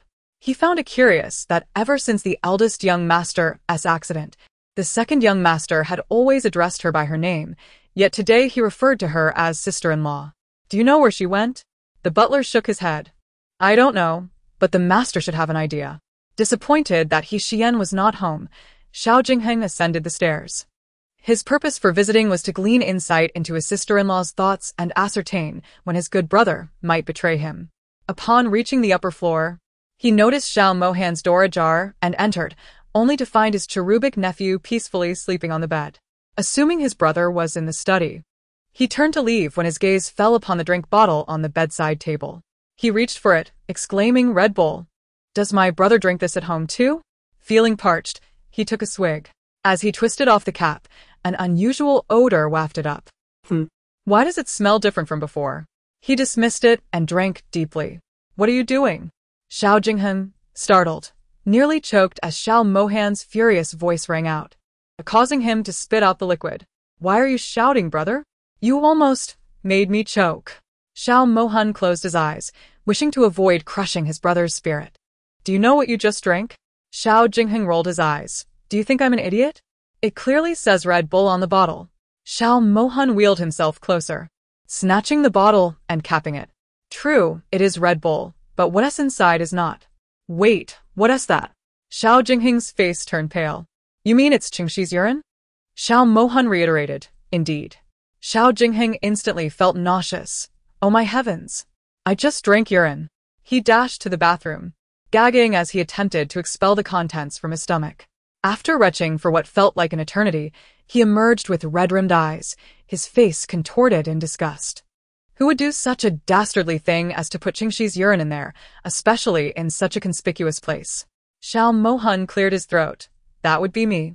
Xiao Jingheng's anger dissipated, leaving him bewildered. "Why would you do that? Why on earth would you put Qingxi's urine in a bottle?" Xiao Mohan shot him a cold glance. "You're the one with a peculiar habit of drinking urine." Xiao Jingheng, exasperated, retorted, "Why did you put it in there?" Xiao Mohan explained, "Your sister-in-law claimed I was entangled with a snake demon. Qingxi's urine can fend off such creatures." Xiao Jingheng, intrigued, lost all irritation. Having heard about the incident involving the fox spirit from his grandmother, he had come to believe in such things. How did you get involved with a snake demon? Previously skeptical of such matters, he now found himself compelled to accept their existence after watching a recorded video from the old residence.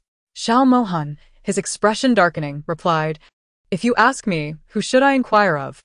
Xiao Jingheng laughed heartily. "I figured it out.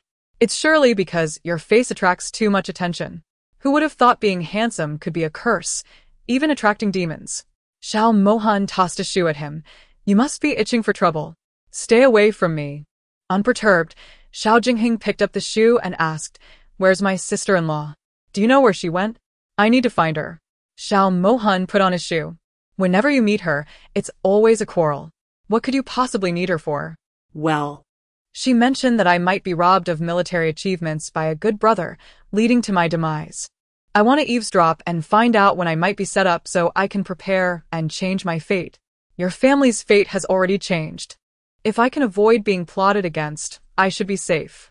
Xiao Mohan replied, "Her sister broke her nose and is hospitalized, so she went to the hospital." Xiyan sat beside Yuan's hospital bed, her brow furrowed with concern. "Sister, will your nose be restored?" The bridge of Yuan's nose had been carefully treated by the doctor, now enveloped in a thin layer of gauze. The gauze was as white as snow, gently adhering to her nose, resembling a newly bloomed lily, pure and delicate. Yuan frowned, her entire face contorted in pain from her injured nose. "The doctor said it will heal, but the process is quite painful. You wretched girl, do you even care? She retorted. If you can't speak kindly, then be silent. You were supposed to come see your sister. Yet look at the time. I called you this morning. You only just arrived now, and it's already 1 o'clock. It's been a full 4 hours since my call. Are you a snail, moving at a crawl? Xiyan's companion was tall and handsome, dressed in a sharply tailored suit that radiated maturity and charm. His facial features were sharply defined, the passage of time leaving subtle traces that only enhanced his composure and depth. He cast a cold glance at Xiyan. She observed him and thought, oh, how bright his eyes are. It seems they can see into the very hearts of men. Yet, how can he not perceive the true face of that malicious stepmother? Being played for a fool by that old T-root? Indeed, this name was problematic. It sounded like He Zhuang, the most foolish of cannon fodder in the original tale. Just moments ago, this rebellious daughter had been scolding him.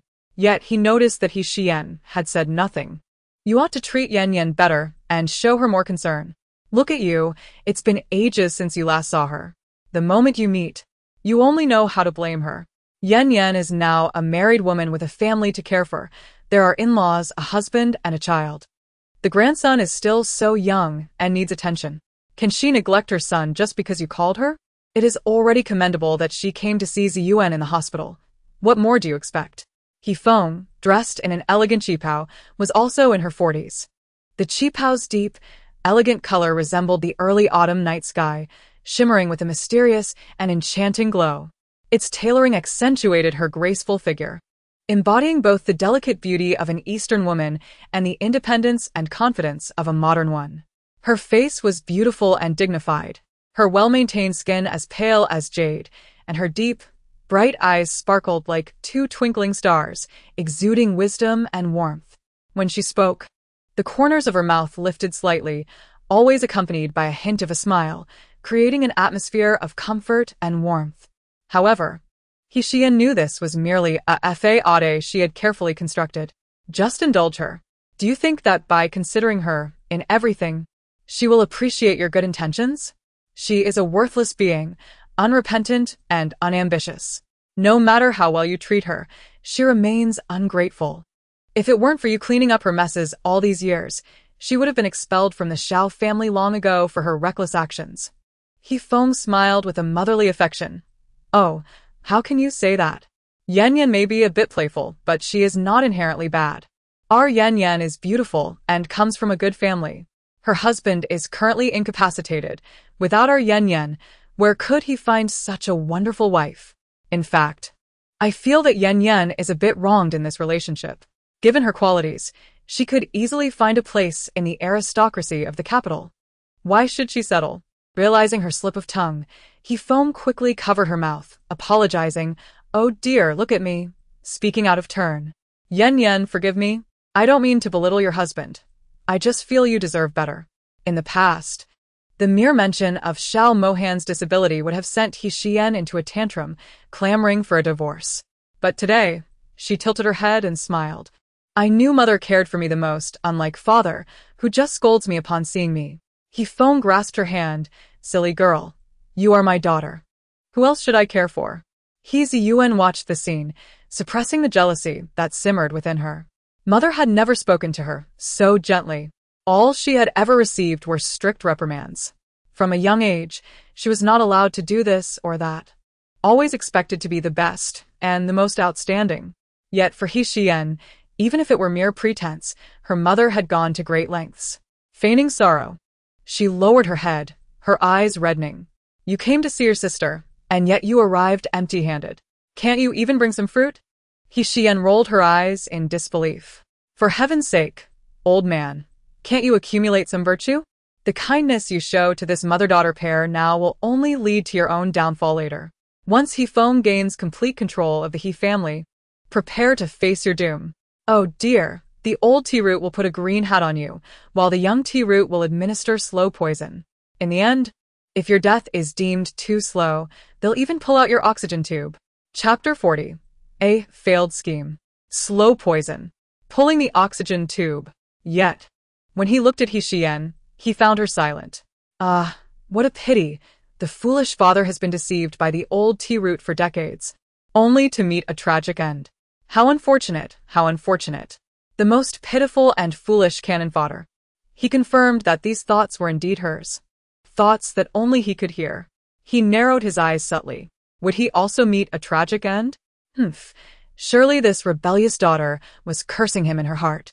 He not only disbelieved Xiyan's recent utterances, but also expressed disdain. Look at the sort of friends you associate with. It is because of them that Ziyuan's nose was injured. Her injury is indirectly your fault. You must compensate her. Give her the villa at Haijing Bay as restitution. Tomorrow, bring the keys to your sister. Upon hearing this, Feng suppressed her joy, but pretended to be indignant. What nonsense. That villa was left to Yan by her mother. How could you give it to Ziyuan? Moreover, Ziyuan's injury was due to her own inability to protect herself. How can you blame Yan? In the past, Xiyan would have scoffed and said, "It's just a villa, I have plenty. Give it to her." Yet today, she rested her chin on her hands, feigning innocence. How can you blame me? I didn't send my sister to seek out Xiyan. Besides, to avenge my sister. I even put my good friends in prison. Father, I sacrificed so much for my sister. Shouldn't you commend me and reward me? The Haijing Bay Villa, how audacious of you to ask for it. It's worth over 100 million. And, by the way, have you forgotten? The things my mother left for me cannot be touched until I turn 26. He stated that he could not touch his mother's possessions until he reached his inheritance age, which led to a falling out with his uncle. Father, what should I do? My mother's will states that if I give away real estate without my uncle's permission before turning 26, he has the right to withhold my inheritance. Over 100 million. You know, I could buy countless skyscrapers with that. She then pretended to be distressed, looking at Feng. Mother, what should I do? I've already given those things to my sister. My uncle is truly unreasonable. My things should be my sister's as well. Why does he insist on such a clear division? I suspect he wants to monopolize my mother's inheritance and is deliberately making things difficult for me. Ziyuan lowered her gaze, her fingers tightly gripping the blanket beneath. Those items were worth over 100 million. Feng's expression darkened. Yet, if this worthless child spoke the truth, if her uncle truly would not give her the inheritance back, then it would be a case of losing much for the sake of little. The difference between 100 million and over 100 billion was immense. Why should they concern themselves with such trivial matters? You and Ziyuan are both my daughters. What difference does it make who receives those items? Moreover, what you gifted Ziyuan is merely a trifling token.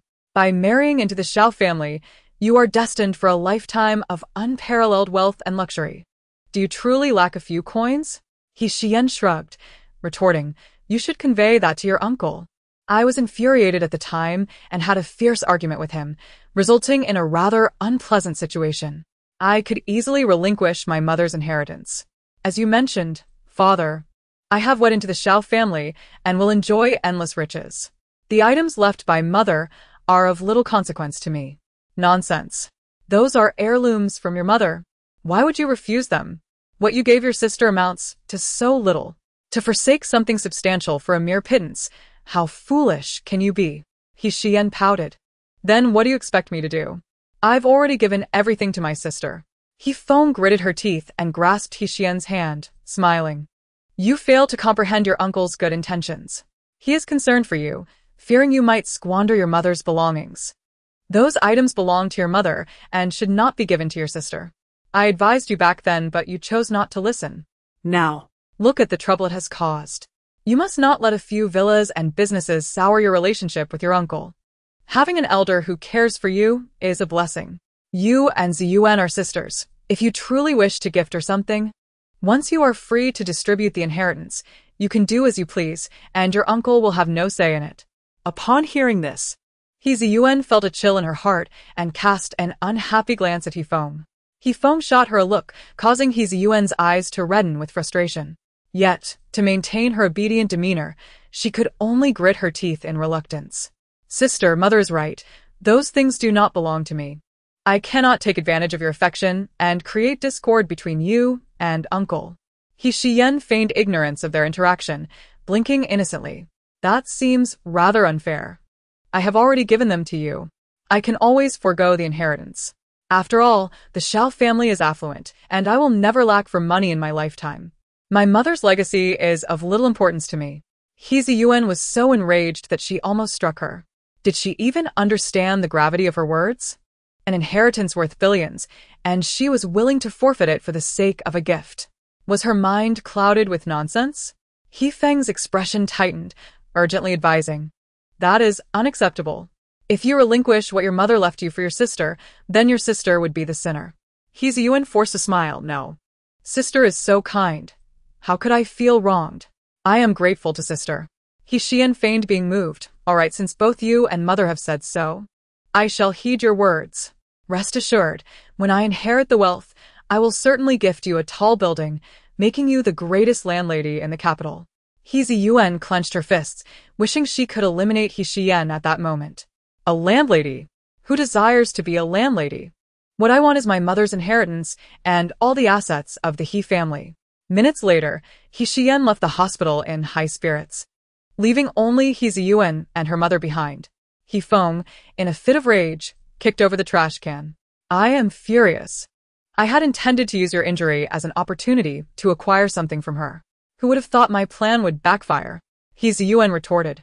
Are you so certain that she will receive her inheritance at 26? He Feng scoffed. Her uncle dotes on her more than your father does. There is no way he would swallow that inheritance. Chapter 41. Helping Grandma catch thieves after leaving the hospital, Xiyan went to collect the custom-made silver needles. Once she steadied herself, she heard an old woman shouting, "Help! Robbery! Someone help me catch a thief!" Xiyan turned to the person who had just collided with her. The individual was indeed clutching a bag and was sprinting away. Without a moment's hesitation, Xiyan took off in pursuit. On the bustling street, amidst the throngs of people, she was the only one chasing the thief. Thief, you cannot escape.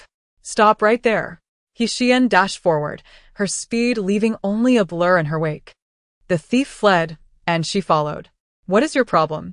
Who told you to meddle? Xiyan, unperturbed, retorted, You little rascal. Do you think you have the right to complain after committing robbery? Surrender the bag, and I might spare your life.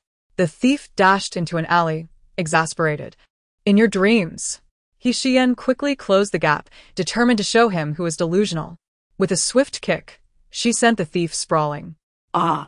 The thief cried out, quickly scrambling to his feet, brandishing a dagger.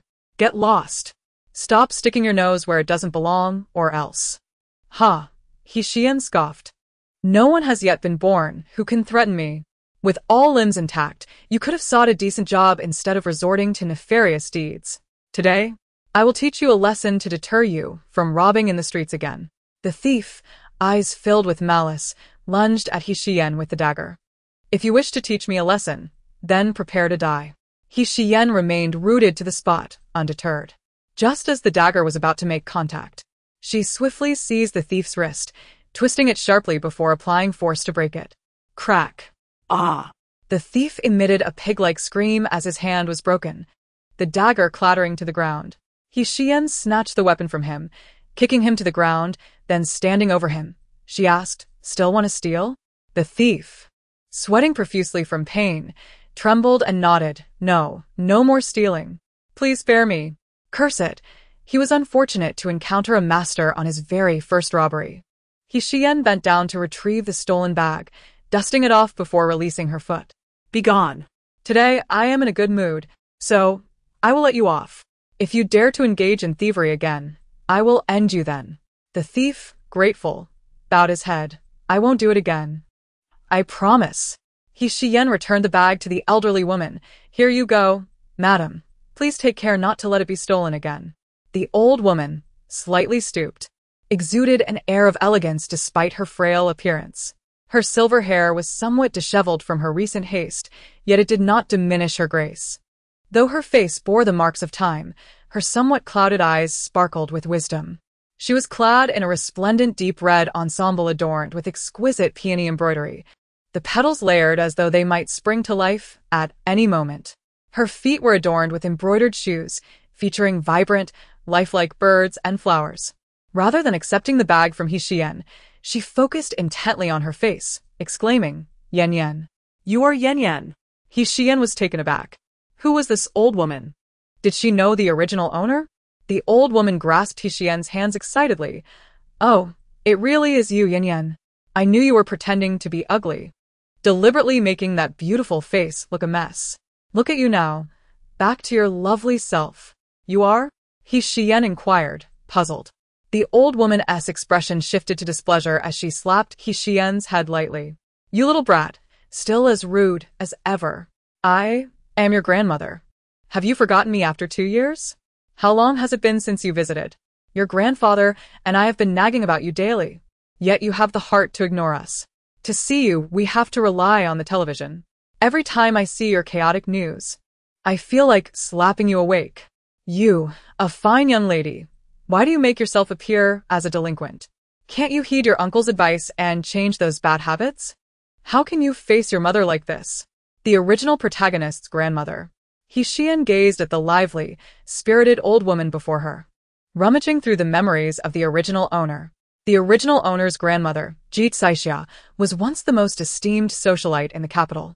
Born into a well-to-do family and married into a prosperous one, she had never known hardship, living a life of luxury and ease, blessed with 3 sons and 1 daughter, each a paragon of excellence. Unfortunately, the original protagonist's mother, Lu Yanran, was short-lived, passing away shortly after giving birth to her. The original protagonist's 3 uncles, lacking daughters, adored her. Regrettably, she had been spoiled by Hifeng and had grown indifferent to the affection of her loving uncles, disregarding their earnest guidance as mere prattle. With a sly twinkle in her eye, she confidently clasped Xiao's wrist, playfully exclaiming, "How could I ever forget my grandmother? I was just teasing you to let off some steam. I know that my absence has disappointed you and Grandpa. I admit it was my fault for always upsetting you. Grandma." Yan acknowledges her mistakes and has turned over a new leaf. "I promise to heed my uncle's advice and visit you and Grandpa more often. Look, haven't I already started behaving better? Aren't I more pleasing to the eye than before?" Xiao huffed lightly. "That's more like it. You're 1,000 times better looking than that rebellious girl you used to be.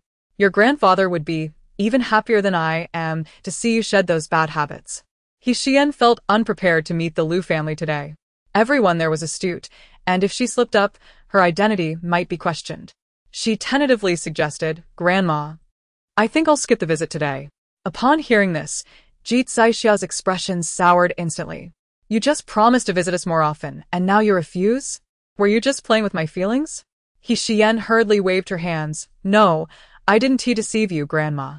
I was thinking that since it's been so long since I brought Chongxi to see you, I should do that instead." Xiao's eyes sparkled with delight. "Are you bringing your great-grandson?" "Yes," Xiyan nodded.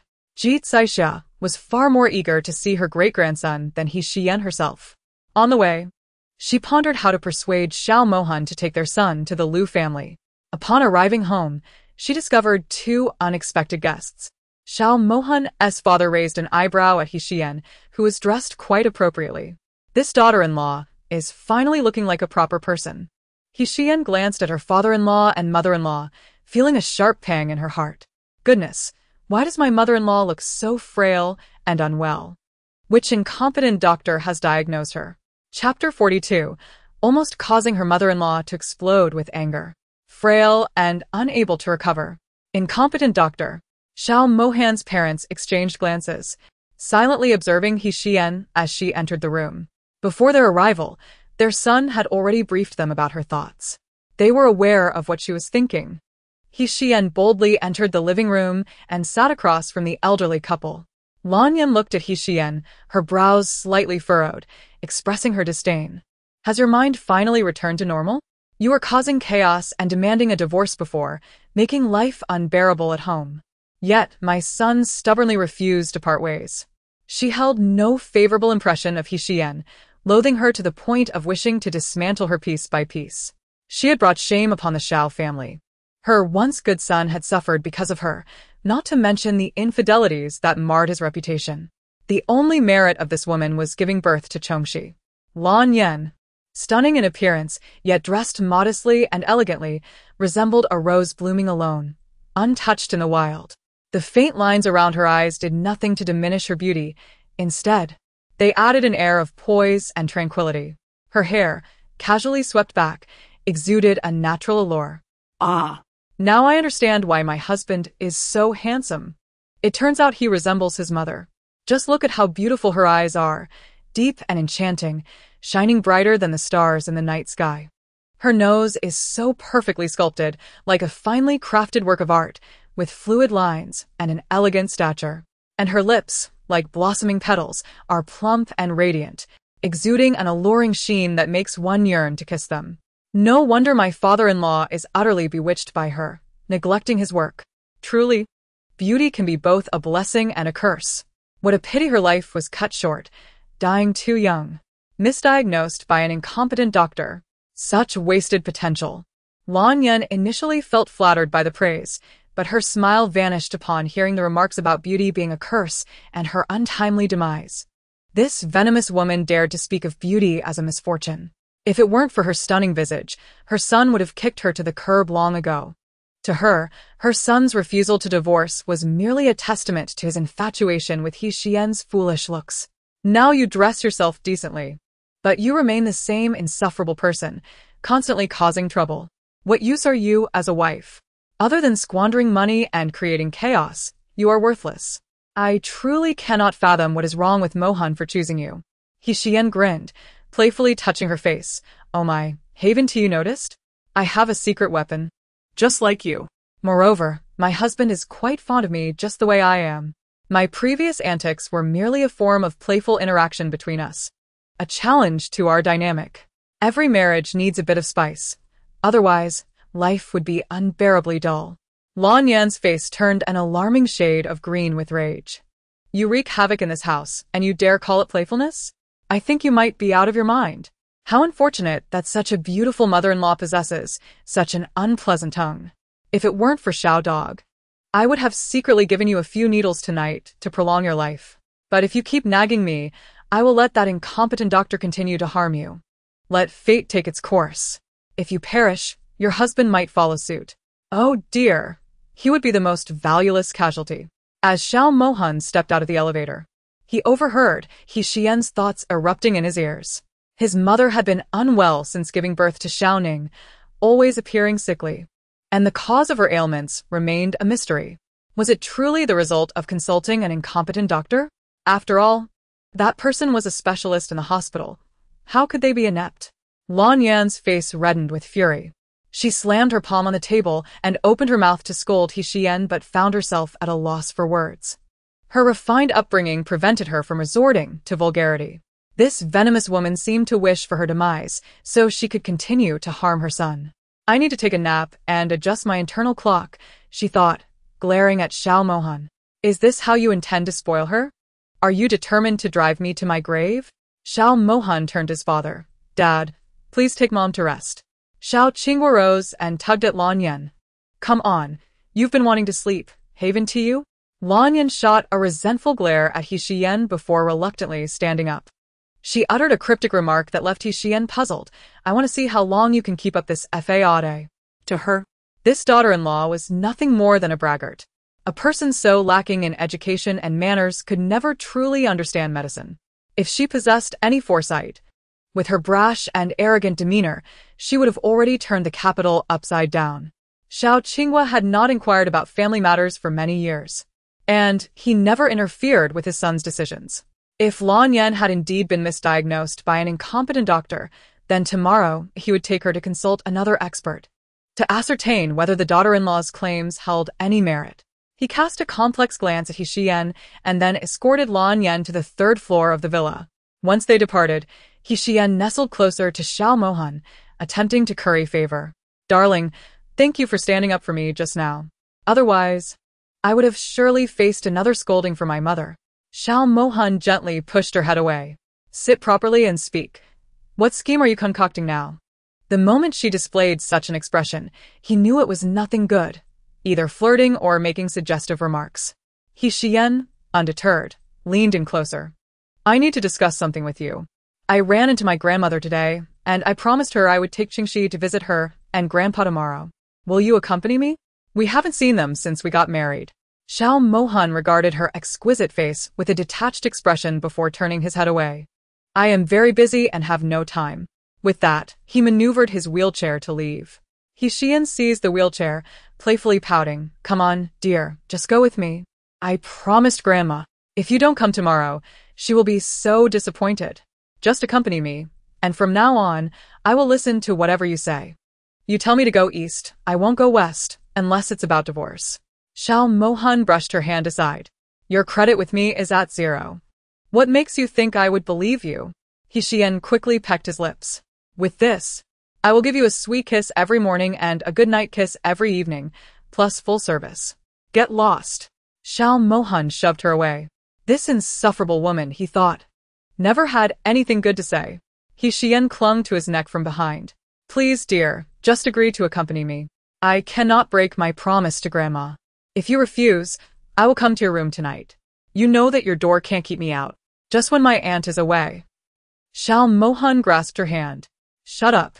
Xiyan seized the opportunity to kiss his ear, sending shivers through him. Were it not for his weak legs, he would have jumped up. Come on, let us go together, or I will cling to you all night. Xiao Mohan, exasperated, flung her off. Are you pleading with me or threatening me? Xiyan laughed mischievously. How could I threaten you? I would be the one at a disadvantage here. Don't play innocent. Xiao go. Whether your mother lives longer depends on whether you agree to accompany me to Grandma's house.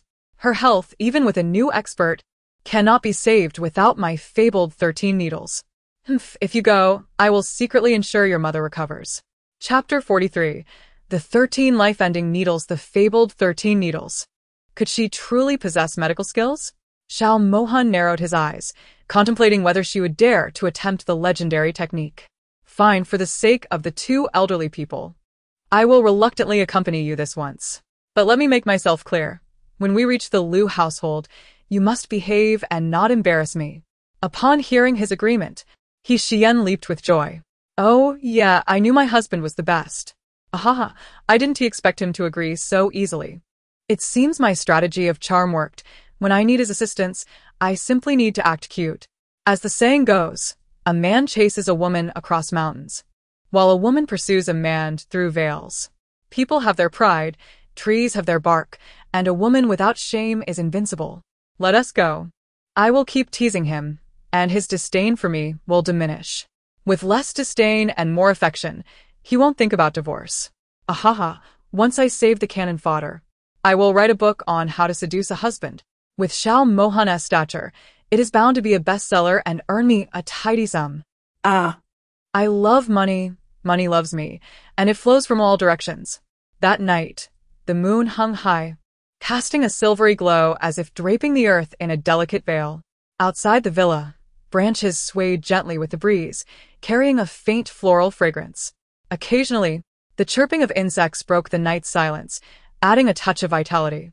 Once everyone had fallen asleep, Xiyan quietly rose and stealthily made her way to the 3rd floor. Using a slender piece of wire, she deftly opened her in-law's bedroom door. She believed her actions to be discreet, unaware that downstairs, Xiao Mohan lay in bed with his phone, his eyes fixed on the screen. He watched as Xiyan, clad in a modest pink nightgown, tiptoed toward the bed, her hair neatly pinned back. She extended her fingers and gently poked at the 2 figures on the bed before pulling out silver needles from her pocket, arranging them by the bedside. Seeing this, Xiao Mohan felt a surge of concern. Rationality urged him to intervene, yet inexplicably, a flicker of anticipation stirred within him.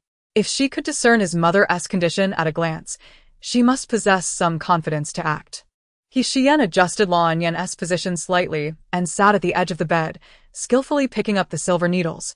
Her expression serious as she quickly inserted them into Lan Yan's body. One needle after another, she expertly placed them, her back turned toward the camera. Xiao Mohan could not see where she was inserting the needles, but the speed and proficiency with which she worked left him astonished. Xiyan inserted the needles with determination into Lan Yan's vital points, her familiarity with acupuncture evident. There were too many members of the Xiao family in need of saving. She would rescue them one by one. She wondered when Xiao Mohan would finally abandon the idea of divorce. That man was like a ticking time bomb whenever the subject arose. Aside from saving the cannon fodder, she needed to find a way to swiftly dispel his thoughts of divorce. Otherwise, Before she could rescue everyone, a divorce would mean her immediate downfall. As time slipped by, the myriad needles adorned Xian's body. If Xiao Mohan could have seen the silver needles embedded in his mother, he would have been taken aback. Moments passed, and after inserting all the needles, Xiyan glanced at her watch. There were still 30 minutes until she could remove them. She stretched her neck, but as she lifted her head, she caught a fleeting glint of light in the room. Her movements froze as she cautiously surveyed her surroundings and then fixed her gaze on the curtain rod. She stepped toward the curtains.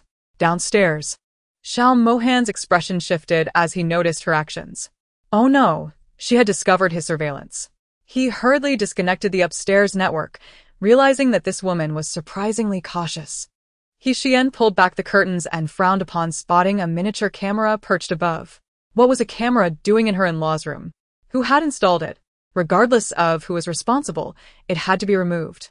If anyone discovered her secretly treating her mother-in-law, they might assume she intended to harm her. With her marriage to Xiao Mohan precariously balanced, he would not hesitate to drag her to the Civil Affairs Bureau. Xiyan approached the curtain, reached up, and yanked it down, subsequently destroying the tiny surveillance device. Thankfully, she had discovered the camera. Otherwise, if her mother-in-law saw the footage, it would undoubtedly cause an uproar. Half an hour later, Xiyan removed the needles from Xian's body one by one. After carefully storing the needles, she gently pushed Xian further onto the bed. Once everything was done, she placed the neatly packed needles in her pocket, yawned, and stretched before exiting her in-law's room.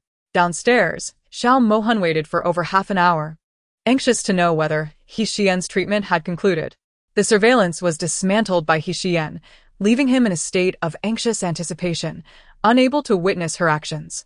After waiting for over 10 minutes, he could no longer contain his curiosity and wheeled himself out of the room to investigate. To his surprise, upon exiting, he encountered Xiyan ascending the stairs, a glass of water in hand. Seeing her, Xiao Mohan discreetly glanced towards the third floor. When had Xiyan come down? He hadn't heard a single footstep. Xiyan, startled by his sudden appearance, exclaimed, "Darling, why are you out here? Are you thirsty, too? The dishes I cooked tonight turned out a bit salty. I woke up parched and came down for some water. Would you like me to pour you a glass?" Xiao Mohan's gaze fell upon the bulging pocket of her pajamas. "Have you been sneaking snacks again?" Xiyan was taken aback. "Sneaking snacks? What do you mean?" Xiao Mohan replied, "If you aren't down here indulging in treats, then why is your pocket so full?" She glanced down at her pocket and gasped, nearly revealing a silver needle. Quickly suppressing her panic, she fabricated a story. "Oh, that's just my bra. I must have forgotten to take it out when I was looking for my pajamas. Would you like to see it? It's a new purchase. Black lace. Quite alluring." Xiao Mohan's lips twitched. If he hadn't witnessed her treating his mother with silver needles, he might have fallen for her tale. "Who wants to see that? Have some water, and then hurry back to bed. What about you? Why are you up?" Xiyan retorted. Xiao Mohan replied, "What I do is none of your concern. Even if I wanted water, I can manage on my own. Go to sleep and stop wandering around at this hour." She rolled her eyes in response. "TSK, I was just trying to be helpful. If you don't want my assistance, suit yourself. You can't even speak kindly, Xiao dog. I just treated your mother in secret, and I was planning to treat your leg once you fell asleep." As she was about to step into her room, she dramatically patted her chest. "That was a close call. Almost got caught by my husband." Xiao Mohan observed her exaggerated gestures, his lips twitching. This woman truly had a flair for the dramatic.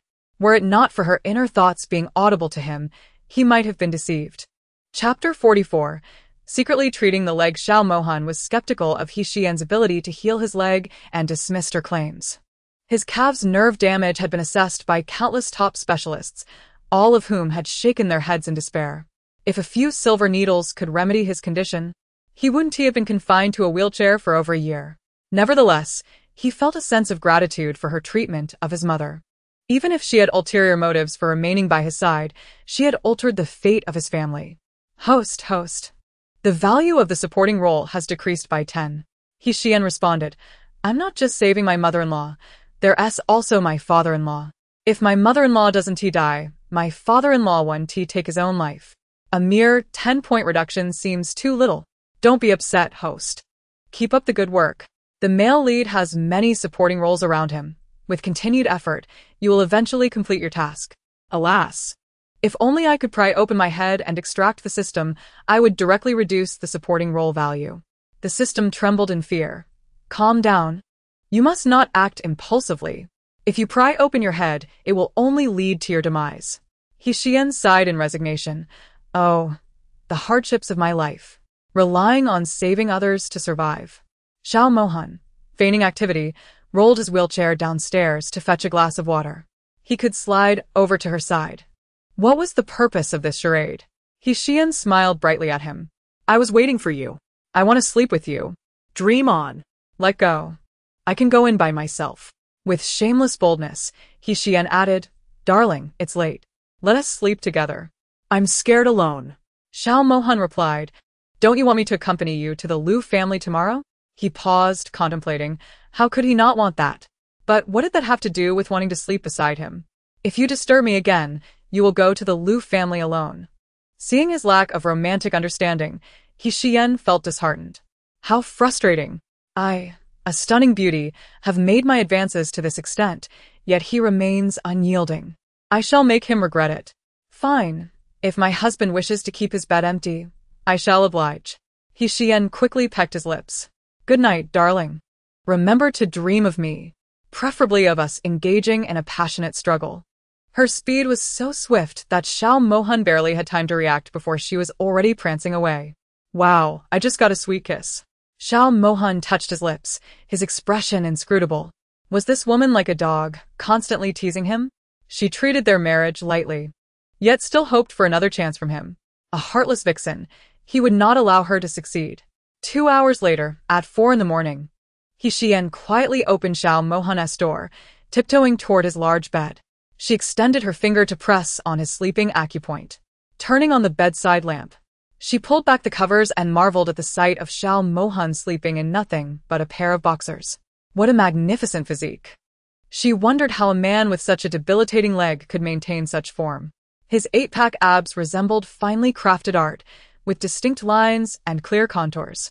Especially his chest muscles, rising and falling with each breath, exuding a dynamic beauty. Xiyan couldn't help but reach out to touch him, his skin firm and elastic, radiating health. His long legs were simply captivating. She thought to herself, if only he would wake up and let me touch him. She admired his physique, lamenting how unfortunate it was that he was incapacitated. She longed to see him standing once more. Approaching his calf, she gently touched the muscle, relieved to find it intact.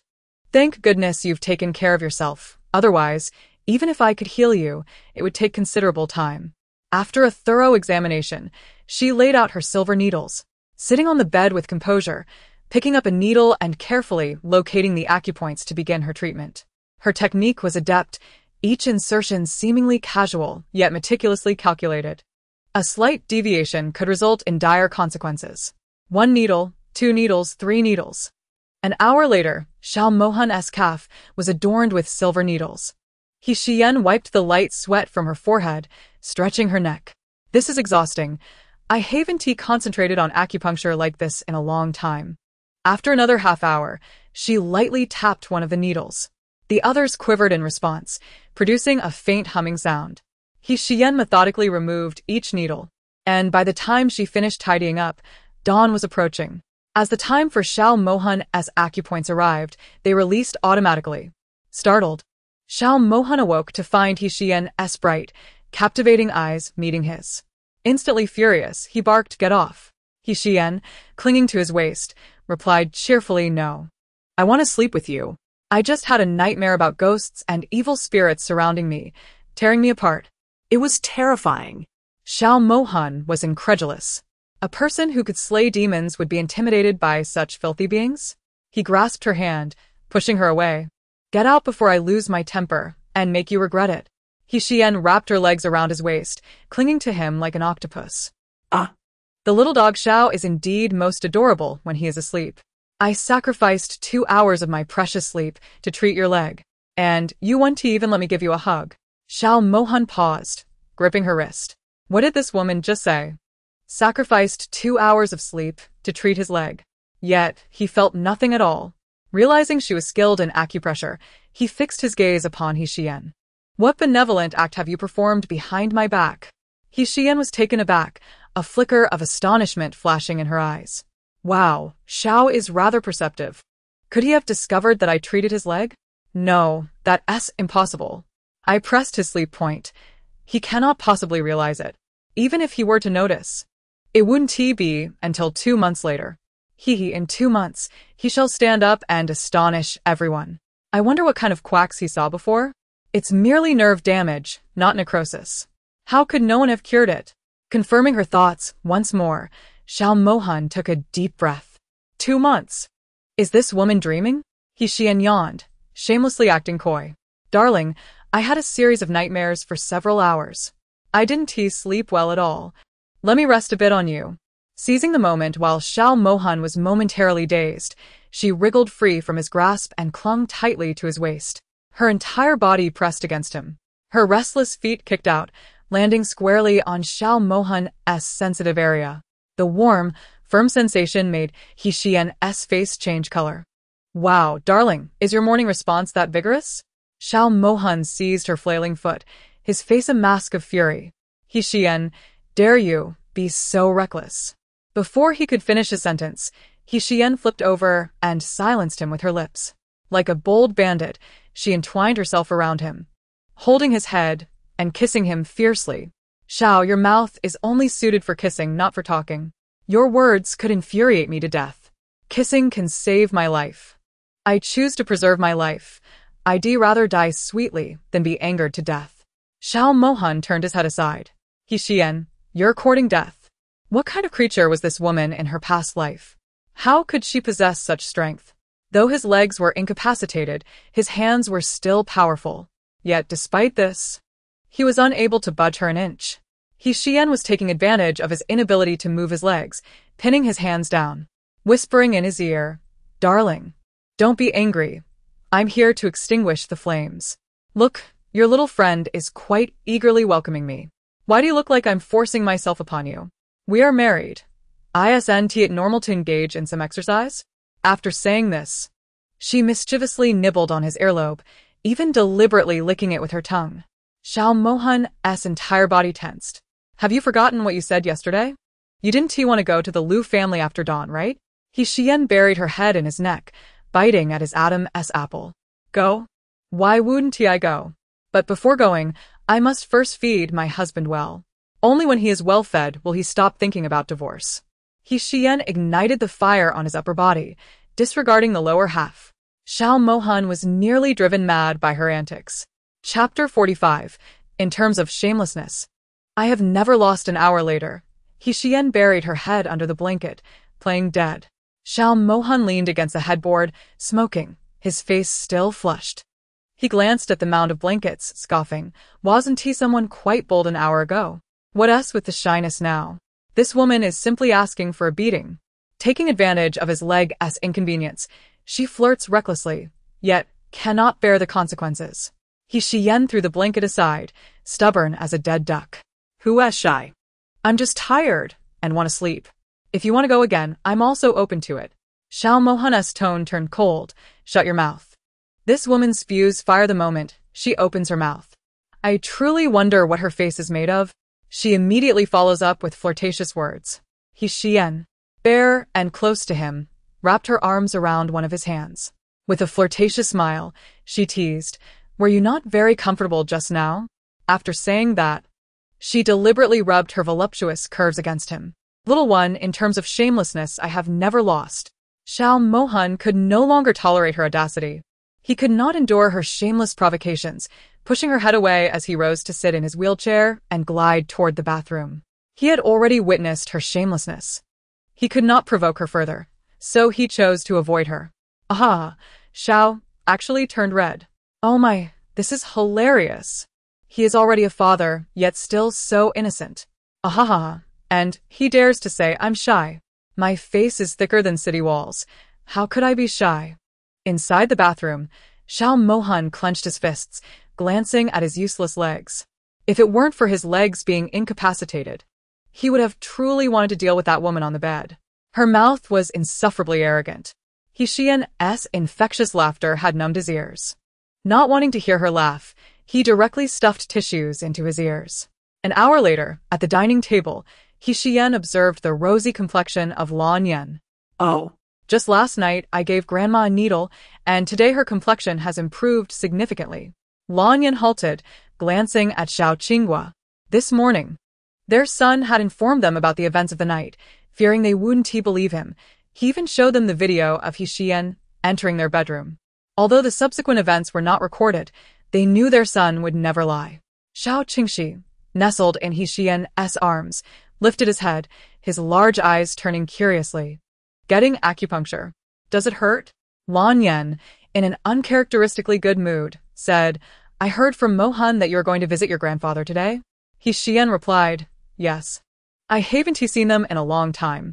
Lan Yan's tone was light, surprised that you still remembered those two elders? Those two have been making a mess of their lives for the past 2 years. They haven't been driven to death by you, which shows their resilience. Xiyan handed over the well-fed Xiao Qingxi to Sister Fang before she began her breakfast. While eating, she said, Mom, you don't understand. The more I torment them, the longer they will live. I've even had someone read their fortune. My grandparents are in excellent health. They wouldn't be easily angered to death. They could easily live another 2 or 3 decades. Anger them? That's impossible. No one could anger those two to death. Those two have accumulated virtue in their past lives. This life is meant for enjoying. They will both live to be 100, outliving their son. It is the frail little body of Grandma that truly causes concern. If I'm in a good mood, I'll give you acupuncture and prescribe some herbal medicine. It could add another 20 years to your life. If I'm in a bad mood, well, you might only live 3 to 5 years before reporting to the King of Hell. After all, with those quack doctors prescribing random medications without my 13 soul-seizing needles, no one could save you. Upon hearing Xiyan's thoughts, Lan Yan dropped the bowl in her hand, startled. The oatmeal spilled everywhere. Xiyan looked at her mother-in-law's suddenly pale face, puzzled. Mom, what's wrong? Are you feeling unwell? Should we go to the hospital? Oh, dear. The original owner was utterly useless, with only her appearance to boast of, leaving me unable to showcase my medical skills. If I suddenly claim to be a doctor, everyone will surely doubt my identity. What should I do? Tonight, I must secretly administer needles to save Grandma. If I don't, she will be gone in a few years. Although I will eventually divorce Xiao, I still do not wish for anyone in the family to die unexpectedly before then. That would be too ominous. Xiao Mohan tightened his grip on the milk cup. Can't this woman refrain from criticizing him in front of his mother? She nearly scared the woman to death while she is still alive. Xiao Qinghua cleared his throat. Yan, did you buy gifts for your grandfather today? Dad. I haven't bought anything. My grandparents need nothing. There's no need to purchase gifts. Xiao Qinghua took out a card and handed it to her. How could that be? After your marriage, you have never visited, and is it acceptable to arrive empty-handed for the first time? This card holds 10 million. Take it to buy gifts for the 2 elders and your uncle. You must not embarrass yourself when you first bring Qingxi and Mohan to the Liu family. Xiyan took the bank card, her heart screaming like a gopher. Oh, how generous my father-in-law is. $1 million right off the bat. He is indeed wealthy and extravagant. He is charming and refined, and in his youth, he was quite the heartthrob. Yet, my father-in-law is a good man, devoted to my mother-in-law. Alas!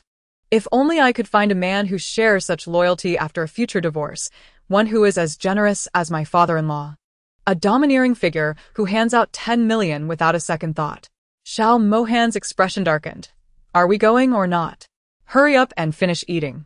Lan Yan's face turned grim as she glared at Xiyan, her hands clenched beneath the table, wishing she could shoot daggers at her. This madwoman. Does her son usually give her too little money? How can she still be unsatisfied? Xiao Qinghua felt a bit awkward, watching the displeased faces of his son and daughter-in-law with an innocent expression. He merely wanted to cheer his daughter-in-law up so that she might be more inclined to help Lan Yan with her treatment.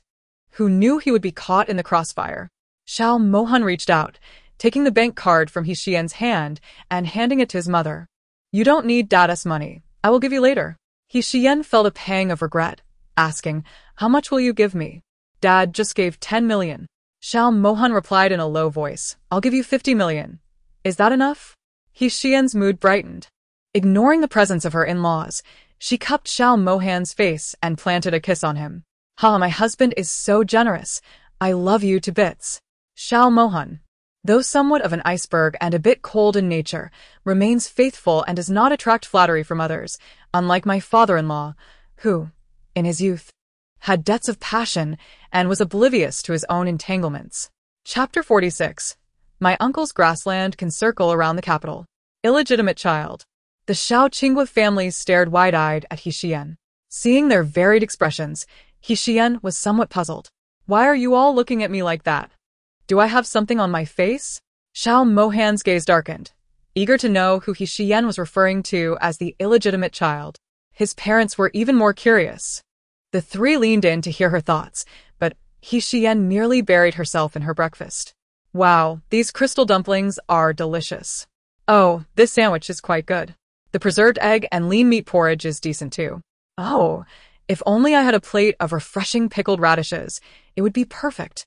Xiao Mohan exchanged a glance with his father, finished his milk in one gulp, and rolled his wheelchair towards the door. Let's go to the Liu family. Xiyan stuffed a crystal dumpling into her mouth and mumbled, I'm not full yet. Fearing Xiao Mohan would leave her behind, she hastily devoured a few bites and downed her milk in one go. Wiping her mouth haphazardly, she called out, Wait for me. She took Xiao Qingxi from Fong Jie and jogged to catch up with Xiao Mohan. Why are you in such a hurry? I've only had half my breakfast. Xiao Mohan tightened his grip on the wheelchair, casting a dark glance at her. He feared that if they didn't leave soon, his mother would be infuriated by her. Illegitimate child. Once the couple's car left the villa, Lan Yan could no longer contain her anger, slamming her hand on the table and glaring at Xiao Qingwa. Illegitimate child. You have an illegitimate child out there. Who is it? How old are they? How long have you hidden this from me? Xiao Qingwa explained innocently. Did you not hear her say I was drugged? I don't even know who did it, nor do I know if I have been with anyone besides you. My dear, I have only ever loved you. You know this well. You are most aware of how I have treated you over the years. Although I attracted many admirers in my youth, they pursued me. I never took the initiative with anyone but you. It's not my fault that I am charming and handsome. But I assure you, I have never betrayed you. Lan Yan clutched her chest in anger. Xiyan thought to herself that these must be empty words. You need to find out who your illegitimate child is. Xiao Qingwa, you better pray that no such child exists. If it turns out to be true, I will divorce you. What kind of nonsense is this? How could you have an illegitimate child behind my back? Xiao Qingwa hurriedly tried to calm her down. My dear, don't be agitated. This may not be true. Even if it is, I wouldn't acknowledge it. A child conceived through manipulation will not be accepted into the Xiao family tree. In my heart, only the children you bear are mine. Don't be upset. Let us finish breakfast and go to the hospital to find another doctor. Bring the prescription as well to see if your health is indeed deteriorating due to a quack doctor's prescriptions, as our daughter-in-law suggested. At the Liu family house, Xiyan's grandmother had been pacing at the villa's entrance, occasionally glancing outside. This girl said she would arrive soon, but it has already been 10 minutes. Xiyan's aunt said indifferently, Mom, why don't you sit inside for a while? That girl talks a lot. Do you really believe her? If she had the heart, would she not have visited you in 2 years? You are the only one who believes she has turned over a new leaf. As soon as she finished speaking, Xiao Mohan's car drove in. Ji Tsaisha's eyes brightened. See, they have arrived. Xiyan was the first to get out, holding her son. Grandma, we are here to see you. Ji Tsaisha beamed at Xiao Qingxi, unable to contain her joy. Oh, my great-grandson. Come here for a hug. Pretending to be angry. She looked at Xiyan. If you hadn't come, your aunt was about to leave. Xiyan glanced at the woman beside her grandmother. Aunt. The fake aunt from the original story? Fake. Just as Xiao Mohan settled into his wheelchair, he heard Xiyan's thoughts and looked up at Moronya. This poised and elegant woman was indeed a pretender. Ji Tsaisha's hand trembled while holding Xiao Qingxi. A pretender? How could that be possible? She thought she misheard, shaking her head as she continued to play with Xiao Qingxi. Xiao Mohan politely greeted the two women. Moronya smiled as she welcomed Xiao Mohan into the house. This girl, Xiyan, is quite thoughtless. She has been married for 2 years, yet hasn't T brought you around. She has caused quite a bit of trouble in the Xiao family. Thank you for your patience over these 2 years. Xiao Mohan replied indifferently. It's all in the past. She is changing now. Morongya's smile faltered for a moment. I just hope her change is sincere and that she can live happily with you. It truly touches our Lu family that you have been able to endure her past misdeeds. Hypocrisy. You are not truly moved. You are eager for me to mess up and divorce so that you can arrange for your biological daughter to take her place.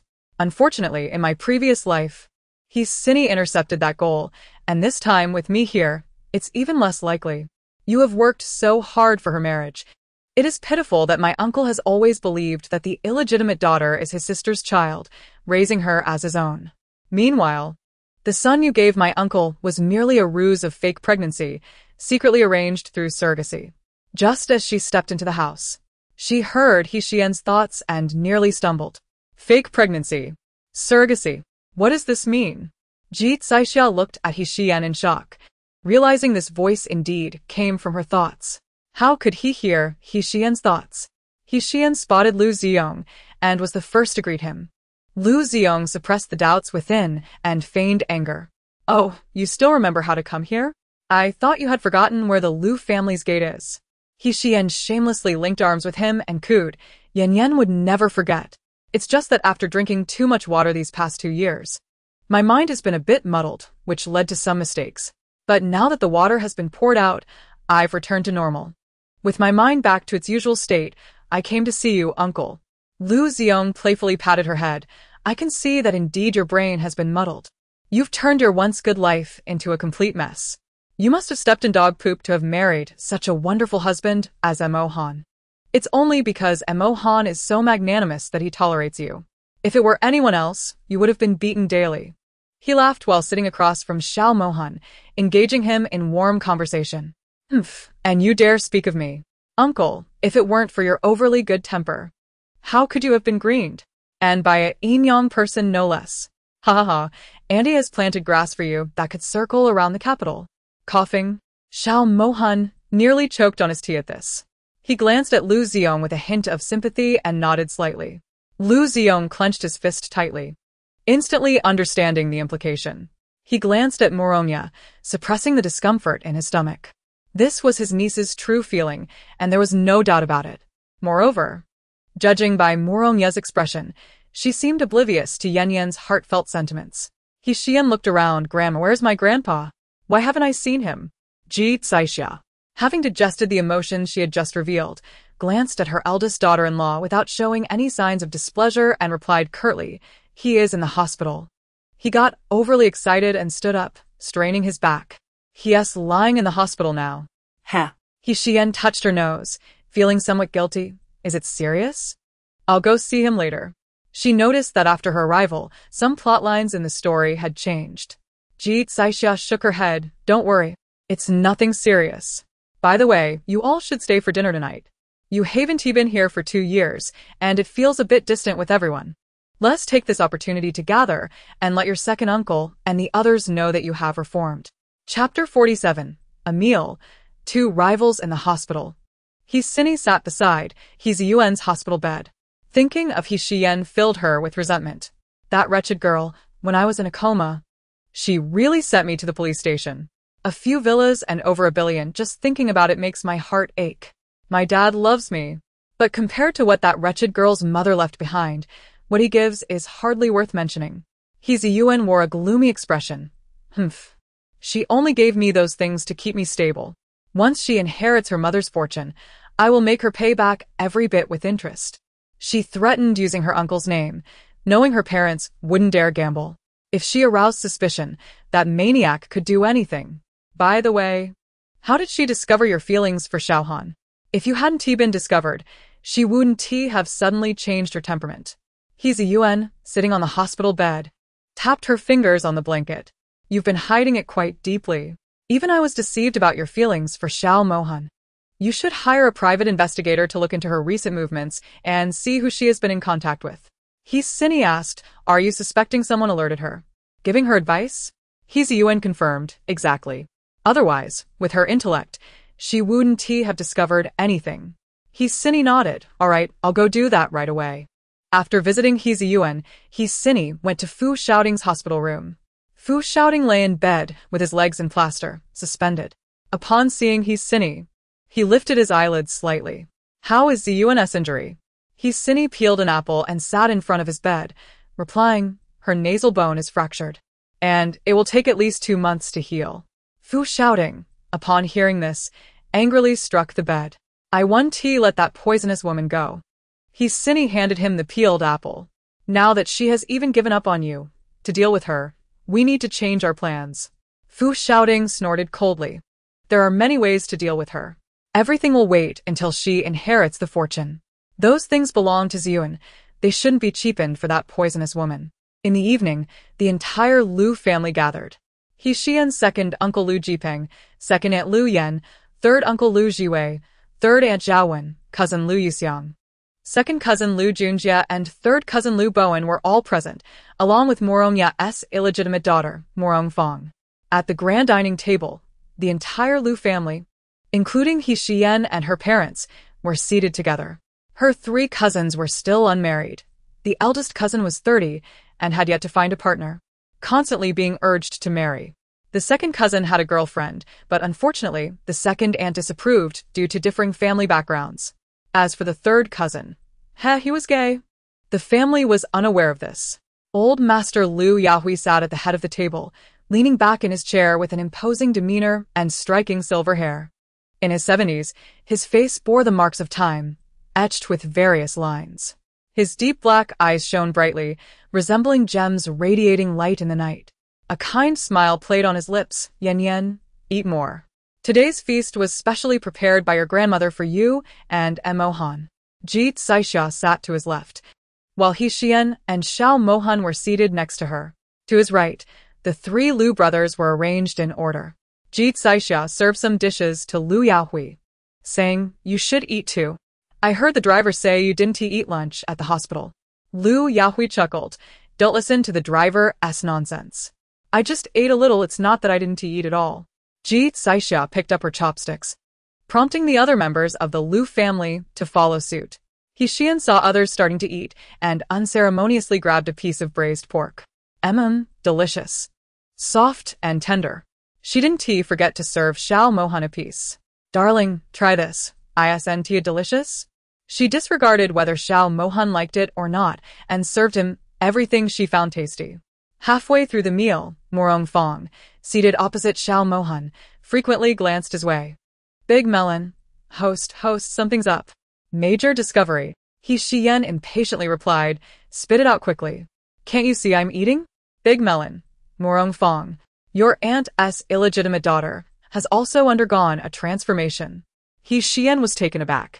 This twist had not been written in the script before. Big melon. Originally, it wasn't tea, but the system was updated last night and accidentally forgot to upgrade Morong Fong, leading to her unexpected demise.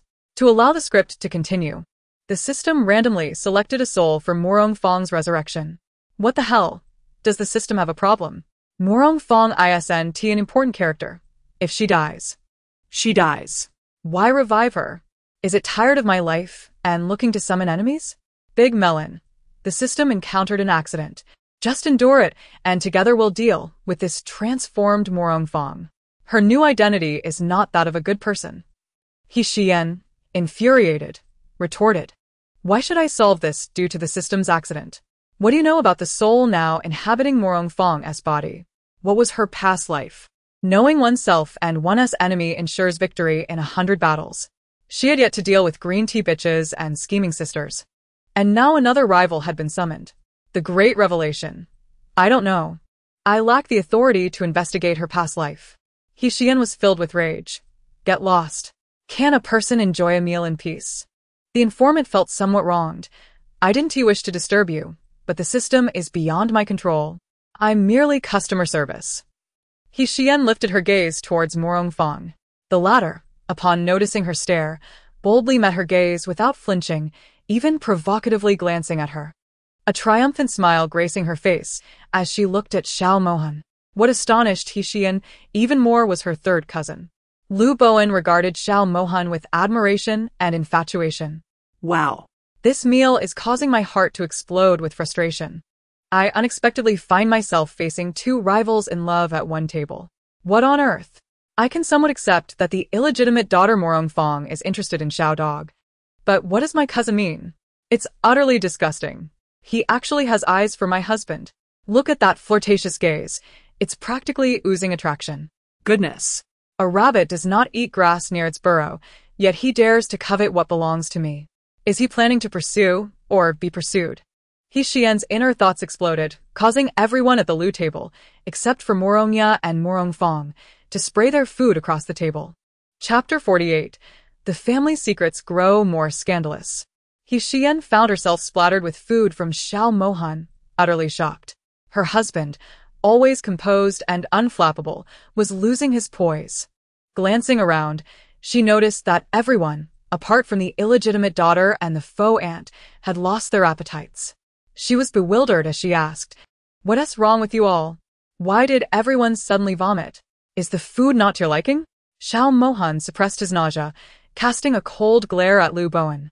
The other members of the Lu family also looked at him in astonishment. To have feelings for Xiao Mohan, what a bizarre taste. Realizing everyone was staring at him, Lu Bowen felt a jolt of panic. This is bad. Xiyan's inner thoughts were not solely audible to him. Everyone could hear. He glanced at his parents, witnessing his father gripping his chopsticks so tightly that they nearly snapped. His mother looked utterly incredulous. As for his grandparents, their expressions were akin to seeing a ghost. Lu Bowen, dressed in relaxed yet stylish attire, had sharp features that emanated a healthy glow against the backdrop of his deep blue shirt. With his collar slightly open, he exuded an air of nonchalance and ease. He trembled as he attempted to explain. "I smack." Lu Patriarch slammed his hand on the table. "Why is this dish so salty? It's making everyone vomit. Let us eat outside." Xiyan was somewhat perplexed. "But it's not salty. Are you all finding it salty?" The Patriarch's outburst made everyone realize they could not expose her thoughts, and they all chimed in, "Salty. Too salty indeed. I've never had anything so salty before. The chef must have overdone it with the salt today." Xiyan turned to Xiao Mohan. "Darling, do you find it salty as well?" Xiao Mohan replied with a faint hum. Looking at the dishes splattered with spittle, Xiyan lamented, "How strange. Why do you all find it salty while I don't?" Morongya and Morong Fong were equally baffled. However, seeing the table covered in saliva, both lost their appetites. Lu Ziong made a call to order food. "Let us go eat outside. I've made a reservation at the Dihao Hotel. We can start eating as soon as we arrive." He cast an apologetic glance at Xiao Mohan. "Mohan, I'm sorry for the trouble. It's your first time here, and I've made such a spectacle." Xiao Mohan had lost all appetite and wanted to decline. But Xiyan's thoughts made him reconsider. "Dihao. Isn't that a hotel under the Xiao Corporation?" "Oh, my uncle has excellent taste in venues. Their food is delicious. And, importantly, we can enjoy some gossip while there." Someone deliberately poisoned the dishes in box 288, almost causing fatalities. The Lu family members were alarmed. Poisoning, almost resulting in death. Should they still go? What if they too were poisoned? Lu Ziong looked at Xiyan, his expression conveying a mixture of emotions. This niece of his had an unsettling knack for foreboding. Xiao Mohan discreetly sent a message to his assistant. Moments later, his phone rang. He answered in front of everyone. And after a brief conversation, his expression turned serious. "I understand. I'll be there immediately." After hanging up, he addressed the room. "Grandfather, grandmother, uncles, aunts, I apologize. An issue has arisen at the company that requires my immediate attention. Our meal has progressed sufficiently, so there's no need to go to Dihao. Next time, I shall host everyone." With that, the Lu family felt awkward about staying. More importantly, after hearing Xiyan's thoughts, they were too frightened to go, fearing poisoning. Lu Ziong seized the opportunity. "Very well, company matters take precedence. We shall gather when you have time." He turned to Xiyan. "Since Mohan must go to the company, why not stay a few more days with Qingxi?" Xiyan was resolute. She shook her head. "No. Qingxi is restless at night, and the nanny takes care of him. I fear he might cause a fuss tonight. I will visit again another day." She held Xiao Qingxi. "Son, say goodbye to your great-grandparents and uncles and aunts." Xiao Qingxi waved his chubby hand, beaming as he greeted everyone.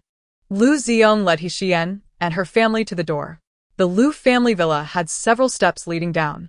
Before Lu Ziyong could descend, Xiyan's inner thoughts erupted once more. My uncle is rather kind-hearted. It's just a pity he has been deceived for decades by a phony aunt. Ultimately, the real father of the illegitimate daughter came looking for her. After transferring all of my uncle's assets, she detonated everything and ran off with that man, leaving my uncle in despair, leading him to take his own life. Thud. Lu Ziyong was so startled by Xiyan's revelation that he stumbled down the second step. Ziyong, are you alright? Murongya anxiously helped him up, scolding. How can you not watch where you're going? You're far too old for such clumsiness. Lu Ziyong, recalling Xiyan's words, suppressed his anger and nausea, discreetly freeing himself from Murongya's assistance. I'm fine. I merely missed a step. Whether what Yan said was true, he would find out soon enough. However, until he had confirmed the details, he wouldn't act rashly. His son, Lu Yuxiang, clenched his fists, casting a dark glance at Murongya. If his cousin's words held any truth, it could explain why his mother behaved so differently in public and private. In public, she was the graceful, dignified, and gentle daughter-in-law of the Lu family, dutiful to her in-laws, considerate of her husband, and hands-on with her son. Yet, no one knew how much she despised him behind the scenes. Before turning 15, he was tormented by her to the point of wishing for death. Uncle, you must be more vigilant when walking in the future. Don't let those in front of you obscure your view. Not seeing the path can be quite painful. I once fell because I wasn't paying attention, and it hurt terribly. However, after falling a few times, I've learned my lesson. Now, no matter who stands in my way, my eyes are like light, seeing through to the path ahead, preventing me from stumbling. Xiyan intentionally hinted at Lu Ziyong, hoping he could grasp her meaning. Lu Ziyong discerned her insinuation, chuckling, You're quite clever. I've been around long enough to know that a fall is merely a momentary setback. A true hero rises again. Alas, uncle, you are indeed a hero. But I pity my elder cousin. He has been tormented by the phony aunt since childhood, leading to his fear of marriage, resulting in depression and ultimately, a tragic fate of insanity and murder, sentenced to life imprisonment. Lu Yuxiang was not merely astonished. He was utterly convinced that his cousin possessed an uncanny ability to predict the future. The fact that he suffered from depression was known only to his secretary. So, how did she come to learn of it? Moreover, she seemed to be aware of the torment he endured at the hands of his mother since childhood. The Lu family was nearly paralyzed with shock by Xiyan's revelations. The scandals within the Lu household were increasingly shocking, and the implications of Lu Bowen's sexual orientation were significantly more devastating. Chapter 49. Is what Yan said true? After the He family departed, old Master Lu summoned his eldest son and grandson to the study. You must have heard the heartfelt words spoken by Yan.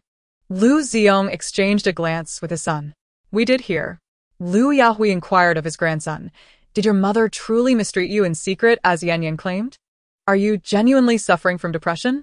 Lu Yuxiang clenched his fists, uncertain whether to respond. Lu Ziyong, noticing the flicker of pain on his son's stern face, felt a chill in his heart. Is it true what Yan said? Did Morongya truly abuse you, causing you to resist forming a family? Lu Yuxiang closed his eyes and admitted, It is true. Boom. With his affirmation, Lu Ziyong felt as if he had been struck by lightning, his body swaying backward. Dad. Lu Yuxiang exclaimed in alarm, quickly supporting Lu Ziyong. With his assistance, Lu Ziyong steadied himself, his face pale. After a long moment, he regained his composure. Yuxiang, I will uncover the truth about whether Morongya is an impostor. If she is indeed a fraud, then your real mother must be someone else. In the meantime, Pretend as if you know nothing. Do not let her suspect anything unusual. Furthermore, starting tomorrow, I will transfer all my assets to your name. Since you are aware of your depression, you must actively seek treatment. I do not wish for you to end up, as Yan suggested, with a split personality. Lu Yuxiang replied solemnly, I understand. If she is indeed an impostor, then the turmoil I have repressed for so many years will finally find release. I have always wondered why she treated me this way. If I am not her biological child, then all my doubts will be resolved. The three of them deliberated in the study for over an hour. Meanwhile, after the He family departed, Lu Jiwei took his wife and son away. As soon as they entered the car, his wife, Xiao Wen, seized Lu Bowen's ear. "You will clarify this for me today. Is what your cousin said true? Do you truly have issues with your sexual orientation?" Lu Bowen cried out in pain. "Mom, please let go. It hurts. My ear is going to come off." Xiao Wen had a fiery temper.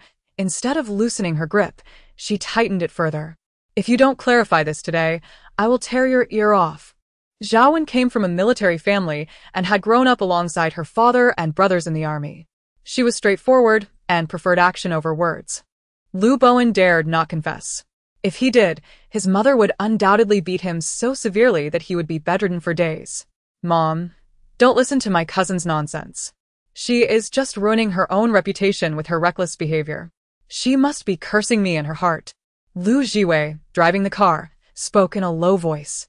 "There is no smoke without fire. If you were above reproach, she would not speak of you in such a manner. Why does she not accuse your elder brother or second brother of similar issues?" Lu Bowen, nearly in tears from the pain, replied, "Did you not hear her curse uncle and my elder brother? She even slandered Aunt. How could such a good person as Aunt be an impostor?" Xiao Wen released his ear, delivering a sharp slap to his forehead.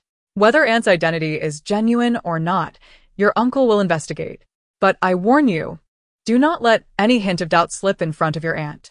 To be frank, since I married into the Lu family, I have never liked your aunt. She always carries herself with the demeanor of a virtuous wife, and it is quite irksome. If Yan claims she abused your elder brother, it is likely true. When he was young, I once caught a glimpse of the scars on his back. When I asked him how he got them, he said he was in trouble at school and his parents were called in. At the time, I thought he was being punished by your uncle. Now it seems it must have been your aunt's doing. Although Yan has been arrogant and disrespectful, the one redeeming quality she possesses is her unwavering honesty. Her assertion about your sexual orientation is certainly not baseless. Lu Bowen, listen closely. I cannot concern myself with your past behavior. But should I discover that you continue down this path, I will ensure that your, shall we say, manhood, is removed so that you may live as a eunuch. After all, keeping it would be superfluous."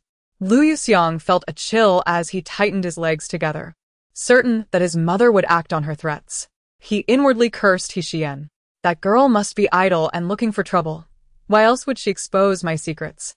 At the Dihao Hotel, when Xiao Mohan arrived, the manager had already apprehended the culprit responsible for poisoning room 288.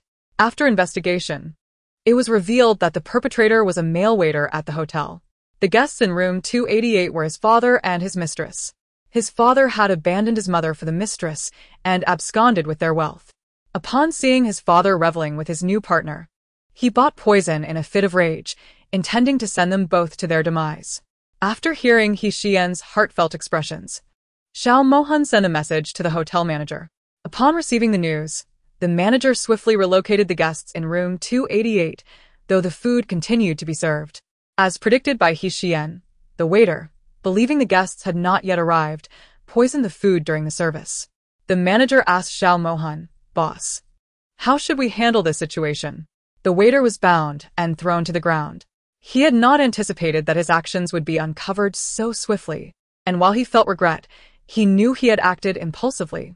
Xiao Mohan, seated in his wheelchair, regarded the waiter with a cold gaze. "Do you regret your actions?" The waiter lifted his head, his eyes red-rimmed. "I do not regret it. I know I am breaking the law, but he is a wretch. He nearly drove my mother to her grave. If I can send him to hell, then I fear nothing. I never intended to involve your hotel. If he dies today, I will turn myself in. I came to your hotel because I learned he frequented this place. If parents divorce amicably, it is of no concern to him whom he chooses to associate with. But my father is a scoundrel. During our most difficult times, my mother stood by me, sacrificing her youth. After achieving success, he squandered it all on indulgence, ultimately drugging my mother to transfer their assets, nearly sending her into a mental institution. My mother stood on the ledge of a tall building, contemplating ending her life." Xiao Mohan drummed his fingers lightly, gazing at the waiter. To seek revenge against someone does not always necessitate their death. Sometimes it is more effective to destroy what they cherish most. When he was with your mother, he had nothing. After he left, you too can use your abilities to render him destitute. It is only when he loses everything that he will realize who the most important person in his life truly is. Killing him is not the answer. Instead, destroy what he values. The more he cares about something, the more you should dismantle it. Is it not better than simply killing him? You are still young, think. Is it worth losing your life over him? If you suffer misfortune, do you believe your mother would have the will to carry on? The waiter trembled.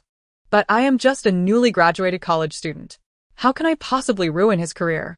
Xiao Mohan handed him a business card. This is my card. Should you be interested, you may join the Xiao group. I can provide you with opportunities. Whether you can bring your father down depends solely on your own efforts. The waiter accepted the card, astonished. Why are you helping me? He believed he would be taken to the police station. Why help him? This was because Xiyan internally scoffed. The waiter would eventually become a business tycoon in the imperial capital. She noted that in the script, the waiter's poisoning did not result in the demise of his scoundrel father and the mistress. Instead, it led to the death of his mother from anger. Before her passing, she hoped he would achieve great success. Upon his release from prison, burdened by guilt, he worked diligently and ultimately created a legendary business empire in the imperial capital. In contrast, his father, having been swindled by the mistress, met a tragic end on the streets. Xiao Mohan exited the Imperial Hotel and had just settled into the car. As the driver prepared to drive away, Xiao Mohan looked up and saw Xiao Jingheng surrounded by a group of men in black across the street, all wielding weapons. Chapter 50. Xiyan to the rescue. Not only did Xiao Mohan notice Xiao Jingheng, but the driver and bodyguards in the car did as well. A tense atmosphere enveloped the street. Under the dim lights, Xiao Jingheng locked eyes with the rival forces. The shadows of the surrounding buildings stretched ominously. The men in black, dressed in tight-fitting attire, exuded a ruthless demeanor. Xiao Jingheng, clad in military uniform, appeared stoic, his attire tattered, suggesting he had endured fierce battles. Gazing at the encircling figures, he exhibited determination and resolve. Xiao Mohan commanded the driver to advance the vehicle. As he spoke, a firearm appeared in his hand. The bodyguard similarly drew a gun, cracking the window open a fraction to aim at the men in black. Bang! Bang! Bang! The sound of gunfire rang out. Several men fell. Upon spotting his brother's car, Xiao Jingheng seized a nearby black-clad figure to shield himself from the bullets and swiftly broke through the encirclement. In an instant, gunfire echoed throughout the street, bullets raining down like a torrential storm. Windows of nearby cars shattered, glass scattering like meteors. The shop fronts trembled under the barrage, threatening to collapse. Bang! Bang! Bang! The man Xiao Jingheng had captured was riddled with bullets. More perilously, bullets grazed his body, barely missing their mark. One bullet skimmed his scalp, leaving a searing pain. The black-clad men reacted swiftly, evading the gunfire with agility while returning fire. They utilized the surrounding structures for cover, skillfully maneuvering through the chaos. Trash bins were obliterated, debris filling the air. Leaves from trees lining the street fell victim to the gunfight, fluttering down like autumn leaves. The sounds of gunfire intertwined, resembling a symphony of death. Once the bodyguard expended the last bullet, his expression turned grim. "Boss, we're out of ammunition." Xiao Mohan maintained a composed demeanor, his dark eyes, sharp as an eagle's, fixed on the location where Xiao Jingheng was concealed. The opposing group seemed to realize their ammunition was dwindling as well. The leader coldly proclaimed, "They have no more bullets. Charge! Our target is Xiao Jingheng. But if anyone dares to meddle and seek death, we shall send them to hell together." Xiao Jingheng was 100 meters away from his brother's car, desperately hiding behind a vehicle, panting heavily. Normally, he could have dashed over in a few strides, but today, he lacked the strength. He had been pursued relentlessly by these desperate men for a day and a night. They were like cockroaches that could not be exterminated, attacking wave after wave. He had not eaten a single grain of rice during this time. Exhaustion weighed heavily upon him. More critically, he did not wish to endanger his elder brother, who was already incapacitated. The leader of the black-clad men, eyeing the vehicle where Xiao Jingheng was hiding, wore a sinister expression akin to a venomous snake. "Humph, Xiao Jingheng has taken out so many of my brothers. I will not rest until he is turned into a porcupine. Xiao Mohan's gun was also out of bullets.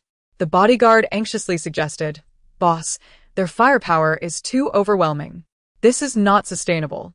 I'll draw their attention while you and the driver take the second young master to safety." Just as the bodyguard was about to exit the car, a sudden scream erupted from the black-clad men across the street. Xiao Mohan looked up, nearly blinded by the sight before him. Clenching his fists, he watched in disbelief as a woman appeared amidst the fray. Clad in a black tracksuit, her hair flying in the wind, and her face obscured by a black veil, only her eyes were visible. Her petite figure darted like a dragon among the men in black. She wielded no weapon, yet evaded the bullets with such speed that she became a mere blur. This woman was none other than Xiyan, who had been alerted by a warning about Xiao Jingheng's peril. Xiyan was furious. Damn it. I was all set for beauty sleep at home, and this warning had to come about that scoundrel Xiao Jingheng. If it weren't for my regard for that mutt, I would have ignored him entirely. Bang, bang, bang. Bullets whizzed past Xiyan, but none found their mark. A cruel smile crept across her lips. Playing with guns in front of me? Seeking death. In that moment, Xiyan transformed into a harbinger of death, her gaze as frigid as the winter frost. Like an arrow released from its bow, she surged toward the leader of the black-clad men. He laughed at her audacity, raising his weapon to fire. Yet she evaded each shot with ghostly grace. In an instant, she was beside him, kicking his gun away and swiftly gripping his neck, twisting it with force. Crack. The black-clad man was dead before he even grasped what had happened. Disdainfully, she discarded his lifeless body and moved on to claim her next victim. Employing the same technique, she dispatched one after another, leaving no survivors in her wake. Xiyan's eyes narrowed as she spotted an escape attempt.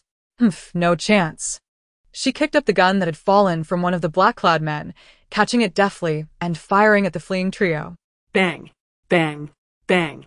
After 3 shots, the 3 fleeing figures collapsed forward. Having dealt with the black-clad men, Xiyan vanished into the shadows of the street. The bodyguard witnessed her fleeting form and, upon blinking, found her gone. He rubbed his eyes, swallowing hard. Boss, did I hear that correctly? That woman is the madam.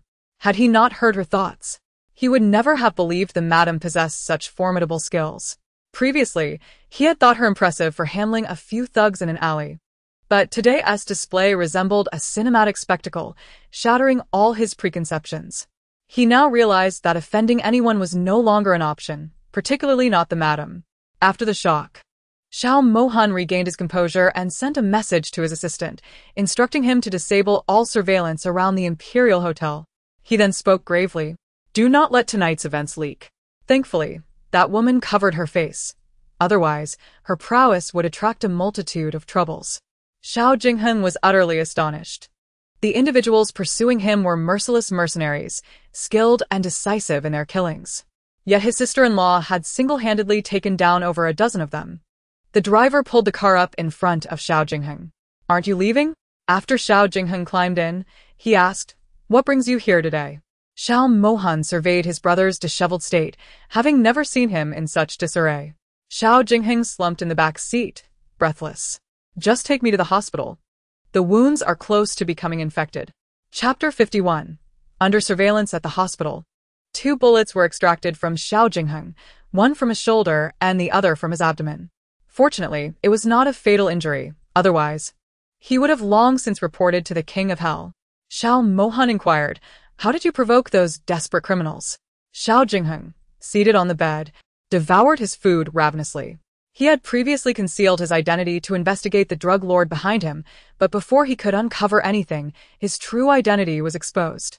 That day, when his sister-in-law unexpectedly appeared on the hotel balcony, he realized his cover was blown after hearing her thoughts.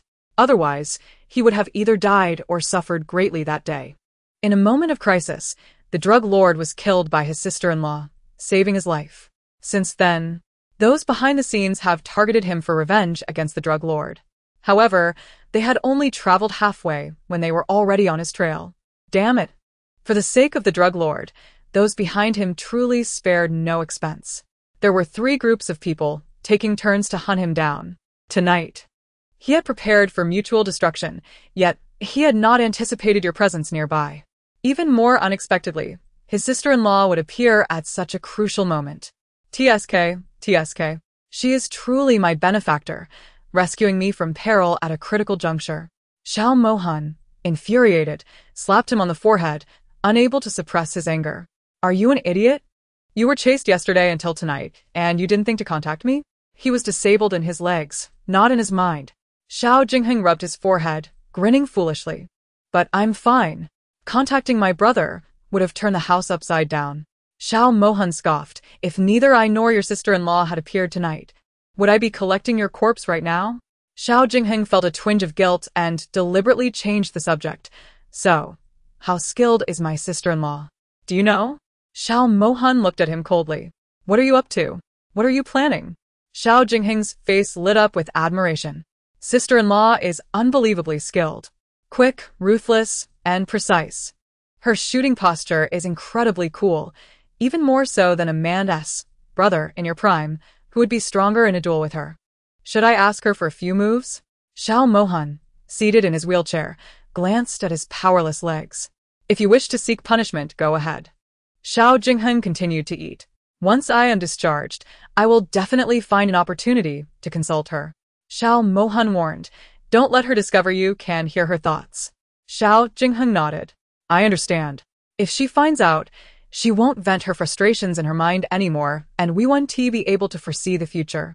Without foresight, my future could end up being utterly bleak. I am still young and value my life. I don't wish to die early, especially in such a tragic manner. The driver pushed him into the villa and then clocked out. Recently, every event at home was somehow connected to her thoughts. Each incident validated his concerns. With every revelation, his apprehension grew. More shocking was her prowess. Aside from her usual playful teasing, the secrets surrounding that woman were like an enigma. Every discovery left him astounded. She single-handedly took down over a dozen assassins tonight. What was her true identity in her past life? How could she remain so composed and decisive in a crisis? Sigh. Rescuing a pawn. Xiao Mohan sighed in resignation. Her purpose was merely to complete her mission. After she fulfilled her task, would a man with disabled legs like him still catch her eye? He couldn't help but self-deprecate. The past version of Xiyan, who was so pathetic, had even looked down upon him. How much more would the current Xiyan, skilled and formidable, disdain him?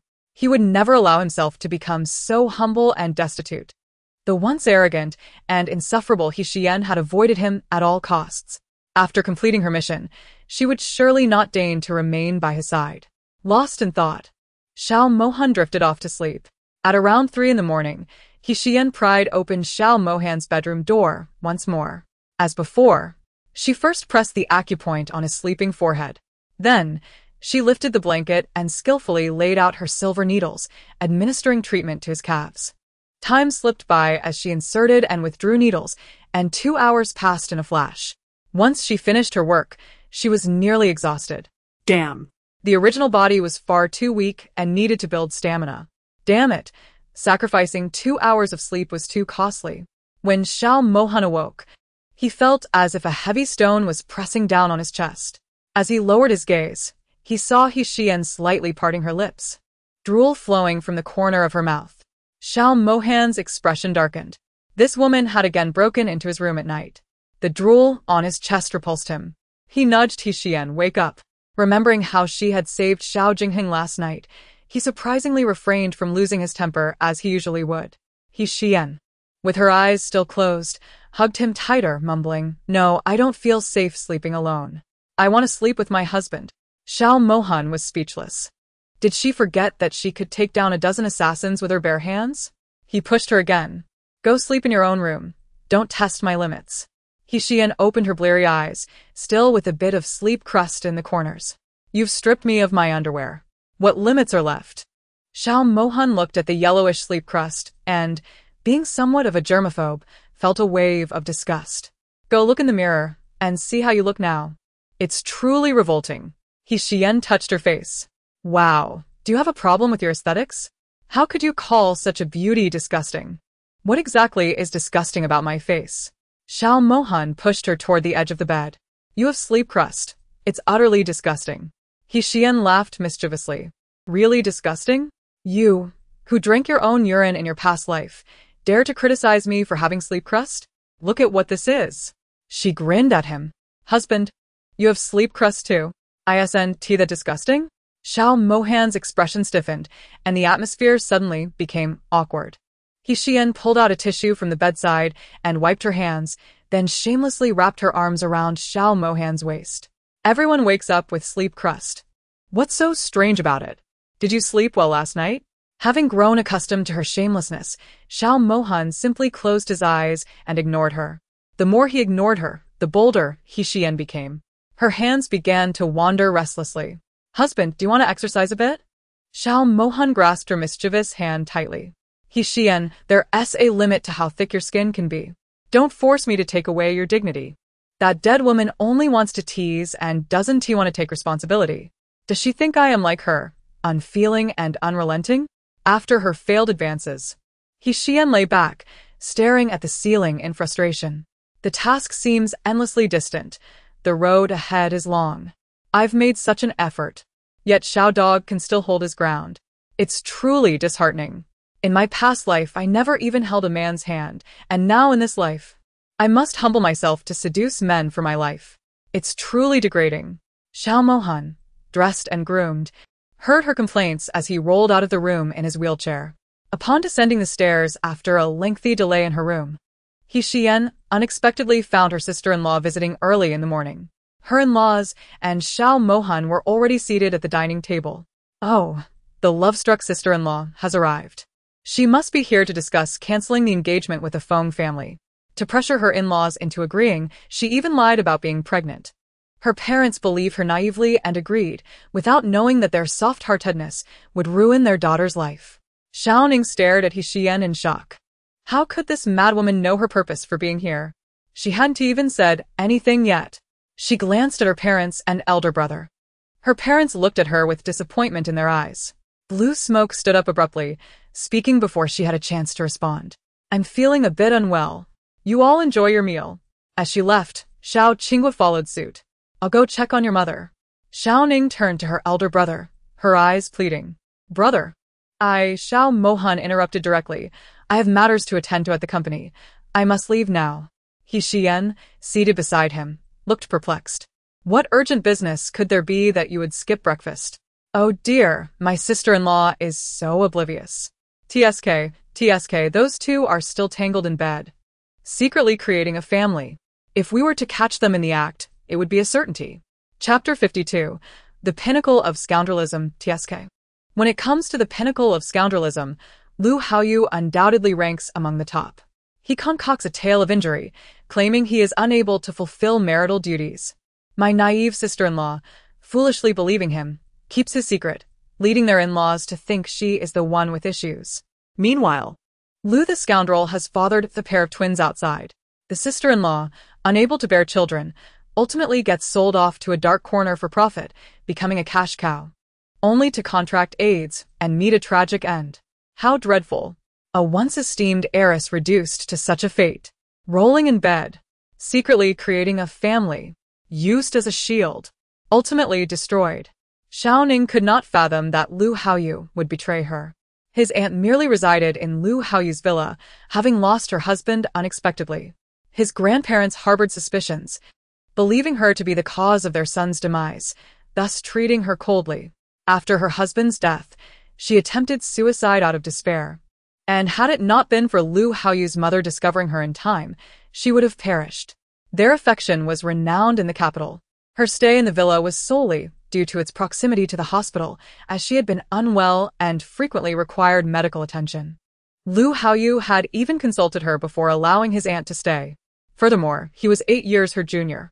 Was he mentally unsound to be attracted to a woman so much older? Xiao Ning shot a resentful glance at Xiyan. This lunatic could not stand to see her happy, even wishing her ill in her heart. I'm heading to Lu Haoyu's villa right now. I shall see for myself if what you say holds any truth. Xiyan, accustomed to her expression, recognized the animosity between the original owner and this sister-in-law. They couldn't stand each other, each wishing to slap the other upon meeting. Xiao Ning stormed off in anger. Xiyan surveyed the empty dining table. continuing to enjoy her meal. Oh, if you all want to eat, I shall indulge alone. This life is quite delightful. No worries about food or drink. I can do as I please. It is precisely the life I yearned for in my previous existence. My only vexation is not having captured Xiao Dog yet. If I could secure him sooner, I could fully liberate myself. On the third floor, blue smoke paced anxiously in her room. Xiao Qinghua felt dizzy from her restlessness. Could you sit down? You're making my head spin. Blue smoke retorted. You are so unconcerned. Your daughter is deceived by a scoundrel. And you have no worries? Xiao Qinghua grasped her, forcing her to sit on the bed. Is worrying of any use? If she heeded advice, would she abandon her engagement and chase after Lu Haoyu? Since she has listened to Xiyan's heartfelt words, she will inevitably dig for the truth. Regardless of how much she believes, there's a thorn in her heart. And she will never trust Lu Haoyu completely. At Lu Haoyu's villa, in a bedroom on the second floor, clothes were strewn about haphazardly. The curtains drawn. Sunlight filtered through the gaps, casting mottled reflections on the floor. On the large bed, a man and a woman tirelessly engaged with one another. The temperature in the room rose. The man gasped for breath, beads of sweat cascading down his face, splattering onto the woman beneath him. With sultry eyes and raven-black hair sprawled across the pillow, her cheeks flushed, she entwined her fingers in his hair, letting out a breathy moan. Lu Haoyu was utterly enamored by her provocative demeanor.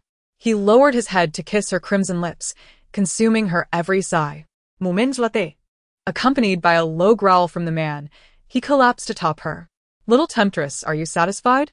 Wei Ran lay languidly on the bed, her gaze fixated on Lu Haoyu as she reached up to caress his brow. Haoyu, every day with you brings me immense satisfaction. For you, I would do anything. Lu Haoyu turned to lie beside her, pulling her into his embrace. Ran, I know.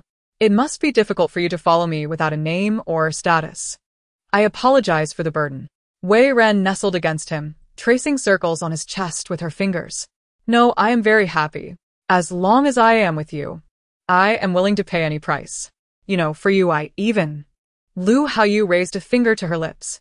That incident is not your fault. If anyone is to blame, it is I. I was the one who pursued you first. You have no idea how agonizing it is to see you with him. I am the one who wishes to stand by your side. My selfishness led to my uncle's demise. Ran, let's not speak of it again, all right? I have proposed to Xiao Ning.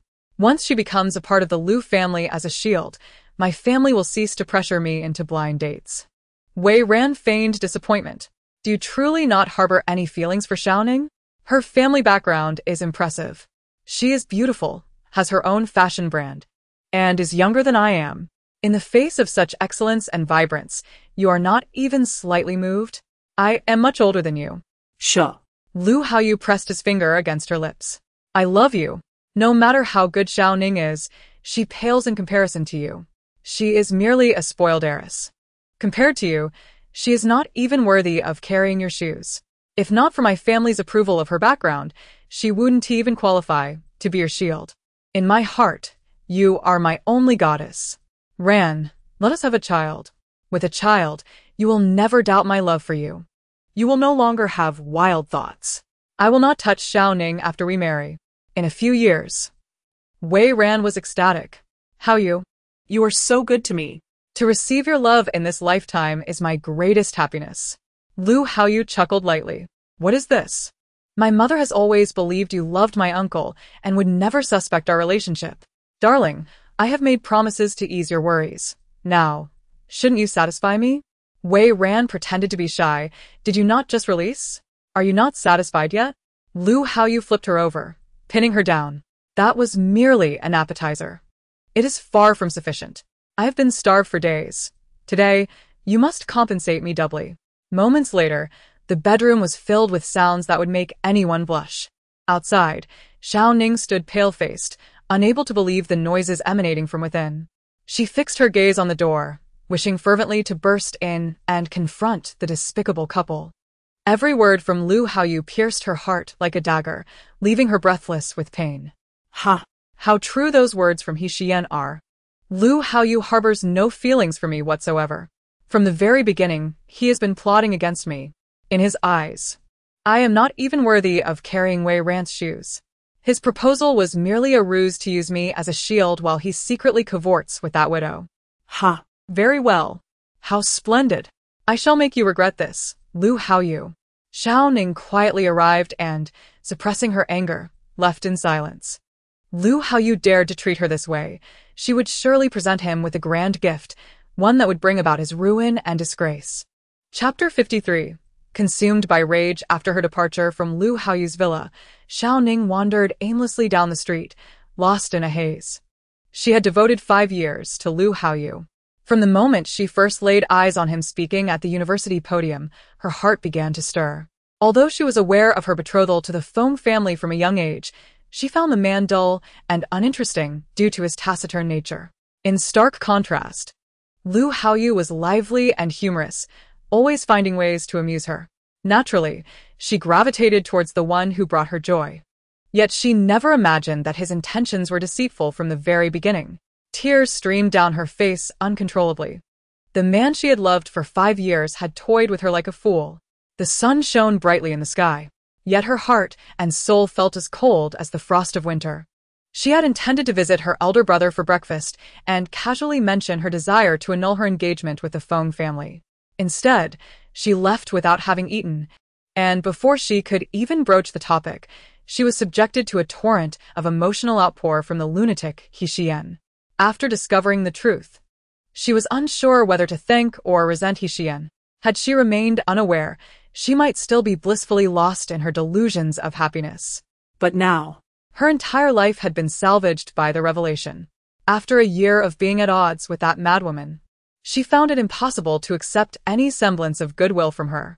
It was far too awkward and painful. Oh, Xiyan, it's all your fault. Why couldn't you continue to despise me? Why couldn't you remain wicked? Xiao Ning could no longer contain her breakdown and sobbed as she trudged forward aimlessly. Across the street, he hastily parked his car, leaped out, and rushed through the traffic to reach her.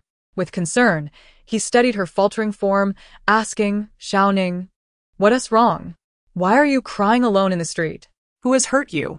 Xiao Ning looked up, her tear-filled eyes meeting the sudden appearance of Feng Yaoming. Brother Ming, what brings you here? Aren't you in the neighboring city? Feng Yaoming pulled out a handkerchief and gently wiped away her tears. I'm now working in the capital. I want to be going back to the neighboring city. Xiao Ning sniffled and took the handkerchief from him. Did you get promoted? Yes, I did, he replied. But what's wrong? Why are you crying on the street like this? Who has wronged you? Xiao Ning refrained from disclosing the betrayal by that scoundrel. Their engagement had yet to be annulled, and she was still his nominal fiancée. If she revealed the truth, he would likely admonish her for it. She shook her head, feigning nonchalance. It's nothing. I was deceived by a client. He ordered a batch of goods, but when they were ready, he vanished, leaving me with significant losses. Upon hearing this, Feng Yaoming exhaled in relief. I was worried you had discovered that Lu Haoyu had deceived you, which is why you were so distraught. Xiao Ning was taken aback. What did you say? Deceived by Lu Haoyu? How do you know? The last time, he tricked you into the neighboring city and got you drunk, leaving you in another man's bed. It was your brother who called me to rescue you that night. If he hadn't, you might have Xiao Ning's face turned ashen in an instant. Feng Yaoming, puzzled, asked, didn't your brother tell you? That night, it was thanks to your sister-in-law that you were saved. She not only rescued you, but also saved me. If your brother hadn't called me, I would have been caught in a fire. Your sister-in-law? Xiao Ning recalled the events of the following morning after her drunken night. Xiyan had indeed mentioned that Lu Haoyu had gotten her intoxicated, intending to deliver her to a client. At the time, she had dismissed it as a curse. Lu Haoyu, that beast. He actually intended to treat her as an object for trade.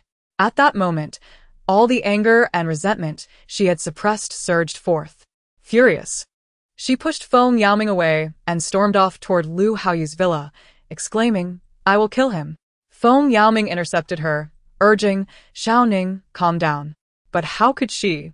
The thought of that scoundrel and the widow rolling in bed together infuriated her even more than the betrayal. The idea that he had delivered her to another man's bed was unbearable. She had loved him so deeply, yet he had treated her like a mere commodity for his own gain. If she had truly lost her virtue that night, Would he have claimed to be her first man, leaving her to foolishly believe she had become his woman? How naive. She was indeed a lovesick fool. Nearly sold off and still expected to help others count their profits. Let me go. I will kill that scoundrel. How dare he treat me this way? I poured my heart into him, only for him to toy with my feelings and harm me. Seeing her unstable emotions, Feng Yaoming raised his hand and, with a pained expression, struck the back of her neck. Xiao Ning felt a sharp pain, her vision darkening as she slumped to the ground. Feng Yaoming caught her in his arms, worry etched across his face as he hurried to his car. Lu Haoyu, how dare you betray her so? I will ensure you pay dearly for your actions. Noon at the Xiao Corporation. Xiyan entered Xiao Mohan's office with a lunchbox. Today, she wore a short white top, black wide-leg pants, and white sneakers, her hair cascading casually over her shoulders, a fashionable and youthful appearance. As she entered, Xiao Mohan and Smith had just finished signing a contract. Noticing her barging in without knocking, Xiao Mohan felt a flicker of annoyance. This woman had become increasingly audacious, lacking even basic decorum. Feigning surprise, Xiyan exclaimed, "Oh, Smith is here too? Husband, have you finished your discussion? It's lunchtime. Look at what I brought you." In front of the client, Xiao Mohan refrained from reprimanding her. "I have an appointment with Mr. Smith to have lunch together." Smith was captivated by Xiyan's entrance. "Is this your wife?" he asked Xiao Mohan. Xiao Mohan ignored the implication. "She is my wife," he replied curtly. Being a wife did not equate to being a beloved partner. Unfamiliar with the intricacies of their culture, Smith assumed that a wife was inherently a beloved companion. "Your wife is beautiful and quite capable, bringing you lunch herself." Having only researched the Xiao Corporation's background, Smith remained oblivious to Xiao Mohan's personal affairs. Xiao Mohan maintained a composed silence. "Ah, Xiao Mohan, can't you at least pretend to show affection in front of Smith? He and his wife seem so close, deeply in love. He is currently seeking partners for a project worth over 20 billion. And the partnership favors couples with a strong bond. If you showcased a bit of affection, it might secure the deal." Upon hearing Xiyan's thoughts, Xiao Mohan felt unfazed. Despite the allure of a 20 billion project, he did not lack financial resources and had no need to sell himself for profit. It seems it's futile to expect Xiao Mohan to take the initiative. I suppose I must take matters into my own hands, Xiyan thought. Placing the lunchbox aside and moving behind Xiao Mohan to embrace his neck in front of Smith, she then planted a passionate kiss on his cheek. "Darling, I want to join you. I didn't even have lunch while preparing this for you." Xiao Mohan, lacking her audacity, found it difficult to display such intimacy in front of others, especially while seated in a wheelchair. He grasped Xiyan's hand and whispered in her ear, "You need to tone it down." He attempted to pull her away, but Xiyan clung tightly, refusing to let go. Humph. When dealing with a man like Xiao Go, who is both reserved and flirtatious, one can only rely on a thick skin. As the saying goes, those with a thick skin enjoy the feast, while those with a thin skin miss out. If she hadn't been bold from the start, she would probably never have brushed against Xiao Mohan's sleeve. Smith watched them with a cheerful smile. The two of them, one pushing and the other holding on, resembled a playful couple. "Your partner is quite vivacious.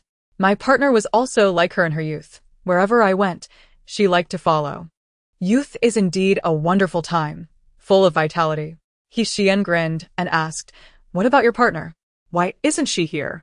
She leaned her entire body against Xiao Mohan's shoulder, confident that he wouldn't get angry in front of Smith. Xiao Mohan, indeed, felt a fire within him, but had to play along with her act. Smith replied, "She said she felt unwell this morning and is resting at the hotel. She had arranged a collaboration with other clients before coming. This trip to Hua country has had unexpected delays, which have exceeded my plans. However, I am grateful that President Xiao saved my life. This gratitude will be remembered. If President Xiao ever needs anything, please do not hesitate to ask." Xiao Mohan remained silent, his expression icy. "Saving you was merely fate, Mr. Smith. There's no need to dwell on it." Smith chuckled. "There is an old saying in your country, a drop of water shall be repaid with a fountain of water. Especially when you saved my life." He looked at Xiyan, who was cozily nestled against Xiao Mohan, and observed Xiao Mohan's helplessness with a smile. I have another project in hand. I wonder if President Xiao might be interested? Xiao Mohan's eyes flickered slightly. Xiyan's words had indeed hit the mark. He did have a project. Upon hearing this, Xiyan instantly felt optimistic and doubled her efforts in showcasing their affection. Darling, I spotted a new handbag yesterday. It's beautiful but a bit pricey. Will you accompany me to buy it tonight? Xiao Mohan ignored Xiyan and instead queried Smith. We have already reached an agreement on one project. Why would you consider me for another? Xiyan's arms were like a vice around his neck, and he found it impossible to shake her off. Xiao Mohan tilted his head to fixate on Xiyan. In a voice only they could hear, he said, "Let go. Do not overreach." You shameless woman, he thought, irritated by her audacity now that she felt he couldn't show his anger. Xiyan purposefully pecked his lips. No way. You haven't yet agreed to accompany me to buy the bag. Darling, please. She whined, I don't know which color to choose alone.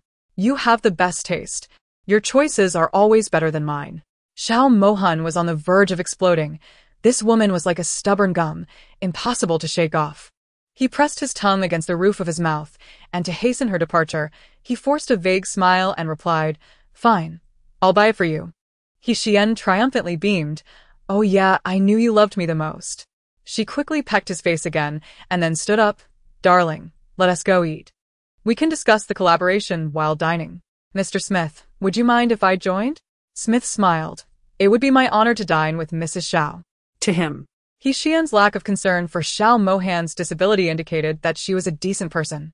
An hour later, at the dining table, Xiyan deliberately served Xiao Mohan food, sometimes even forcing a bite into his mouth. Darling, this restaurant's dishes are delightful. We should come here often. Across the table, Smith's wife had also arrived at the restaurant. The couple exchanged food, their eyes filled with affection, occasionally glancing towards Xiyan and Xiao Mohan.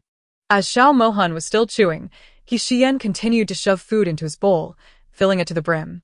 Knowing he wouldn't take the initiative to serve her, she ate half and offered the other half to him.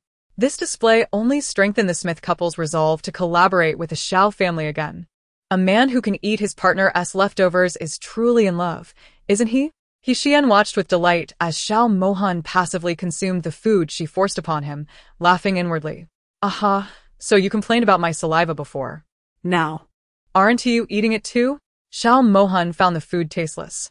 This woman knew he wouldn't explode in public.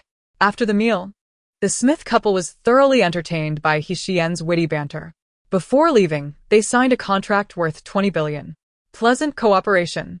Xiao Mohan extended his hand to shake with Smith. Although young, Xiao Mohan's experience and eloquence left Smith quite taken aback. In just a few encounters, he felt as if he had formed a friendship across generations. He slightly bent down to shake hands with Xiao Mohan, who was seated in his wheelchair. I look forward to our next meeting. Xiao Mohan replied with a faint smile, There will be an opportunity soon. As soon as he got into the car, Xiyan cheerfully linked her arm with his. Darling, congratulations on signing another major project. With my enthusiastic performance, do I get a reward? Xiao Mohan pushed her hand away and settled into his seat. Stay away from me. Xiyan protested. TSK, you're burning bridges. Just a moment ago at the dinner table, you didn't mind me being close. Xiao Mohan shot her a cool glance. This contract was secured because you clung on stubbornly. Do you think if Smith knew you were acting today, he would be furious enough to back out? Xiyan leaned closer. Then why not make it a reality? I have changed all my bad habits. I will only love you from now on. If you love me sooner, we can live happily without any problems. Xiao Mohan closed his eyes, refusing to look at her. If he didn't know her intentions, her seemingly sincere expression might fool him. Her flattery was merely an act. It was all a facade. She simply wanted to dispel his thoughts of divorce to facilitate the completion of her mission. A heartless vixen, worse than any man. Not only did she wish to win his heart, but she also sought to enjoy his wealth without consequence. He would not grant her that opportunity. He would guard his heart and not be swayed by her charms. Not that he loathed her, but that didn't mean he would grow to love her. Big news. Host, the value of the cannon fodder has decreased by 2. Xiyan rejoiced. Decreased by 2, I haven't earned any cannon fodder yet. Big news. Perhaps it's because you've been doing more good deeds lately. Aha, so does that mean if I frequently help Xiao go, The cannon fodder value will drop? Wonderful. Starting tomorrow, I'll often hover around him and look for chances to assist him. This way, I can reduce the cannon fodder value more quickly. Chapter 55. The younger sister seeks peace at Nightshade Bar, in a dimly lit room on the 4th floor. An air of mystery and allure enveloped the space. Soft sofas encircled a low coffee table, which was laden with an array of spirits. In one corner of the room, colorful lights flickered, casting unpredictable patterns on the walls, enhancing the space's magical ambience. The gentle lilac light filtered through the curtains, spilling onto the wooden floor, creating a serene yet luxurious atmosphere. A massive sound system played soothing music, while the faint aroma of alcohol mingled with the melodies and lights. Xiyan sat on the sofa, her smile radiant. She watched as Xiao Ning downed drink after drink, feeling somewhat speechless. You called me here just to watch you drink? Tisk, could it be that my younger sister is heartbroken? The way she's drinking suggests she's preparing to get wasted tonight. Why is she seeking solace in alcohol? And why did she invite me? Doesn't she despise me? Could it be that you want to see how much I can drink? Hearing her inner thoughts, Xiao Ning paused, her hand holding the wine glass faltering. She pushed a glass towards Xiyan. Join me for a drink. Xiyan accepted the glass, raising an eyebrow at Xiao Ning's flushed complexion. Why should I drink with you?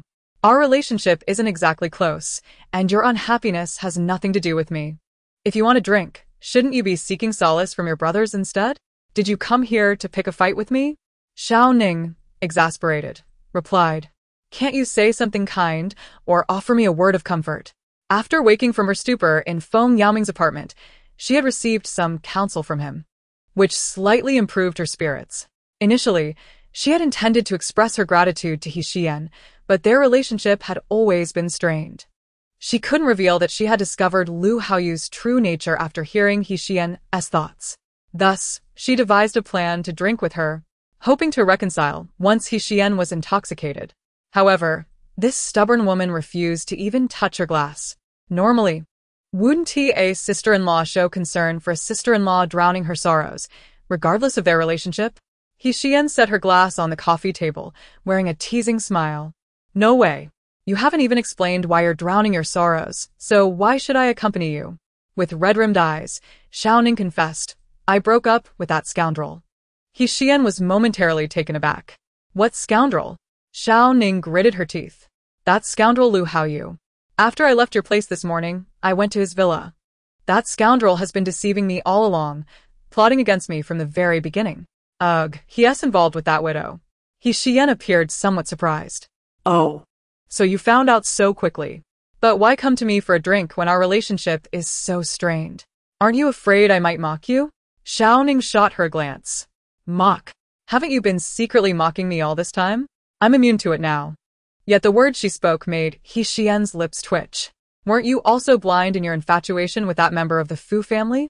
You caused quite a ruckus, nearly leading my brother to divorce. Now that you've regained your sight, is it so wrong for me to change my opinion of you? Besides, you're my sister-in-law. What's wrong with me drinking with you? Do you have a problem with that? Her bold assertion caused Xiyan to regard her with newfound respect. Oh, dear. My sister-in-law has had a change of heart. I wonder if this stubborn fool will ever realize Feng Yaoming's feelings for her? That guy is hopelessly devoted. In his past life, he was heartbroken over her, leaving his family in ruins. Xiao Ning's grip on her glass tightened, her heart shaken. In her previous life, Mingge had sacrificed everything for her. His family suffered grievously because of her. What sins had she committed? She had cast aside such a wonderful man for that scoundrel surnamed Lu. Suppressing her shock, tears streamed down her face, each droplet like a pearl crashing to the ground. Seeing her distress, Xiyan assumed it was due to Lu Haoyu's betrayal and retorted, he's just a scumbag. You've moved on, haven't you? What's there to reminisce about? Out with the old, in with the new. That kind of scoundrel isn't worth your sorrow. Come on. Let's drink a few more glasses for your sake. She filled her glass and raised it. Cheers. Forget that scoundrel from now on.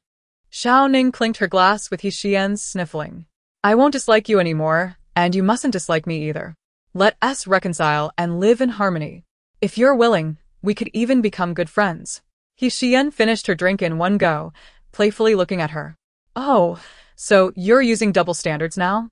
You want to dislike me, but you want to allow me to dislike you either? Is that how it works? Xiao Ning sighed in exasperation. I don't care. You're my sister-in-law. A sister-in-law is like a mother. You must take care of me. I'll be popping over for meals often. The pretense of seeking food was secondary. She wanted to hear her thoughts. Grandma mentioned that a sister-in-law could foresee the future. She was curious about how Minggu fared after she married that scoundrel Lu. Xiyan shrugged. You can go to your brother's house whenever you want. It doesn't concern me. An hour later, the two women were intoxicated, their bond strengthening through the drinks. Xiao Ning, slurring her words, exclaimed, Sister-in-law, cheers. I can still drink. Xiyan's face was flushed, her beautiful eyes glimmering with moisture. I want to stop until I'm drunk.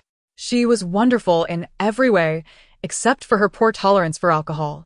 Initially, she thought the original personality would have a better capacity for drinking, given her frequent visits to nightclubs. But it turned out that just a few drinks left her dazed. In the private room across from the bar, a woman clad in black, wearing a mask and hat, handed a stack of money to a server. Add this to the drinks in the opposite room. I want to watch them consume it. Soon after, the server entered the room with the drinks Xiao Ning ordered. Miss, you have a few bottles left. Would you like me to open them? Already inebriated, Xiao Ning looked up and smiled at the server. Open them all. The server's eyes sparkled with excitement. Of course, as you wish. He opened the drugged bottles with a mere flick of the cap. Here you go. I'll place the open ones on the coffee table. You can pour for yourselves after finishing. Xiao Ning waved her hand dismissively. Thank you, you may leave now. The server deliberately slowed his pace, ensuring they drank before hurrying out. Once outside, he knocked on the door across the hall. Upon it opening, he reported, They've consumed it. The woman nodded. Well done.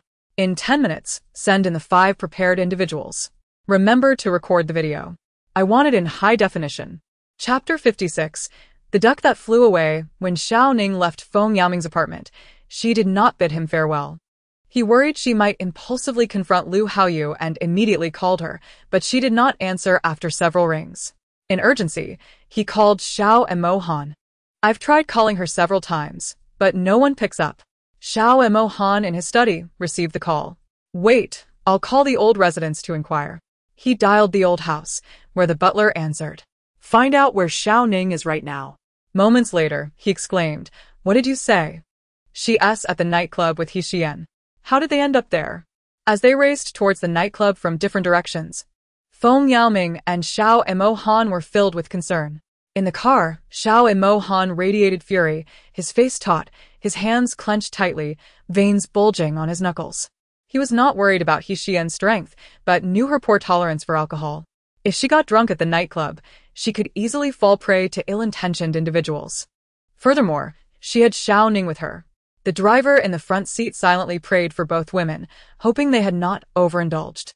On the other side, Feng Yaoming was equally anxious, gripping the steering wheel tightly, his hawk-like black eyes fixed ahead, his lips pressed into a thin line.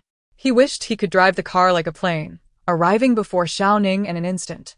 Both vehicles sped towards the nightclub like lightning, leaving behind only a blur.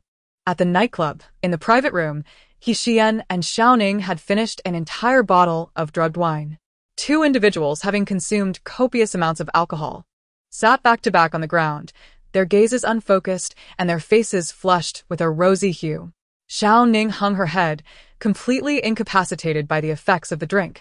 Her senses dulled. Suddenly, an inexplicable sensation coursed through her, leaving her feeling both hot and uncomfortable. She fumbled at her collar, murmuring, Sister-in-law, I feel hot. Xiyan was not faring much better. I feel hot as well. The rising temperature enveloped her, momentarily clearing her foggy mind. No, Xiao Ning. This temperature is wrong. Xiao Ning had torn open her collar, exposing a large expanse of skin. She could no longer comprehend Xiyan's words, merely repeating her discomfort. Xiyan bit her tongue, the pain jolting her into a fleeting clarity. Damn it, consumed by the folly of drinking with a lovesick fool. She had let her guard down. Danger approaching, the system warned. Xiyan struggled to maintain her consciousness, inquiring, What is happening? Several men are approaching your private room. With ill intentions, and they bear a camera. Damn it, Who would be so foolish? This scenario was not in the script. You have altered the fates of the characters within the script, and thus the narrative is shifting. Unforeseen events may continue to unfold. With a click, the door to the private room swung open, and 5 men entered, promptly locking the door behind them. Xiyan lifted her eyelids, the figures of the men appearing somewhat blurred to her. Panic began to set in. This drinking escapade was turning disastrous. The men, upon seeing the alluring appearances of Xiyan and Xiaoning, exchanged glances of astonishment. One man, with disheveled blonde hair, leered at Xiyan, saliva nearly dripping from his lips. "Boss, these 2 chicks are top-notch. This deal is worth every penny." The leader of the group, a burly man with a bald head in his 30s, sported a menacing tattoo around his neck. "Quickly, set up the camera. Let's have a night of unbridled fun." His eyes greedily roamed over Xiyan. Before the night had even begun, a wicked fire ignited within him. The blonde hair jumped at the chance to set up the camera. "Which one should we start with?" They always waited for the boss to enjoy himself first before the others could partake. Yet, despite this, the monthly availability of different beauties felt like a stroke of luck. The bald man chuckled at the blonde's eagerness. "No worries, stick with me, and as long as I feast, you will share in the spoils." The blonde, grateful, flattered him. "Following you is the best decision of my life." The boss urged, "Strip them bare, I'm going in." He couldn't let such exquisite beauties go to waste. The blonde, exhilarated, responded, "I've been waiting for that." Though he couldn't be the first to indulge, he could be the first to strip. With fervor, the blonde approached Xiyan, reaching out to remove her clothing. However, as his hand made contact, Xiyan seized his wrist, twisting and snapping it with a sharp crack. "Ah!" The cry echoed throughout the room, resonating loudly. The bald man's expression hardened as he signaled to his companions. They quickly dragged the injured blonde aside, and the remaining 2 advanced toward Xiyan. One of the thugs arrogantly declared, "You little slut, you're in for a punishment for hurting my brother. Tonight, we're going to finish you off." He moved closer, yet Xiyan flashed him a charming smile that momentarily disarmed him. "I could be gentle with you too." The bald man, irritated by the delay, shoved the thug aside, his gaze softening slightly as it settled on Xiyan. "Beautiful girl, if you submit to me tonight, I'll make you feel like you're in heaven." Xiyan's cheeks flushed, her eyes shimmering enticingly. Her gaze was utterly captivating, rendering any man helpless. Meanwhile, Xiaoning remained oblivious to the unfolding chaos, continuing to fidget and tug at her own clothing, eager to shed it all. The bald man licked his lips, fixated on the 2 women. "Don't rush, I'll take good care of you both. Tonight, you 2 are truly exquisite." As he stripped off his own clothes, he lunged toward Xiyan. Disoriented, Xiyan, sensing his approach, instinctively hurled a silver needle and delivered a swift kick, striking the bald man in his lower region. "Ah!" He collapsed, clutching himself, his body curling in pain, cold sweat beading on his forehead. Seeing their leader incapacitated, the remaining 3 thugs hesitated, no longer underestimating the situation. "Damn it, this woman doesn't know when to quit. Brothers, let us take her down together. You 2 handle the wild one. I'll deal with the other." They coordinated their assault. One thug effortlessly pinned Xiaoning down, laughing triumphantly. "This one's easy." "Xiaoning squirmed uncomfortably." "Let me go." Her voice, though pleading, only seemed to invite further mockery. "Once I'm satisfied, I'll release you." The other 2 thugs managed to restrain Xiyan, but as she struck her head upward fiercely, one man was caught off guard. "Ah!" He cried out in agony, clutching his eye. The impact caused him to loosen his grip, allowing Xiyan to free one of her hands and retaliate, incapacitating him. She swiftly unleashed another silver needle, striking the thug who had been gloating, causing him to collapse. The injured thug, ignoring his pain, picked up a bottle and hurled it at Xiyan. "You little bitch. I underestimated you." Xiyan, sensing the wind from the bottle, rolled away just in time, the bottle shattering against the table. The thug grabbed another bottle, intent on knocking Xiyan out. But in a moment of desperation, Xiyan seized the thug pinning Xiaoning, yanking him backward, and the bottle smashed against his head, blood spilling forth. Seizing the opportunity, Xiyan released 2 more silver needles, taking down the remaining assailants. The last 2 thugs crumpled to the ground, their heads colliding with the shards of glass, blood pooling around them. In a daze, Xiao clung to Xiyan, seeking comfort. "It's hot, help me." Xiyan helped Xiao adjust her torn clothing. "What help? You nearly got me killed." The bald man lay on the ground, helplessly witnessing his plans unravel. His lower body throbbed with pain, and a sharp sting in his chest rendered him immobile. Chapter 57. Dreaming of chicken legs, open the door. Outside the private room, Xiao Mohan sat in a wheelchair. The icy chill emanating from him caused the manager to break into a cold sweat as he trembled, struggling to open the locked door. "It's locked from the inside," he stammered, his confidence wavering. Xiao Mohan cast a cool glance at him. "Do you not have legs?" "I was just about to kick it down," the manager replied, lifting his foot to strike the door. With a series of forceful kicks, the door remained utterly unyielding. His foot aching, the manager cursed inwardly. Why on earth did the boss insist on such robust door quality? Useless. Just as he was losing patience, Feng Yaoming arrived, forcefully pushing the manager aside and launching a barrage of kicks against the door. The door trembled violently under his assault. Moments later, accompanied by a few creaks, the door was brutally forced open. The scene within nearly caused the hearts of those outside to stop. The intoxicating scent of liquor wafted through the air. On the ground, scattered across a low coffee table, lay broken bottles and shards of glass. And more alarming was the sight of 5 men sprawled on the floor. Of these, only the bald man, who was naked, was conscious. The others lay in a state of ambiguity between life and death. Even more shocking to the manager was the camera set up in the corner. Upon witnessing this scene, even the most oblivious person would understand the sinister intentions of those involved. Xiao. "Sister-in-law, are you all right? Are you hurt?" Feng Yaoming rushed to the side of Xiyan and Xiao, his voice laced with urgency. Upon noticing the unusual flush on their faces, his fury ignited. "Damn it! They even drugged my sister-in-law," and Xiao Mohan, maneuvering his wheelchair, arrived a step behind Feng Yaoming. His gaze fell upon the 2 dazed women on the ground, and the fury in his eyes burned like a volcanic eruption. "Find out who has the audacity to do this. To drug them and record it. This is an attempt to ruin them both." The 2 men took the intoxicated women to the hospital. The doctor's expression shifted dramatically after examining them. "We can't waste any time. If we delay, it may be too late." The urgency was clear, and both men understood the gravity of the situation. Yet, Feng Yaoming hesitated. Although he was betrothed to Xiao, she harbored no affection for him and even resented their engagement. If he were to take advantage of her vulnerability, the consequences would be dire once she regained consciousness. Sensing his unease, Xiao Mohan posed a single question. "Do you love Xiao?" Feng Yaoming nodded. "Yes, but she does not hold me in her heart. I do not wish to hurt her." Xiao Mohan decisively took the matter into his own hands. "Take Xiao with you. I entrust her to you. Given time, she will come to understand your feelings." After hearing Xiyan's heartfelt thoughts, he believed that his sister would eventually recognize who her true partner was. Ultimately, Xiao was taken away by Feng Yaoming. The bodyguards assisted in escorting Xiyan to her bedroom before discreetly departing. Xiyan felt feverish, as if she were being boiled alive.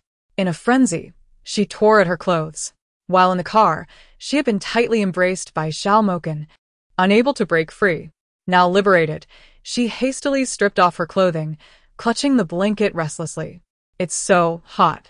Oh, husband, I'm burning up. Where are you?" She groped aimlessly on the large bed, seemingly searching for something. Sitting in his wheelchair, Xiao Mohan pinched his brow in frustration. This woman. Her usual teasing was already enough of a headache, but now, under the influence of drugs, she was rolling about naked on the bed, a scene that was almost unbearable. Moreover, she was still his wife. Xiao Mohan wheeled himself to the bedside, barely managing to sit up when Xiyan suddenly knocked him down. "Oh, where did this handsome man come from? Help me, I'm dying." He grasped her restless hands firmly. "Do you know who I am?" Xiyan gazed at him with dazed eyes, her voice dreamy. "Husband. You are my husband." Breaking free from his grip, she tugged at his clothing. "Help me. I can't take it anymore. I feel like I'm dying."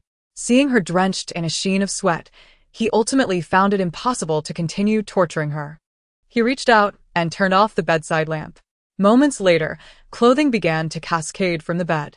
The temperature within the room began to rise, an atmosphere of desire permeating the air. The sounds of their breaths mingled, his heavy and hers soft and sultry. Time slipped away, and eventually, Xiao Mohan's voice erupted in frustration. Xiyan, are you a dog? Ah. Why are you biting there? Xiyan mumbled, still in a daze. Hey. Why is this chicken leg so hard? It's not cooked through. It tastes bland. Not good. Xiao Mohan's face darkened in the shadows, his patience wearing thin. He seized the woman who was causing chaos beneath him. Damn it. It's almost dawn. Can you not be so restless?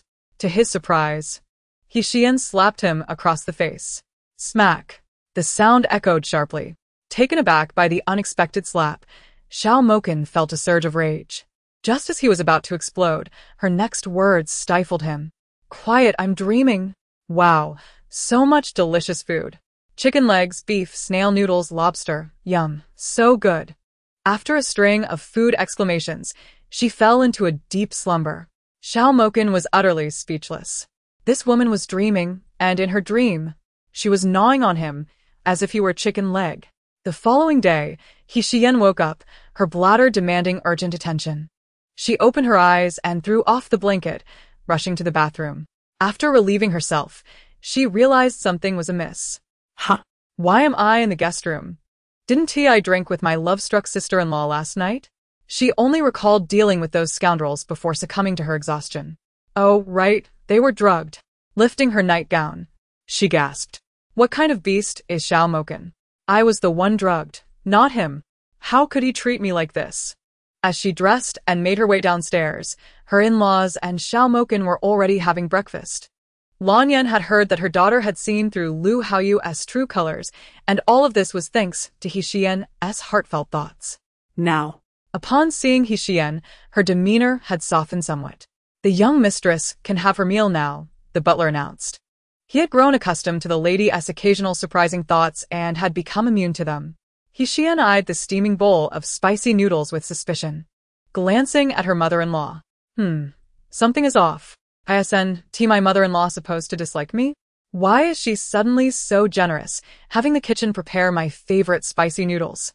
They say that unusual behavior often indicates ulterior motives. Is she planning to poison me in the noodles to get a new wife for her son? Upon hearing this, Lan Yan's temper flared. This madwoman. After being kind to her for once, she dared to suspect her motives. Was she truly the kind of wicked mother-in-law who would do such a thing? If she hadn't been so difficult in the past, would there have been any reason for her dissatisfaction?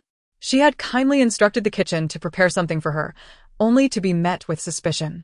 Suspected of harboring ill intentions, she found herself unable to defend against the accusations, feeling a suffocating tension that left her breathless. However, a subsequent thought from Xiyan instantly alleviated her anxiety. It matters not. I am a divine healer, and even if poisoned, I shall not perish. Alas! I was drugged last night and spent the entire evening with my husband, interrupting a night of treatment. I cannot afford another interruption tonight, lest it affect his leg's recovery. I must hasten his return to standing.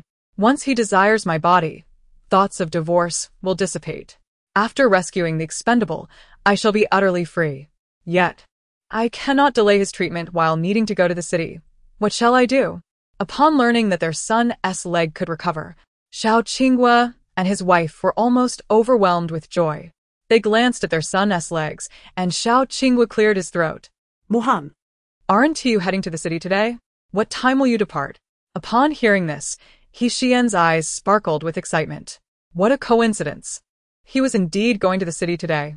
Darling, are you going to the city? Please take me along. I have yet to visit that place. Could you show me the sights? Xiao Mohan, however, held little hope that she could treat his leg. No. Xiyan clung to his arm, playfully coaxing, Oh, darling, please take me. I promise to be good and not trouble you. Her sweet tone sent chills down Xiao Mohan's spine. He gently pushed her hand away, admonishing her to speak normally. He preferred her straightforwardness and found her sudden flirtation unbearable. Seeing him unmoved, Xiyan felt somewhat dejected. You unromantic ice block. If you won't take me, I'll sneak away. After breakfast, Xiao Mohan, originally set to go to the company, instead headed to the city, with Xiyan discreetly following behind.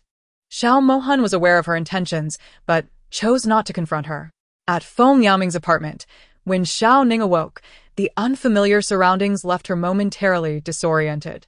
It was only when she lifted her hand that an odd sensation caused her complexion to change dramatically. Looking down, she was taken aback. What had happened? She was not wearing any clothes. Her panicked scream startled Feng Yaming, who was busy preparing breakfast. He hastily turned off the stove and rushed into the bedroom, spatula still in hand. What's wrong? What happened, Xiao Ning? He was taken aback to see her clutching the blanket, her delicate shoulders exposed, looking pale and utterly shocked, which tugged painfully at his heart. Dressed in a white shirt, suit pants, and an apron, Feng Yaming was at a loss for words, akin to a boy caught in a mistake. Though Xiao Ning had been drugged due to her intoxication, the fact remained that he had touched her, even if his intention was to save her. This left him feeling somewhat inadequate. Seeing Feng Yaming, Xiao Ning felt a wave of relief. Grateful it was him. Remembering how he had once sacrificed for her in another life brought tears to her eyes. Thank goodness her sister-in-law was there. Thank goodness it was not too late. Feng Yaming, mistaking her tears for sorrow, felt a pang of sadness. Was losing her virginity to him truly so hard to accept? He turned away, his voice low. If you wish, I will take responsibility. If you cannot accept this, I will request to annul our engagement and set you free. He had always known she wanted to break off their engagement. Had it not been for the elder Zhao's disapproval, their bond would have long been severed. Feng Yaming believed she was acquiescing. Taking a deep breath, he tightened his grip on the spatula and walked away, feeling despondent. He knew that after last night, they could no longer even be friends. In her state of undress, Xiao Ning hurriedly got up and chased after him, wrapping her arms around his waist from behind. Are you going to run away after eating? Do you not want me anymore? Feng Yaming was taken aback, unable to believe what was happening as he looked down at her arms encircling him. Her delicate embrace was something he had never dared to imagine. He fought to suppress his excitement. Xiao Ning, do you know what you are doing? His voice trembled with suppressed emotion. Xiao Ning felt a wave of shame wash over her, berating herself for ever having fallen for a scoundrel like Liu. She nuzzled against his back. Am I not obvious enough? Feng Yaming questioned her again. Do you not regret this? Xiao Ning's cheeks flushed. Do you think this is an appropriate moment for such a discussion? Feng Yaming quickly discarded the spatula, turning to lift her effortlessly into his arms and carry her to the bed. He gently laid her down and covered her with a blanket. As he gazed at her flushed face, he swallowed hard. I thought you would be angry. I am not angry. I am glad it was you last night. She remembered only her sister-in-law's warning about the drinks. Xiao Ning bit her lip. You do not mind? Mind what? Feng Yaming inquired. Xiao Ning found it hard to meet his gaze, feeling unworthy of his deep affection. I used to like someone else. You do not mind that, do you? The fact that her previous crush had been a scoundrel made it all the more embarrassing. Feng Yaming raised her chin, his gaze filled with deep affection that nearly overwhelmed her. To say I do not mind at all would be untrue. But you are mine now, and I am grateful for that. The past can be forgotten. I desire a future with you. Xiao Ning, allow me to care for you and protect you from now on. I know I am not romantic, and my words may falter, but I will learn to change for you. Will you give me a chance to take care of you? I do not want you to feel obligated because of last night or our engagement. I will pursue you until you love me, and only then will we marry. Tears of emotion streamed down Xiao Ning's cheeks once more. You silly man, why must you speak so melodramatically? She shook her head. No. I do not want you to pursue me. Feng Yaming's hopeful expression faltered, realizing her earlier plea was not for him. Xiao Ning wrapped her arms around his neck and pulled him down. I do not want you to pursue me. From now on, I will pursue you. I know you may not believe me, but I shall make you believe it. I, Xiao Ning, will only love Feng Yaming from now on. With that, she leaned in and kissed his lips. The sudden happiness stunned Feng Yaming, leaving him in disbelief. Was he dreaming? Yet the soft girl beneath him assured him this was reality. The delightful sensation of her lips confirmed it. Gazing at the blushing girl beneath him, He felt as though he were floating on clouds, his heart soaring. At that moment, the emotions he had long suppressed erupted like a torrent, transforming him from passive to active as he enveloped her soft form in a fervent embrace, wishing to merge their very beings. The intensity startled Xiao Ning. The warmth of the previous night resumed, their breaths mingling in a symphony of passion. Feng Yaoming, recalling the unfinished breakfast, exclaimed, "Forget about breakfast." Chapter 59. The final opportunity in the afternoon. Upon arriving in the city, Xiao Mohan went directly to inspect the operations of a subsidiary under the Xiao Corporation. The construction site was managed by the subsidiary's head. According to Xiyan's thoughts, the workers would leap from the building tomorrow. Thus, from tonight onward, precautions must be heightened to prevent unauthorized individuals from entering. Xiyan had been trailing behind Xiao Mohan's vehicle and, upon seeing him enter the subsidiary, parked on the roadside. She felt a twinge of confusion. Why did Xiao Go suddenly arrive at the subsidiary today? How did the supporting male character end up at the subsidiary? That construction site is overseen by this subsidiary. I recall the script stated that during the days when the incident occurred at the site, the supporting male character never left the capital. How did the plot deviate from the script? Big Melon, the script does not include this twist. However, your presence has altered the fates of the characters surrounding the supporting male character, thereby changing the course of the narrative. For instance, what transpired last night regarding your drugging was not part of the original script. Henceforth, in addition to being wary of the events outlined in the script, you must also navigate unforeseen circumstances. Big Melon is already aware that Xiyan's thoughts have been exposed, yet it cannot disclose this information. Should it leak, Xiyan would be directly eliminated by the system. Frustrated, Xiyan exclaimed, "Does this mean my task has become even more challenging?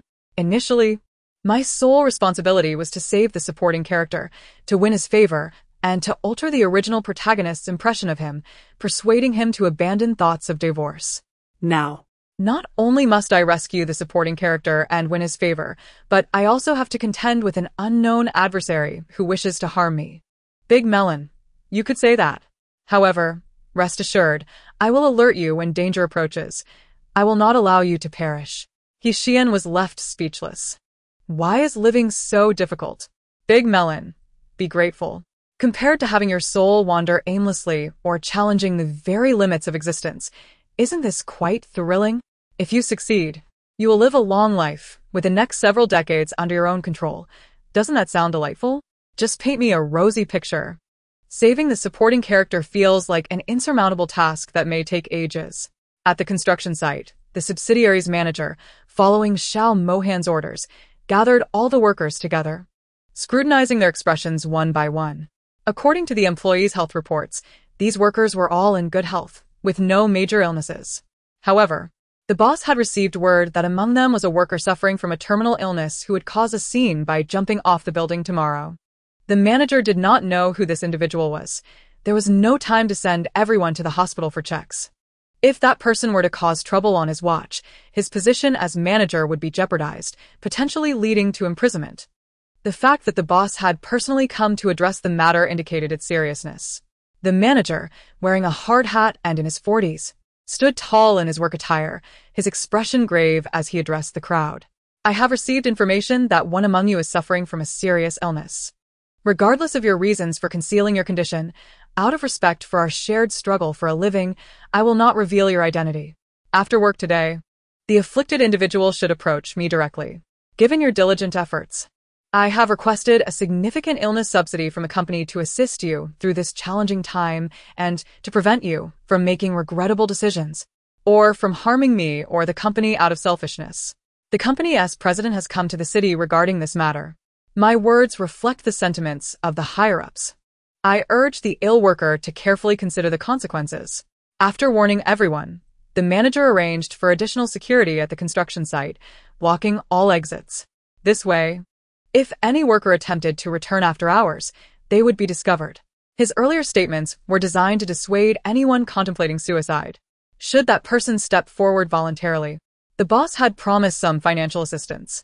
However, if they insisted on taking their own life and extorting money, they would only dig their own grave and end up with nothing. Once the manager left, The workers began to murmur among themselves. Worker 1. What does Manager Xiao mean? Who's seriously ill? Worker 2. Exactly. Who could be sick enough to still work these grueling jobs? Worker 3. Could it be a ruse to flush out a potential troublemaker? Worker 4. Didn't we all undergo health checks when we joined the site? If someone were ill, would the company still employ them? Amidst the chatter, no one approached the manager. At the back of the group stood a man in his 30s, his skin tanned and his physique slender. A faint smile on his lips as he listened to the discussions, yet his heart raced with trepidation. He realized that the person the manager spoke of, potentially causing a scene due to illness, was indeed him. But how did the manager know about his terminal condition, which he had only discovered yesterday and had not disclosed to anyone? He had received the test results that felt like a thunderbolt, a late-stage liver cancer diagnosis. With perhaps only a month left to live, he had a family depending on him for support. If he were to fall, his family would be shattered. To leave them some financial security, he had already devised a plan. Tomorrow morning, he intended to climb to the rooftop and leap, creating the illusion of an accidental fall. If he were to die on the job, given his wife's unreasonable nature, she would undoubtedly make a scene and demand more compensation. Yet before he could enact his plan, the manager had warned him. Now he was torn. Should he still attempt to jump or seek out the manager for the illness subsidy? Should he act selfishly, harming others and himself? But fortune does not simply fall from the sky. Even if the company offered an illness subsidy, it would hardly compensate for a life lost. Would it? He battled with his thoughts, and by the end of the workday, he had not approached the manager. He chose to jump. People are inherently selfish. If one does not look out for themselves, they would face dire consequences. He thought since death was inevitable, he might as well leave his family with a bit more financial support. That evening, in the presidential suite of a hotel near the construction site, the subsidiary manager wore a solemn expression. President, all the workers have left for the day, and no one has come forward for the illness subsidy. Xiao Mohan, seated in a wheelchair, tapped his fingers on the armrest a few times. The opportunity had been granted. Those intent on self-destruction would reap the consequences of their choices. Later that night, she muttered in dissatisfaction, "We may be a couple, yet it feels as if we're engaging in a clandestine affair. Big ice block. When will you fall in love with me? I'll make sure to keep you at bay, so you can experience the struggle of trying to break in at midnight." The next day, the worker with the terminal illness arrived at the construction site as usual. Once the work commenced, he stealthily made his way to the top floor while his colleagues were preoccupied. He cast a reluctant glance over the vibrant world below, tears welling in his eyes as he trembled and approached the building's edge. Chapter 60. Deceived for 10 years, Xiyan disguised herself as a worker and infiltrated the construction site early in the morning. As the worker prepared to ascend discreetly to the rooftop, she followed closely behind. The rooftop of the construction building, still under construction, was littered with exposed rebar and concrete. The morning sun illuminated the raw materials, casting a dazzling glow. A gentle breeze stirred up clouds of dust. Trailing the worker, Xiyan observed as he unsteadily approached the edge, unable to suppress a laugh. Who are you? He gasped, startled. He had ascended the stairs cautiously, ensuring no one noticed him. Who was this unfamiliar woman? Xiyan opened her phone camera, grinning. Make sure to choose a handsome pose when you jump. Otherwise, if you fail to die from the fall, you'll be at a tremendous loss. While you were climbing, we've already set up an airbag below. Here are some good news. I've reported your medical results to the police. Even if you jump, everyone will think you chose to end your life out of hopelessness. You won't leave a single penny behind. Oh, and by the way, your wife has already learned of your terminal illness and has run off with another man. Oh. And she took your son and daughter with her. You might be wondering why she took the kids? Let me kindly inform you, because they aren't yours. TSK. You labor tirelessly throughout the year, sacrificing both food and clothing. Yet, not only have you been betrayed, but you are also raising another's children. How foolish can you be? Pity your elderly parents, who suffer at the hands of that woman, enduring starvation and hardship. They are too worried about you to reveal the truth. Alas, if you were to leap from that height, it would be a final escape. Should you survive, you might find yourself crippled. Can you imagine the anguish it would cause your parents? Furthermore, I have been video chatting with them. the moment they saw you preparing to do something reckless. Their cries were heart-wrenching. In the video, Xiyan connected with the parents of the worker. The mother, in her 60s, wept uncontrollably, while the father, hunched with anger and sorrow, was beside himself. He collapsed, pale as a ghost, in disbelief. How could it be? How could Xiaoyan deceive him? They had been married for 10 years without a quarrel. How could his wife betray him? Xiyan, aware of his disbelief, urged the elderly couple, "Auntie, show your son the paternity test." The mother directed the camera towards the results. "Son, what that girl said is true. This was given to me by Xiaoyan. Those children are not yours. Your reckless actions are not worth it. Your father and I are nearing our end. Do not commit deeds that would weigh on your conscience." A son contemplating suicide is something parents understand all too well. It is often driven by the desire to leave behind a fortune for them. Yet, wealth obtained in such a manner would haunt them. Xiao Mohan and the company leaders were below, having set up air cushions around the building as soon as the worker ascended.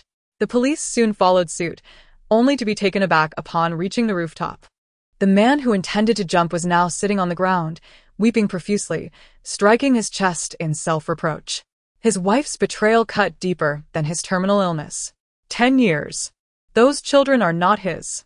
After 10 years of hard labor, he finds himself with nothing. If he were to jump, he would die without ever realizing he had merely adorned another's wedding. Regret consumed him. Had he heeded the manager's advice yesterday and sought financial assistance for his illness, he could have left his parents some retirement funds. Now, the situation escalated, and he could no longer face his boss. Before him lay a bank card, gifted by Xiyan, containing 100,000 yuan intended for his parents. He was taken aback that she would offer him money, leaving him feeling utterly ashamed. Why did she treat me this way? He could not fathom his wife's betrayal. If there was no love, why deceive him for so many years? The police exchanged glances, and the lead officer approached him, crouching down to place a reassuring hand on his shoulder. "Brother, life comes but once. Even if your time is short, you ought to live it well. Your boss is a good man. He has offered you 200,000 yuan to assist you. While it may not cure your illness, it will provide security for your parents in their twilight years. You are fortunate to have such a compassionate employer." Xiyan had already slipped away as the police arrived. She nimbly descended from the rooftop to the ground. Just as she prepared to slip away, she turned and saw Xiao Mohan in a wheelchair, his gaze piercing through her. A wave of panic washed over her. How to explain this? She forced a laugh. "Darling, what a coincidence. You're here too. I secretly followed you yesterday and came to the construction site this morning." Xiao Mohan was fully aware she had arrived yesterday. He refrained from inquiring why, but coldly asked, "When did you learn to scale walls?" Although he had suspected her agility, witnessing her effortlessly descend from the steel beam shocked him. Such skill. Even he would not dare attempt. What other capabilities did she possess that remained undiscovered? If it weren't for the drone capturing the scene, he would scarcely believe it. She moved like a spider, gripping the steel pipes and descending with remarkable speed. Just watching the footage filled him with dread. Xiyan rolled her eyes, feigning ignorance. "What scaling walls? I'm not a bird. I simply climbed down from the second floor. It's a short distance. As long as you're careful, there's no danger." "Did you come to the city because you knew there would be trouble at the site?" Xiao Mohan scrutinized her as she lied with a straight face. "Do you think I can predict the future?" Unperturbed by her thoughts, he left the construction site with the assistance of his bodyguards. The worker, having come to his senses, followed the police downstairs. He knelt before the manager, exclaiming, "I'm sorry, I was wrong. I caused trouble for the company. Thank you for forgiving my foolishness and for the support." The manager helped him up, pointing to Xiao Mohan's departing vehicle. "You should thank your boss, not me. He only offered assistance because he felt pity for your situation after you finally came to your senses. Had it been any other employer, given your actions today, you would have received nothing." The worker had never seen Xiao Mohan, so he bowed in gratitude to the departing car. Chapter 61. Who is painting the grand picture? In the capital, Xiaoning had spent 2 days at Feng Yaoming's apartment. During this time, Lu Haoyu had called her dozens of times, all of which she ignored. The thought of that scoundrel's betrayal and schemes filled her with rage. Yet, to exact her revenge, she held back her fury. She had vowed to give that pair of scoundrels a grand gift. On the third day, Lu Haoyu, clad in a dark blue suit, his stylishly short hair slightly disheveled, approached her with palpable urgency and suppressed anger. He grasped her arm, his tone strained yet revealing his displeasure. "Why haven't you answered my calls? What about your engagement with the Feng family? Have your parents agreed to dissolve it? Do you realize how worried I am? My parents have already consented to our marriage. We are just waiting for you to break off the engagement. Once you do, my parents will immediately visit the Xiao family to propose." Xiao Ning clenched her fists, suppressing her anger and disgust.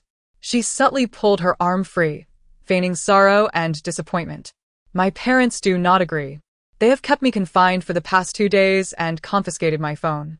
They claim the engagement was arranged by my grandfather and the elder of the Feng family. The two were comrades with a close bond. The two elderly individuals vehemently opposed the dissolution of the engagement. Fear not for your sake. I shall resolutely confront my family. Just grant me some time. We cannot meet every day now, as my parents have been keeping a close watch on me, forbidding any closeness to you. My father has even issued a stern ultimatum, declaring that should I insist on being with you, he will sever ties with me. Haoyu, please allow me some time. I will surely convince my parents to agree." Upon hearing this, Lu Haoyu nearly erupted with rage. Time? Did she truly believe her worth was so grand? Yet, in pursuit of a compliant fodder and the clothing brand under Xiao Ning's command, along with her substantial dowry, he bit back his anger and inquired patiently, "Did you not mention that your brother would assist you? You said that as long as you were unwilling to marry the one from the Feng family, he would help you with your grandfather. What does your brother say now? Has he not spoken to your grandfather? My elder brother dotes on me immensely. He will certainly assist me. He even mentioned that when I marry, he will bestow upon me 10 of Xiao's shares as my dowry. The agreement for these shares has already been signed by him. All that remains is my signature for it to take effect. Haoyu, you must understand the value of 10 of Xiao's shares. I desire my family's blessing, for only then will our marriage be filled with happiness. Thus, I must trouble you for now. Let us refrain from meeting for a while." Xiao Ning, adorned in a flowing white gown, her cascading waves of hair elegantly draped behind her, wore a radiant expression filled with dreams of the future. However, the flicker of disdain in her eyes was quickly suppressed. The thought of uttering such words to this scoundrel made her stomach churn. Upon hearing about the 10 shares, Lu Haoyu's eyes gleamed with avarice. 10%, a staggering value in the hundreds of billions. The Xiao family truly cherished her, willing to invest so heavily. Contemplating the immense worth, Lu Haoyu's demeanor shifted instantly, his tone laden with faux sympathy. "Foolish girl, the one suffering is you, not me. For my sake, you are opposing your family. I genuinely feel remorseful. Rest assured, once we marry, I shall ensure you become the happiest bride in the world. To ease your parents' worries and to demonstrate that you have not chosen poorly after marriage, I shall transfer all my assets into your name." After speaking, Lu Haoyu gazed at Xiao Ning with feigned affection, his expression dripping with insincerity. The love in his eyes, if Xiao Ning had not already discerned his true nature, might have ensnared her completely. With eager anticipation, he thought she would surely be moved to tears by his declarations. "Haoyu, I do not require assets. It is you as a person that I love. Regardless of your wealth, my love for you remains unchanged. In fact, I plan to transfer the shares from my brother to you after we marry, elevating your career even further." If that were the case, he would be the greatest victor of all. Not only would his family's reputation remain intact, but he would also bask in the glory of becoming the youngest nouveau riche in the capital. The Lu family, while considered a prominent family, paled in comparison to the Xiao family. In recent years, the Lu family had been on a downward trajectory, nearly pushed out of the elite circles. Though they appeared prosperous from the outside, they were merely a facade, barely holding on. Were it not for the desire to cling to the Xiao family's influence, Xiao Ning's romantic naivety would hardly be worthy of him. Had the former naive Xiao Ning heard his words, she would have undoubtedly acted as he predicted. For her, love was paramount. Being with her beloved was worth any sacrifice. However, the now clear-headed Xiao Ning could not overlook the greed lurking in his gaze. She feigned a tearful expression. Your kindness overwhelms me. I am truly blessed. How about this? Next Friday is your grandfather's 70th birthday, and I shall attend in splendid attire, ensuring that the entire capital knows I will marry no one but you. On that day, I will prepare a surprise that you will remember for a lifetime. Upon hearing this, Lu Haoyu's heart soared with joy. Ah, how clever she was. He knew that his words would certainly move her. Next Friday, her surprise would most likely be the 10 shares. She had previously intended to gift him her clothing brand. Were it not for the need to keep her close, that brand would have already been his. Indeed, as Ran had suggested, patience would yield greater rewards. Suppressing his inner elation, he replied, "Well then, since your brother is helping, I shall rest easy." He then embraced Xiao Ning tenderly, preparing to kiss her. Unable to endure it, she pushed him away, feigning shyness. "We are at the company entrance. If someone sees us, it would be inappropriate. I must head inside to work now. I will contact you later tonight." Without glancing back at Lu Haoyu's slightly disheartened face, she hurriedly dashed into the company. After regaining his balance following her push, Lu Haoyu assumed her retreat was due to shyness and smiled smugly. This foolish girl. A mere taste of sweetness is enough to ensnare her completely. Not far away, in a car, Xiyan watched the entire exchange with a sly grin. "My dear sister-in-law has quite the acting skills. It seems the love-struck girl has awakened, showing some growth." She tilted her head to look at Xiao Mohan. "Darling, what kind of gift should we prepare for next Friday as celebration of old Master Lu's birthday for my sister-in-law?" However, due to a severe traffic accident causing delays, they arrived in the capital just at dawn. Upon seeing her smile, Xiao Mohan sensed her mischievous intent. Nevertheless, considering his sister had been deceived by that scoundrel, he chose to turn a blind eye, knowing he could clean up any mess that ensued. "Prepare whatever you wish. I shall not interfere." Xiyan smiled brightly. "You said it. If I happen to stir up a storm, you must help me clean up the aftermath." "Oh, my husband actually agreed." Next Friday, I will prepare a grand gift for the Lu family, ensuring they ascend to new heights. I will completely save my sister-in-law from her grim fate. As long as she distances herself from Lu Haoyu, her destiny will change. Chapter 62, A Stunning First Impression. A week flew by in the blink of an eye.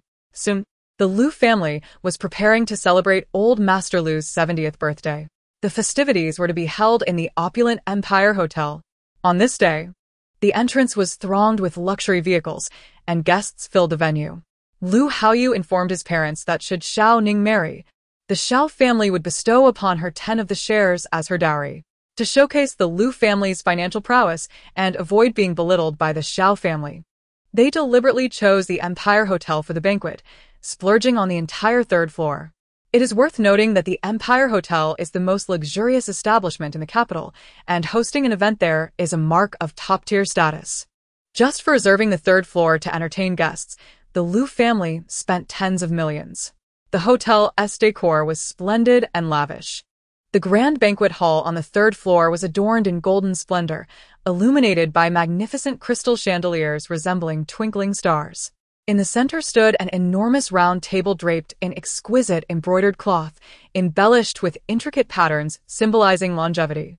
Old Master Lu, the day's guest of honor, sat at the head of the table, his graying hair contrasting with his bright red attire. His aged face radiated vitality, and his eyes sparkled with the wisdom of years as he graciously accepted blessings from various guests. Lu Haoyu's parents busied themselves attending to the guests, while he mingled among friends and family, exchanging laughter and pleasantries. Xiao Ning had promised to attend the banquet that evening, dressed to the nines. Lu Haoyu was in high spirits today, dressed as flamboyantly as a peacock displaying its plumage, eager to showcase his most charming side. The thought alone of the 10% shares of Xiao Corporation had him grinning from ear to ear. Even in his dreams, laughter would awaken him. His mother, even more excited than he, frequently checked the time. "Haoyu, it's getting late. Why hasn't Xiaoning arrived yet?" Lu Haoyu smiled broadly, almost splitting his face with joy, oblivious to anyone who might think today was his birthday. "Mom, Xiaoning just called and said she's almost here." His mother whispered in his ear. You must impress her today and capture that girl's heart. With a confident smile, he reassured her, don't worry. That girl is completely captivated by me. She can't resist. Everything was under his control. As they conversed, a commotion erupted at the entrance of the hall, silencing the previously raucous crowd. Everyone turned to see Xiao, adorned in a breathtakingly exquisite gown, resembling the most dazzling star in the night sky, radiant and captivating. As she moved, her skirt danced gracefully like a fairy.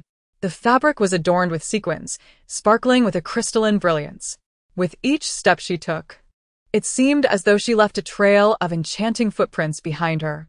A smile graced her lips as she approached Lu Haoyu, her neck and arms glistening like the finest porcelain, exuding an alluring glow. Her face was impeccably adorned, with brows like distant mountains and lips as vibrant as cherries.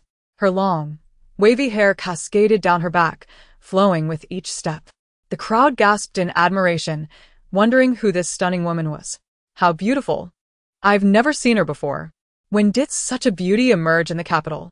Keen observers recognized Xiao, the heiress of the Xiao family, who was typically low-key and seldom appeared in public. Ignoring the murmurs of the crowd, she deliberately smiled at Lu Haoyu, her expression blooming like spring flowers.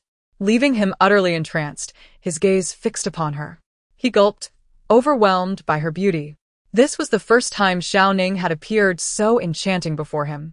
Previously, she had rarely put effort into her appearance, opting for simplicity in attire and light makeup just to spend more time with him. But today, she was like a fairy descended from the heavens, shattering Lu Haoyu's previous perceptions. He had never imagined that after such meticulous preparation, Xiao could be so alluring. Wow, you look stunning, Lu Haoyu exclaimed, regaining his composure. I was completely mesmerized. Xiao smiled gracefully. Didn't I say I would dress up today? After your grandfather's birthday banquet, I have a surprise for you. Suppressing her distaste, she lowered her gaze, hiding her disdain. Lu Haoyu, I've prepared a special gift for you today, so be sure to cherish it. Lu Haoyu's mother beamed brighter than flowers. Xiao has arrived. You look absolutely beautiful. You outshine everyone here. Haoyu, take Xiao to meet the other elders of the Lu family. Taking her hand, Lu Haoyu said, come. I'll introduce you to them. But Xiao stopped him, feigning shyness. Norush. Today, your grandfather is the main attraction. I wouldn't want to steal his spotlight. Perhaps at the next family gathering, you can introduce me then. Lu Haoyu, thinking of the shares, complied with her wishes, finding her every word delightful. He gazed at her with affection and said, all right, let us greet Grandpa first. He has been looking forward to your arrival. After Xiao greeted the elder, Lu Haoyu's parents created a moment for the couple to enjoy each other's company. They quickly brought out the birthday cake prepared for the elder, and the Lu family cheerfully placed candles upon it, adorning him with a celebratory hat. Lu Haoyu's mother eagerly urged, come on everyone, let us sing a birthday song for the elder and offer our blessings. As her words echoed, the lights dimmed throughout the hall, and friends and family began to sing. Suddenly, the large screen in the banquet hall flickered to life, producing sounds that left everyone blushing. The screen revealed explicit footage of Lu Haoyu and his aunt in compromising positions, his passionate breaths filling the air. Ran, you enchantress, I adore you. Tell me, who brings you more joy, me or my short-lived uncle? Who's more impressive? Although Ran's face was pixelated, her voice was unmistakably clear to anyone familiar with her. She breathlessly replied, Haoyu, you make me happier and more fulfilled than he ever could. His 3 minutes cannot compare to the joy I feel with you. Lu Haoyu laughed triumphantly. I knew I was better than him. My dear, to win you over, I sent my uncle to his demise.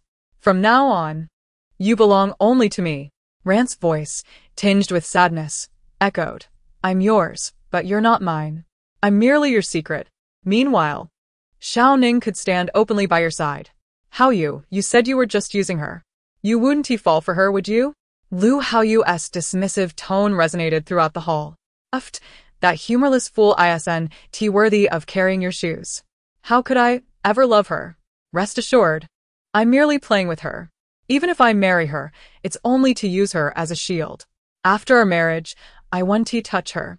My body and heart belong solely to you. Once she has provided me with her dowry, she'll no longer be necessary. Feigning surprise, Ran asked, You really don't care? She is beautiful and from a good family. You're truly not moved? Lu Haoyu fervently rubbed against the person beneath him. Not moved. My heart beats only for you. Enchantress, do you still have the strength to speak? Have I not been persuasive enough? The sounds of pleasure escalated, becoming increasingly indecent.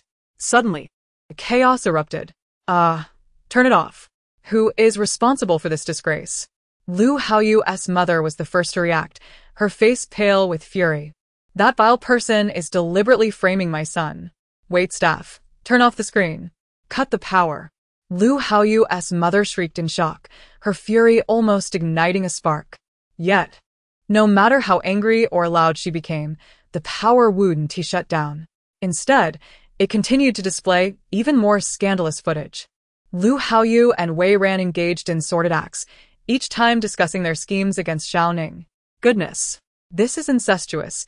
Is this even human behavior? Voices of outrage arose from the crowd. Another exclaimed, It's not just incest. There's a shocking conspiracy. Didn't you hear Lu Haoyu say he eliminated his uncle to have his aunt? My goodness, to kill his own uncle for an older woman? How deranged! In a world filled with countless women, how could he develop such a grotesque affection for his aunt? Even to the point of committing the heinous act of murdering his uncle? How despicable! These adulterers not only seek to harm the young lady of the Xiao family, but are also utterly devoid of humanity. It is astounding to encounter such malevolence. For the sake of a dowry, they deceive and manipulate emotions. This is truly a manifestation of shamelessness beyond measure. Lu Haoyu was rendered cold with terror by the sudden turn of events. He anxiously gazed at Xiao Ning, imploring no. Ning, this cannot be true. Please allow me to explain. None of this is real. Someone must be deliberately framing me. The one I love is you. Trust me, I am truly being wronged. His urgency and fury mounted.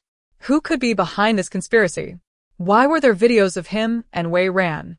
The cacophony of angry voices from the guests only heightened Xiao Ning's mood, yet her face betrayed shock, disbelief, sorrow, and heartache. All emotions intertwining until tears like pearls cascaded from her eyes. Her chest heaved violently, and in a fit of rage, she raised her hand and struck Lu Haoyu fiercely. You are truly despicable. It appears that in your eyes, I am unworthy even of serving a widow. I have poured my heart into you, only for you to scheme for wealth and power, murdering your uncle and engaging in incest with your aunt. How could you be more vile than a beast? With a series of slaps, she declared, You are a scoundrel. From this moment on, we are severing all ties. Do not ever appear before me again, or I shall ensure your ruin. Lu Haoyu, his eardrums ringing from the blows, dared not retaliate but grasped Xiao Ning's arm. Xiao Ning, please let me explain. The images on the screen are fabrications. Someone is intent on destroying us. My love for you is genuine. How could I wish you harm? Grant me some time, and I shall uncover the truth to prove my innocence. Xiao Ning, repulsed, pushed him away. Amidst the crowd, the usually adversarial Fu Xiaoguang chuckled. Oh dear Lu Xiao. You truly are a playboy. How unfortunate for you. No one will believe your excuses now. Did you not see the display on the big screen? That birthmark on your backside is unmistakably yours. There is no hiding it. The elder Lu's face turned an alarming shade of purple as he clutched his chest, trembling with rage, while pointing at Lu Haoyu. Unfilial son. You have murdered your own uncle. The video continued to play, revealing more shocking content that shattered moral compasses. It depicted the elder Lu entering his daughter-in-law's chamber late at night, only for his son to emerge afterward, wearing an expression of restraint and shame. After 2 hours, the elder Lu exited, and upon encountering his son, he remarked 3 times, and if all goes as expected, she should conceive. This continued for several days, with the elder Lu visiting his daughter-in-law's room for hours at a time. Gasps of shock reverberated through the gathering. Good heavens! It seems this depravity runs in the family. Lu Dexiao is indeed the progeny of the elder Lu. When the eldest son is incapable of procreation, the grandfather intervenes personally. How scandalous! The astonishment was palpable. And not just among the guests. Even Lu Haoyu and his mother were taken aback. Lu Haoyu, stunned, failed to pursue the already fleeing Xiao Ning. His mother stared at the big screen in disbelief, unable to utter a word. Moments later, she fixed a gaze filled with hatred upon Lu Haoyu's father. Is this true? Realizing the truth could no longer be concealed, her husband nodded in shame. Ah, You wretched man. Why must you treat me this way? After expressing his shame, Lu Zhenting suddenly erupted in anger. why? Have you not betrayed me yourself? After marrying into the Lu family, you entangled yourself with your brother-in-law. Did you think I was unaware? I acted out of revenge for your treachery. Lu Haoyu is not my son, but the illegitimate offspring of you and your brother-in-law. I have endured wearing this green hat for years without exposing you, yet you still dare to challenge me. Who do you think you are? If it were not for the sake of the Lu family's reputation, I would have expelled you long ago. Lu Haoyu's mother swayed, collapsing in despair. I did not betray you. I was coerced by my brother-in-law. He possesses compromising photographs of me. Before she could finish, the video on the big screen shifted its focus, once more, this time revealing the elder Lu's wife. In her loneliness while the elder Lu was away on business, she engaged in an affair with the butler, resulting in the birth of a son, Lu Haoyu's uncle, the one he had slain. The elder Lu's wife fell to the ground in a fit of rage, her body convulsing. The secret she had concealed for decades was unveiled in such a humiliating manner, one cruel revelation after another, sending the elder Lu into a fit of apoplexy. Meanwhile, Lu Haoyu's mother went mad, and his father threatened to disown Lu Haoyu, severing all ties. With the fade shattered, there was no longer a need to keep the illegitimate child within the family, as the elder Lu and his wife deserved their fate. Lu Haoyu was not the elder Lu's biological son, but rather the product of a heinous crime, his biological parents murdered by the elder Lu, who seized control of their company and, to prevent any heirs, rendered Lu Haoyu infertile through foul means. He had accidentally overheard the elder Lu and his wife discussing the matter after the family's youngest son faced a crisis. For years, Lu Haoyu had been deliberately kept in a state of mediocrity by the elder Lu. Upon learning the truth, he longed to send the old man to his grave as retribution for his parents. He had endured for years, waiting for this very day. When the orchestrators approached him to conspire against Lu Haoyu and assist him in avenging his parents, he readily agreed, without a second thought. A birthday banquet became the stage for the downfall of the elder Lu and his wife. In a fit of rage, Lu Haoyu's mother was driven to madness. While Lu Haoyu was expelled from the family, wrongfully accused of murder alongside Wei Ran, and arrested by the authorities. Once a privileged heir, he was now a despised illegitimate child, stripped of everything. In a moment of despair, he seized Wei Ran and fled from the police's watchful eyes, ultimately choosing to take his own life by jumping from a building. However, there was an unexpected twist. Only the videos of Lu Haoyu and Wei Ran had been prepared. Who was responsible for the others? Throughout the night, the scandal of the Lu family dominated the headlines, drawing a torrent of scorn from the public. An outpouring as unstoppable as bamboo shoots bursting through the earth. Xiao Mohan observed the chaos engulfing the Lu family with no trace of emotion. That night, Xiyan discreetly administered acupuncture to her mother-in-law before sneaking into Xiao Mohan's room to treat his leg. Meanwhile, Xiao Qinghua took Lan Yan to the hospital, where a new specialist confirmed that the previous doctor had indeed erred in his prescriptions. Enraged, Xiao Qinghua immediately reported the physician, leading to his arrest. Later that night, as Xiyan was halfway through her treatment, Xiao Mohan, awakened by pain, suddenly opened his eyes. The sensation in his leg was returning. The pain radiating from his calf nearly elicited a yell of surprise. Had he not possessed immense self-control, he would have lost composure. Fearing that Xiyan might discover he was awake, he kept his eyes closed, his body tense, holding his breath to avoid revealing any signs of his awakening. Once Xiyan finished her work and removed the silver needles, his back was drenched in cold sweat. The pain was excruciating. Yet, this pain brought him an overwhelming sense of joy, igniting a tumultuous excitement within his chest. How long had it been since the accident? He had endured countless days without feeling in his calf. He had consulted countless experts, all of whom proclaimed his death sentence. They declared that he would spend the rest of his life in a wheelchair. However, now Xiyan claimed she could heal his legs. Initially, he harbored no hope. To his astonishment, this woman indeed possessed some ability. Xiyan stretched her sore neck, sighing in exhaustion. Xiao Mohan, meeting me is your stroke of luck. She covered him with a blanket and, seizing the opportunity, stole a kiss from his thin lips. Consider this a little interest. It was not until she left that Xiao Mohan opened his eyes. Watching her silhouette depart from the room, a tumult of thoughts surged within him, complex as the sea.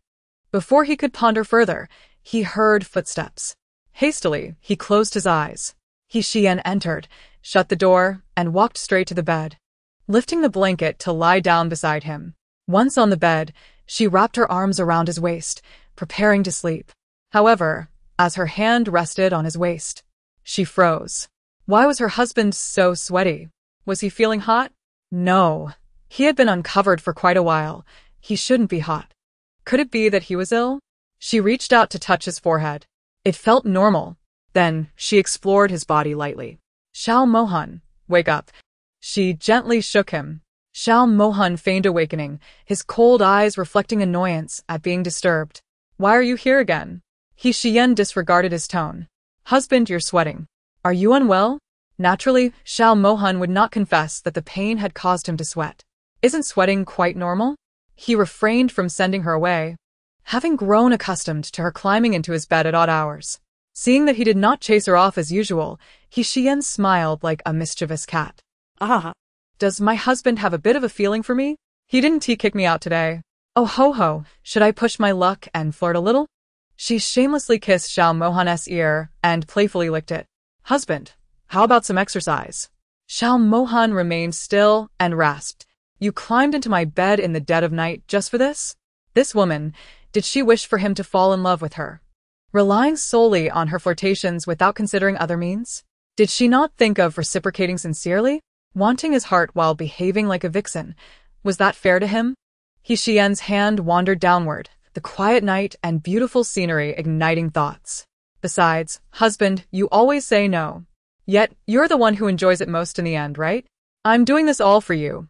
Don't take advantage of me. As Xiyan grasped his sensitive area, Xiao Mohan's body instantly tensed, breath hitching. This woman was indeed bold. She directly seized his lifeline. This time, he did not push her away. He wanted to see how she would act if he remained still.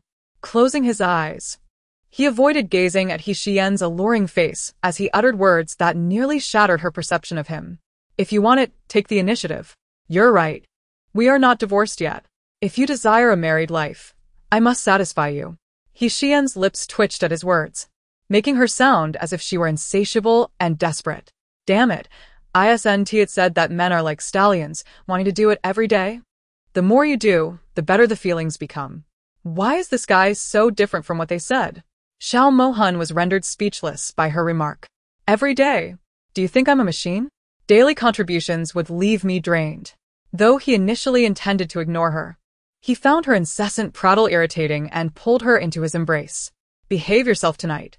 Otherwise, I'll change the lock to a fingerprint one. Xiyan found her head pressed against his chest, listening to his thumping heartbeat, and smiled. So, you won't stop me from climbing into your bed anymore? Xiao Mohan retorted. Is it useful to stop you? You've already become quite skilled at this. Xiyan wriggled free from his grip, her head rising as she cheerfully declared, It doesn't matter. Even if you change the lock, I'll still break in. After all, I'm your legal wife, protected by law. Breaking into your room is not a crime. With that, she deliberately kissed his lips, using her tongue to pry open his thin mouth. Aha, the secret to winning over my husband. Breaking into his door and stealing his kisses. Ultimately, I'll unlock his heart. Her soft hands continued to toy with his sensitive area, her lips trailing down to linger at his Adam's apple, gently biting and sucking. Xiao Mohan's breathing quickened. Damn it. This woman was a tormenting enchantress sent by heaven. Xiyan was satisfied with his reaction. Let us see how long you can hold out. Her actions grew bolder until she nestled between his legs. Xiao Mohan gripped the sheets, gasping, his forehead vein bulging, his eyes filled with restrained desire. The enveloping warmth made him feel as if he were floating on clouds. The fiery sensation was utterly life-threatening. He had never known that being cherished by a woman could be so pleasurable, even if her intentions were not pure.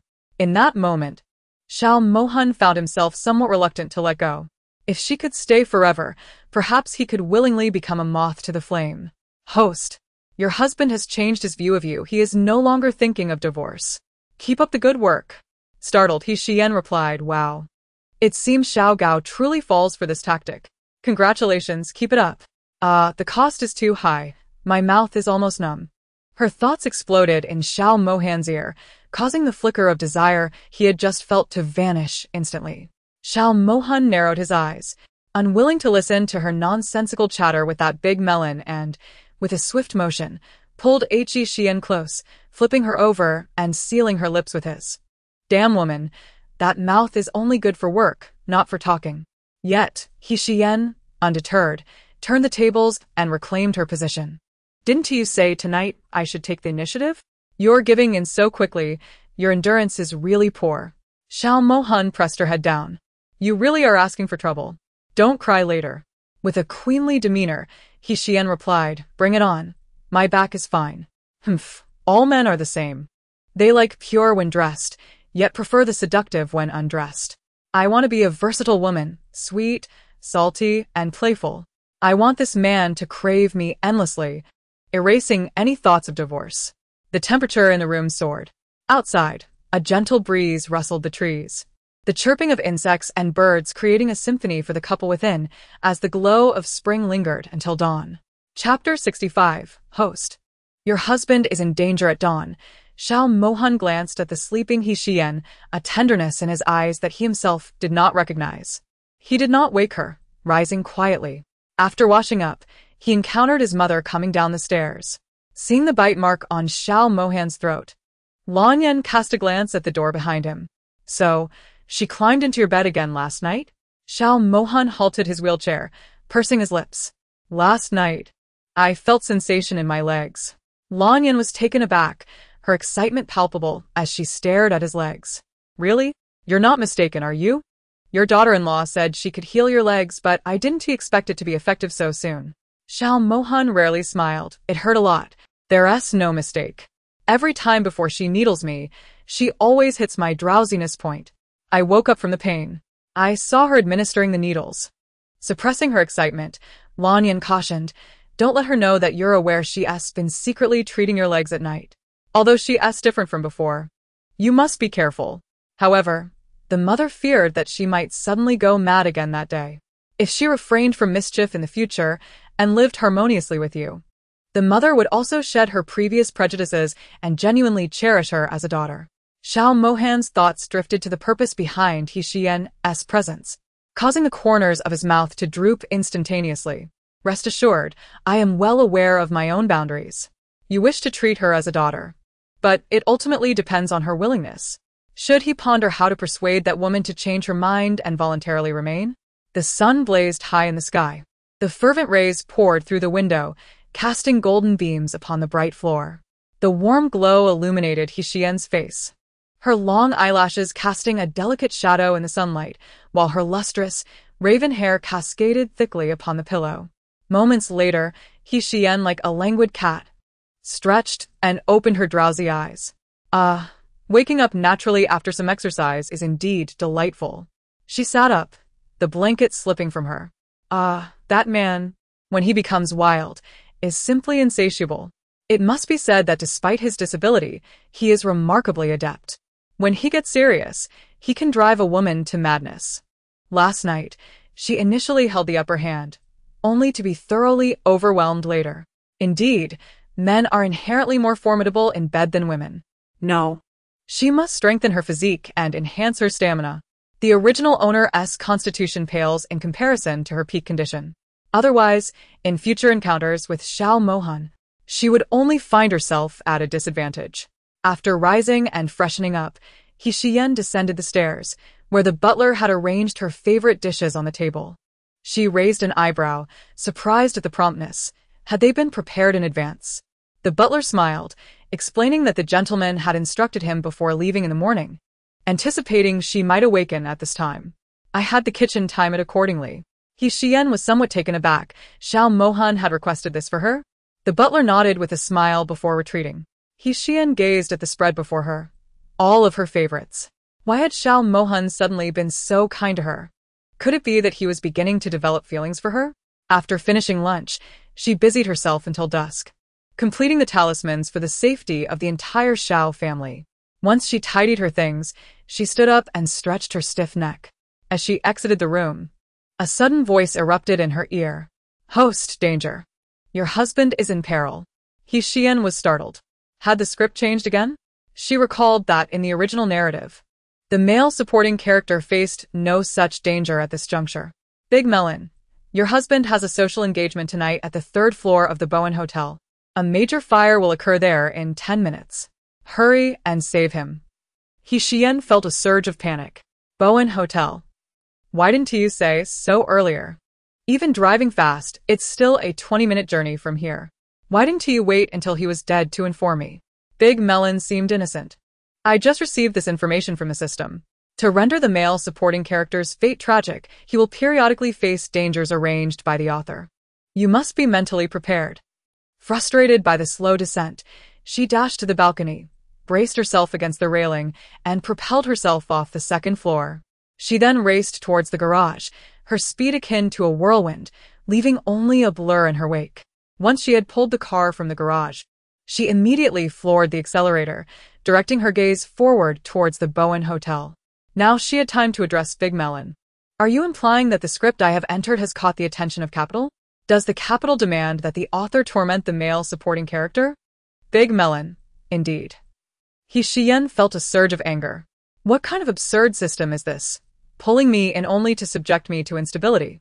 And what is wrong with the author? Big Melon. The Capital requires a storyline wherein the male supporting character contracts a terminal illness in exchange. If he survives this fire, regardless of whether he is maimed or incapacitated, the terminal illness plotline will be removed. Damn it. Isn't he already incapacitated? Isn't it redundant to have him suffer again in a great fire? Big Melon. True, he is incapacitated, but you can heal him. It lacks challenge.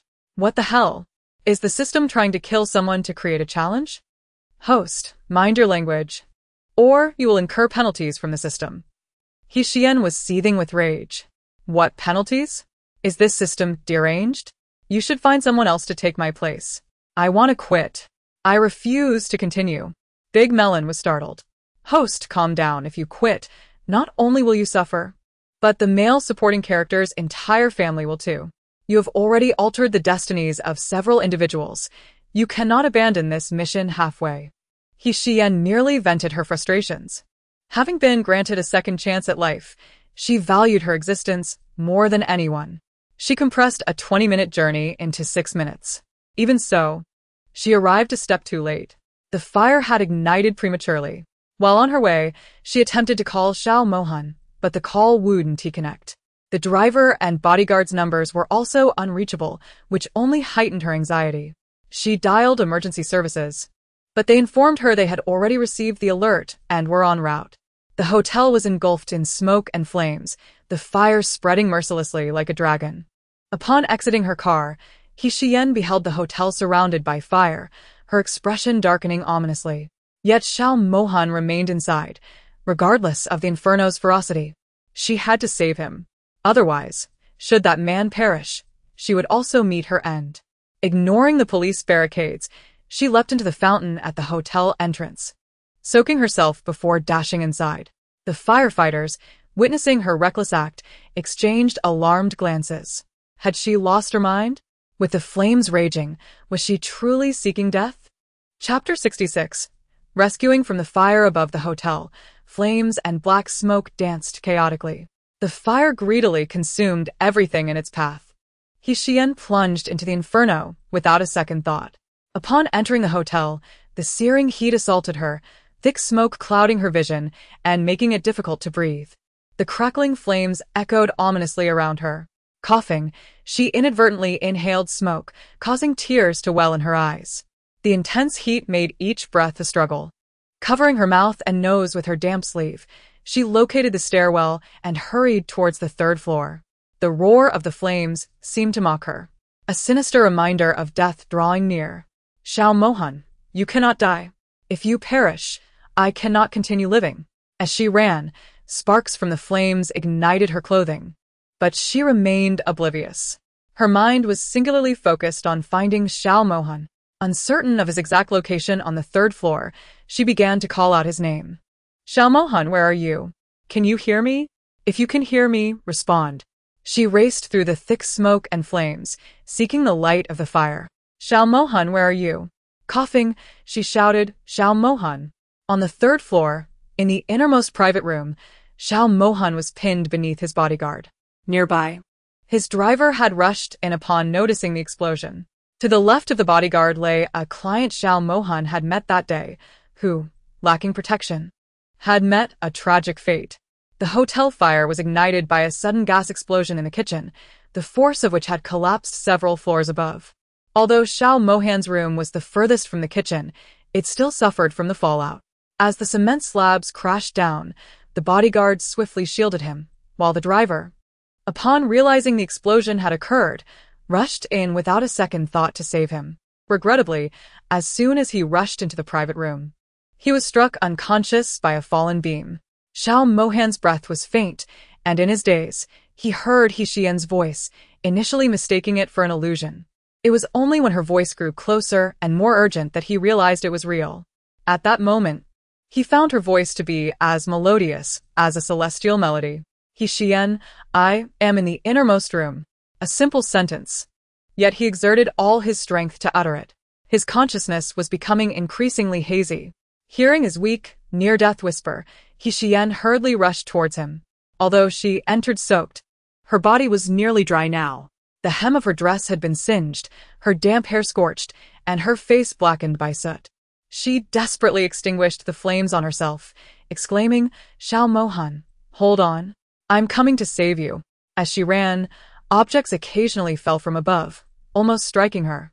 Outside the hotel, seeing Xiyan recklessly dash inside, several firefighters followed suit, driven by the instinct to save as many lives as possible. Xiyan reached the location of Xiao Mohan, and the sight inside nearly terrified her to death. A massive concrete slab pinned down a bodyguard, bloodied and unconscious. Xiao Mohan lay beneath it, unable to move. The driver was trapped under a wooden beam that had likely been added during the hotel's renovation, now engulfed in flames. The driver's clothing had been completely burned away, and the area under the beam was charred black, emitting a noxious smell. His hair was singed, and his face grotesquely distorted from the heat. Checking for a pulse, Xiyan discovered the driver was still alive and, with her bare hands, pried the beam off him. The scorching wood seared her delicate hands, producing a hissing sound, yet she paid no heed. The firefighters who had followed her in quickly sprang into action, exclaiming, Quick! Save him! They hastily lifted the concrete slab off the bodyguard. With no time to ascertain the bodyguard's condition, Xiyan's sole focus was on the unconscious Xiao Mohan. The firefighters, clad in gloves, managed to move the slab with less injury than Xiyan had suffered. With their assistance, she hoisted Xiao Mohan onto her back. You save the others, I will save my husband. With that declaration, she swiftly fled the inferno, leaving the firefighters to rescue the remaining individuals. Regardless of whether they were alive or dead, they had to be brought out. Upon exiting the hotel, waiting ambulances whisked the rescued individuals away to the hospital. The rescue efforts continued, but Xiyan was beyond caring. She was no saint capable of saving everyone. In her eyes, only Xiao Mohan's life held the utmost value. She welcomed any judgment of her selfishness or lack of compassion. For if this man perished, her own fate would be sealed. At the hospital, Xiao Mohan, the driver, and the bodyguard were all rushed into the operating room. Xiyan's hands, burned and in need of treatment, prompted her to call her in-laws for a change of clothes. Upon hearing that her son had nearly perished in the fire, Lanyan was filled with terror. Is he all right? Is there any danger to his life? Xiyan reassured her, do not worry. He was protected by the bodyguard and sustained minimal injuries, though he inhaled a significant amount of smoke and fainted. Although she possessed medical knowledge, treating burns was no easy task. Furthermore, lacking a medical license, no one would believe she could heal. With her own hands injured, she felt powerless to assist. However, if they could survive, she could secretly treat them later. Half an hour later, Lan Yan and Xiao Qinghua arrived at the hospital, frantic with worry. Outside the operating room, Xiyan sat in a chair, her hands wrapped like dumplings. Leaning against the chair, she kept her gaze fixed on the operating room door. Lan Yan noticed her injuries, the singed hem of her dress, her soot-covered face, and scorched hair, her appearance a picture of distress. She anxiously asked, "How are you? Are you injured?" Come. "You should have a full checkup to see if you're hurt. Your father will look after things here." Xiyan remained steadfast. "Mother, I'm fine. It's just my hands that are burned. I may look disheveled, but I am unharmed. Xiao Mohan is still inside. I cannot leave." As a mother herself, Lan Yan felt a pang of heartache seeing her daughter-in-law in such a state. "Then go to the ward and take a shower. Change your clothes. You must feel uncomfortable like this." Xiyan shook her head. "It's fine. I'll wait for Xiao Mohan to come out before I change." Lan Yan was moved to tears. Her daughter-in-law had truly changed. In such a perilous situation, she had disregarded her own safety to save her son. Saving her son was tantamount to saving her own life. Henceforth, she would treat her daughter-in-law with utmost kindness. Unable to sway Xiyan, her in-laws acquiesced to her wishes. 5 hours later, Xiao Mohan, the driver, and the bodyguard were wheeled out together. Xiyan and her in-laws hurriedly stood to greet them. "Doctor, how are my husband and the others?" Lan Yan's eyes were swollen. "Doctor, what about my son?" The doctor, weary, removed his mask and addressed Xiyan. "Your husband is fine. He was shielded from the flames. However, he inhaled a significant amount of smoke, leading to a severe lung infection. He will need to be hospitalized for a few days for treatment. The other two, however, are gravely injured." He pointed to the bodyguard, though his burns are not severe. "His spine is fractured, damaging his nerves. Our hospital lacks the means to treat his spinal injury. If possible, I recommend you transfer him abroad for treatment. There may still be a chance for recovery. Otherwise, he may spend the rest of his life bedridden." Then he gestured to the driver. "This one has 3 broken ribs, extensive burns to his upper body, scalp damage, and facial burns. Almost the entirety of his back skin tissue has been charred. Even if he survives this critical period, whether he can endure multiple reconstructive surgeries depends on fate." Xiyan looked at the unconscious driver and bodyguard, a surge of respect swelling within her. They had truly cared for Xiao Mohan.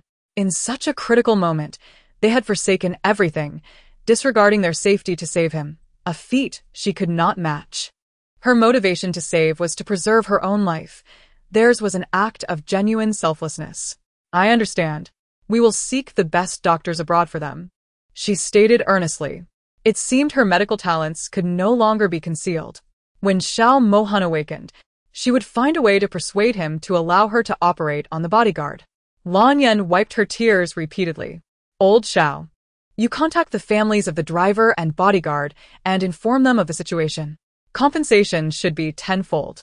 Moreover, once they pass the critical period, we will send them abroad for treatment, provided their families agree."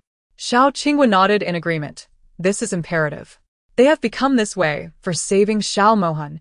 We must take responsibility." The driver and bodyguard were admitted to the intensive care unit, while Xiao Mohan was taken to a patient room. Due to her hand injuries, Xiyan was unable to wash herself, prompting Lan Yan to personally assist her. Being bathed by her mother-in-law made the usually unabashed Xiyan feel somewhat awkward. After her bath and hair washing, while getting dressed, she blushed and said, "Mother, I can manage on my own." "Oh dear, being bathed by my mother-in-law. I might just be the first one."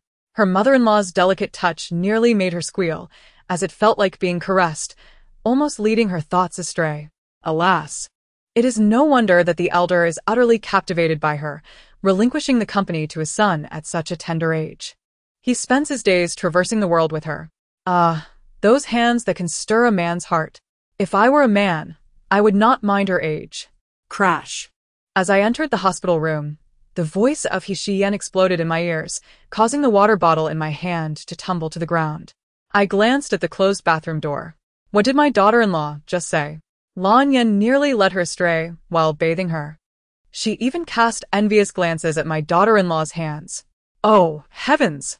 Is my daughter-in-law's taste so peculiar? No, I cannot allow Lan Yen to bathe her again, regardless of her being my daughter-in-law. Inside, Lan Yen, who had just finished bathing Xiyan, stumbled, nearly falling to the ground. Had it not been for her quick reflexes to grasp the handrail by the toilet, she would have certainly met the floor intimately. Lan Yen was horrified. She could hardly contain her expression, desperately holding on to her self-control. This is madness. My daughter-in-law's mind is still not entirely right. I was merely concerned about her hands touching water and causing infection, yet she twisted my intentions so grotesquely. No. From now on, I will never bathe her again, nor will I even wash her face. Tomorrow, I shall arrange for a caregiver. Xiyan, hearing the commotion outside, wondered what had broken. She avoided the palm and helped Lan Yen up with her wrist. Concerned, she asked Mom, "Are you all right? Did you hurt yourself? There's water on the floor. Be careful. If you fall on the floor, it could hurt your bones." Lan Yen straightened up, not even glancing at her. "I'm fine. Just finish dressing and step aside. It's too stuffy in here. I need to get some fresh air, or I'll suffocate." Oh. Xiyan stepped aside, casting a puzzled glance at the bathroom. There was no steam. The exhaust fan had cleared it all out. How could it be stuffy? As Lan Yen emerged, she saw Xiao Qinghua cleaning up the shards on the floor, his expression somewhat awkward. "Tomorrow, arrange for a caregiver," Xiyan instructed. Upon seeing the unusual expressions of her in-laws, she paid it no mind. "Mom and Dad, please keep an eye on Mohan for a while. I will stay here tonight to care for him. I'll return with Mom early tomorrow morning." Once Xiyan departed, Xiao Qinghua cast a resentful look at Lan Yen. "Even a simple bath can lead my daughter-in-law's mind astray." Lan Yen slapped him lightly on the forehead, exasperated. "You're jealous of your own daughter-in-law? That's absurd." Xiao Qinghua huffed, "But she shouldn't have any thoughts about you either." Lan Yen retorted. "Last time she mentioned that if you were 20 years younger," Xiao Qinghua quickly covered her mouth. "Be quiet. Our son is resting." The unfiltered thoughts of my daughter-in-law could drive anyone mad. Lan Yen pushed his hand away. "I'll sit outside for a while. You tend to our son. Xiyan is too injured to care for herself." Having left the hospital, Xiyan found herself at a noodle shop across the street. Initially, she had yearned for skewers, but upon seeing her bandaged hands, she resigned herself to noodles. She glanced at the clock. It was 1 a.m. After 7 long hours since rushing to the fire scene, she had gone without dinner and was ravenous. However, when the noodles arrived, she faced a dilemma. How could she use chopsticks with her fingers bandaged? She had not considered this when she left. Had she known, she would have brought her mother-in-law along. The handsome male owner, in his 30s, noticed her predicament. "How about I have my mother help you? She can feed you." Xiyan felt embarrassed. "That seems inappropriate. I don't want to trouble anyone. Let me cut the noodles with scissors, and you can use a spoon," he suggested, laughing lightly at her situation. "You can't even hold a spoon with those bandages. It's no trouble at all." Without waiting for her agreement, he turned and called to the kitchen, "Mom, help that beautiful lady. Her hands are injured, and she can't use chopsticks." A melodious voice emerged from within. "All right, I'll wash my hands and be right out." As soon as she spoke, a loud crash startled Xiyan. "Host, there's something noteworthy. That woman is your true aunt by marriage." Chapter 68. Fraternal twins, her true aunt. Xiyan's eyes widened slightly, her gaze fixed on the kitchen. Moments later.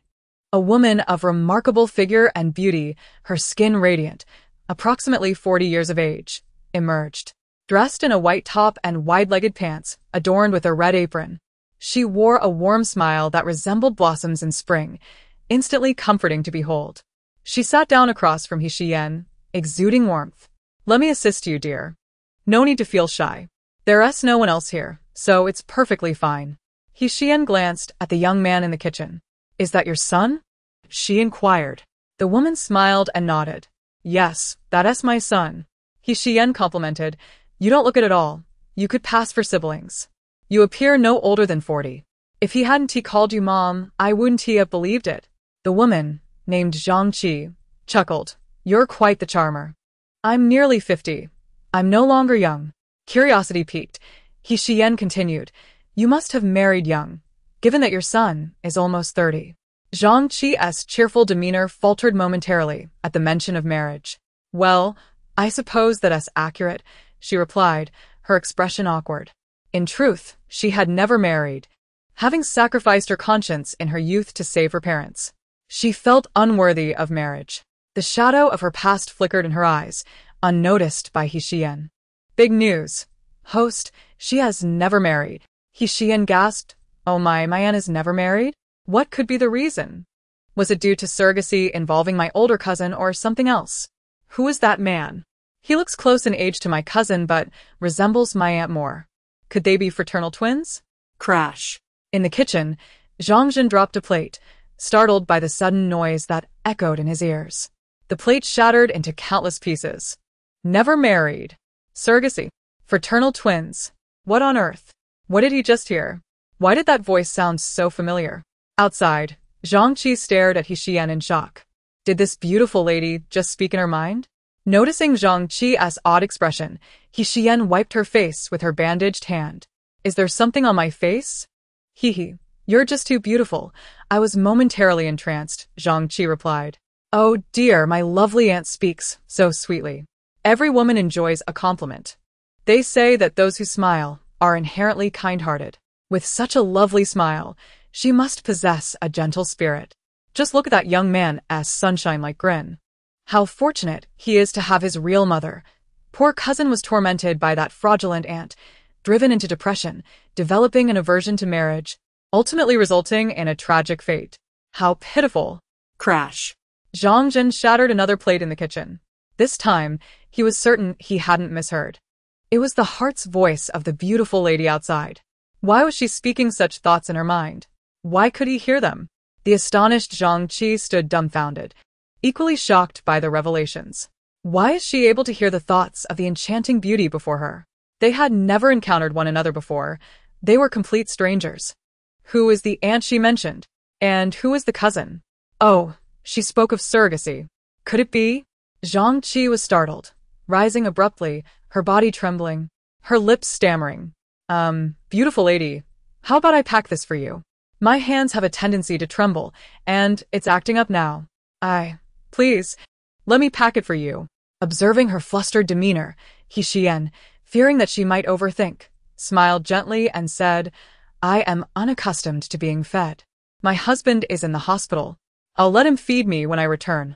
She mused that it had been quite a while since she had emerged from the fire, and her husband should be waking up soon. Zhang Qi, with an apologetic smile, her complexion a tad pale, addressed her son in the kitchen. Asian, please help this lovely lady with a fresh order of noodles to go, free of charge. Turning to Xiyan, she added, this portion has overcooked. It won't taste good. I'll have my son prepare a fresh one for you. Xiyan insisted on paying. No need, it's fine to pack this one. Besides, I can't eat spicy food. I wouldn't taste anything anyway. Zhang Qi had initially intended to refuse her payment, but Xiyan insisted, stating otherwise. She would not take the noodles. Reluctantly, she acquiesced. Very well. I shall pack it as you wish. I apologize for not being able to assist you better. She took Xian's noodles into the kitchen, instructing Zhang Zhen to pack them. Zhang Zhen had already prepared the seasonings. Upon seeing her bring the noodles in, he asked, Aren't you going to cook them? Zhang Qi shook her head. She requested them packed as is. Zhang Zhen packed the noodles and personally handed them to Xiyan. She hung the bag on her wrist and smiled softly. Thank you. Zhang Zhen, captivated by her radiant smile, felt an inexplicable warmth. With a slight smile, he said, Take care, and we welcome your next visit. Xiyan nodded lightly and turned to leave. Oh dear, what a fruitful outing. I unexpectedly met the biological mother of my cousin. If only this aunt knew that her son had been mistreated since childhood, would it not break her heart? Being forced into surrogacy to bear him must be her lifelong anguish. Though Xiyan had walked far away, her thoughts bombarded Zhang Qi and her son like a relentless storm. Particularly the last statement about surrogacy and the mistreatment of her son struck Zhang Qi like a knife to the heart. She clutched her chest, the sharp pain making it difficult to breathe, her complexion pale. Zhang Zhen turned around and was taken aback to see her in such distress. He rushed over to support her. Mom, what's wrong? Is it your heart again? Sit down, I'll get you some medicine. With his help, Zhang Qi sat on a stool, tears flowing uncontrollably. Her son. The son born of surrogacy. Was it truly, as that girl had said, that he had suffered abuse since childhood? Zhang Zhen, alarmed by her tears, asked, Mom, what is it? Does it hurt? Get up. I'll carry you to the hospital. He anxiously knelt down, pulling her hand over his shoulder, ready to lift her. Zhang Qi grasped his hand, stopping him. No, it's fine. Mom is okay. Don't worry. Zhang Zhen, concerned, replied. How can you be fine? This episode is more sudden than before, and you're in tears. Zhang Qi took a moment to steady her breath. This is an old ailment. Going to the hospital is futile. They won't find anything at most. They prescribe some medication. Please don't worry, I truly am alright. I just felt a bit sad after hearing that girl's thoughts. She was acutely aware that her ailment was a matter of the heart. Hearing this, Zhang Zhen finally voiced his curiosity. Why can I also hear? Were the words that girl spoke related to you? You once told me I have a fraternal twin brother, but he was lost by you. Mom, Please be honest with me. is my brother and I the result of your surrogacy? Ever since I became aware, you never mentioned marriage, nor did you speak of my biological father. Are my brother and I truly. Chapter 69. Choosing surrogacy to save my parents. Confronted with her son's inquiries, Zhang Qi's face filled with guilt. The suppressed emotions within her surged forth like a tidal wave. After 30 years, it was time he learned the truth. Having concealed it for so long was enough. Tears streaming down her cheeks, her eyes reddened, she lowered her voice. Let me close the shop. We won't be conducting business tonight. I'll take my time to tell you. Zhang Zhen, noticing her slight easing, stood to close the shop door. He then sat across from her, pouring her a glass of water and offering her a tissue to dry her tears. In a tone laden with concern, he said, Mom, I don't mean to pressure you. I just hope you can emerge from the shadows and find some happiness. Though you've never said it, I know these years have been burdensome for you. Your heart condition is, in truth, a matter of the soul. I wish for you to open your heart and live for yourself in the latter half of your life. I've known all along about your silent tears during the nights. You fought tirelessly to keep Grandpa and Grandma with us for over a decade. They left peacefully. The only regret is that they could not witness your happiness. I once thought your heart was shattered by Dad, which is why you refused to marry. But what that girl said made me understand how much you've suffered over the years. If we can hear her thoughts, then what she said must be true. Zhang Qi gazed at her son's worried face, guilt and sorrow filling her chest. She wiped her tears. Indeed, what that girl said is true. I, in fact, gave birth to you and your brother through surrogacy. 31 years ago, upon receiving my university acceptance letter, I was filled with hope for university life when I overheard a conversation between your grandparents. That day, fate played a cruel joke on me. Your grandparents were diagnosed with uremia and breast cancer, respectively, yet they concealed it from me, planning to forego treatment. They were merely ordinary textile workers. The sudden revelation of such terminal illnesses was like a bolt from the blue for me. In order to fund their treatment, I deceived them into thinking I had not been accepted into university. I sold our home and car, sacrificing my education to pay for their care. However, the exorbitant medical expenses were far beyond what a girl with no social experience could bear. I worked tirelessly, but my earnings were merely a drop in the bucket against the steep costs of surgery. Subsequently, to save them, I secretly became a surrogate for wealthy individuals. Unbeknownst to your grandparents, they promised me $2 million if I bore a boy and $1 million for a girl. For the sake of money and to save them, I agreed. That lady drugged her husband, allowing me to take her place. Soon after, I became pregnant. 8 months later, your brother was born and immediately taken by the buyer, while you, born just minutes later, I secretly kept. The buyer was unaware that I had given birth to twins. I have no knowledge of who they are or where your brother was taken. I have spent these years burdened by guilt and regret for selling him. Every time I see you, I am reminded of the brother I lost. It's not that I refuse to marry. I feel unworthy of it. To build a family and raise children, one must be whole. How can a person who selfishly sold her son deserve happiness? I regret not being able to provide you with a complete family. I am sincerely sorry, but Asian, I do not regret my past decisions. Regret for her brother may haunt her for a lifetime. In the past, the burden of her parents' medical expenses loomed like an insurmountable mountain, preventing her from standing tall. She exchanged her eldest son for money, thus removing a financial burden from her shoulders, yet she found herself laden with a mountain of guilt. In her desperation, she knew that choosing surrogacy was a path fraught with ethical dilemmas. She was aware that this choice would cause her enduring anguish, but for her parents, she felt she had no alternative. Her life was a gift from them. They had cherished her since childhood, and she could not bear to watch them slip away. When she sold her son and received $2 million, the pain was unbearable. The red bills felt like arrows piercing her heart, intensifying her sorrow with each one she spent. At night, gazing at her younger son's sleeping face or hearing his soft breaths, her heart ached as if being sliced by a knife. It is said that twins share a psychic bond. When her younger son cried or laughed, she often wondered if her eldest son experienced the same feelings. With the money from selling her eldest son, she provided her father with a kidney transplant and her mother with a mastectomy, saving their lives at the cost of her own peace of mind. Her heart became ill the moment her eldest son was taken from her. That substantial sum allowed her parents to live for over a decade longer, yet she lost her eldest son forever. She once believed he would thrive in a wealthy family, free from want and surrounded by luxury. However, upon hearing the truth from a girl, her world shattered. That family had not treated him well. His adoptive mother had abused him, driving him to illness.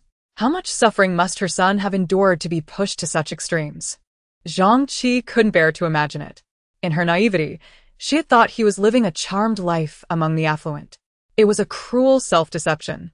Zhang Qi grasped Zhang Zhen's hand tightly, her eyes brimming with tears as she pleaded, "Ah Zhen, I beg you, help me find your brother. Investigate the identity of that girl you just met. Who is her cousin? Is that cousin your brother? I need to know how he is doing. I always believed he was well taken care of." She had considered searching for her eldest son before, but the thought that the family had been able to pay $2 million suggested they were of high status, and thus, he would not suffer. How naive she had been. Life in a wealthy family was far from easy. Upon hearing this, Zhang Zhen's heart ached for his mother. "You should have told me sooner. Mom, I've witnessed the suffering you've endured over the years. Rest assured, I will find our elder brother. Regardless of whether he recognizes us or not, I will locate him. I will ensure he understands that your choice was made out of desperation." As Lan Yan observed Xiyan carrying 3 food containers, she took one from her wrist and inquired, "Why did you buy so much?" Xiyan awkwardly replied, "I haven't eaten yet." Lan Yan quickly realized upon seeing her wrapped hands, exclaiming, "Oh dear, I forgot about your bandaged hands." She placed the food containers on the bedside table and retrieved a box of noodles. "Come sit, let me feed you." Xiao Guiqing, fearing Xiyan might be envious of his wife's hands, hurriedly pinched Xiao Mohan, who had been asleep for too long. Xiyan's stomach growled from hunger, and upon hearing her mother-in-law, she decided not to be finicky. Just as she settled down, Xiao Mohan slowly opened his eyes. Chapter 70. A tangled web of affection. Xiao Mohan blinked, staring at the ceiling of the hospital room, still feeling dazed. Seeing his son awake, Xiao Qinghua felt a twinge of guilt. He feigned surprise. "Mohan, you're awake. Do you feel any discomfort?" Lan Yan, with her back to her son, excitedly placed the food container down and anxiously asked, "How do you feel, son?" Xiao Mohan tilted his head, glancing at the 3 of them, and gradually began to regain his senses. Xiyan stood beside Lan Yan, her eyes sparkling as she gazed at him. "Darling, are you alright? Is your chest still painful? The doctor said you inhaled a significant amount of smoke, and your lungs are severely infected. Are you feeling any tightness in your chest?" Xiao Mohan's gaze remained fixed on Xiyan, emotions swirling within him, nearly spilling from his eyes. He had braced himself for death when he felt trapped, unable to call for help. Yet, against all odds, she had rushed into the flames to save him. Hearing her call his name was like music to his ears. In that moment, he thought that if he survived, he would fulfill any desire she had, even if she ultimately chose to leave. But now he found himself reconsidering. This woman wanted him to love her, and he was willing to be a little greedy to entice her heart in return, ensuring she genuinely cared for him. For the first time, Xiyan caught a glimpse of an unusual emotion in his eyes. and she suspected it was due to her daring act of saving him that had brought about this change.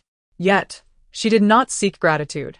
With a playful smile, she said, "Darling, don't be too moved. I wasn't foolish enough to go in alone. A whole team of firefighters followed behind. But whether they can endure the perilous phase depends on their willpower."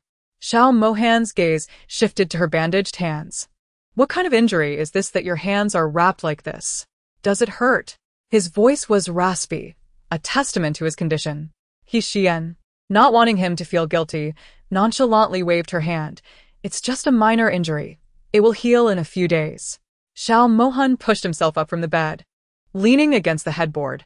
"Did you contact the driver and the bodyguard's family?" Xiao Qinghua nodded. "Yes, but their hometown is too far from the capital. There are no evening flights, so we must wait for the earliest flight tomorrow. The doctors said they should be treated abroad. Chunlin's spinal nerves are damaged. If we can't do anything for him abroad." His sentence trailed off, but Xiao Mohan understood the implications.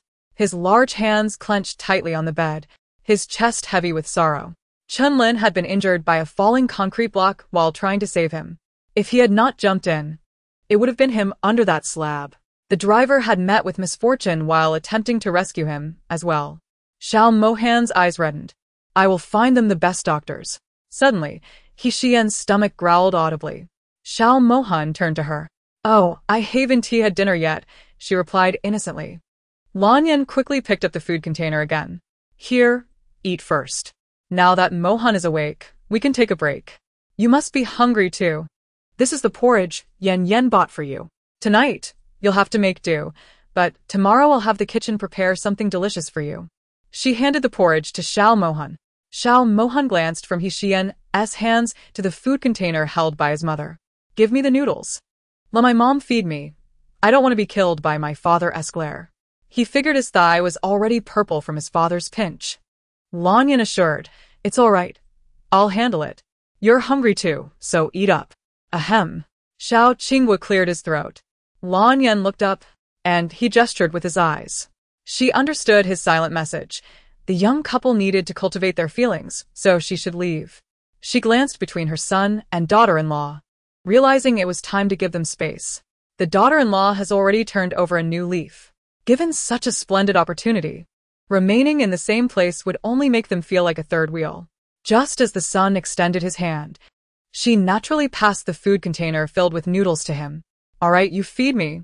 If I were to do it, Yen would feel uncomfortable." Once Xiao Mohan took the food container, Lanyan stepped aside. Yen, you sit by the bed. Tomorrow morning, I'll bring you breakfast." All right. As they left, the atmosphere momentarily became tense. Xiyan sat by the bed, feeling unexpectedly bashful. "I feel bad asking you, a patient, to feed me noodles." Xiao Mohan lowered his gaze, opened the food container, and gazed at the clumped noodles with a hint of exasperation. "How long has it been? They've already turned into a lump. How can one eat this?" "Not long, perhaps just over 30 minutes, Xiyan replied helplessly. "Let us make do and fill our stomachs. Not many places are open at night. It's better than nothing. Although I would love some skewers, I can't eat them right now." Xiao Mohan broke the disposable chopsticks apart, separated the clumped noodles, and, with a somewhat stiff tone, lifted a portion to her lips. Eat. This was his first time feeding someone, and his demeanor was somewhat unnatural, lacking tenderness. However, Xiyan was already quite satisfied that he could do this much, considering how he had previously harbored extreme disdain for her. She opened her mouth and accepted the noodles, her gaze fixed intently on Xiao Mohan. Xiyan blinked. Was it her imagination? She felt as if this man had changed somewhat since awakening, as if his aura had shifted. Oh dear. Could it be that my saving him has made him treat me so well out of gratitude? Xiao Mohan paused, his hand holding the chopsticks momentarily halting. Gratitude? Was his behavior merely an expression of gratitude? It was for the sake of gratitude that he had married Xiyan in the first place. If his kindness towards her was simply a matter of repaying a debt, did that mean he would tread the same path again? Her heartfelt thought left him momentarily bewildered, unable to discern whether he was drawn to her or if he merely wished to express his gratitude for saving him once more. Noticing his distraction, Xiyan expressed her dissatisfaction. "Husband, what are you thinking? Keep feeding me. I'm so hungry. Xiao Mohan resumed feeding her noodles, deliberately initiating conversation. How did you know I was in the fire? Xiyan casually replied, I just happened to pass by and saw your car outside the hotel, I guessed. Xiao Mohan was aware of her ability to foresee the future, yet he found it puzzling that if she had known all along he would encounter a fire. Why had she never mentioned it? If she knew in advance, why wait until the fire became so severe before showing up? Was it intentional? Or had she genuinely been unaware? Despite the myriad of speculations in his mind, his expression remained impassive, reverting to his previous aloofness as he continued to feed Xiyan. Wow. Being fed by my husband feels wonderful. If he stays in the hospital these days, I can make good use of this opportunity to cultivate our feelings. Perhaps he will develop a greater fondness for me. After finishing a bowl of noodles, both with their own thoughts, Xiao Mohan finally picked up his porridge to drink. It was then that he recalled the client he had met yesterday. What about the client who was with me? Xiyan expressed her regret. He didn't make it. Unlike you, who was fortunate enough to have bodyguards, his head was smashed directly. Oh, poor bodyguards and drivers. If my hand hadn't been injured, I could have helped the bodyguard fix his spinal nerves tonight. Now, once they leave the intensive care unit, my husband will surely send them abroad for treatment. If they go abroad, I won't be able to intervene. I need to think of a way to convince my husband to keep them here for treatment, and then persuade him to let me perform surgery on the bodyguard. Chapter 71. Half-hearted Thoughts. The younger brother's anxiety, Xiyan's innermost thoughts once again astonished Xiao Mohan. Could she truly treat Chenlin's spinal nerves? When abroad, he could not monitor her constantly, but if she were in the capital, he could visit at any time. The one who risked their life to save him, be it the bodyguard or the driver. That was a profound debt, one he would never forget. Xiao Mohan, who believed in repaying even the smallest kindness with great gratitude, would certainly reciprocate the sincerity shown to him with his life. Xiyan pondered how to convince Xiao Mohan of her medical abilities, while Xiao Mohan contemplated how to reveal her skills. The following morning, Xiyan was awakened by noise. Mistaking herself for still at home, she impatiently shouted, Can you keep it down? Her forceful exclamation startled Xiao Jingheng. He clutched his chest. My goodness. Sister-in-law's temper hasn't changed at all. I was being so quiet, almost whispering like a mosquito, and she could still hear me. TSK, what sharp hearing. Due to his special identity, often embarking on missions with the army, he was frequently unreachable, and his family had grown accustomed to it. Unless absolutely necessary, they wouldn't contact him. During the last incident where he was pursued, only his brother and sister-in-law knew, and he hadn't informed his family. His parents believed he was in the army. No one had informed him about the fire yesterday. He woke up early browsing news and stumbled upon the shocking scene of his brother being carried out of the fire by his sister-in-law. That heart-stopping moment caused him to tumble out of bed. That was a fire, a raging inferno consuming several floors, so perilous. His sister-in-law had recklessly dashed in, and he was deeply moved. His sister-in-law had indeed changed for the better. She must truly love his brother. How could such a significant event occur without anyone notifying him? If he hadn't checked the news early in the morning, he would still be unaware that his brother had nearly been scorched by the flames. Xiao Mohan glanced at him. You can be discharged now, right? Our parents will be here shortly, and don't say I didn't remind you. Xiao Jingheng, still in his hospital gown, replied, I'm almost ready. The inflammation has subsided, and the wound is scabbed over. Once the doctor arrives, I'll handle the discharge. Xiyan, sleeping on another bed, had her head covered by the blanket. Upon hearing Xiao Jingheng's murmurs, she remembered that they were in a hospital. She lifted the blanket and sat up, still wearing the clothes from her shower last night, her expression somewhat unpleasant. What are you mumbling about so early in the morning, you silly brother? She had a severe case of morning grouchiness. Having gone to bed late the previous night, she was now irritated by Xiao Jingheng's noise. Xiao Jingheng, noticing her hands bound like a rice dumpling, disregarded her irritation. Instead, he sweetly apologized, sorry, I didn't consider it well, and disturbed sister-in-law's sleep. I just woke up early and checked the news, worried about you both, which is why I came a bit earlier. Now that I see you're all right, I can relax. Xiyan looked at the aura of despair surrounding Xiao Jingheng's head and suddenly laughed. This silly brother is on the brink of losing his own life, yet still has the mind to worry about others. On the brink of death. The two brothers of the Xiao family exchanged glances, and Xiao Jingheng's expression changed dramatically. Does sister-in-law mean I'm nearing my end? But why didn't she mention when the person intending to harm him would strike? Yet the other party hadn't he made a move. And he hadn't he found any clues. Sigh. Why couldn't he sister-in-law finish her thoughts in one go? Each time, she only reveals half, dangling his life in suspense. He feared that before he could be harmed, he would die from anxiety. Xiao Jingheng rolled his eyes, contemplating how to extract Xiyan's thoughts. However, her next words nearly caused him to spit blood in frustration. Are your eyes twitching? Why are you rolling them around? If you're uncomfortable, you should see an eye doctor soon. Don't let it drag on into something worse. It's not good to have so many problems at such a young age. FSK, what should I do to remind this fellow? This foolish one is truly in a precarious situation. His eyes were brutally gouged out, his limbs severed. And he was thrown into the beast's den, left to be devoured until naught remained. No one from the Xiao family had suffered as much as he had. Xiao Jingheng's face was ashen. Could his sister-in-law not utter something useful? Why must she repeatedly stab him in the heart with her words? If only she could, like when she spoke of Xiao Ning's plight, strike at the core of the issue all at once. Only then could he prescribe the right remedy. Yet, it seemed that Xiyan was deliberately opposing him, refraining from expressing even a single thought in her heart. Xiyan got out of bed, putting on her shoes. You two brothers chat, I'll go find a caregiver. I can't wash my face. Xiao Mohan replied, no need to go. Mom already arranged for one last night. No sooner had he spoken than the caregiver entered, carrying a kettle of hot water. Oh, madam is awake. Are you ready to wash up? Come. Let me help you in the bathroom. Xiyan, unpretentious, stepped towards the restroom. As they entered, Xiao Jingheng grew anxious. Brother, what should we do? If sister-in-law doesn't say, when that person will strike, what am I to do? My wounds haven't healed yet. If another assassination attempt occurs, I may not evade it. Xiao Mohan glanced at the closed bathroom door, tapping his fingers on the bed railing. I'll be in the hospital for the next few days. I can't help you. Meanwhile, let us see if she reveals the time and place of that person's attack.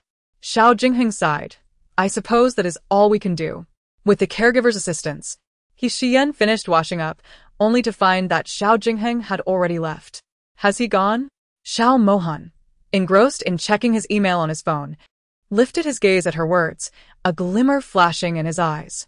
Xiyan stood with her back to the window, sunlight streaming through the glass into the room. The golden rays illuminated her profile as if she were enveloped in a halo. Her unadorned face, smooth as jade, was so delicate it seemed one could extract water from it. Her brows were like distant mountains, and her long eyelashes fluttered gently like small fans as she blinked. Her eyes resembled a pristine spring, clear and transparent, sparkling with life. Previously, when she looked at him, she always feigned a coy demeanor that tugged at the heartstrings. But today, her gaze was pure and unblemished, captivating him instantly. Xiao Mohan suppressed the sudden stir of emotions within him. Mom and Dad are coming soon. They don't know Jingheng is injured. I must avoid them. Xiyan nodded in understanding. He planned to discharge himself once the doctors arrived, otherwise, encountering his parents at the hospital would surely lead to another scolding. However, as he stepped into the ward, he instantly sensed that something was amiss. Xiao Jingheng's complexion shifted. Damn, can I be any more unfortunate? As he dashed out, 3 individuals rushed from the ward in pursuit. The trio appeared utterly ordinary. The kind one would not notice on the street. Chase him. Don't let him escape. Xiao Jingheng hurried into the elevator, quickly pressing the close button. And the door shut just in time. The trio, lagging a few steps behind, failed to catch the elevator. Frustrated at missing their target, the leader raced to the staircase. Xiao Jingheng's ward was on the 5th floor. As the elevator descended, he illuminated all the buttons. The moment it reached the 2nd floor, he exited and swiftly darted into a storage room. Just as he concealed himself inside, the trio raced from the 3rd floor to the 2nd. Realizing the elevator hadn't stopped, they continued down to the 1st floor. Xiao Jingheng waited in the storage room for several minutes, cursing under his breath. Damn it. I'm unarmed, and still injured. Waiting for backup will surely be too late. Engaging those desperate criminals head-on would only lead to disaster. The leader, menacing and fierce, called out, "Come out, or I'll put a bullet through this child." Help. Let me go, you villain. Mommy, help. The child, terrified, wailed. The people from the second-floor ward, hearing the cries, were startled but, seeing the trio's intimidating demeanor, dared not approach and hurried back inside. Only the child's mother rushed forward in distress. "What are you? Why are you holding my child? Give him back." She attempted to snatch her child, only to be met with a gun aimed at her head. "Don't move if you wish to live." In the storage room, Xiao Jingheng seethed with rage. How dare they use a child as leverage against him? The child continued to cry loudly, prompting one of the assailants to strike the child. "Shut up. If you cry again, I'll kill you." The harsh voice stunned the child into silence. "I'll count to 3. If you don't come out, I'll shoot. 1, 2. "Don't shoot. I'll come out." Xiao Jingheng relented. He stepped out, his voice cold. "Let the child go." The leader signaled to the other two, one pointing a gun at Xiao Jingheng's head while the other remained vigilant, scanning the surroundings. The leader tossed the frightened child to the ground. Seeing this, the mother quickly scooped her child into her arms and fled. The leader approached Xiao Jingheng, forcing him to walk ahead. "I truly don't have the list. I don't possess any list at all. You've got the wrong person." The leader struck him with the gun. "Quit the nonsense. If you don't cooperate, don't blame me if my gun misfires." Xiao Jingheng was taken aback by their stubbornness. Though he had been embedded with the major drug lord for months, he genuinely hadn't received any list. Who had spread such a falsehood? Could it be that treacherous brother of his had leaked misleading information? Otherwise, why would he be targeted? Damn it. How had he offended him? He had treated him like a brother, yet he had stabbed him in the back. In Xiao Mohan's ward, Xiyan was sipping hot water when the voice of Dagwang abruptly interrupted. "Host, your younger uncle is in danger. You must go save him." Xiyan nearly choked on her sip as Dagwang's voice exploded in her ear. "What now? Wasn't he fine when he left?" Dagwang replied. "It's the doing of his so-called brother." Xiyan was puzzled. "That guy is acting up? But isn't it too early for that?" Xiao Mohan's ears perked up. What did she mean? The guy she referred to was Xiao Jingheng, implying he was in danger? Dagwang continued, "I warned you. The capital has taken an interest in that script, and there will be changes. Be prepared for unexpected situations." Xiyan resignedly stood and said to Xiao Mohan, "I'm hungry. I'll go check if Mom and the others have arrived." Without waiting for Xiao Mohan's response, she turned and left. "Damn it, Xiao Jingheng, this jinx. Not only did he disturb my peaceful slumber this morning, but now he is also causing trouble. I haven't even had breakfast yet, and I already have to clean up his mess." As she stepped out of the ward, she quickened her pace towards the elevator. Xiao Mohan swiftly dialed a number. "Ensure the lady's safety." Then he threw off the covers, got out of bed, and swiftly maneuvered into a wheelchair. The bodyguards outside, seeing him emerge, instinctively approached to push the chair.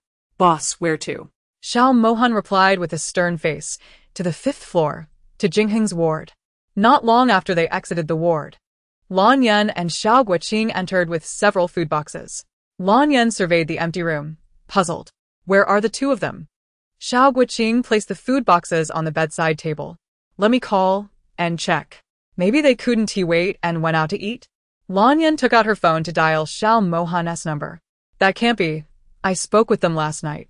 It's only 7 a.m. now. They shouldn't be so hungry that they can't wait." Upon reaching the 5th floor, Xiao Mohan received a phone call. He had missed Xiyan by mere seconds, inadvertently taking another elevator. Upon arriving at Xiao Jingheng's hospital room, he found it devoid of Xiyan, and Xiao Jingheng was also absent. In a rush, he dialed her number, asking where she had gone. An anxious voice on the other end replied, "The rooftop.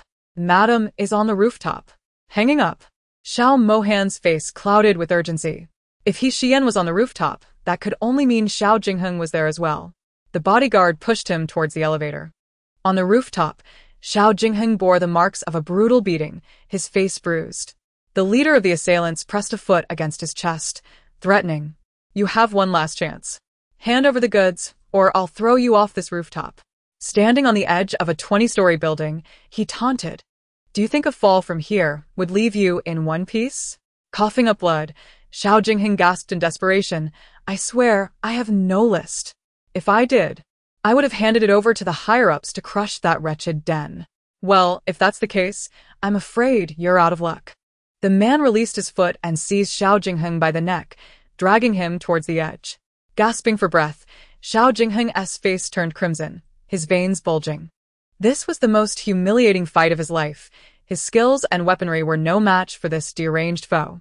Out of the corner of his eye, he glimpsed the rooftop's edge. Panic surged through him. Was he really to meet his end here? Hadn't his sister-in-law mentioned that he was betrayed by a supposed brother-in-arms? This was no brother. Xiao Jingheng collapsed, overwhelmed. Sister-in-law, the one who can read fortunes. Please, descend from the heavens and save me once more. Perhaps his plea was sincere enough. He actually saw her. Xiyan arrived at the rooftop, witnessing Xiao Jingheng being manhandled. The towering figure looked absurd, struggling like a chick being wrung by the neck. She couldn't help but laugh at the sight. How shameful to bully the weak. Suddenly, her laughter interrupted the assailant's advance. Like a whirlwind, she charged forward and delivered a swift kick to his forehead. The impact felt as if steel had struck him, sending him into a dizzying pain, causing him to loosen his grip on Xiao Jingheng. With a thud, Xiao Jingheng fell to the ground, agony coursing through him as if his bones were shattering. Seizing the moment, Xiyan followed up with another kick, sending the attacker flying against the rooftop railing. Wedged between it, unable to escape. Dazed, he barely registered her next strike, which sent him hurtling off the rooftop. The two remaining assailants stood in shock, mouths agape. Who was this woman? She had dispatched their leader with just a few blows. They drew their guns, aiming at Xiyan, prepared to shoot without hesitation. But, to their astonishment, as they fired, she smiled. Her eyes glinted with an unusual light, and as she shouted, a bizarre phenomenon occurred. The bullets were halted by her radiant aura, frozen midair. Impossible! The two men, now panicked, fired again, yet the outcome remained unchanged. The bullets remained suspended as if trapped in ice. Only after exhausting their ammunition did Xiyan drop her nonchalant facade. Your turn now, she said, a sinister smile gracing her lips as she lunged toward them. Injured, she could only use her legs. Foshan's shadowless kick, she declared, unleashing a flurry of strikes. The sounds of breaking bones echoed around them in rapid succession. The two men, unable to even touch the hem of her garment, collapsed, battered, and gasping for breath. Was he dreaming? His sister-in-law's speed was otherworldly. He had experienced their prowess firsthand, yet here she was untouched, not even a speck of dust on her. She was not merely human, she was divine. Xiao Jingheng was filled with admiration, his blood surging with excitement, captivated by Xiyan's extraordinary abilities. Xiao Mohan, observing from the entrance, suppressed his astonishment as he retreated in his wheelchair. His concerns had proven unfounded. How many secrets did this woman possess? The ability to seal objects? Such phenomena were only seen in movies. Today had truly expanded his horizons. At that moment, he felt a flicker of worry. Was her strength a blessing or a curse? The bodyguards, who had followed Xiyan, felt a sudden sense of crisis as they witnessed her incredible feats. Would they soon be out of a job? Did she truly need their protection? Just then, Xiyan, having unleashed her newfound powers, glanced at the dazed Xiao Jingheng. Can you move? Are you paralyzed by fear? She kicked him lightly. Remembering the three defeated men, he trembled, quickly rolling away. Sister-in-law, please spare me. Her foot paused midair.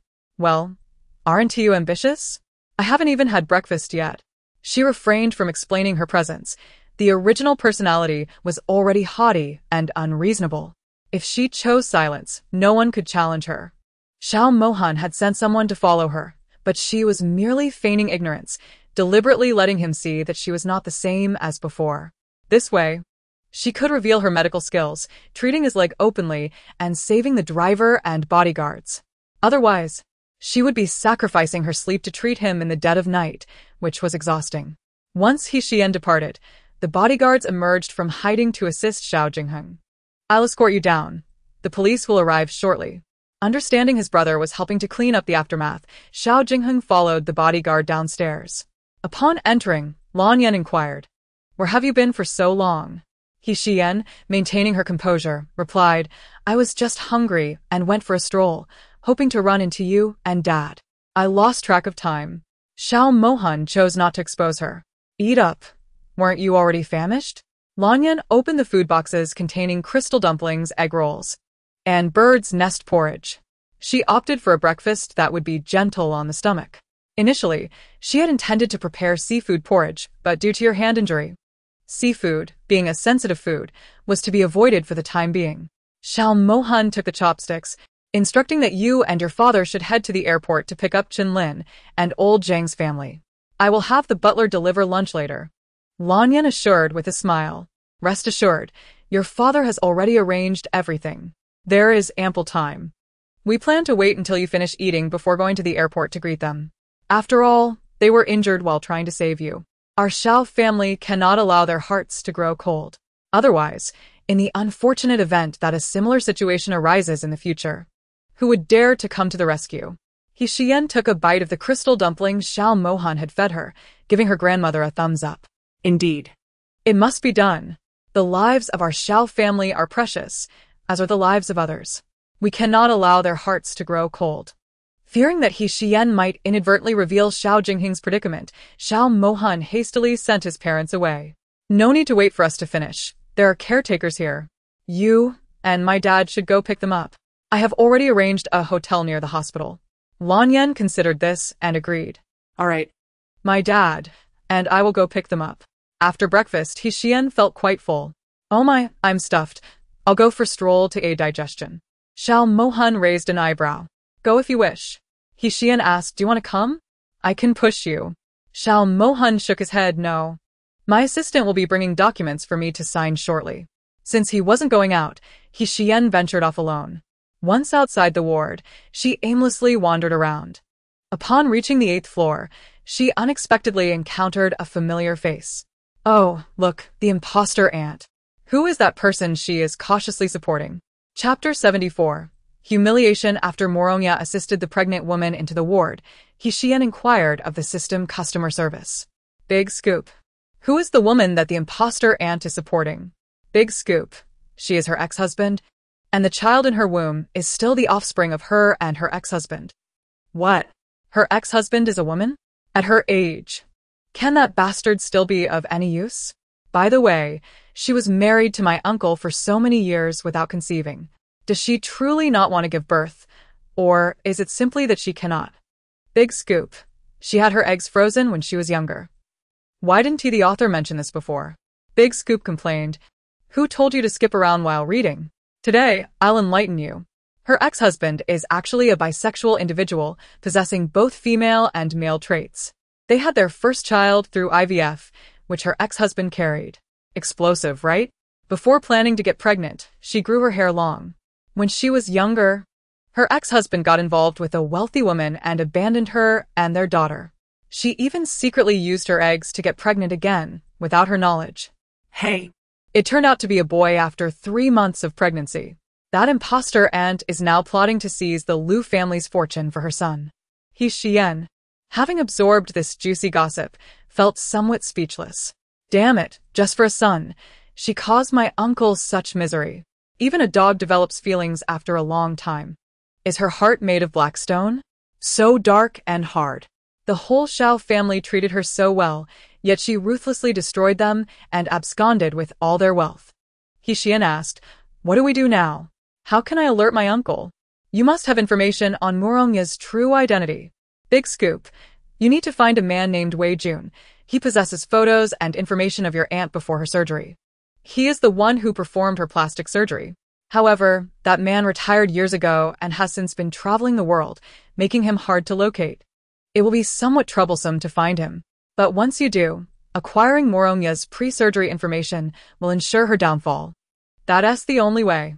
Once we find that man and obtain evidence, we can anonymously send it to my uncle, thwarting Moronya's scheme.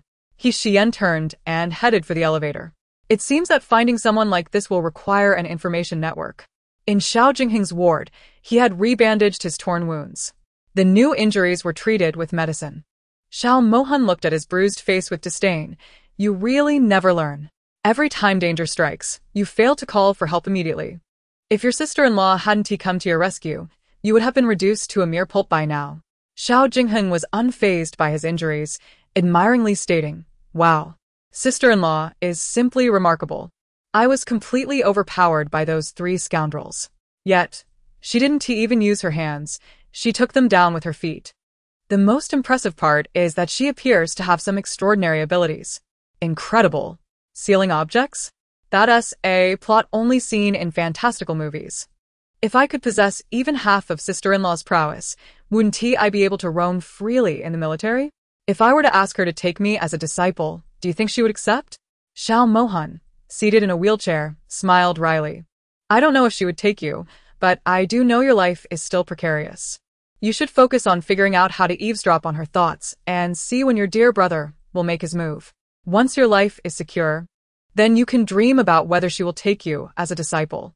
Xiao Jingheng's expression of admiration fell flat under the weight of Xiao Mohan's words. Who knows when she will say something? "I can't just ask her directly, otherwise she would know right away." Then Xiao Jingheng, with curiosity, fixed his gaze on his brother. "Brother, sister-in-law has become so formidable. You're not thinking of divorcing her, are you? She rushed into a fire to save you this time.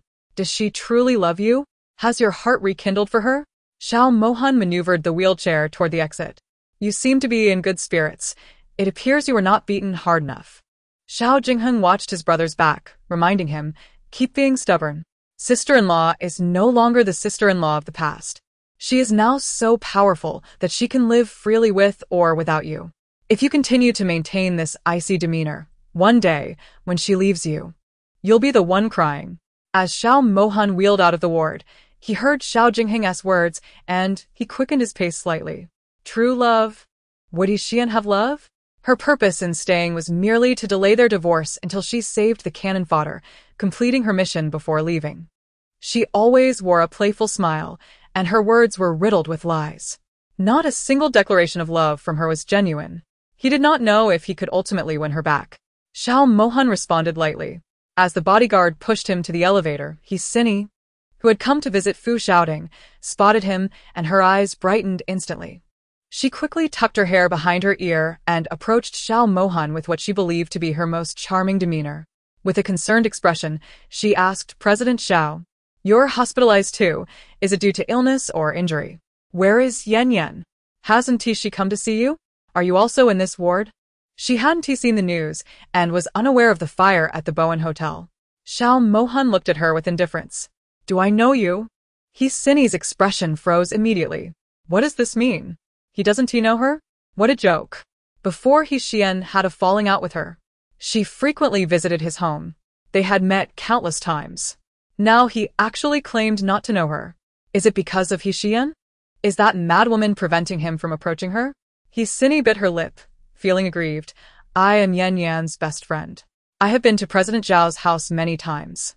We have met numerous times. You must have forgotten, President Xiao." Xiao Mohan shifted his gaze away from her insincere face.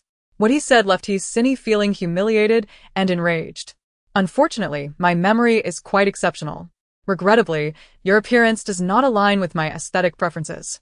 I have always held a fondness only for faces resembling that of my wife." The bodyguard behind him could not suppress a chuckle. He was well aware of his boss's sharp tongue, which could infuriate anyone. He's face nearly turned green with anger at his words. Was he implying that she was unattractive? In what way was she lacking? While she might not possess the exquisite beauty of Xiyan, she was certainly a beauty in her own right. Yet, he had the audacity to claim she did not meet his aesthetic standards. On previous visits to his home, although he expressed dissatisfaction with Xiyan, he had never shown her any disdain or uttered a single harsh word. Occasionally, he would even nod at her. She had assumed he harbored some special feelings towards her, that he regarded her differently. But now, could it be that the insane Xiyan had been whispering ill of her in his ear, causing his aversion? At that moment, the elevator doors opened, and Xiao Mohan delivered another lethal quip. "Excuse me, you're blocking my way. The path is so wide, yet you choose to obstruct it, altering the very air before me." The bodyguard cooperatively waved his hand in front of his nose. "Boss, There's a distinct scent of green tea. Xiao Mohan echoed in agreement. He had voiced his thoughts about that woman plotting against him, even seeking to torment his son. How ridiculous. A person condemned to death daring to approach him. It was sheer folly. He trembled in fear at his icy tone and hastily stepped aside. The bodyguard ushered Xiao Mohan into the elevator, and the doors promptly closed behind them. He glared at the descending numbers in the elevator, gritting her teeth in fury. Xiao Mohan, how dare you humiliate me? As if it weren't enough that he found her less attractive than that madwoman, he had the gall to deride her as a white lotus. Xiao Mohan, you truly have the audacity to insult me. What exactly makes me inferior to that infamous lunatic? Just you wait. I will make you regret the words you spoke today. Chapter 75. A significant loss. She didn't pay much mind to it. Regardless, even if she did not mention saving Xiao Jingheng, his people would inform him discreetly. Xiao Mohan's wheelchair halted before her hospital bed as he adjusted her blanket. He then glided to his own bed, propping himself up with his hands to sit on the edge. Just as he extended his feet onto the bed, a nurse wheeled in a cart. I came to administer your four, but since you weren't here, I attended to other patients first. Xiao Mohan cast a glance at the frowning Xiyan. Please keep your voice down. My wife did not sleep well last night. The nurse tilted her head to observe Xiyan in the adjacent bed and nodded. The young nurse felt a twinge of envy towards Xiyan, unexpectedly receiving a dose of sweetness while administering in four. However, that lady was indeed stunning. No wonder this gentleman adored her so. After setting up the four, the nurse quietly informed him, there are 3 bags of saline in total. Keep an eye on it. When it's nearly finished, ring the bell, and a nurse will come to replace it. Xiao Mohan nodded. Around 11 o'clock, as Xiao Mohan's four finished, Xiyan awoke just in time.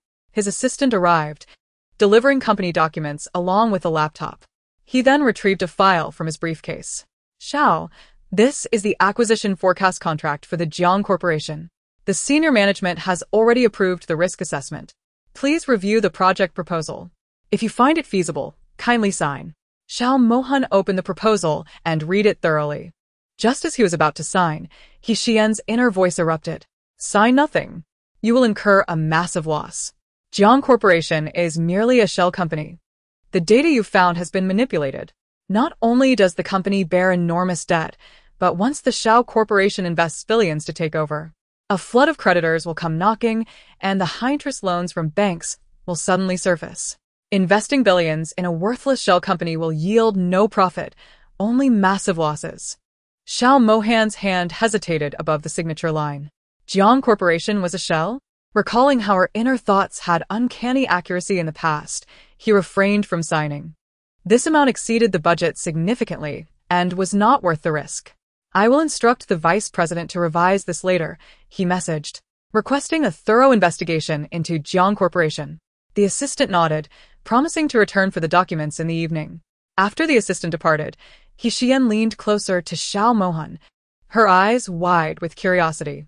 Darling, why didn't you sign just now? She remembered the script where Xiao Mohan had readily agreed to sign. Xiao Mohan's fingers flew across the keyboard, and he glanced up at her. The budget is too high. The company lacks sufficient funds. Insufficient funds? Xiyan exclaimed in disbelief. What nonsense is this? You are the richest man in Huagua.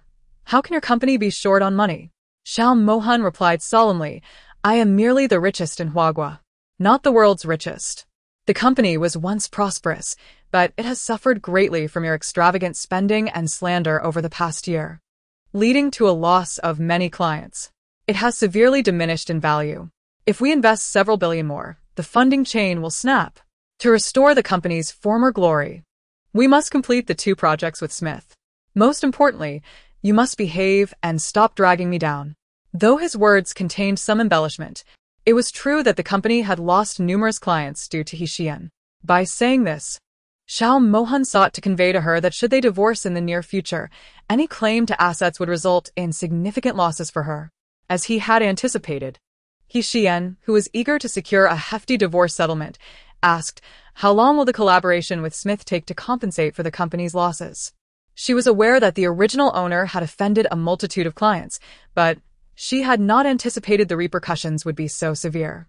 No money.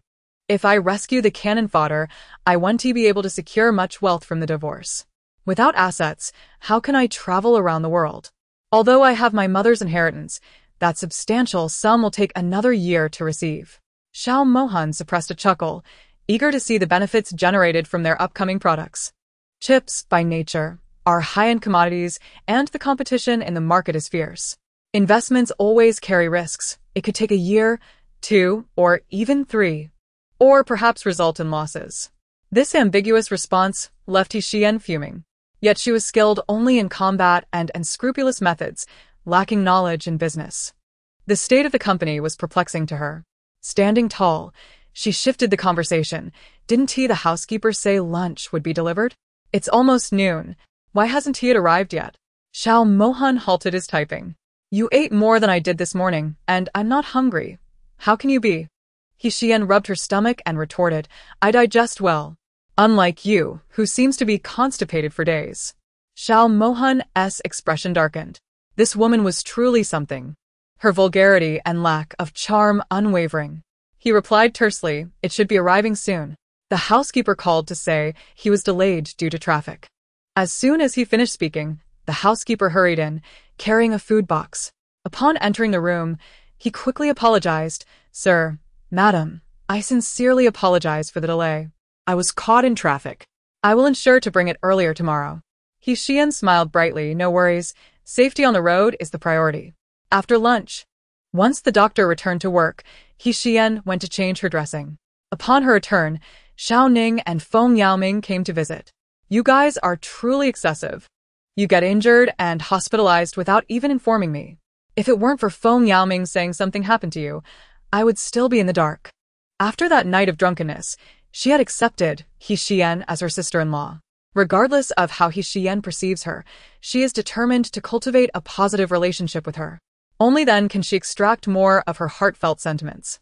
Xiyan is unaccustomed to such intimacy, yet she boldly leans against Xiao Mohan's hospital bed.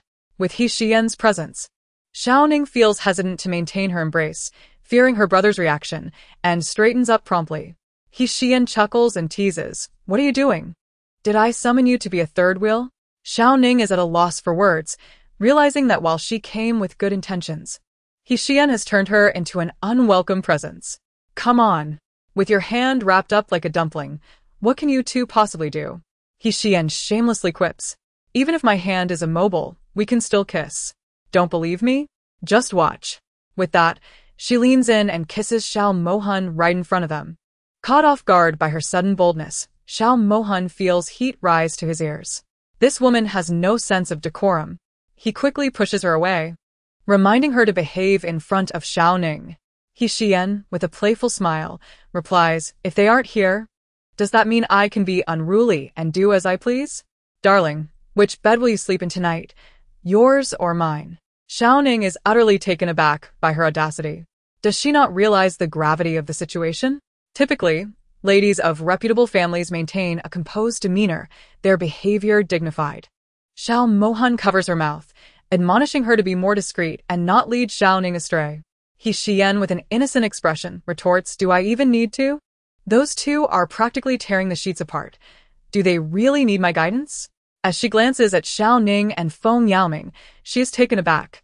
Upon closer inspection, she notices Feng Yaoming's complexion is ashen, a swirling vortex of negative energy above him. Wow. What a revelation! Feng Yaoming's fate as a lovesick pawn has seemingly reversed. How is it that he is now engulfed in such ominous energy, suggesting his days are numbered? Chapter 76, The Treacherous Brother-in-Arms. Surrounded by deathly energy, his life hangs by a thread. Upon hearing Xiyan's thoughts about Feng Yaoming's impending doom, Xiao Ning turns pale with fright. Feng Yaoming locks his gaze onto Xiyan. Is he truly unable to escape his fate as a pawn? Seeing their peculiar stares directed at her, Xiyan inquires, What are you both staring at? Are you two so pure that you can't stand to witness my display of affection? Hey, big revelation. Say something. Why has Feng Yaoming's fate rebounded? Now he has become his administrative secretary. His work itinerary will be orchestrated by his treacherous brother, who could strike at any moment. Feng Yaoming's eyes narrow. Why had he not received any prior warnings? Just then his phone rings. He checks the caller ID. It is He Joe. He purses his lips and answers the call. Before he can say anything, a jubilant and excited voice comes through. We can work together again. I've been appointed as your administrative secretary. Ha ha ha. Did you expect this? How about it? Are you pleasantly surprised? I've booked a private room at the Imperial Hotel tonight with some friends from the industry. You must come. The voice is loud enough for everyone present to hear. Host, stop him. He can't go. They've set a trap that could ruin his political career. But I'm not that close to him. How should I warn him? Should I wait until he leaves and then have someone knock him out? Feng Yaoming's eyes flicker. Now that he is aware of He Joe's scheme, how could he agree to it? I'm sorry, Joe. But my fiancé's family is dealing with some issues. I'm at the hospital and won't be able to make it tonight. Perhaps I could host a gathering for you another day to celebrate? He Joe, taken aback by the rejection, feels a mix of surprise and disappointment, but cannot press the matter. That's fine. Take care, and see you at work tomorrow. On the other end, He Joe slams his phone down on the sofa in frustration. Damn it, why is Feng Yaoming becoming increasingly difficult to manage? Ever since the fire incident, he has transformed, no longer sharing everything with me, as if he is on guard. On the sofa, He Joe's father advises, stay calm. Focus on how to leverage his resources and win over the stubborn old guards. Once you've established yourself in the capital and understood the mayor's responsibilities, you can deal with him then. After all, you're both in the same office. You can control his schedule at any time. If you wish to eliminate him, opportunities will abound. When you act, do so decisively and thoroughly, rather than sullying his reputation with petty matters. Hearing this, He Joe feels his earlier anxiety dissipate. His father is right. He has been too hasty. Not only does he intend to oust Feng Yaoming from the mayoral position, but he also aims to win over Xiao Ning.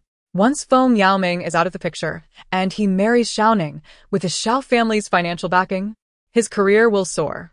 He Joe's father nods approvingly. Good, remember to take shortcuts. I climbed out of the depths by doing just that. As my son, you must excel beyond me. Remember, friends are merely tools for advancement. In politics, trust no one. The more you trust someone, the more likely they are to stab you in the back when you least expect it. He Joe nods in agreement, confidently stating, don't worry. I have always been the one to scheme against others. There will be no chance for them to plot against me.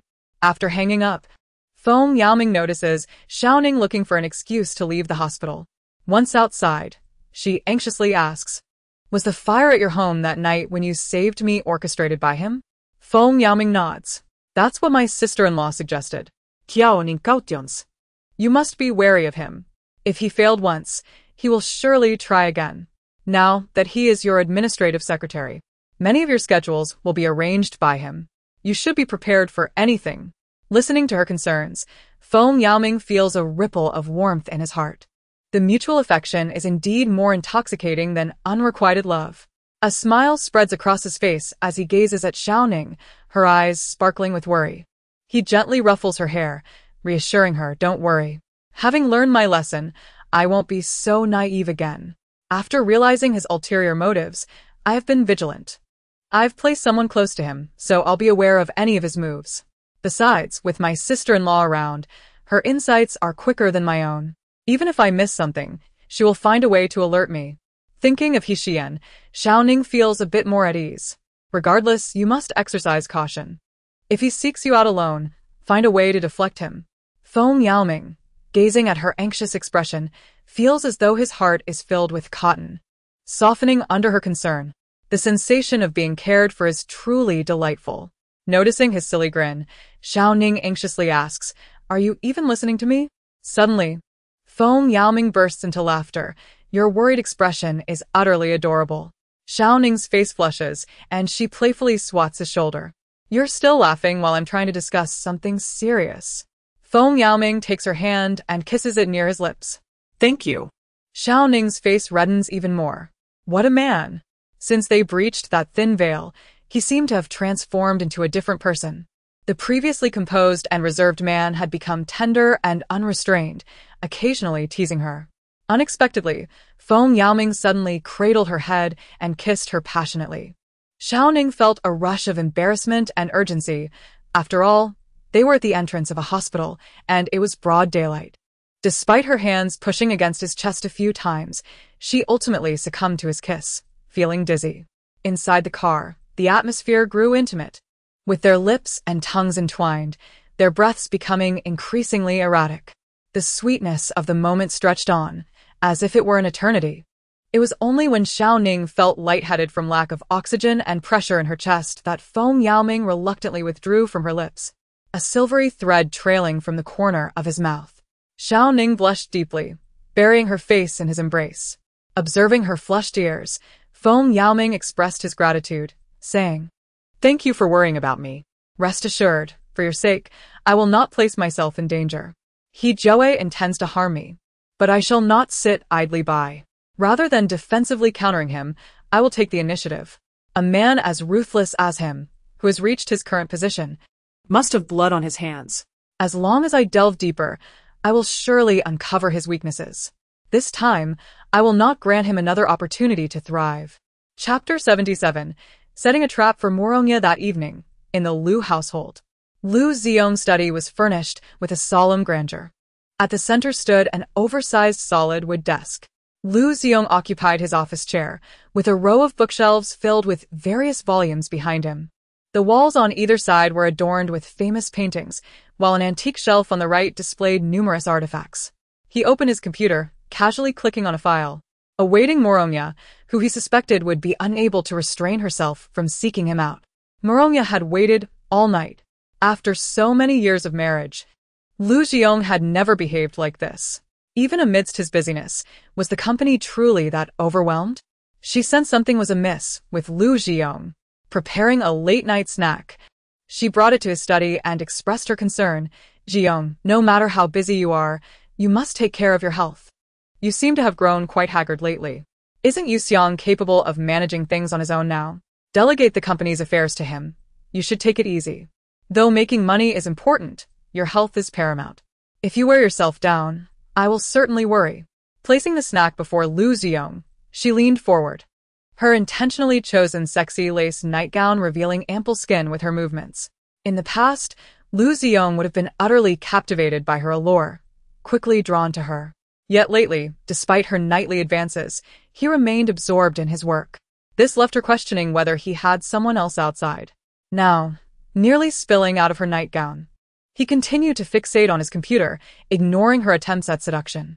Liu Ziyong was well aware of her subtle intentions. The mere thought of having been deceived for so many years by an impostor made him feel nauseated.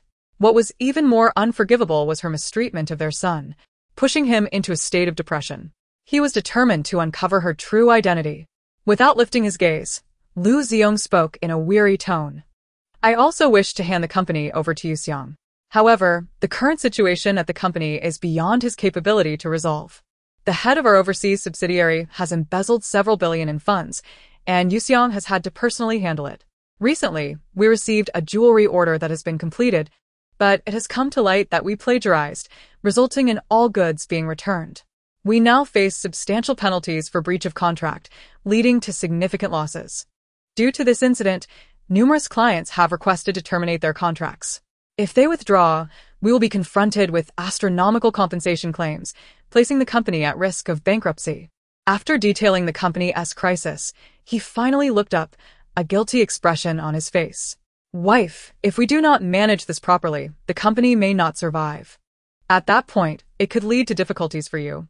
Upon hearing this, Morongya's expression changed drastically. Her earlier flirtations vanished. "Ziyong, you cannot be serious. The company has thrived under your management for so many years. How could there suddenly be a crisis? Moreover, why have I heard nothing about it?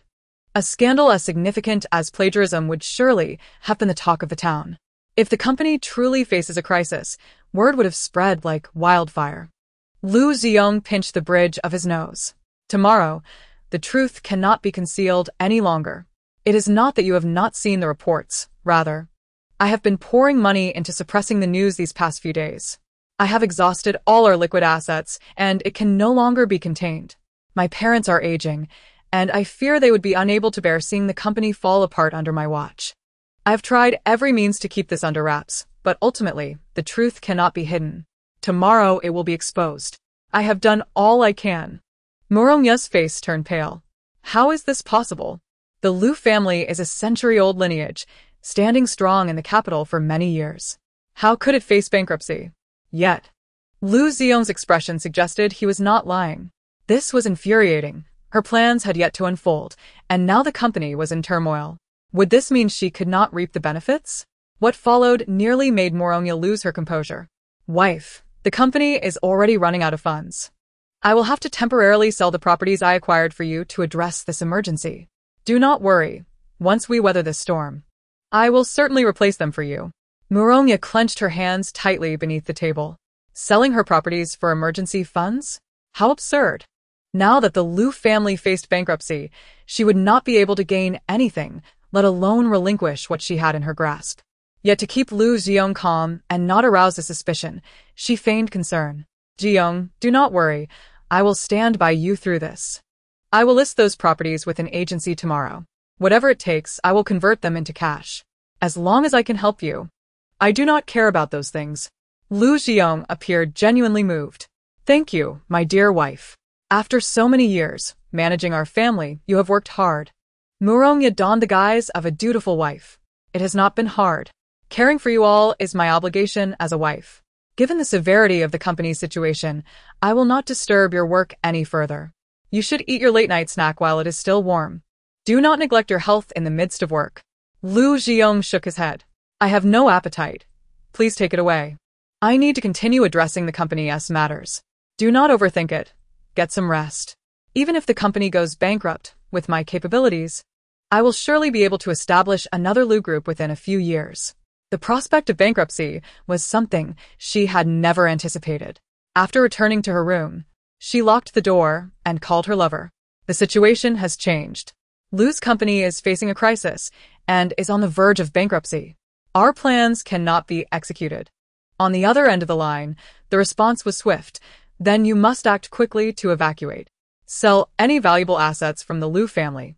Take whatever you can. Get rid of those properties before Liu Ziyong discovers your intentions. Moronya concurred. That is exactly what I was thinking. Liu Ziyong has already set his sights on my properties. I must liquidate them before he realizes. Otherwise, once the Liu family goes under, I will have nothing left. In Liu Ziyong's study, he donned headphones to listen to the contents of the bug, his expression darkening with rage. Moronya, you truly are something else. So, you intend to seize those properties, do you? I shall not rest until I exact my vengeance, for I bear the surname Liu. Being deceived once is not terrifying. What truly instills fear is being misled for a lifetime, especially by those who devour without remorse. The memory of witnessing my son's sudden breakdown in his apartment yesterday haunts me. He transformed into a raging lion, striking his head against the wall. His eyes ablaze with fury, rendering him unrecognizable to anyone nearby. The sight of him clutching his head in agony fills me with an unbearable sorrow, igniting a fierce desire to eliminate Moronya. Though I cannot uncover her true identity, I shall orchestrate her downfall. The turmoil within the company, compelling her to liquidate assets, is merely the trap I have set. Now, I shall observe how she wriggles out of this predicament. The more evidence I gather, the closer I shall bring her to justice. Chapter 78. The CEO's budding ambitions. The following day, at the hospital, Xiao Mohan began his morning by perusing financial news, only to be astounded by the reports revealing the Liu family's enterprise embroiled in scandal. Allegations of plagiarism in jewelry design surfaced, alongside the flight of a subsidiary head with embezzled funds, resulting in numerous client cancellations and an imminent threat of bankruptcy. The news was almost unfathomable. The Liu Corporation, a legacy spanning over a century, had thrived and expanded rapidly, nearly rivaling the Xiao family's stature. Such a crisis stemming from mere accusations of design theft seemed implausible. Even with a runaway subsidiary head, the Liu family's extensive wealth should have provided a robust safety net against financial collapse, unless a sudden realization struck him. Echoing Xiyan's sentiments, he understood now. His uncle was indeed cunning, laying the groundwork for this scheme. Xiyan's hand, wrapped like a dumpling, hindered her from using her phone, yet she too caught wind of the news. Could it be true? Is my uncle on the brink of bankruptcy?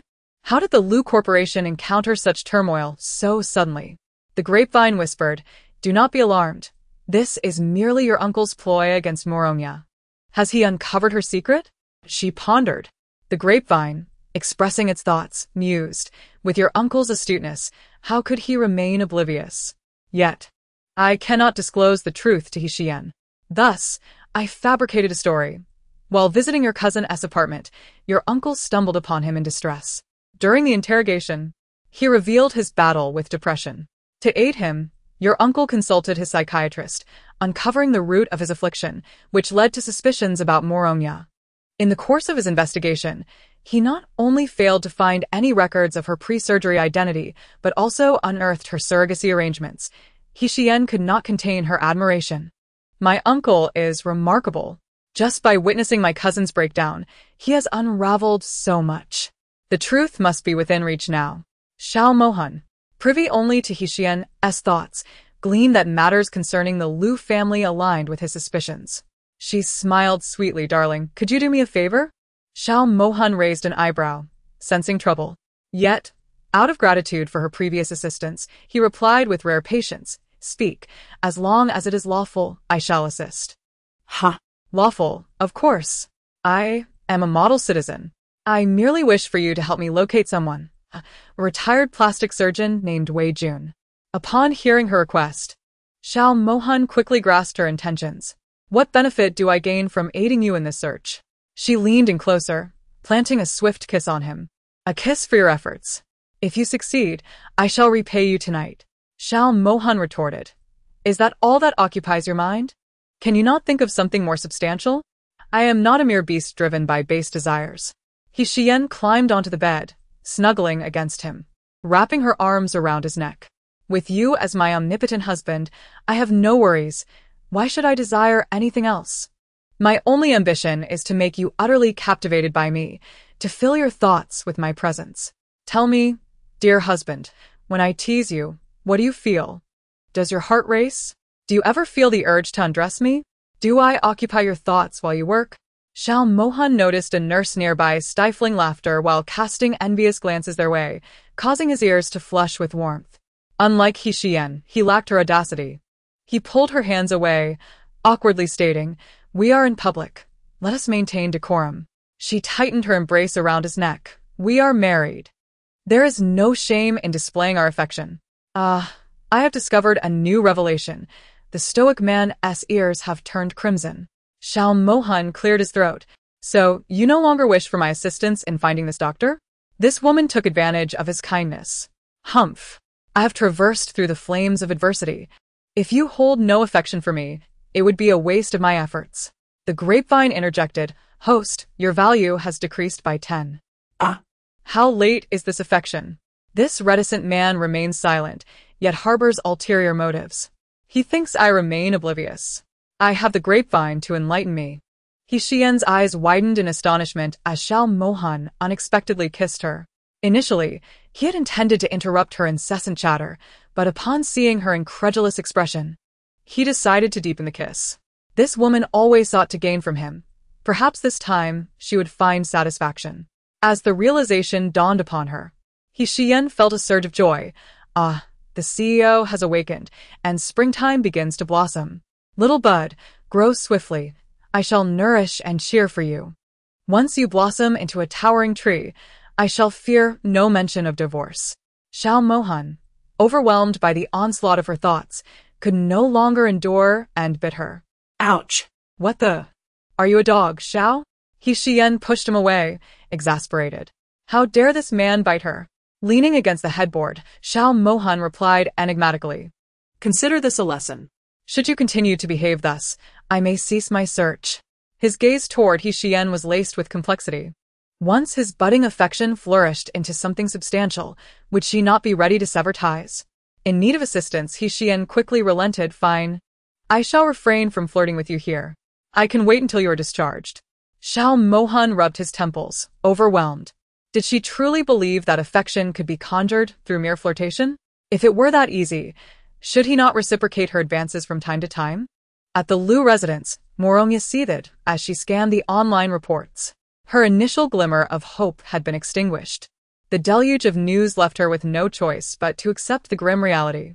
The footage revealed reporters swarming the entrance of the Lu Corporation, blocking exits, while employees cowered within, too afraid to emerge. The stock prices plummeted from the opening bell, ultimately hitting the daily limit down. Chapter 79, A Search for Kin. After digesting the online revelations, Murongya grabbed her bag and prepared to leave. She emerged from her room and, upon reaching the second floor, beheld Mr. Lu and Mrs. Lu seated on the opulent sofa in the grand hall. The hall was lavishly adorned, exuding an air of magnificence. The splendid crystal chandelier sparkled like a constellation of stars, casting a warm glow that illuminated the entire space. The floor was laid with imported marble, its veins ethereal like clouds, shimmering with a gentle luster under the light. The walls were embellished with exquisite gilded wainscoting, intricately carved. Mrs. Lu was wiping away her tears. How could Xiong keep such a significant matter from us? Had he disclosed it sooner, perhaps your father could have devised a solution. Now the company is in utter disarray. Clients are terminating contracts and withdrawing investments. This will surely spell disaster for the Lu family. Mr. Lu patted her shoulder, heaving a heavy sigh. He cryptically remarked, "One misstep leads to another. I have instructed Xiong to use the ancestral home as collateral. We have also sold off the valuable antiques in the house. Those items were purchased at great expense, and now, in our haste to liquidate, we are bound to incur substantial losses. Yet, at this juncture, we have no alternative but to proceed in this manner. By mortgaging the ancestral home, we hope to secure additional loans from the bank to weather the storm. If this fails, we will have to resign ourselves to fate." Upon hearing that even the ancestral home was being mortgaged, Murongya became increasingly convinced that the company was on the verge of bankruptcy. She tightened her grip on her bag. "It seems that I must hasten to liquidate the assets in my possession. The longer I delay, the greater my losses will be."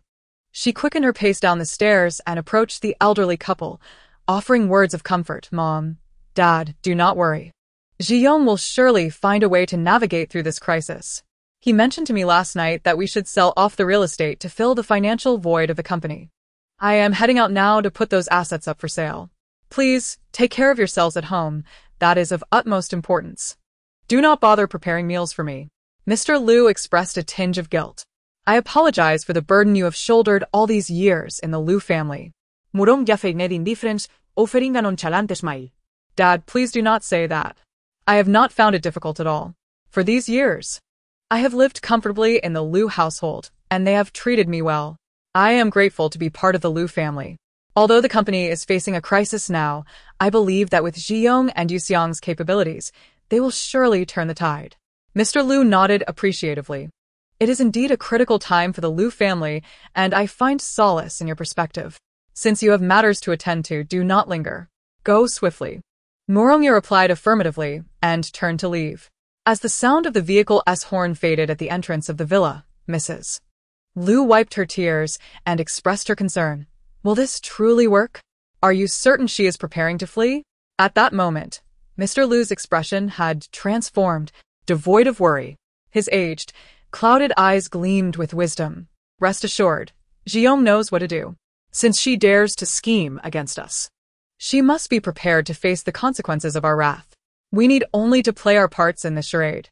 Mrs. Lu responded with indignation. "I never anticipated her to be so malicious, tormenting our beloved grandson in such a manner."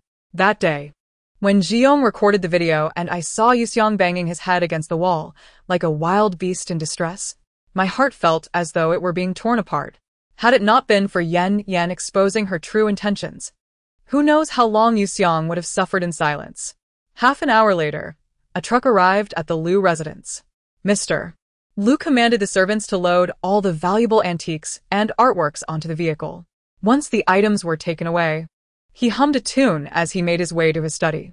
Now that all the valuable possessions have been cleared from the house, she will surely be even more anxious to sell what she has. With her true identity still undiscovered, even if it were revealed that Yuxiang was not her child, should Murongya and Lu Xiong pursue a divorce, she would still be entitled to a portion of the marital assets. A person as malevolent as her deserves to face the repercussions of her elaborate deceit. Murongya arrived at the agency and listed all her assets for sale, urging them to expedite the process, even at a loss. Subsequently, she changed her attire and stealthily arranged to meet her illicit partner to conspire on how to escape. At the Heijingwan community, Zhang Zhen, burdened by his findings, knocked solemnly on Zhang Qi's door. Noticing her son's grim expression, she inquired with concern, "What is it? Why do you look so troubled?" Zhang Zhen pursed his lips and handed her the documents in his possession. "I have located my elder brother. This information comes from a private investigator." Upon hearing this, Zhang Qi's excitement surged as she eagerly seized the documents from him.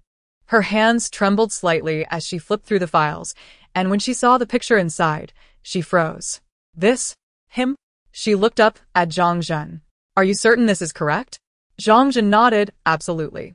Why? "Do you recognize him?" "I reviewed the surveillance from that night and provided the investigator with the girl's photograph, which led to this discovery. The secrets of the elite in the capital can be unraveled by a skilled investigator with even a single clue. The Liu family's eldest son is indeed a product of surrogacy, though the family remains unaware." "Mom, did you ask that because you've seen him before?" Upon Zhang Zhen's inquiry, tears welled up in Zhang Qi's eyes. Her heart ached as she recalled, "Yes, it must be him. The girl mentioned that your brother was mistreated by his adoptive mother. I have seen the person in this photograph, and I am quite familiar with him. When you were in middle school, I often went out at night to sell snacks. One night, as I was preparing to close up, he stumbled in, looking as though he were on the verge of collapse from hunger. He asked if I could spare him something to eat, claiming he hadn't eaten in days. I noticed he was dressed well and thought he had fallen on hard times. Without a second thought, I prepared a large bowl of wontons for him. As he devoured the food, his shirt lifted, revealing bruises on his back. I assumed he had been in a fight. I thought he was a rebellious youth. At that time, I did not dwell on the incident. Yet, he began to appear every few days, each time bearing new injuries. His wounds never fully healed. I inquired how he had been hurt, but he remained silent, only asking me, "Andy, do mothers really not love their children?" I believed he had been reprimanded by his mother for fighting. I reassured him that every mother loves her child. But he insisted I was lying, claiming his mother did not love him and wished he were dead. He said that although he was alive, it felt worse than death. He felt like a tool for his mother to vent her frustrations. He wondered why his mother could not be gentle like me, even if it meant being poor or enduring hardship. He stated he was a puppet living in darkness. For 2 years, he came to see me during his most desperate times, and each time he was in a state of utter distress, and I, foolishly, advised him not to argue with his mother. Tell me, did I not stab him in the heart, causing him further pain? Zhang Qi wept uncontrollably, clutching the familiar photograph tightly to her chest, struggling to breathe. Zhang Zhen, startled by her reaction, rushed to support her, calling out in alarm, "Mom! Mom! Mother! Please do not frighten me." This time, however, Zhang Qi's heart condition flared up with a ferocity surpassing all previous episodes, leaving her pale as a sheet, struggling to breathe as if on the verge of asphyxiation. Zhang Zhen, horrified, hurriedly took her to the hospital. In Liu Yuxiang's dimly lit apartment, he was roused from his slumber by the persistent ringing of his phone. Having battled severe depression the previous night, he had lingered in a state between life and death, deprived of sleep until dawn.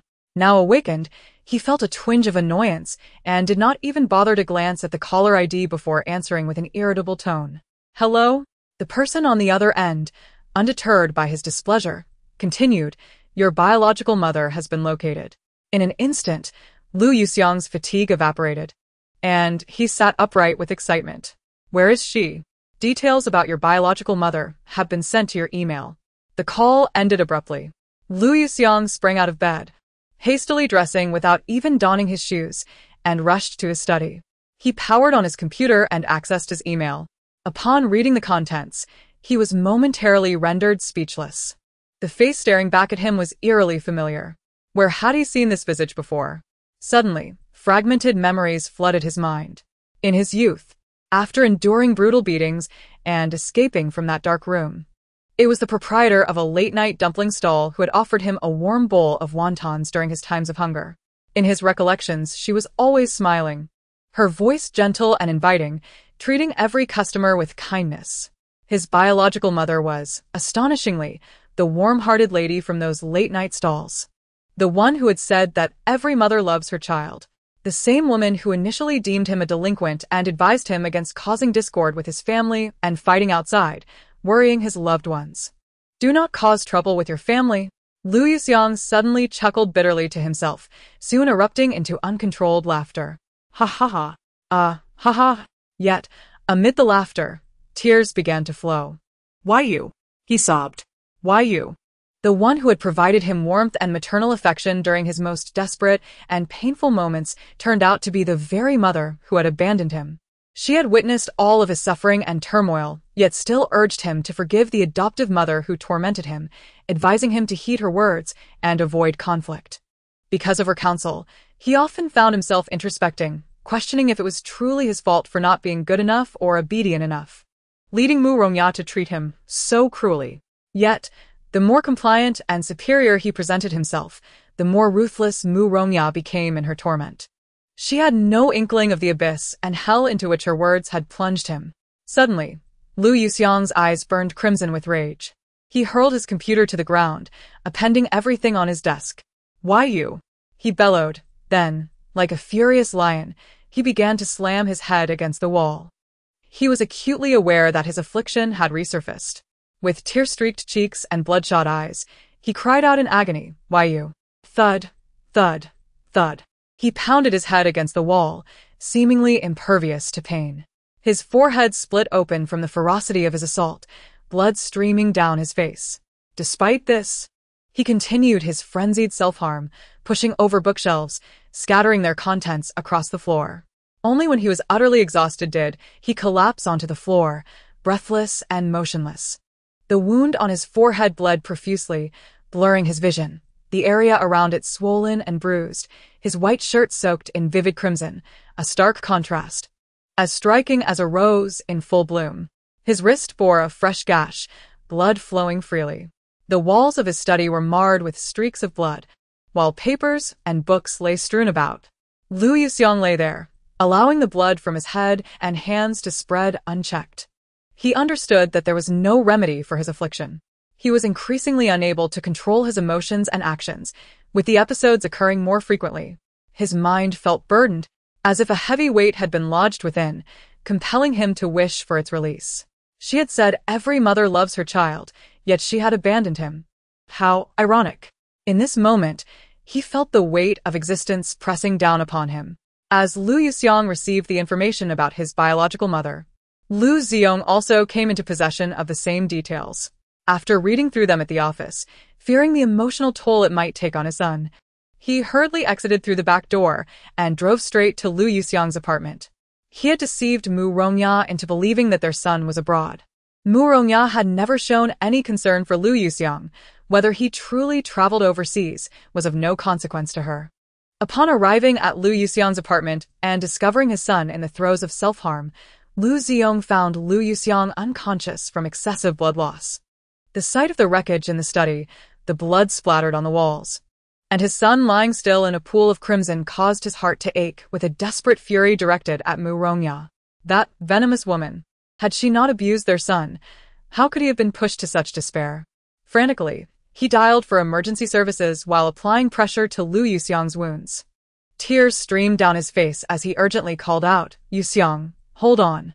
Dad has called for an ambulance. Please do not scare me. You must see this through. Life is long. There are no insurmountable obstacles. Your mother had no choice but to give birth to you through surrogacy. It is not that she does not love you. It was a decision made out of necessity. If you do not believe me, once you recover, I will find her and let her tell you herself how much she loves you, how she was compelled to make this choice to save your grandparents and provide for our lives. Think of your brother. He too lacks a father's presence. I carry guilt for having another son. Your mother, I suspect, feels more guilt and pain than I do. Yuxiang, can you hear your father's voice? Hold on. Do not give up on life. Your future is still bright. Do not let this illness defeat you. Consider the knowledge of your origins as a rebirth, not the final straw that breaks the camel's back." Within minutes, the ambulance arrived and Lu Ziyong accompanied Lu Yuxiang to the hospital. At the hospital, Mu Rongya had just visited her ex-husband and was about to leave when she unexpectedly discovered Lu Ziyong bringing Lu Yuxiang into the operating room. She trailed quietly from a distance, her mind racing with questions. Hadn't Lu Ziyong claimed their son was abroad handling matters for the branch company? How could Lu Yuxiang be in the capital, and why was he suddenly being admitted to the hospital? What had transpired? Why was Lu Ziyong concealing this from her?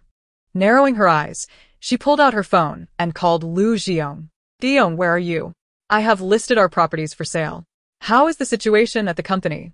Receiving the call at the operating room door, Lu Ziyong felt an overwhelming urge to yell at her, but restrained himself, remembering he had yet to uncover her true identity prior to her plastic surgery. I'm at the company. It's utter chaos here. And I'm busy sorting things out. He had no desire to hear that woman's voice, fearing he might explode. He did not grant Mu Rongya the opportunity to respond, abruptly ending the call. He then slumped into a chair, cradling his head in his hands, a portrait of anxiety. Standing a distance away, Mu Rongya clutched her phone, observing Lu Ziyong's back, a nagging feeling of something amiss gnawing at her. Doubts began to surface. What was he hiding? According to his usual character, he would never lie. If their son was in trouble, he would never keep it from her. Once the seed of doubt takes root in the heart, it inevitably sprouts. Exiting the hospital, she made a phone call. Investigate Lu Ziyong's recent activities, Mu Rongya said with a cold resolve before hanging up. Lu Ziyong, as we approach the dissolution of our partnership, I hope you don't give me a reason to dig deeper. Otherwise. Chapter 81. Saving a life at the moment when Lu Ziyong was in a state of utter anxiety, the operating room door swung open. Lu Yuxiang's family? Hearing the voice, Lu Ziyong quickly lifted his head and stood up. I'm here. Nurse, my son? The nurse interrupted him. Your son has lost too much blood and requires a transfusion. However, his blood type is rare, being Rh negative, and our blood bank is critically low. May I ask if you share the same blood type? Lu Ziyong's face turned pale. I do not share the same blood type. Initially, when their child was diagnosed with a rare blood type, he had been perplexed. However, Mu Rongya had claimed to be of a rare blood type, and he believed her. He even secretly conducted a paternity test without her knowledge, which confirmed that Yuxiang was indeed his son. Reflecting now, he surmised that his son's blood type must have been inherited from his biological mother. Is there anyone in your family with a rare blood type? If so, please contact them immediately. Otherwise, your son may be in grave danger. Upon hearing this, Lu Ziyong swayed slightly. No one in my family has a rare blood type. At that moment, where could he possibly find someone with such a blood type? Family. Of course. Yuxiang's biological mother.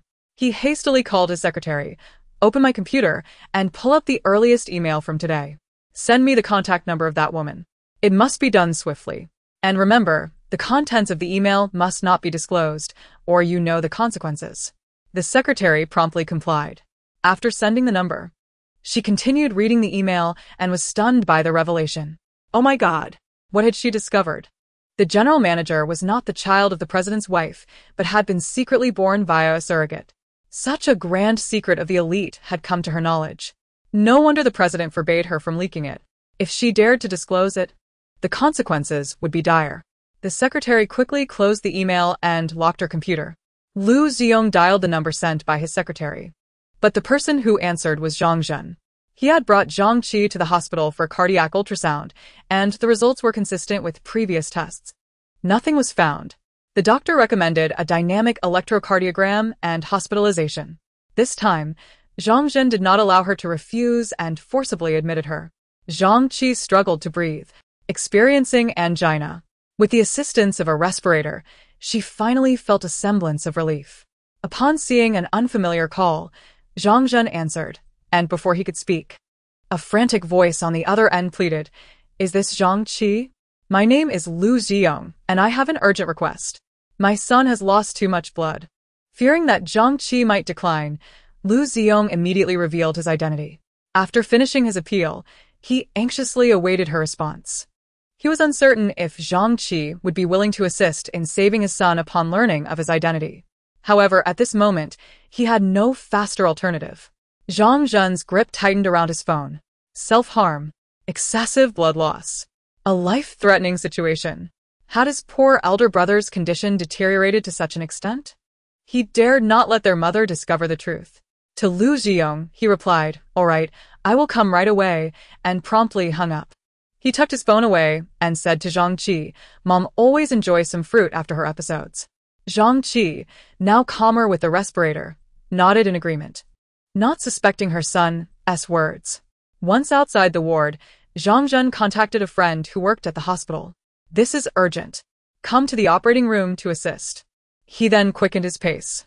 At the operating room entrance, Lu Ziyong stared at the disconnected call in a daze. The person who just answered?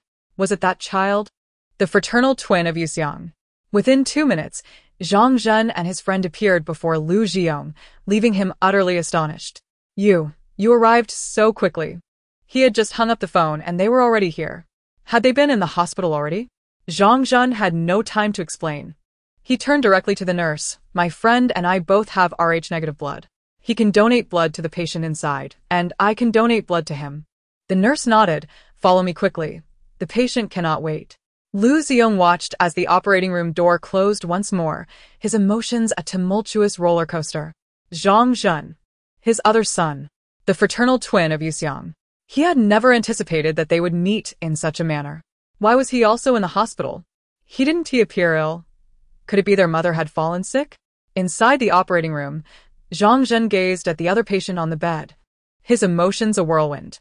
Lu Yuxiang's injuries had been treated, with bandages wrapping around his head, leaving only his eyes, nose, and mouth visible.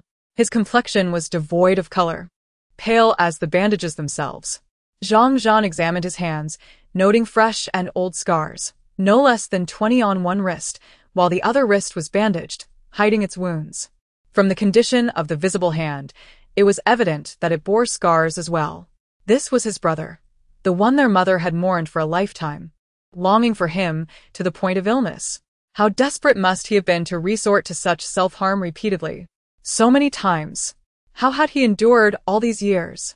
As he watched his friend's blood flow into Lu Yuxiang's body, Zhang Zhen felt a wave of relief, grateful that he could save the brother who had been separated from him at birth. Although they had not grown up together, being able to assist him in a moment of life and death felt meaningful. Yet, what troubled him was whether his battered brother would forgive their mother. Would he understand her helplessness and sorrow? As time ticked away, his friend's consciousness began to fade. The nurse's concerned voice broke through. "Should we continue? I fear this gentleman is nearing his limit." The doctor looked at Lu Yuxiang's electrocardiogram and asked Zhang Zhen's friend, "Can you hold on? This gentleman has not yet emerged from danger. Continue. I can endure. He is my friend's brother. Please ensure you save him." He understood that if this man were to fall ill, Zhang Zhen's mother would likely suffer as well. The doctor nodded, "Rest assured. I will not let you be in danger." He instructed the nurse, "Draw another 200. The nurse gasped, "Another 200? That could put this gentleman's life at risk." The doctor focused intently on Lu Yuxiang's electrocardiogram.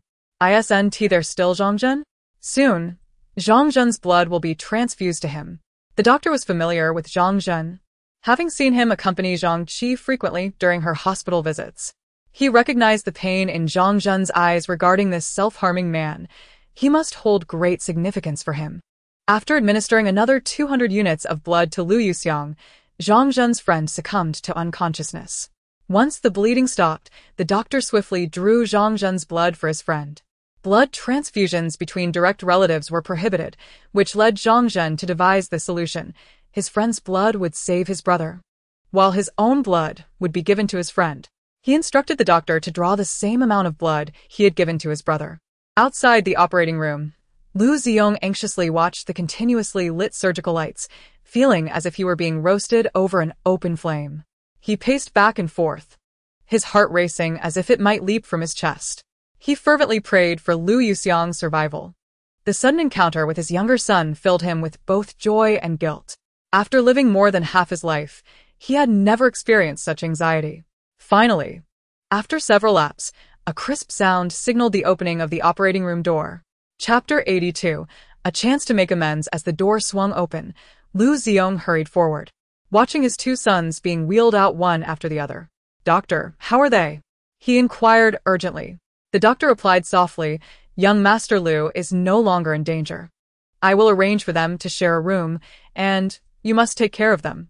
Once the blood is transferred from another hospital, we will administer a transfusion. Lu Xiong nodded. Thank you, doctor. After his sons were settled into the ward, Lu Xiong finally exhaled in relief.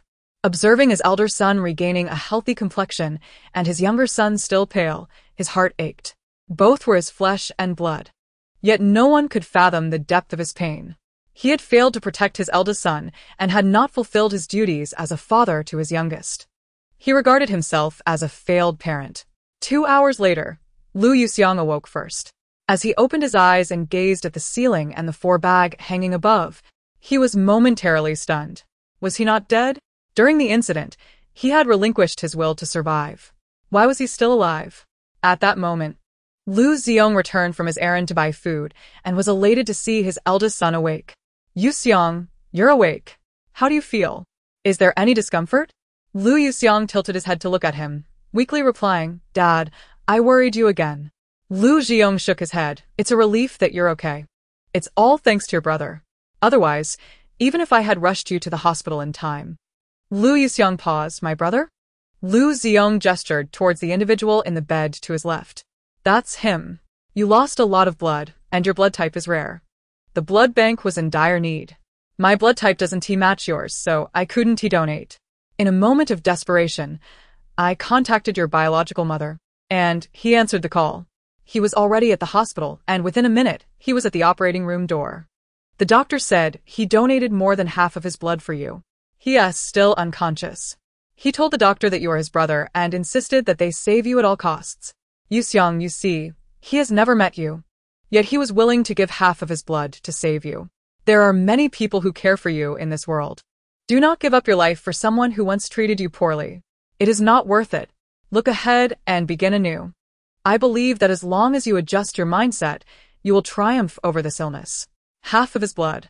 Lu Yuxiang turned to glance at the person in the adjacent bed, whose complexion was as pale as a sheet and whose eyes remained closed. This was his fraternal twin brother. Before his illness, he had seen his brother's photograph in an email. They bore no resemblance to each other. Yet Zhang Zhen's smile radiated warmth, reminiscent of their so-called biological mother. At that moment, Zhang Zhen, who had been lying with his eyes closed, suddenly furrowed his brow and slowly opened his eyes. Startled by his awakening, Lu Yuxiang's gaze flickered. What should he say at this moment? Thank you? Yet the awkwardness of their relationship rendered the words stuck in his throat. Lu Xiong, noticing Zhang Zhen's awakening, felt a mixture of joy and concern. Zhang Zhen, you're awake. How do you feel? Are you dizzy? Zhang Zhen merely felt weak and dizzy. How long have I been asleep? Lu Xiong quickly responded. About 3 hours in the operating room. Upon hearing 3 hours, Zhang Zhen's already pallid face turned even grimmer. Remembering their mother still in the hospital, he disregarded his discomfort and threw off the covers to get out of bed. Lu Xiong was taken aback.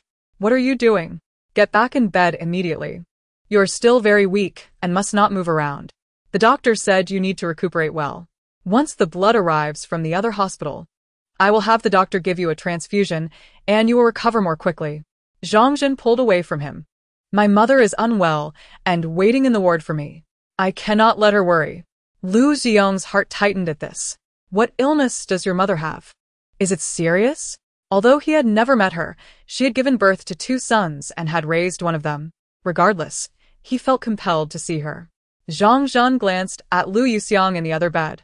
She suffers from a heart condition. For 30 years. She has been afflicted by illness due to her guilt over someone. It has caused her great pain. When I received your call, she was still on a respirator. I lied to her, telling her I was going to buy her some fruit. She must be worried. Hearing this, Lu Xiong dared not stop him. Zhang Zhen weakly stood upright, looking at Lu Xiong with a meaningful expression. Whether you believe it or not, the child my mother was forced to abandon is her greatest sorrow.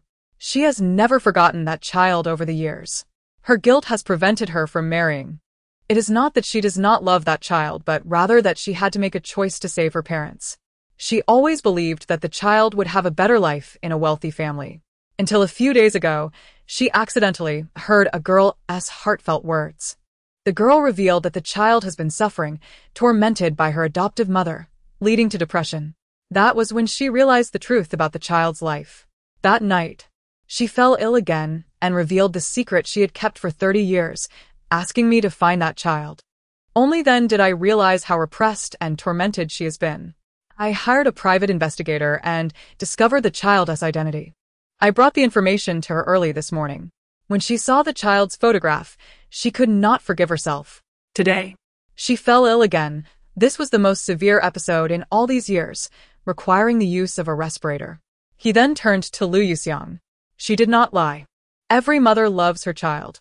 The love she has for you has always been hidden in her heart.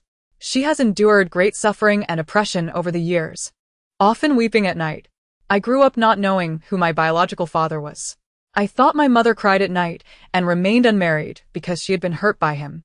It was only when she revealed the secret she had concealed for 30 years that I understood her reasons for not marrying. She said that marrying would mean starting a new family, and since she abandoned her child, she felt unworthy of happiness. Though she bore you and me through surrogacy to save our grandparents, she sacrificed half her youth, living in guilt and self-reproach every day. No one knows how much she has suffered over the years. If possible, I hope you can give her a chance to make amends. After saying this, Zhang Zhan began to walk towards the exit. Lu Ziong felt a tumult of emotions and quickly supported the unsteady Zhang Zhen. He never anticipated that Zhang Zhen had already known about Yuxiang's identity before he made the call. Let me help you, you are too weak. I worry. Zhang Zhen brushed his hand away. Fine. You stay here and take care of him. I can walk by myself. Lu Ziong glanced at Lu Yuxiang, who had reddened eyes, shimmering with tears, his large hand clenched tightly, veins bulging in his arms. Fearing he might succumb to despair, Lu Ziong said to Zhang Zhen, I'm sorry, I will come back to check on you both later. Chapter 83. If not for desperation, who would suffer the pain of separation?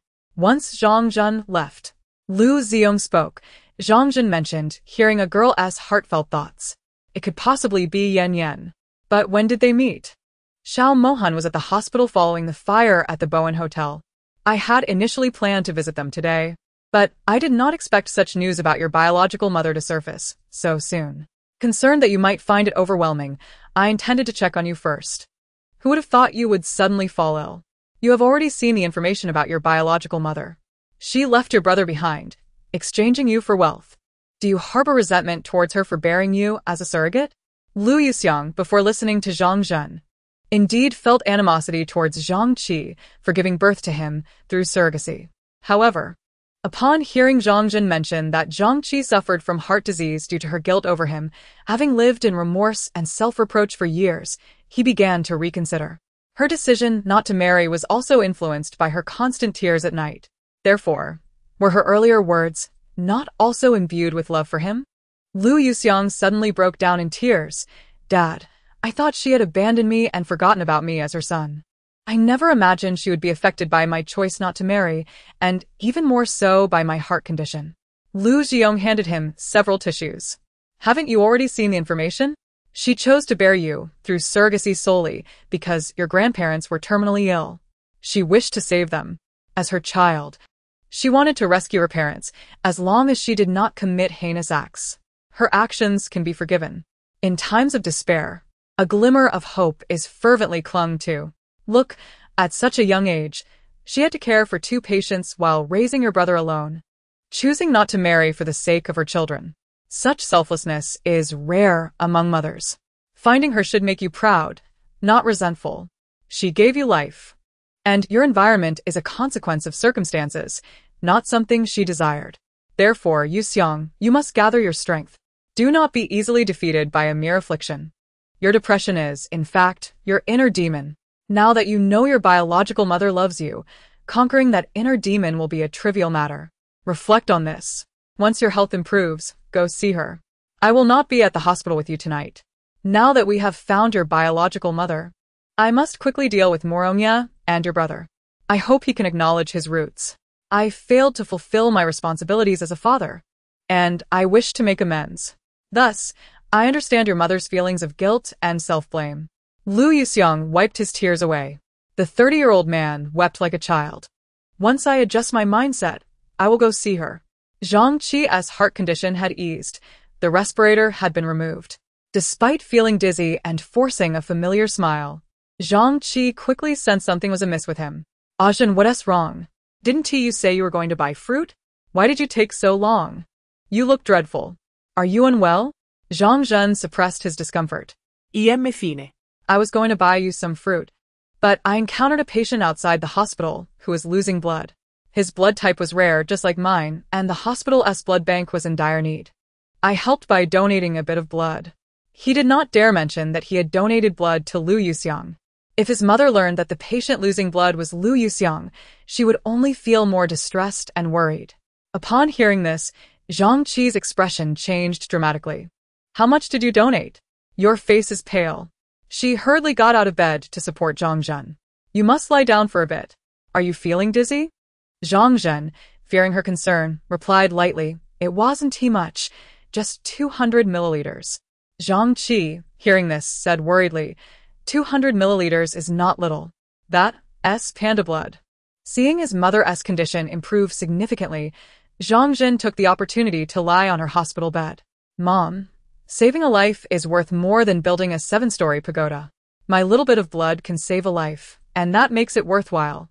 I just donated some blood. I feel a bit dizzy. I'll take a nap. Zhang Qi knew her son was not being entirely truthful. If he had only donated 200 milliliters, he wouldn't be this weak. However, since he did it to save someone, she couldn't bring herself to scold him. Sleep well. My heart condition has improved, so you don't need to worry. That evening, in Xiao Mohan's hospital room, Xiyan, having finished dinner, lay on the bed watching soap operas out of boredom. Xiao Mohan continued to handle company documents.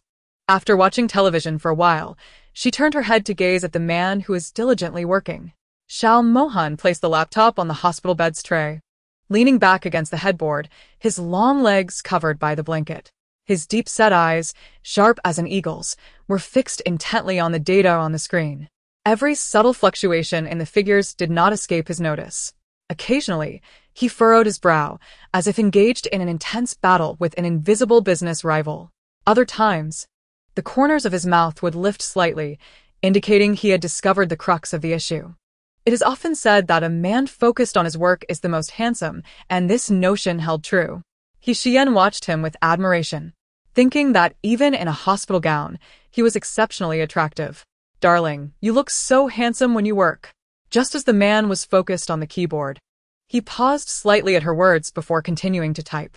Am I only handsome when I work and not at other times? Ahaha, actually. My husband is most handsome in bed. When he is aroused and sweating, that's when he looks his best. TSK. He is at his most sexy then. Muscles bulging and so exhilarating to touch. Xiao Mohan's eyes flickered. Was this her genuine thought? Xiyan got off the bed and walked over to Xiao Mohan, peering at the colorful lines on the computer screen, feeling a bit dizzy. What are you looking at? These lines are so strange. They give me a headache. Xiao Mohan was somewhat surprised. You don't understand?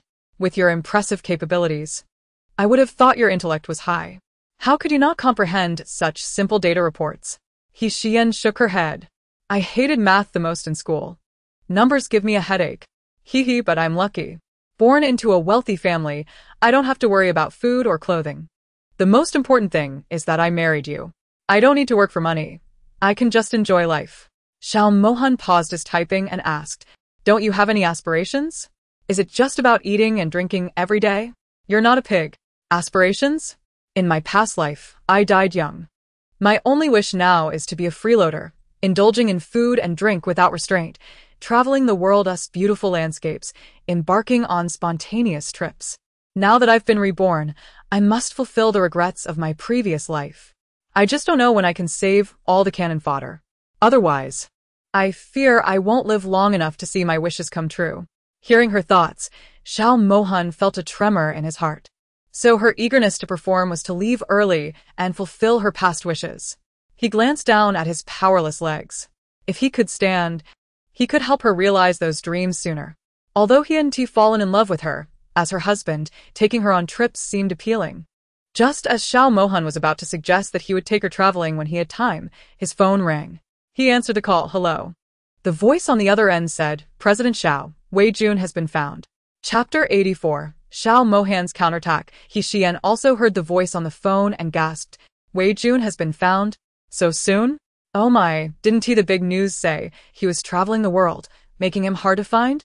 In a swift turn of events, her husband has found someone, suggesting he may possess undisclosed connections. Dear, quickly inquire about his whereabouts, she urged. Xiao Mohan, aware of the pretense, teased her. He is already retired. Why the urgency to find him? He scrutinized Xiyan, deliberately provoking her. Are you contemplating surgery because you believe your appearance is lacking? With a proud lift of her brow, Xiyan retorted, with my stunning beauty. Do I need to resort to such measures? Then why seek him? That's a secret, one I cannot divulge just yet, he replied, choosing not to press further. I will send you the address shortly. You can visit him tomorrow. Upon hearing this, Xiyan planted a jubilant kiss on his cheek. Ahahaha, thank you, dear. You are remarkable. I just mentioned it this morning, and by evening, you found him. Observing her radiant smile, her eyes narrowing with joy, Xiao Mohan couldn't help but smile in return. Her brilliant grin resembled a dazzling star, captivating and vibrant like a firework display, uplifting his spirits. At that moment, he wished her smile would remain forever. How easily satisfied she is, finding joy in the simplest of things, he mused. Xiyan, noticing his smile, was taken aback as if she had discovered a new continent. She playfully squeezed his face with her bundled hands. Ahahaha, I must be seeing things. My husband actually smiled. You look so handsome when you smile, far more appealing than your usual stoic demeanor. You should smile more often. A smile can take years off your age. Don't always wear that cold expression. It will only hasten your aging. Xiao Mohan's face twisted under her playful grasp. He pried her hands away, suppressing a laugh as her boldness grew. This woman, a little encouragement, and she becomes insatiable, even squeezing my face. If she discovers my little secrets, she will surely be over the moon. Xiyan, unabashed, continued, a little squeeze won't cost you anything. You can squeeze my face too. Go on. Feel how soft my skin is. Of course, if you prefer not to squeeze my face, other areas are available. She leaned closer to his ear, whispering mischievously, her warm breath sending shivers down his spine. Did you catch all that? Seeing her words become more outrageous, Xiao Mohan swiftly covered her mouth. Silence. If you utter another lewd remark, I shall arrange a private hospital room for you. He couldn't fathom how a woman could possess such audacity. Her words flowing more freely than any man's. Seizing an opportunity, Xiyan unexpectedly kissed him. Xiao Mohan, taken by surprise, felt his heart race. His gaze flicked to her injured hand, and he sighed in resignation. She was hardly being cautious. Noticing the hospital room door was closed, ensuring privacy, he lowered the bed railing and effortlessly lifted her onto the bed. Xiyan felt a rush of unease. Dear, what are you doing? I am going to do what you just suggested, he replied, teasingly. You are so forthright in your hints. I must reciprocate. Or today you will hinder my ability to work peacefully. To his surprise, Xiyan, usually so bold, flushed crimson. Wait. You took me seriously. I was just joking, dear. She stammered, laughter spilling from her lips. Xiao Mohan, holding her head gently, captured her lips with his. Moments later, he whispered in her ear. Leave the teasing to your husband from now on. Women should maintain a touch of restraint. Being coy is far more endearing. Unlike that previous fierce demeanor of yours, which could overwhelm anyone except me. Xiyan felt a rush of exhilaration. She had always been the one to flirt with him. Now he was the one pursuing her, igniting an urge to escape. But his piercing gaze felt like a whirlpool, threatening to engulf her. How perilous, she thought, inching away from the bed in a bid to flee. Xiao Mohan, suppressing a chuckle, restrained her with one hand. You have teased me for long enough. Now it's your turn to experience the thrill of being pursued. With that, he leaned down, kissing her again. After all, she was his lawful wife. There was no crime in his affection. This was the first time he kissed her with such earnestness. Xiyan couldn't help but emit a soft, surprising sound, startling herself with its sultriness. Goodness, is that sound truly mine? I usually roar like a lion, she thought, embarrassed by her own reaction. Sensing her rich internal dialogue, Xiao Mohan deepened the kiss until she melted into a puddle of warmth. His husky, low voice caressed her ear. Does it feel different compared to when you are the one taking the initiative? His eyes bore into hers, scrutinizing every nuance of her expression. Perhaps he should follow her lead, first tease, then capture the heart. He was curious to see if she truly was devoid of feelings, merely focused on her tasks. It had been a long time since he encountered a challenge. Winning her heart seemed far more daunting than securing a lucrative contract. Men are naturally drawn to conquest. The less attainable, the more desirable it becomes. This was Xiao Mohan's first initiative. Xiyan, overwhelmed by shyness, buried her face in his embrace. Oh my husband is far too skilled. This is not what I had in mind earlier. Previously, he would always reject my advances with such seriousness. I never expected this. Is he perhaps a little twisted? I flirt with him daily, and he remains unfazed, yet the moment he flirts back, all thoughts of divorce vanish. What is wrong with him? Does he enjoy serving others? Xiao Mohan, noticing her still engaging in conversation, felt a sudden weight upon him, prompting Xiyan to yelp in surprise. As chapter 85 unfolds, Xiyan lay exhausted, her face buried in the pillow, feigning sleep. Xiao Mohan, having cleaned his hands, gazed at her rare tranquility. Not so bold now, are we? Just half an hour ago, you were ready to battle until dawn, he mused. If you lack the stamina, refrain from boasting. The consequences are not yours to bear. Had his leg not been injured, he would have matched her energy until the sheets were torn. Go sleep in your own bed, he urged, pushing her gently. This bed is too narrow for two. Xiyan, unwilling to relinquish the warmth of his affection, insisted, no. I wish to sleep beside you. I'm small. I want to take up much space. She nestled closer to the edge, avoiding his gaze. Understanding her stubbornness, Xiao Mohan chose not to argue further. If you fall out of bed tonight, don't blame me. After washing up in the bathroom, he returned to find Xiyan fast asleep. Looking at her peaceful slumber, he shook his head, amused by her carefree nature. With no inclination to sleep, he covered her with a blanket and resumed his work on the computer. On the 5th floor of the hospital, in Fu Xiaoting's room, after weeks of recovery, his bones began to mend. Xiyan, clad in a white dress with cascading hair, sat by his bedside, contemplating a devious plan. What if we bribed the doctor to switch her medication? Imagine if her hand were to become useless. She wouldn't be able to flaunt her arrogance anymore. Xiao Mohan would surely find her burdensome. Once she becomes utterly devoted to you again. When she inherits her fortune, will it not be easy for you to help Xiyan seize what she holds? Fu Xiaoting's eyes glinted with malice. No. The last time we tried to bribe the nurse to get to Smith, we failed. If we attempt the same trick again, it will only arouse suspicion and be noticed by Xiao Mohan. Xiyan, somewhat exasperated, retorted that this won't work, nor will that. Then you must devise a plan. She has completely slipped from our grasp, no longer the foolish simpleton she once was. How did she manage to conceal her capabilities? We were unaware of her martial prowess. Fu Xiaoting chuckled softly. What of her martial skills? If overt methods fail, we must resort to covert ones. If we cannot touch her, we can still influence others. Xiyan, upon hearing this, recognized that he had a scheme in mind. Fu Xiaoting beckoned her closer. She leaned in, placing her ear near his lips. He whispered a few words into her ear. After listening, Xiyan nodded repeatedly, finding the idea promising. It would lead to her significant loss. She stood up decisively. Then it is settled. Just minutes after Xiyan departed, Xiyan appeared at Fu Xiaoting's hospital room. Have you reached a consensus? Fu Xiaoting, noticing the bandage on her nose, embraced her tenderly. We have made arrangements. Rest assured, I will ensure she suffers greatly. For every penny she has taken from us, she shall return it tenfold. Xiyan nestled comfortably in his embrace. I trust you. My sister has gone too far this time. I support whatever you intend to do. However, be cautious, Xiaoting. She is now clear-headed and not as easily deceived as before. Fu Xiaoting scoffed dismissively. How much clarity can that fool possess? Our lack of vigilance previously allowed her to ensnare us. Now that we are aware of her martial abilities, our future associates will not be mere ruffians.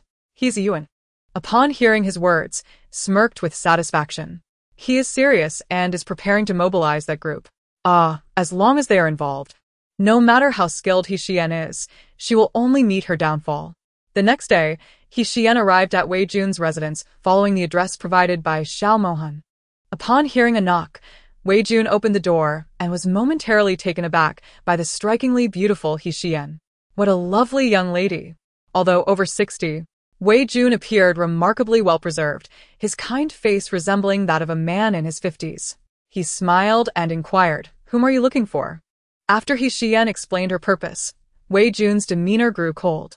"I'm sorry, but I cannot provide you with that information. As a doctor, I have signed a confidentiality agreement before my patient surgeries. Without their consent, I cannot divulge their details." Xiyan understood his professional ethics, but then uttered a statement that left Wei Jun utterly stunned. "If you knew that your daughter was murdered by her ex-husband, would you still remain silent?" Recovering from a shock, Wei Jun quickly questioned, "What do you mean by that?" Xiyan replied with a calm smile. "The one who assaulted your daughter is indeed the ex-husband of Morongya. She learned of your expertise in cosmetic surgery from your daughter, which is why she concealed her identity to seek your services." Wei Jun's expression darkened. "This is baseless. Do you have any evidence?" Xiyan had anticipated this and handed him a disc. "You will understand once you view this.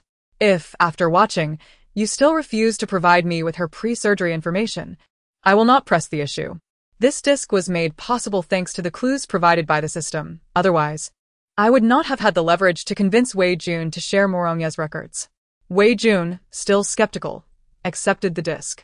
"I will see if what you say is true. If it is, I will provide you with the information without reservation. However, if you speak falsely, I cannot assist you." Xiyan shrugged, confidently asserting, "You will help." She did not enter the villa, but waited outside for half an hour. When Wei Jun emerged again, his face bore traces of tears mixed with fury.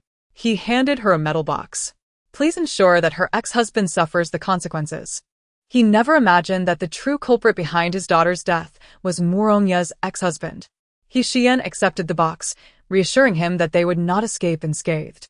After acquiring the box, Xiyan sent it via courier to Lu Ziyong's company, fearing that sending it home would allow Morongya to intercept it first. Chapter 86.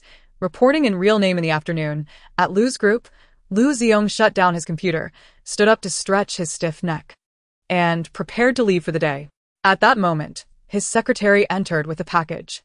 "CEO, your courier has arrived." Confused, Lu Ziyong accepted it. "I haven't ordered anything. Why would I receive a courier?"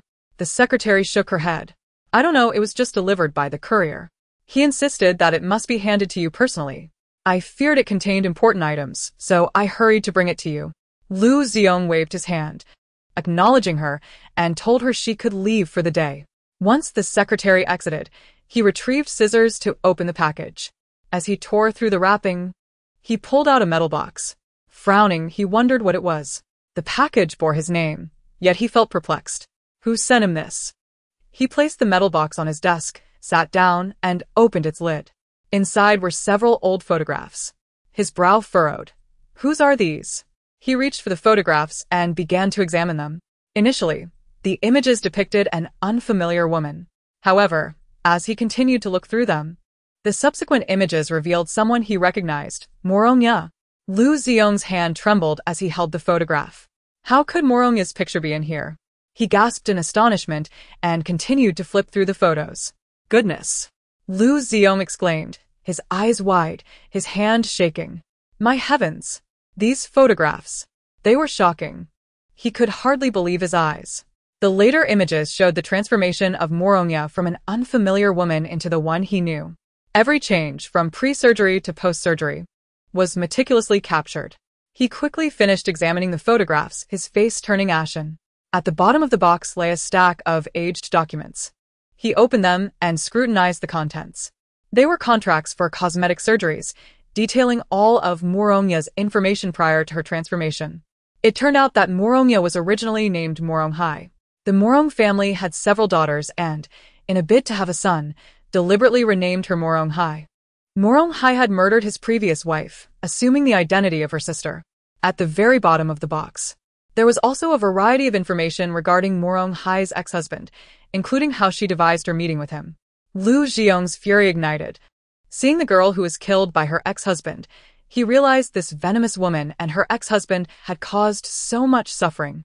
Upon reflecting on the years he had been manipulated by Morongya, sharing a bed for so long, Lu Xiong felt a wave of nausea wash over him. It was utterly revolting. Fuming with anger, he found himself devoid of patience to confront Morongya, hastily shoving the photographs and documents from the table into an iron box. He then stormed out of the office. The secretary, startled by his furious departure with the iron box in hand, wondered what had transpired. Just moments ago, everything had seemed fine, and now he was seething with rage. What had that package contained to provoke such a reaction? Lu Xiong exited the company through the back door, driving straight to the police station. He had been troubled in his quest to uncover Morongya's true identity when, unexpectedly, a kind-hearted individual delivered the pertinent information to him. The contents were so comprehensive that they could unequivocally incriminate Morongya. Looking at the iron box in the passenger seat, his expression soured further, resembling that of someone who had just ingested a fly. 20 minutes later, he entered the police station, iron box in hand, and formally reported Morongya, also known as Morong Hai. She was a wretch, having not only harmed his son but also victimized numerous young girls, deserving of the most severe punishment. The officers perusing his evidence were equally incensed, and the chief immediately ordered her arrest. Lu Xiong insisted on the swiftest resolution, demanding she face the consequences she rightfully deserved. The chief nodded in agreement, assuring him that a person with such heinous crimes would ultimately meet a dire fate. However, in the presence of the Lu elders, she dared not express her fury.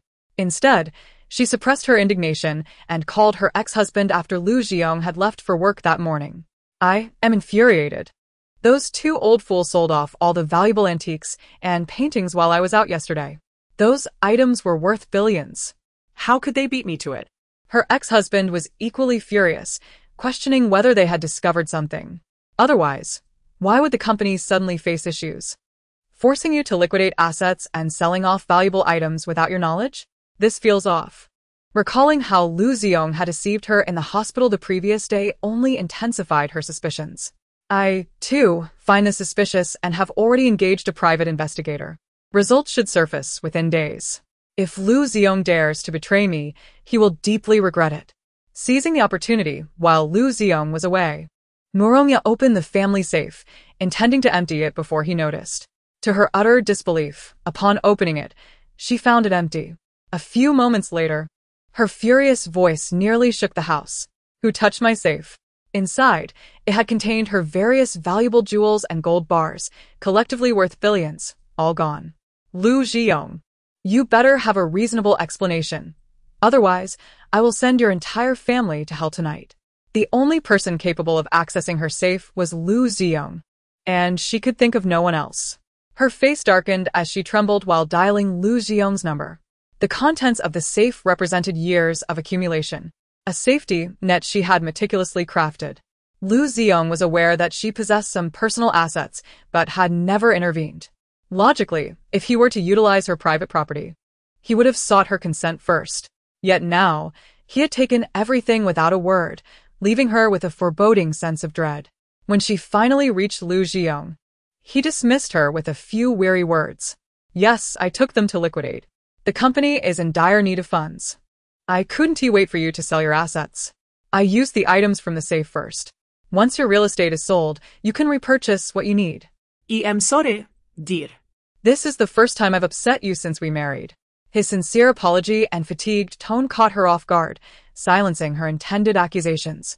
She understood Lu Xiong well. He would never resort to using her private property unless absolutely desperate. To avoid raising his suspicions about her potential escape, she begrudgingly ended the call. Had the Lu family truly reached a dead end? She placed her last hope in their real estate, anxiously awaiting the intermediary to assist in liquidating her assets. As darkness approached, the intermediary had yet to sell a single property, and instead, the police arrived at her doorstep. Presenting their credentials and an arrest warrant, they inquired if Ms. Morongya was home. The elder Lu opened the villa door. Having been informed by Lu Xiong of Morongya's crimes, he pointed to the third floor, feigning ignorance. Yes, she is upstairs. What do you need her for? The officers, Believing the elder was unaware of Morongya's true identity, explained that someone had reported her for murder and fraud with irrefutable evidence. They proceeded upstairs to apprehend her. Chapter 87. Justice served. Morongya was arrested, cold handcuffs binding her wrists. Seething with rage, she demanded, "On what grounds are you arresting me? Do you know who I am? I am the wife of the president of Lu Group. I have committed no crime, so you cannot arrest me." As she entered the hall on the first floor, she beheld the stunned expressions of the Lu elders, who were panicking and pleading for her release. "Father, please tell them to let me go. I am innocent. Why are they arresting me? Father, mother, save me. I have always been law-abiding during my years with the Lu family. I have never committed any heinous acts. Why are the police arresting me?" Indeed, aside from mistreating Lu Yuxiang, she had maintained a low profile throughout her marriage to Lu Ziyong. Her compliance stemmed from a fear of exposure regarding her true identity and the crimes committed over 30 years ago. She had concealed herself under another's name for years without detection, only to be suddenly discovered at the brink of the Lu family's financial collapse. How could this happen? Just as I was about to sell those properties and escape overseas with my ex-husband, I am arrested, shattering all my dreams. Desperately, she fell to her knees before the Lu elders, adopting a pitiful demeanor. "Father, mother, I have been a dutiful wife and mother all these years, never committing any wrongdoing. Why are they arresting me? You must tell them I am innocent." But Lu Ziyong avoided her gaze. Her expression faltered, but she had no time to ponder. "You must make them release me. These people are incredibly rude, barging into our home and handcuffing me without explanation, accusing me of murder. Ziyong, you know me better than anyone. I wouldn't harm a fly. How could I possibly be a murderer? They must have mistaken me for someone else. Get them to remove these handcuffs." She assumed Lu Ziyong's fury was ignited by witnessing her mistreatment. She knew how deeply he loved her. He had never let her endure hardship, providing her with a life of luxury where she needed to do nothing. Even while caring for the elderly, she had no responsibilities. There were servants and chefs at her beck and call, ensuring her every need was met. For these years, she had truly lived as a pampered wife, accustomed to a life of ease. Had it not been for her ex-husband's son, she had no intention of betraying Lu Ziyong. After all, there was no man better than Lu Ziyong who had ever treated her with such kindness. Yet, when faced with the choice between her son and a man, she would choose her son without hesitation. Lu Ziyong was already half buried in the ground. As long as she raised her son well, she would not only have someone to support her in the future, but her later years would also be secure. However, in this moment, her plans crumbled. Under Morongya's hopeful gaze, Lu Ziyong sneered. "Take her away. The death sentence should be executed as soon as possible." Morongya was stunned, believing she had misheard. "Ziyong, what did you just say? I must have heard wrong, right? I am your wife. Being bullied. Don't you know what a man should do? Aren't you supposed to defend and protect me? Why are you letting them take me?" The look of disgust in Lu Ziyong's eyes was so unfamiliar to her. How could he have changed so drastically? He had seemed fine when he left that morning. Why was he now looking at her with such disdain? And what was this nonsense about a death sentence? What crime had she committed to warrant such a punishment? Lu Ziyong took a few steps back, creating distance between them. "How long do you intend to deceive yourself?" He stared at Morongya. "Have you been impersonating someone else for so long that you have forgotten your true identity? Should I call you Moronghai or Morongya? You have played me for a fool for half your life. Now you still want to claim you are wronged? Ha! You truly are unrepentant." Boom. The mention of Moronghai caused Morongya's face to instantly pale, her color draining away. She looked at Lu Ziyong in terror. "You. How do you know?" Lu Ziyong interrupted her with derision. "Thanks to you. You deceived me, drugged me, and had someone surrogate to give birth to Yuxiang. You abused him since childhood, tormenting him until he fell ill, self-harming time and time again. He almost died from an episode yesterday. Tell me, over the years." Morongya stepped back in fright, shaking her head vehemently, refusing to admit it. "No, that's nonsense. Who spread those rumors? Who slandered me?" Lu Ziyong had no desire to engage in further discussion with her. "If you have any questions, the people at the police station will clarify everything for you. The evidence has already been submitted." He turned his head, refusing to look at Morongya. Take her away. This disgusting murder. Just letting her stay in the Liu household for another second feels like polluting the air. Morongya had initially placed her hopes on Liu Xiong. However, his attitude and expression extinguished her hopes completely. She cried out hysterically, Xiong, I am wronged. You must believe me. Save me first, don't let them take me. If I am caught, the Liu family will be disgraced. The company will be affected. There's already a crisis. If news of my arrest gets out, the company will truly go bankrupt. Liu Xiong chuckled. Don't worry, the company won't be affected at all. It won't go bankrupt. The outside world will only sympathize with me, pitying me for being deceived by a demon for so many years.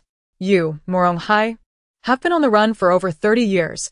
It's time you face the consequences of your past mistakes.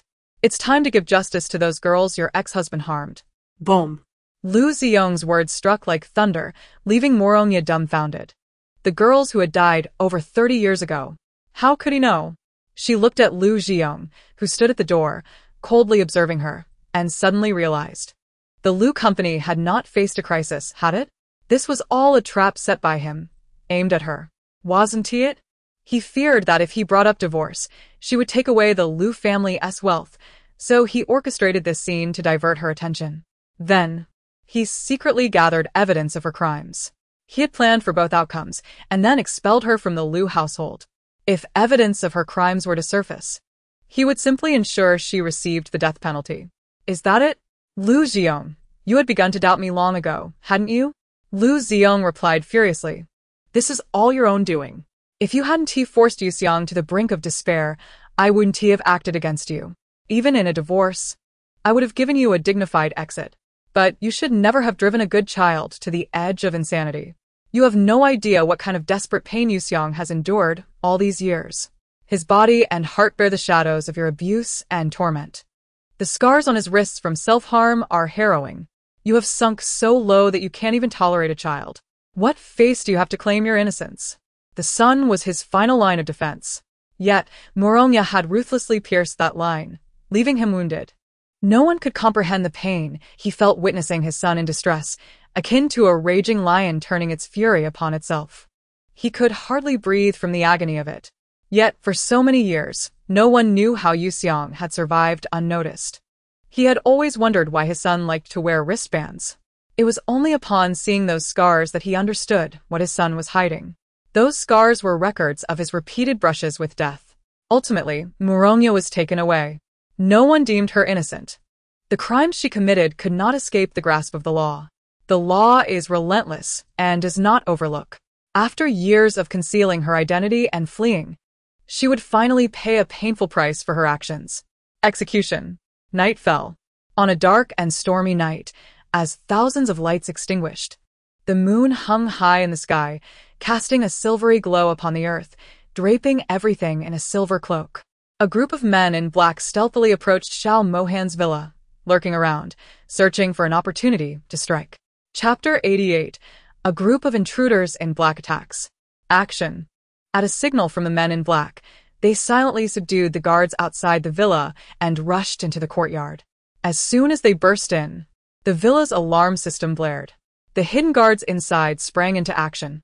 Upstairs, the butler and Xiao Qingguo were awakened instantly.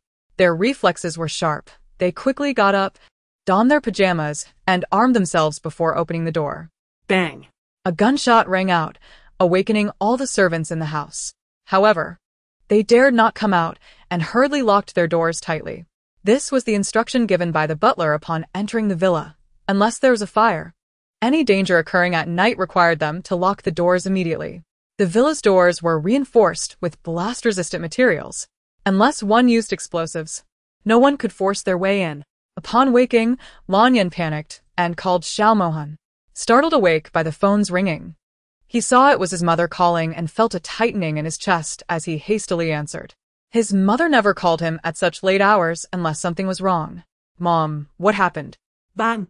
Before he could finish his sentence, the sound of gunfire interrupted him. Xiao Mohan's expression changed. Anxiously, he asked Mom what happened. Where are you? Lan Yan, covering her ears, crouched in the corner of her bed, anxiously replied. A lot of men in black suddenly broke into the house. Your father and the butler are confronting them, but there are too many of them. I'm afraid your father and the others won't be able to hold on. Xiao Mohan's dark eyes narrowed. Don't be afraid. Your father is here. Stay in your room and don't come out. Where's Qingxi? Is he at home or at the old residence? Lan Yan, feeling cold all over, trembled as she spoke. He is at the old residence. After you and Yan Yan were hospitalized, I sent him to the old residence. The security there is better than here. Xiyan was startled awake by the urgent voice of Xiao Mohan. Noticing his pallor, she quickly inquired, "What's wrong?" Dressed in a hospital gown, Xiao Mohan hastily donned his shoes and maneuvered his wheelchair towards the exit. His countenance was grim. Something had gone awry at home. His mother had just called to report that a group of men in black had suddenly invaded their residence. Xiyan gasped and hurriedly got out of bed, slipping on her shoes to follow closely behind him. Why did they break in? What could be their intentions? Upon exiting the hospital room, bodyguards began to push Xiao Mohan's wheelchair. There's trouble at the Dingjinjuan villa. We must rush to assist. Seeing Xiao Mohan remain silent, Xiyan anxiously queried the system for information. System, I am unaware. This danger is outside the narrative.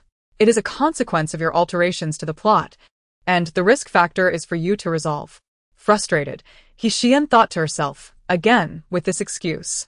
Why is it so difficult for me to simply live? I'm still recuperating in the hospital. My hand hasn't even healed yet, and now this mess arises. System, you are quite intelligent. Can you not deduce the situation? Who have you offended? Who may wish to harm you? Or perhaps someone behind the scenes wishes to use someone against you. Are you implying it's the doing of that scoundrel Fu and his accomplices? If it were a danger orchestrated by the system, I would have warned you long ago. After leaving the hospital, Xiyan sat beside Xiao Mohan in the car. Who could it be? Do you have any suspects? Xiao Mohan gazed ahead, unable to identify any potential culprits. His concern lay with the relentless assailants. They hastened towards the villa, the driver navigating the vehicle at breakneck speed. He was one of the bodyguards Xiao Mohan had personally selected for his team. Sensing the tension emanating from the back seat, he wished he could drive the car like an aircraft.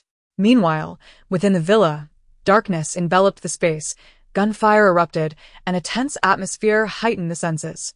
The air was thick with the acrid scent of gunpowder, punctuated by muffled groans and the sound of shattering objects. Xiao Qinghua, having served in the military, possessed exceptional marksmanship, and the butler had also undergone training, demonstrating both skill and precision. A group of over 20 men in black had invaded the villa, but within mere minutes, they found themselves dodging bullets from the villa's bodyguards, Xiao Guoqing, and the butler. 10 of their number fell in a short span. Ironically, the villa's sturdy doors thwarted their attempts to escape the gunfire, leaving them to cower behind sofas and tables in the living room. One of the assailants muttered a curse. Damn it, Xiao Mohan is just a businessman. How does he have such formidable firepower? Another, observing the diminishing number of comrades, squinted nervously. Should we retreat? Their firepower rivals ours. Capturing anyone today seems rather challenging. We should wait until they leave the villa and are isolated. The leader weighed the pros and cons and concluded, fine, as long as we preserve our lives, we can regroup later. With that, the remaining 10 swiftly made their way towards the villa's exit. The butler, witnessing their flight, scoffed, You think you can just come and go as you please, as if this were a marketplace? With a barrage of gunfire, the butler and Xiao Guoqing descended the stairs, their eyes sharp and weapons ready, each shot finding its mark. In a flurry of sounds, more adversaries fell. Before they could revel in their success, another group of assailants emerged, surrounding them completely. Run! The captain of the bodyguards, his face shadowed with concern, wielded an assault rifle and swiftly aimed at several foes, unleashing a hail of bullets. After the gunfire ceased, those who remained crumpled to the ground, howling in agony. Having barely registered their weapons, they were caught off guard, their hands riddled with wounds. The captain advanced towards them, coldly demanding, Who sent you to invade Dingjinjuan? You possess quite the audacity. Xiao Mohan's bodyguard team was no ordinary group. They were all retired military personnel, earning salaries several times higher than typical bodyguards. The call earlier had been directed to the captain, who only appeared at Xiao Mohan's summons. Xiao Qinghua and the butler emerged to confront the kneeling assailants. Xiao Qinghua approached and kicked one of them aside, subsequently placing a foot on the leader's head, demanding, "Who sent you?" The man, gravely injured, displayed remarkable resilience. "Kill me if you wish, but I want to divulge my employer's identity. We are principled assassins. Capturing us alive was merely a miscalculation. We assumed that as a businessman, Xiao Mohan would have only a modicum of protection, not knowing there were so many formidable individuals within his household. Their mission had been to capture Xiao Qingxi, but he had been well guarded, remaining at home throughout the day. Thus, they had resorted to a nocturnal ambush, only to suffer complete failure. The captured men were confined in the basement, where the captain continued his interrogation. He relished the thought of making an example of those who refused to cooperate. Chapter 89. Unyielding to death when he entered. The captain was still employing various methods to extract information from the captives. Xiao Mohan's gaze was as cold as ice, piercing through the barely conscious men. "Have they confessed?" The captain shook his head. "They remain obstinate, unyielding even in death." Xiao Mohan tightened his grip on the armrests of his wheelchair. "So they wish to remain resolute? Then let us ensure they remain so, subject them to all the measures at our disposal. Should they still refuse to speak, there will be no need for further interrogation. We shall simply dispose of them to avoid contaminating the premises." He had never been one to show mercy. Daring to invade his domain meant risking their lives. He would rather err on the side of caution than allow any foe to escape unscathed. Compassion would only lead him to ruin. His only mercy had been squandered on Xiyan in the past. The captain nodded in agreement. After Xiao Mohan departed the basement, he intensified his questioning. "What were you after? When did you provoke them?" Xiyan focused intently on Xiao Mohan, eager to understand the motives behind these intruders. Were they targeting her or Xiao Mohan? Logically, if they were after either of them, they would have ambushed them at the hospital rather than at home. Xiao Mohan cast a glance at Xiyan. "It remains unclear for now. They haven't, he confessed." Xiao Qinghua, somewhat surprised, noted their resilience. "Everything is fine at home now. You and Yan should take some rest. Your mother, however, is quite anxious and rashly called you. Look at how worried you are." Lan Yan, seated beside Xiao Qinghua, felt a lingering sense of dread. Could I not be worried? Their lives are still in the balance at the hospital. The situation was perilous. Gunfire continued to erupt from the villa, and with the enemy outnumbering them and the captain not residing there, any incident would only exacerbate the chaos at home. Xiao Qinghua tilted his head toward her. "Do you not trust me? If I can survive an ambush in my own home, I surely could have lived to this day. What storms have I not weathered? Why fear a band of ruffians?" In his youth, he had navigated through showers of bullets. Such a meager group posed no threat to him. Had it not been for his affection for Lan Yan, he would have lived a more exhilarating life. But he chose to temper his fierceness for her sake. Concerned for her well-being, he wished to shield her from fear and stress. After his son reached adulthood, he had taken a step back, yet he had quietly paved the way for Xiao Mohan's future. In the presence of Lan Yan, he has always radiated an air of gentility and grace, never revealing his fierce demeanor. However, tonight marks a departure from that norm. Only Xiao Mohan is aware that his father is even more cunning than he is, having deceived his mother with mere appearances. The smooth transition into managing the company over the past few years was largely due to his father's clandestine support. Though he has distanced himself from the company lately, it does not imply a decline in his capabilities. Lan Yan chided him. "You still carry yourself with such arrogance. Do you believe you are still in your 20s? How foolish. Just consider your age. If you were to strain your back, you would regret it." Lan Yan gazed at Xiyan. "I suddenly called Mohan, and you must have been startled." Xiyan shook her head. "I wasn't frightened, merely concerned for your safety. Please be cautious when you go out. Those individuals may not have achieved their aims yet, which could lead to further actions. We still do not know who is behind this or their intentions, so it is wise to remain vigilant." Xiao Qinghua nodded in agreement. "You are absolutely right. We will exercise greater caution in the future." As the conversation turned, a voice echoed, "Does my husband possess any dark forces?" It was noted that a powerful figure often surrounds themselves with capable individuals. The male lead is destined to meet his demise. Not only due to the female lead's machinations, but also from a terminal illness. However, the trajectory of this illness has been altered due to a significant fire. Your current task is to contemplate how to rescue the expendable characters. The rest, you may handle as circumstances evolve. Just remember, by altering the fates of those around the male lead, unforeseen events will unfold, which will shape your life experiences post-rebirth. It is said that to gain something, one must sacrifice something else. Your chance at rebirth comes with its own cost. I understand. You mean that as I relish life, I must also bear the consequences. Upon hearing Xiyan's thoughts, Xiao Mohan was taken aback. Does changing the destinies of those around him indeed come with a price? In the hospital, Fu shouting, anxiously awaiting news, tossed and turned in his bed, unable to find rest. He decided to sit up. The commotion disturbed Xiyan, who had been staying in his room. Why are you not sleeping? Are you worried they will fail? Fu shouting nodded. They have undertaken missions numerous times, but never have they taken this long without a word. Xiyan urged him to contact them for updates. Fu shouting shook his head. During missions, they cannot be contacted. If they succeed, they will reach out to me. But if too much time passes without contact, it implies something has gone awry. Xiyan reassured him, do not fret. Even if Xiao Mohan has bodyguards, they cannot possibly match the skills of your team, who are professionally trained. With Xiao Mohan not home, there is little to fear. Fu shouting, however, was not as optimistic. Yet he clung to a sliver of hope. Let us hope you are right. Otherwise, the loss would be substantial. The cost of maintaining their services has been considerable. Back at the villa, after a brief return to Xiao Mohan's room, Xiyan suddenly felt the pressing need to relieve herself. Oh, dear, I need to use the restroom. But how do I get my pants off? Would you like your husband as assistance? But he just used his fingers for something intimate with me tonight. Asking him for help now feels a bit awkward. What should I do? Xiao Mohan had maneuvered his wheelchair to the bedside, but upon hearing her thoughts, he paused, sighed, and wheeled himself toward the bathroom. Xiyan, feeling a bit out of sorts, asked, are you going to the bathroom? Xiao Mohan replied cryptically, what do you think? If I don't relieve myself, will I burst? He added, and you, having consumed so much water tonight, don't you need to go? Xiyan giggled, well, a little bit. I might need your help with my pants.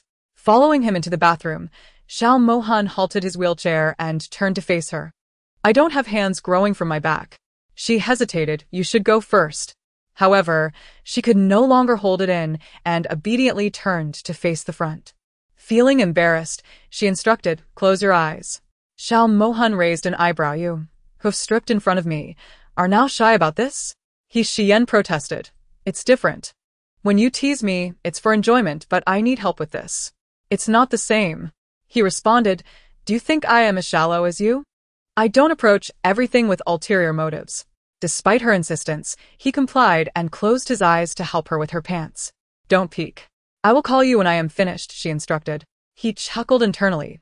Do you think your toilet posture is graceful enough for me to sneak a look? She rolled her eyes. Come on. Who goes to the bathroom elegantly? It's always a messy affair, unless you are constipated. Xiao Mohan's expression darkened. He had anticipated her crudeness. After a moment of relief, Xiyan called out, I'm done. As he helped her pull up her pants, he feigned disgust. Get out. It stinks. Her face stiffened. Wow. You actually think I smell? Just wait. In a few days, you'll be knocked out and tossed into a cesspool, choked by the foul stench. I'll just watch you suffer. Chapter 90. Visiting Zhangqi. Xiao Mohan was appalled by her thoughts. Previously, it was one thing to be told he had a terminal illness. Now to hear he would soon be knocked out and thrown into a cesspool? Was he truly destined to be associated with such filth? With a scowl, he cleaned the toilet and exited the bathroom without sparing her a glance. Wheeling himself straight to the bed, he climbed in and pulled the covers over himself to sleep. Seeing his displeasure, Xiyan grumbled, seriously. He helps me with my pants and acts like it's the end of the world. I'm just taking a leak, not a bowel movement. Xiao Mohan, eyes closed, took a deep breath. Could he admit he was disgusted? If he were truly thrown into a cesspool, drowning would be preferable. Climbing out would only make him a laughingstock. Xiao Mohan, president of the Xiao Corporation, knocked out and tossed into filth. Noticing his sour mood, Xiyan felt her own irritation rising. disdainful as you are. Once my hand heals, I'll intentionally skip washing after using the toilet and bring you an apple, just to watch you eat it. Xiao Mohan's eyes shot open at her thought. This woman, truly, could she not utter a single pleasant word? It seemed he must refuse whatever she offered in the future to avoid such calamities. Pulling her onto the bed, he softened his tone. Let us sleep. Dawn is approaching. Uncle, why are you at the hospital? Are you unwell? Lu Xiong smiled. No, I came to see your cousin. Aren't you both hospitalized? Why are you at the entrance? Xiyan, puzzled, asked, what happened to my cousin? The plot of the novel didn't mention anything about my elder cousin facing trouble now. Yesterday, I sent the information about the counterfeit ant to my uncle, but I am uncertain whether he has reviewed it. Upon hearing her unspoken thoughts, Lu Xiong's gaze softened, confirming his assumption that the documents were indeed sent by Yan. Although he was unsure how she had acquired the information, he suspected that it was with the assistance of Xiao Mohan. Since they were all aware of the situation, Lu Xiong decided to be forthright. Yan could not articulate her thoughts directly, so he would voice them instead. A flicker of disdain crossed his eyes as he stated, Yan, you shall no longer have an aunt. She has committed an unforgivable crime, and I have reported her. The court is likely to sentence her to death. Moreover, she is not the biological mother of your cousin. For years, she has deceived me, posing as a counterfeit. Yu Xiang is a child born through surrogacy. Behind my back, she has tormented your elder cousin since childhood, driving him to illness. Just yesterday, your cousin self-harmed in a fit, nearly losing his life. Additionally, I have some good news to share with you. I have located your cousin's biological mother. To my surprise, she was pregnant with twins during the surrogacy. Your uncle has another son. You now have an additional cousin. Xiyan feigned astonishment, exclaiming, the aunt is a counterfeit. She is not my cousin's biological mother and has abused him. How could she be so vicious? Wait, you found my cousin's biological mother? Where did you find her? Lu Xiong stifled a chuckle at her serious facade, opting not to reveal her act.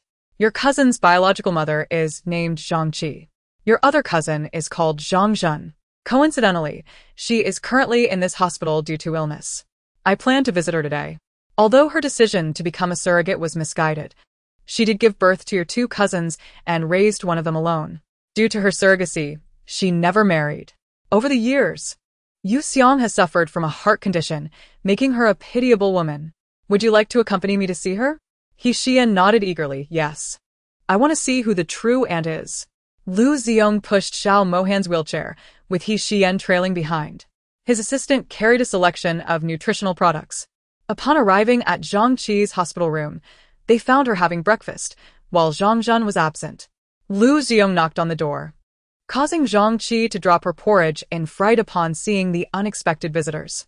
She recognized Lu Xiong from the photographs she had seen and remembered Xiyan from her previous visit to the store. The sudden appearance of these individuals left her anxious. She had never anticipated meeting the biological father of her child. Nervously, she stuttered, "Whom are you looking for?" Lu Xiong, surprised that his knock had startled her, approached her with an apologetic expression, picking up the fallen bowl. "I apologize for startling you. I heard from Zhangzhen that you are aware of my identity. He mentioned you were unwell, so I came to see you. These two are my niece and her husband. We did not mean to intrude." Xiyan cheerfully greeted, "Hello, pretty aunt. We meet again." The man before her appeared even more handsome in person than in his photos. Despite being over 50, time had left minimal traces on his visage. Other than some wrinkles at the corners of his eyes, he looked considerably younger than his peers. She had previously imagined the appearance of her child's father through the child's features, and now he stood before her, closely resembling her mental image. The older son's face mirrored hers, while his nose and eyes bore a resemblance to Lu Xiong. Upon hearing about Yu Xiang's condition and excessive blood loss, Zhangqi's complexion drained, filled with worry. So, the one being saved was Yu Xiang? Why has he kept such a significant matter hidden from me? Lu Xiong quickly interjected. He must have been trying to spare you worry. By the way, where is Zhangzhen? I haven't seen him. He underwent a significant blood draw yesterday and needs to rest. The hospital will receive his blood type this afternoon, and I will ensure he is scheduled for a transfusion, which will aid in his recovery, Lu Xiong explained. This visit was prompted by his concern for Zhang Zhen, as he could not neglect him simply because the elder son was no longer in immediate danger. Zhang Qi, realizing that Zhang Zhen had saved his older brother, felt immense sorrow for her two children, torn between the pain of her elder son's illness and the sacrifice of her younger son. Tears rolled down her cheeks. Zhang Zhen just stepped out to take a call. A friend was looking for him. Upon seeing the unexpected guests, Zhang Zhen's unfinished words caught in his throat. Chapter 91. Recognition. Xiyan was the first to speak. Hello, cousin. Do you remember me? I visited your shop a few nights ago to pick up noodles. This is my husband, Xiao Mohan. She waved her hand, wrapped in a bandage, drawing attention. How could he forget her? If not for her, he would not have uncovered his true lineage or understood the reasons behind his mother's long-standing affliction. He nodded to Lu Ziyong and Xiao Mohan before approaching Zhang Qi. Though Lu Ziyong was his biological father, he had never known paternal love, and the words dad stuck in his throat. Mom. I apologize for not telling you the truth yesterday. Zhang Qi gazed at her pale son with a pained expression. You silly child. Why didn't you share such a significant matter with me? You lost so much blood but told me only 200 milliliters. While your actions were for your brother's sake, you must also take care of your own health. Look at how weak you are now, having been out for so long. What if you fainted? Zhang Zhen smiled dismissively. Don't worry, I'm not that fragile. Lu Ziyong interjected. Zhang Zhen, blood will arrive at the hospital this afternoon. I have already informed the doctor. Once it arrives, they will schedule your transfusion, which will expedite your recovery. I understand that my visit may seem abrupt, but I wish to share some good news. Xiyan wants to see you both. Zhang Qi's eyes widened in disbelief. He wants to see us? Zhang Zhen felt a pang of guilt. Mom, the elder brother is now aware of our identities. Zhang Qi was filled with a mix of astonishment and joy. However, she felt an overwhelming sense of anxiety and concern. Would the child be willing to see her? Would he forgive her? Did he hold a grudge against the things she had once said? Lu Ziyong noticed her distress and offered reassurance. Xiang has already come to terms with everything. He does not blame you, so there is no need for concern. And I am truly grateful to you. Thank you for giving birth to our two sons and for raising Zhang Zhen so well. Now, shall we go see Xiang together? Or would you prefer to wait until he finishes his saline drip? Zhang Qi glanced anxiously at Zhang Zhen. How could she not long to see her eldest son? For the past 30 years, she had dreamt of this moment. Zhang Zhen understood her thoughts. She feared that he might harbor resentment. Go, mother. Go see him. I hope you live a long and healthy life. I cannot bear to see your heart condition flare up again. It pains me deeply.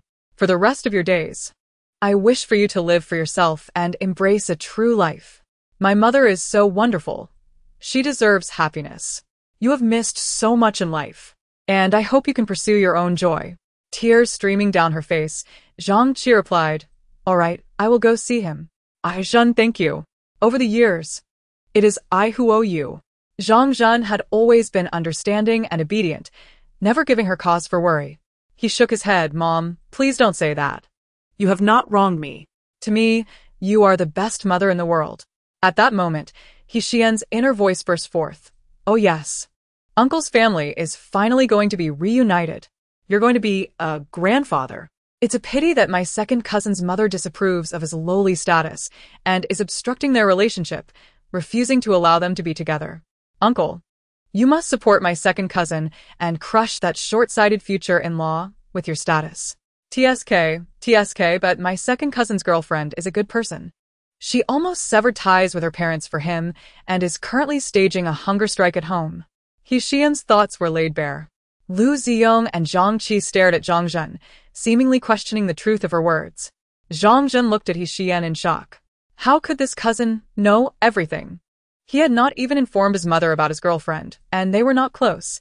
How did she find out? Had she investigated him? Lu Ziyong felt a pang of bitterness and guilt upon hearing that his younger son's identity was looked down upon by others. This only solidified his resolve to have his child reclaim his heritage. Humph, ignorant woman. How dare she look down on his son? He would ensure she paid for it. Zhang Qi felt even more distressed.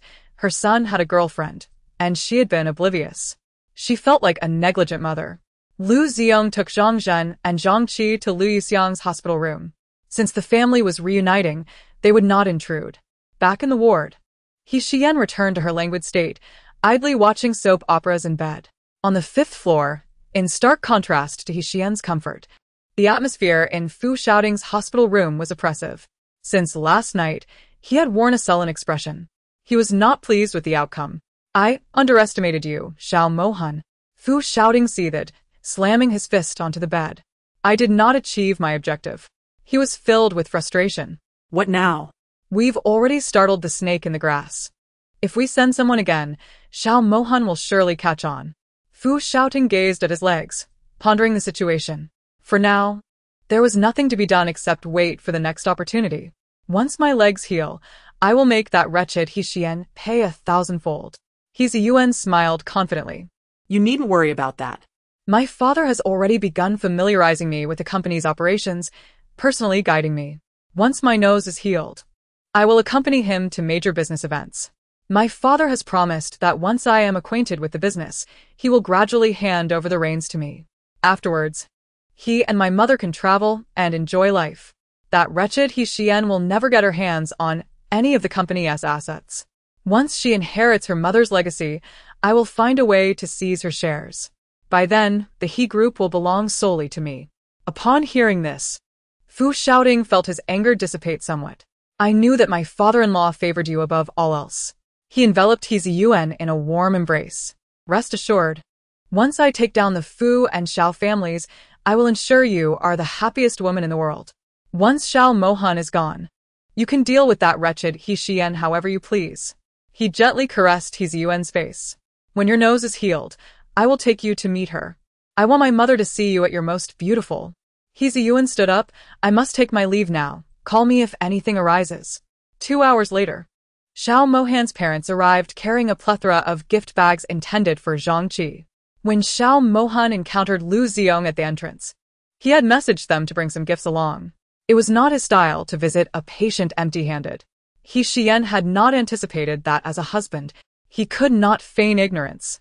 As Lan Yan and the others entered the ward with their arms laden with gifts, Xiyan curiously asked, Mom, Dad, why did you buy so many things? Lan Yan replied with a smile, This is what Mo Han asked us to bring. He said your uncle has found your cousin's biological mother, and your cousin is also hospitalized. It would be quite inconsiderate to visit a patient empty-handed. Xiyan, oblivious as ever, responded, Oh, I hadn't thought of that. I ran into my uncle at the hospital entrance, and he invited me to go along. Lan Yan reassured her. It's fine. Taking them over now is just as good. Come on, your father and I will accompany you. Xiyan nodded. Let's head to my cousin's room. They should still be together. Xiao Mohan, unable to accompany them due to his drip, followed behind his in-laws as they walked toward Lu Yuxiang's room on the 4th floor. As the three waited for the elevator, Xiyan caught sight of a lavishly dressed woman inside, nearly causing her thoughts to explode. It's like Mars colliding with Earth. The old schemer, the wretched mother of the illegitimate child, is also here at the hospital. Chapter 92, The Illegitimate Child's Wretched Mother. A scheming woman, the wretched mother of the illegitimate child.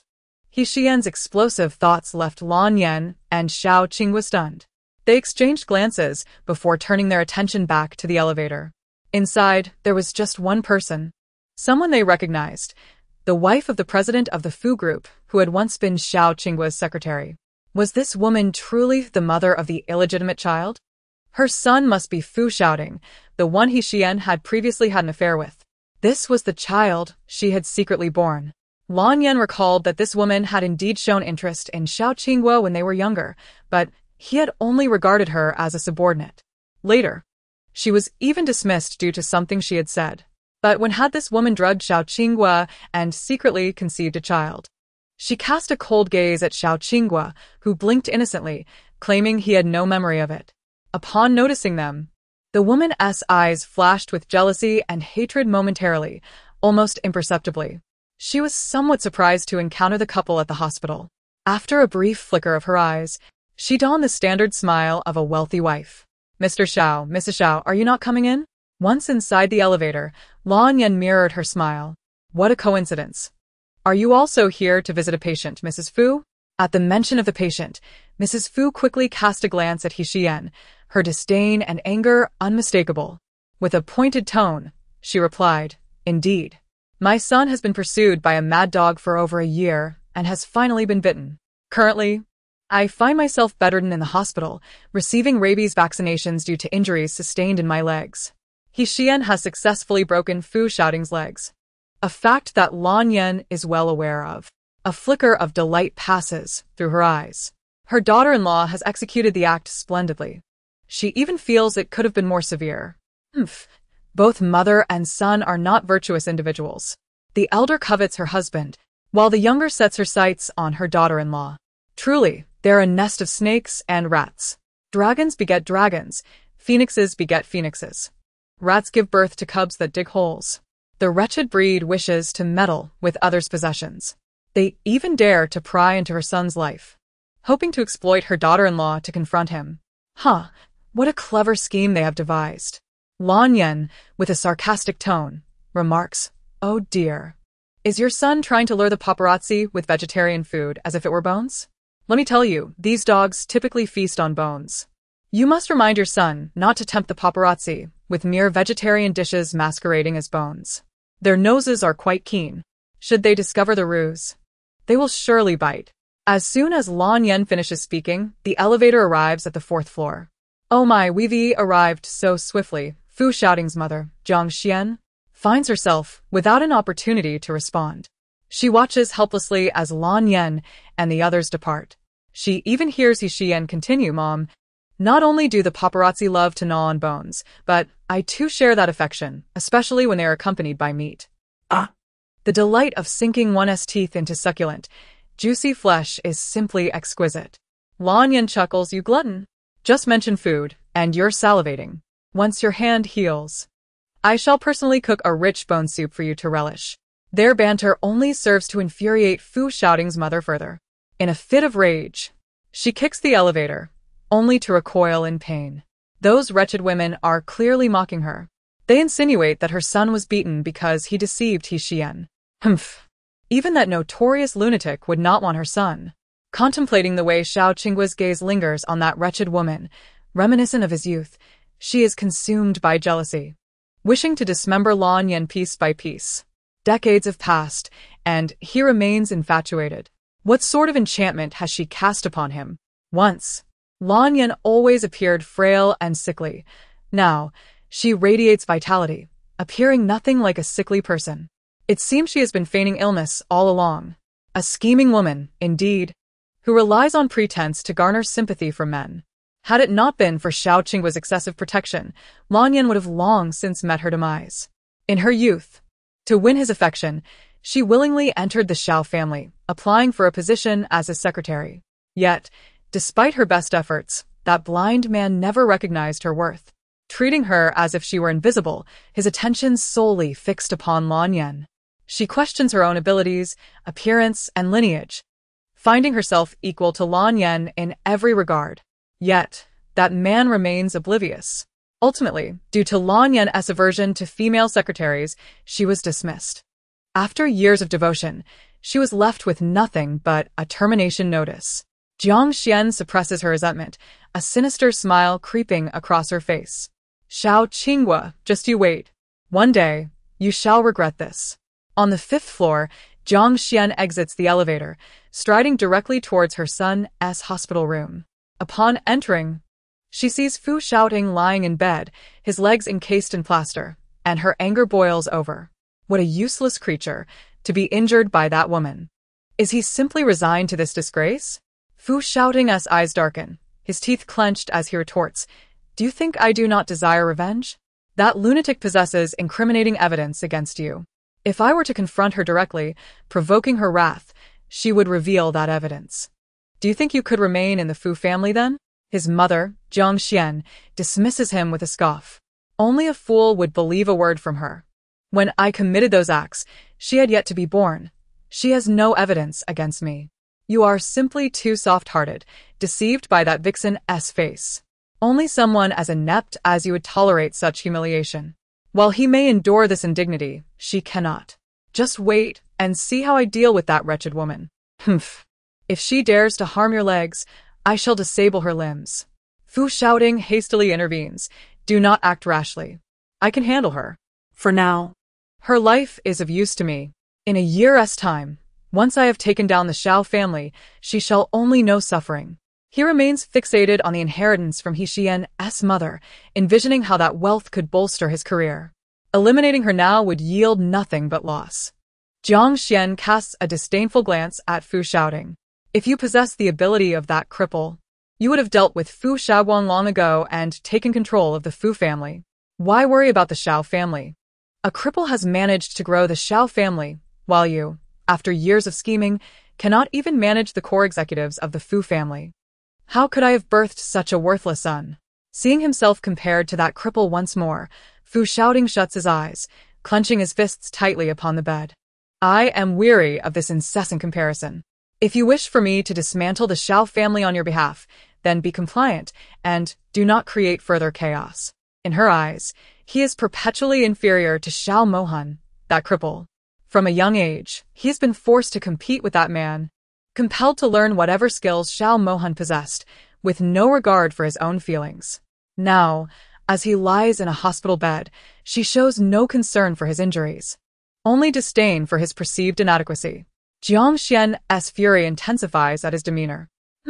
Ignore my advice and you shall face dire consequences. If you cannot even seize the Fu family, do not even dream of the Xiao family.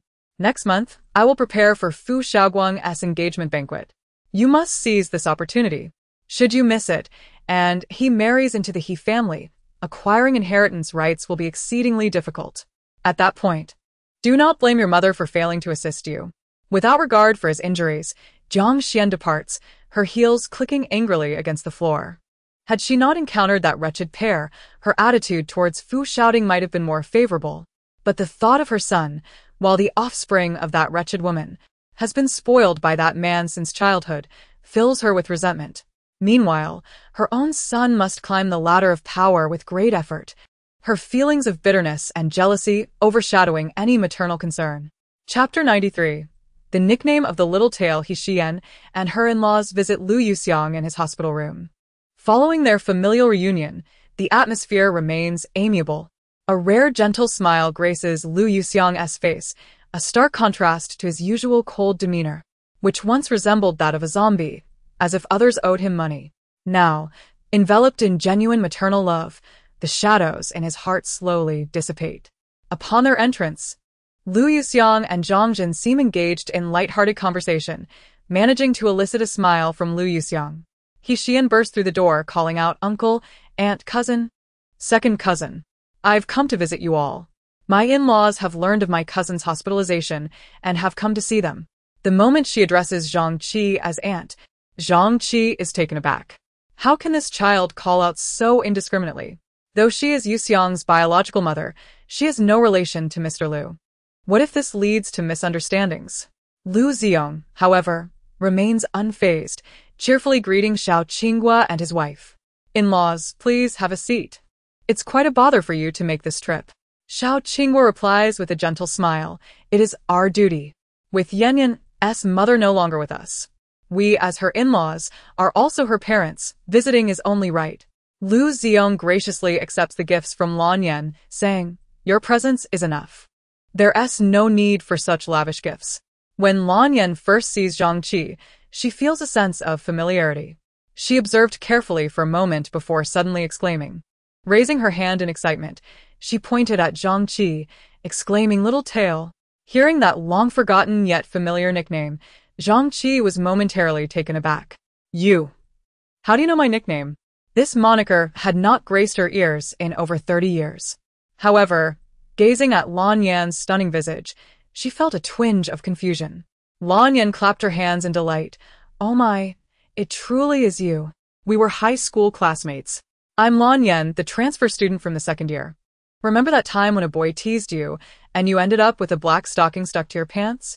You didn't even notice and walked around the school like that for the whole morning, earning that nickname from your classmates.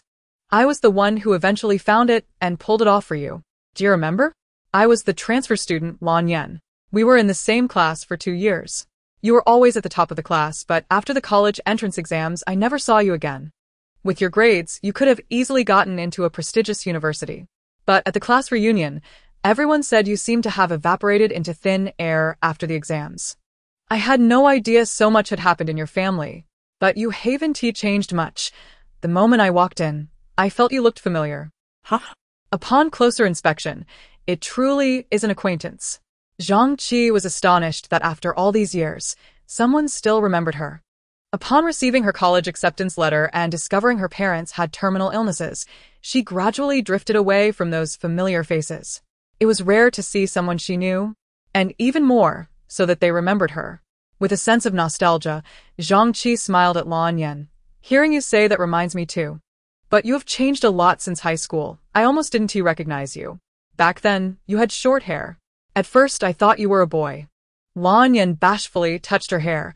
I couldn't help it. My face was too striking. My mother was afraid I would fall in love too early. She said my face was a disaster and forbade me from growing my hair long.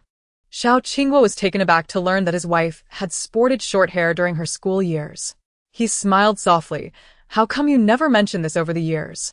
Lan Yan shot him a sidelong glance. I was quite averse to that short hair. I always felt it severely impacted my looks. Such a dark past. If it weren't for my mother's insistence, I wouldn't have cut it. Long hair looks so much better on girls, but my mother insisted on short hair. I've locked away all the photos from that time in my mother's drawer. I should check if she threw them out. Xiao Qingguo gazed at her breathtaking face, which, even nearing 50, remained astonishingly beautiful. In that case, I must thank my mother-in-law. If she hadn't forced you to keep your hair short, perhaps you would have already been out of my reach by the time you entered university. He had met Lan Yan unexpectedly during a speech at her school in her sophomore year. To this day, he vividly recalled how she had collided into his embrace while playfully bantering with her classmates, her apologetic expression and stunning face etched in his memory forever, an indelible impression. At that time, Lan Yan was as innocent as a blank slate, clearly well protected by her family. The reunion of Lan Yan and Zhang Qi, who hadn't seen each other in decades, stirred a sense of nostalgia for the past. The two conversed with increasing rapport, momentarily forgetting those around them. Observing this, Xiao Qingguo subtly nudged Lu Ziyong and whispered, the child's biological mother seems quite pleasant, while that one is already divorced. Have you considered taking a look? Lu Ziyong gazed at the gentle, smiling Zhang Qi. It's not something to rush. Even with intention, one must consider if the other feels the same. He was utterly reviled by Moronia and pondered whether, if he truly harbored feelings for Zhang Qi, she would even care. Xiao Qingguo watched the two brothers engaging splendidly. I believe there is potential. You have 2 light bulbs to brighten things up. To ensure those 2 shine, your first step is already secured. She can remain unmarried for the sake of her child, and she can also marry for the same reason. Emotional matters can develop gradually. A woman as selfless as her, once missed, you may never encounter again. Lu Ziyong glanced at his 2 sons, a smile gracing his lips. Let us observe for now. As for the future, we shall let it unfold naturally. They were no longer young, having surpassed the age of pursuing simple affections. He had been married, while Zhang Qi had remained single. Ultimately, their circumstances were different. Xiyan and the others left after half an hour. As they departed, Xiyan called out in a loud voice, Auntie, I'll come back to visit you tomorrow. Zhang Qi felt her cheeks warm at being addressed as Auntie by the outspoken child, whose innocent smile made it difficult to chastise her. Lan Yan smiled. Let us plan to meet again sometime. Zhang Qi nodded. Yes. She had already recovered sufficiently to avoid hospitalization. Her heart ailment was psychological. She knew the root cause. No hospital could uncover what was inherently known. Ah Zhen, I'm feeling much better now. I'll go ahead and discharge the room. You and your brother can stay here for now. Zhang Zhen's startled voice echoed. Lu Ziyong and Zhang Qi were alarmed. They swiftly caught him and helped him back onto Lu Yuxiang's adjacent bed, urgently calling for a doctor. Upon seeing this, Lu Yuxiang felt a pang of guilt. This younger brother had become so weak saving him. He regretted not resisting his illness as he usually would. After the doctor's examination, he reprimanded, Didn't I tell you to rest more? Why are you running around? It's normal to feel dizzy after drawing so much blood. No more running around today. The blood bank staff will be in this afternoon to give you a transfusion.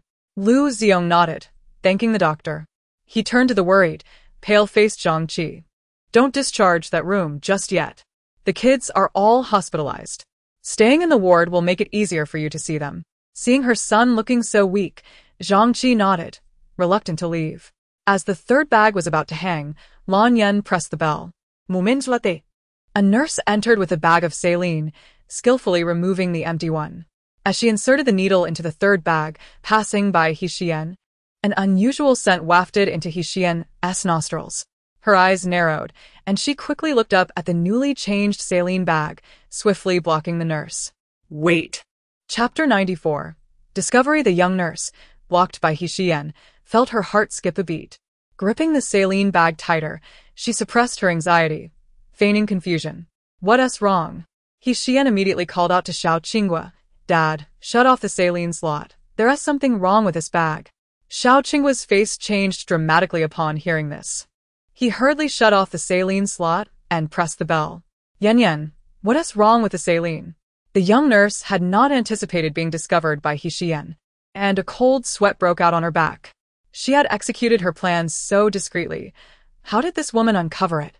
While she feigned calmness, her mind was in turmoil. She blinked innocently. Mrs. Xiao, what do you mean? This saline was prescribed by the doctor. How could there be a problem? I'm just a nurse, responsible for administering the four. Is it possible that the doctor prescribed the wrong medication? After the bell rang, another nurse quickly arrived. Noticing a colleague in the room, she questioned, Oh, there's a nurse here. Why did you ring the bell again? Jiang Ling, didn't you say you'd come to change the four? The young nurse was nearly in tears, her face pale with fright. Xiyan addressed the newly arrived nurse. Please take down that saline bag. The nurse, unaware of the situation, nonetheless complied with Xiyan's request and removed the saline. Dad. Take the saline to the director and have it tested under your supervision. Honey, call the police. Just say someone is trying to poison you. The young nurse panicked even more at the mention of the police. It's over. The individual had clearly stated that the medication was colorless and tasteless, rendering it undetectable. When she administered the drug, she also noticed no discernible scent. Yet how did Xiyan come to uncover the truth? Xiao Qinghua, holding a saline bag, cast a heavy gaze upon the young nurse. You had better pray that the poison within is not lethal, otherwise, I shall ensure you endure the full extent of your punishment. Lan Yen was greatly frightened and hastily inquired, if there is an issue with this medication, what about the 2 bags that Mo Hanhang just received? Are they also compromised? It was audacious beyond belief to poison her son so brazenly in broad daylight. Xiao Mo Hanhang did not doubt Xiyan's claims and promptly contacted the authorities. The nurse, who had injected the drug, realized her scheme had unraveled. Overwhelmed with fear, she began to sweat profusely. Witnessing the police being summoned nearly sent her into a panic. She suddenly fell to her knees. I'm sorry, I was momentarily bewitched. An hour ago, a woman clad in black approached me, with long hair and a mask, and handed me a vial of medication. She instructed me to inject it into Mr. Zhao's four. She assured me that it would have no adverse effects on his health, merely inducing drowsiness. She offered me 100,000 yuan, and in a moment of folly, I consented. Mr. Xiao, Mrs. Xiao, I was wrong. Please do not allow the police to arrest me. The drug has not entered Mr. Zhao's body and has caused no harm. I beg for your mercy, just this once. I promise I shall never do it again. The young nurse trembled on the floor, shivering. Recently, she had fallen into gambling and accrued a substantial debt to loan sharks. When the woman had offered her the money, she hesitated. But the thought of her debtors selling her into a club if she failed to repay them was too terrifying to bear. In a moment of desperation, she had consented to the black-clad woman's demands. Lan Yen trembled with rage. Spare you? How dare you beg for mercy? You poisoned my son for a mere 100,000 yuan. If my daughter-in-law had not discovered it, that poison would have already coursed through my son's veins. Did you ever consider the consequences when you accepted that money? Did you ever think about the impact that drug could have on my son's health? You are guilty of attempted murder. If someone as malevolent as you is not apprehended, you will undoubtedly endanger other patients for the sake of money. The nurse clasped her hands in prayer, desperately bowing her head. No, I want you to do it again. Please, I beg you, spare me. Xiao Mo Hanhang's expression was frostier than the winter's chill. Everyone must bear the consequences of their actions. If I show you leniency today, you will only go on to harm another. The commotion in the hospital room drew the attention of others in adjacent wards, though security personnel prevented them from entering. The police soon arrived. The nurse, weeping and resisting, was ultimately taken away. This incident had stirred quite a storm. All the doctors in the hospital were alerted. The physician who had prescribed medication for Xiao Mohan was furious, nearly losing his reputation due to the nurse's actions. He had prescribed the medication. Should any issues arise, he would be the first to bear the blame. When Xiyan discovered the medication was tainted, Xiao Mohan dispatched a message to investigate the black-clad woman mentioned by the nurse. However, the outcome revealed that the surveillance footage of that ward had been destroyed. The drugging incident prompted a series of repercussions. Many patients, fearing they might be poisoned without cause, requested transfers to other hospitals, causing chaos to erupt within the facility. Meanwhile, the hospital director anxiously awaited the results of the drug tests, praying that the vial contained no poison. This marked the second such incident to occur in his hospital. The first had involved a friend of Mr. Xiao, and now it was Mr. Xiao himself. He felt as though the hospital staff were conspiring against him. Meanwhile, the woman who had supplied the nurse with the drug had changed her attire and appearance. Upon learning that the nurse had been apprehended, a smile crept across her lips. Ah, discovered so swiftly. This game is becoming increasingly interesting. She leaned languidly against the railing of a hotel balcony, a cigarette in hand. Wearing a cap and an exquisite makeup that accentuated her fiery red lips. A man in black behind her respectfully inquired, "What should we do next?" The woman took a drag from her cigarette. "We've already raised suspicions. Let us proceed with caution for the time being. Xiyan's perceptiveness has surpassed my expectations. However, such challenges only make the game more engaging." In Xiao Mohan's hospital room, another nurse was taken aback to learn that her colleague had compromised patient safety for monetary gain, shattering her understanding of human nature. Fortunately, the first 2 bags of medication had been administered by her. Had it been her colleague from the start, what might have happened to Mr. Xiao? The young nurse shuddered at the thought. She had never anticipated that her seemingly gentle and well-liked colleague would resort to poisoning patients for money. It was truly frightening how unpredictable human nature could be. Xiao Mohan refrained from questioning how Xiyan had made her discovery. He was preoccupied with how to expose her medical expertise. The young nurse had inadvertently aided him in that endeavor. Lan Yan, however, was not as composed. Montag Hanhang. You must undergo a full examination to determine if there are any issues with those 2 bags of medication. If they were also tampered with, then she could not bear to finish her thought. Xiyan reassured her, "Mother, there's no need to worry. The first 2 bags of medication are fine. When we visited cousin's ward, the medication had just been hung, and it was administered by another nurse. The bag that was injected contained a hallucinogen. Its scent is particularly faint, undetectable to the average person. However, my keen sense of smell allowed me to catch a whiff. The nurse replacing the medication may have become flustered and spilled some on her hands. I detected it as she passed by me. This hallucinogen is not lethal but can induce mental disturbances and hallucinations. In severe cases, it can render a person controllable." Lan Zhan Ponder. Who could be so malicious as to administer such a drug to Mohan? What are the ulterior motives behind this? Xiyan queried the system's customer service. "Big news. This is the danger you must face after altering the plot. It lies outside the narrative and I cannot assist you."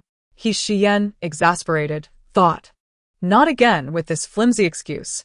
By afternoon, the results of the drug tests were released, confirming Xiyan's assertions. The medication had indeed been laced with a hallucinogen, a prohibited substance of international concern, exorbitantly priced. The identity of anyone capable of acquiring such a drug was certainly not ordinary. Xiao Montag Hanhang was perplexed. Who could wish him harm? First the incident at the villa and now this poisoning. Were the 2 events linked? The hospital had reviewed all available surveillance footage, seeking any woman in black who matched the nurse's description, yet none were found. The drugging incident had left other patients in a state of panic, and ultimately, it was Xiao Mohan who stepped in to resolve the crisis. The hospital director stood by Xiao Mohan's bedside, his head bowed in shame. "I apologize for the occurrence of such an incident in our hospital. My failure in staffing is to blame." Xiao Mohan bore him no ill will. The forces at play were directed at him. Even if the director had wished to prevent it, he could not. This is not your fault. The most unpredictable element in this world is the human heart. You can never know who may strike you from behind in the next moment. I still have faith in your medical ethics. After the director departed, only Xiyan and Xiao Mohan remained in the room. Xiao Mohan raised an eyebrow and feigned ignorance, asking Xiyan, "Shouldn't you explain how you knew that was a hallucinogen? I recall you have no formal medical training, even if your sense of smell is remarkable. Lacking knowledge of medical principles, one cannot discern merely by scent that it is a hallucinogen." Xiyan had already devised her explanation. Well, I must warn you not to be angry when I say this. Xiao Mohan leaned against the hospital bed, a half-smile playing on his lips. He was curious to see how she would weave her tale. I won't be angry. Go on, how did you come to know this? Xiyan spoke nonsensically, actually. I've been studying medicine since childhood. I have a versatile master. Her medical skills are exceptional, her martial arts are formidable, and she possesses some unorthodox techniques as well. She imparted all her life's knowledge to me. However, my master has an eccentric temperament and never reveals her identity. I wish to find her, but she is elusive. She only appears when she is pleased. She mentioned that I have a calamity in my fate, and before I turn 25, I cannot utilize those skills. She advised me to feign ignorance and play the fool to conceal my abilities. Now that I have evaded disaster, I can be my true self. you see. This is why you feel I am different from before. Huh? I wonder if my husband will believe this? Will he think I've lost my mind or that I'm just boasting and indulging in fanciful thoughts? She initially thought it would take time for Xiao Mohan to believe her. To her surprise, he suppressed a laugh and said with a straight face, "So, you are actually a polymath. Not only are you skilled in combat, but your medical expertise is commendable as well?" Xiyan eagerly climbed onto the bandwagon, nodding her head vigorously like a chick pecking at grains. "Yes, dear husband, you are indeed clever. You've already witnessed my prowess in combat, haven't you? Impressive, isn't it?" Xiao Mohan watched her fabricate her story with wide eyes, feigning suspicion. "I've seen your martial prowess, but your medical skills? That's unsubstantiated.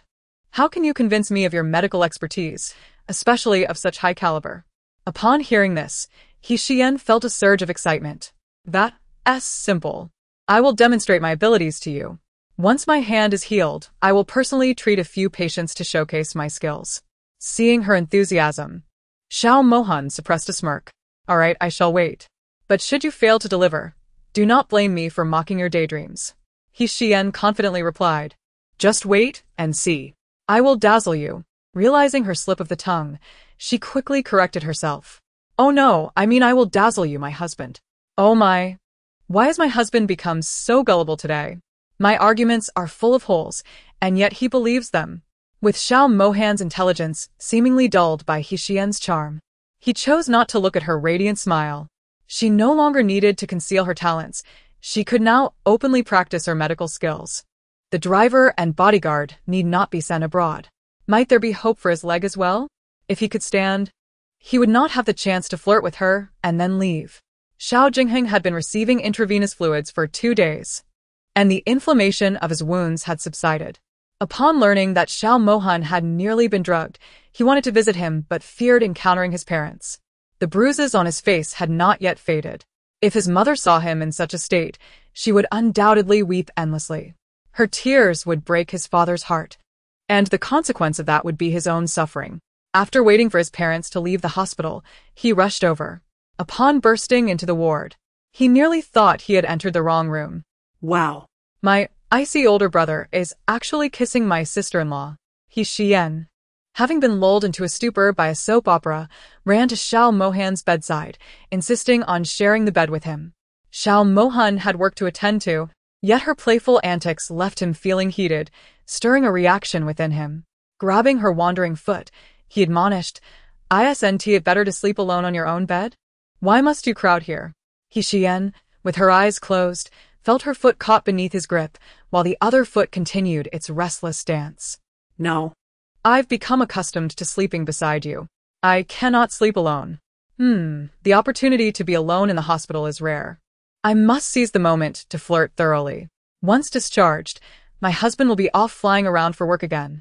His little sprout is just starting to bud, and I must quickly water and nourish it to help it grow.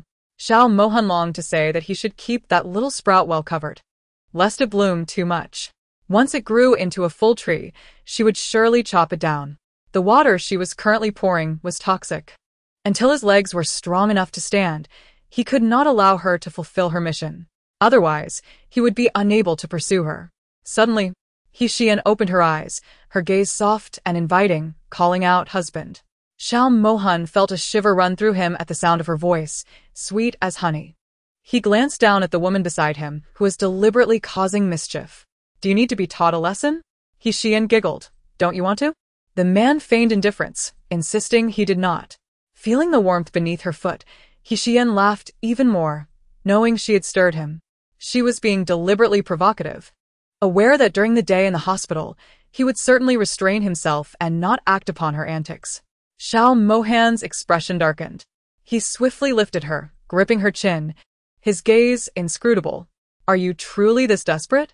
Did last night not satisfy you?" This woman, even with an injured hand, could not remain still. Did she truly believe he was some paragon of restraint?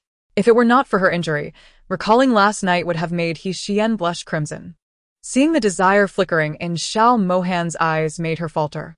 "Oh dear, I may have stirred the pot too much. I only have the heart of a thief, but not the courage." She tilted her head away from his hand, chuckling. "I was just joking.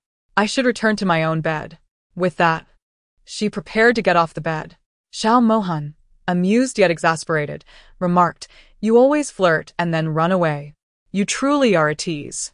He then leaned in without reservation, kissing her. This marked the second time he had initiated a kiss. Xiyan felt her heart race, as if a young deer were bounding within her chest. The heat of his lips and tongue parted her lips, claiming the sweetness within. It was the first time she felt Xiao Mohan's fervor while he was fully aware.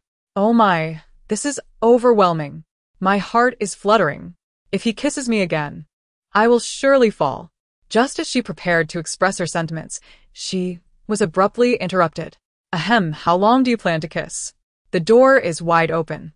Xiao Jingheng, lacking in situational awareness, intruded upon the moment. Xiao Mohan quickly pressed Xiyan's head into his embrace, casting an annoyed glance at the intruder. "Have you healed completely?" Xiao Jingheng pulled up a chair and sat down. "Almost. I was worried about you after hearing you were drugged. I waited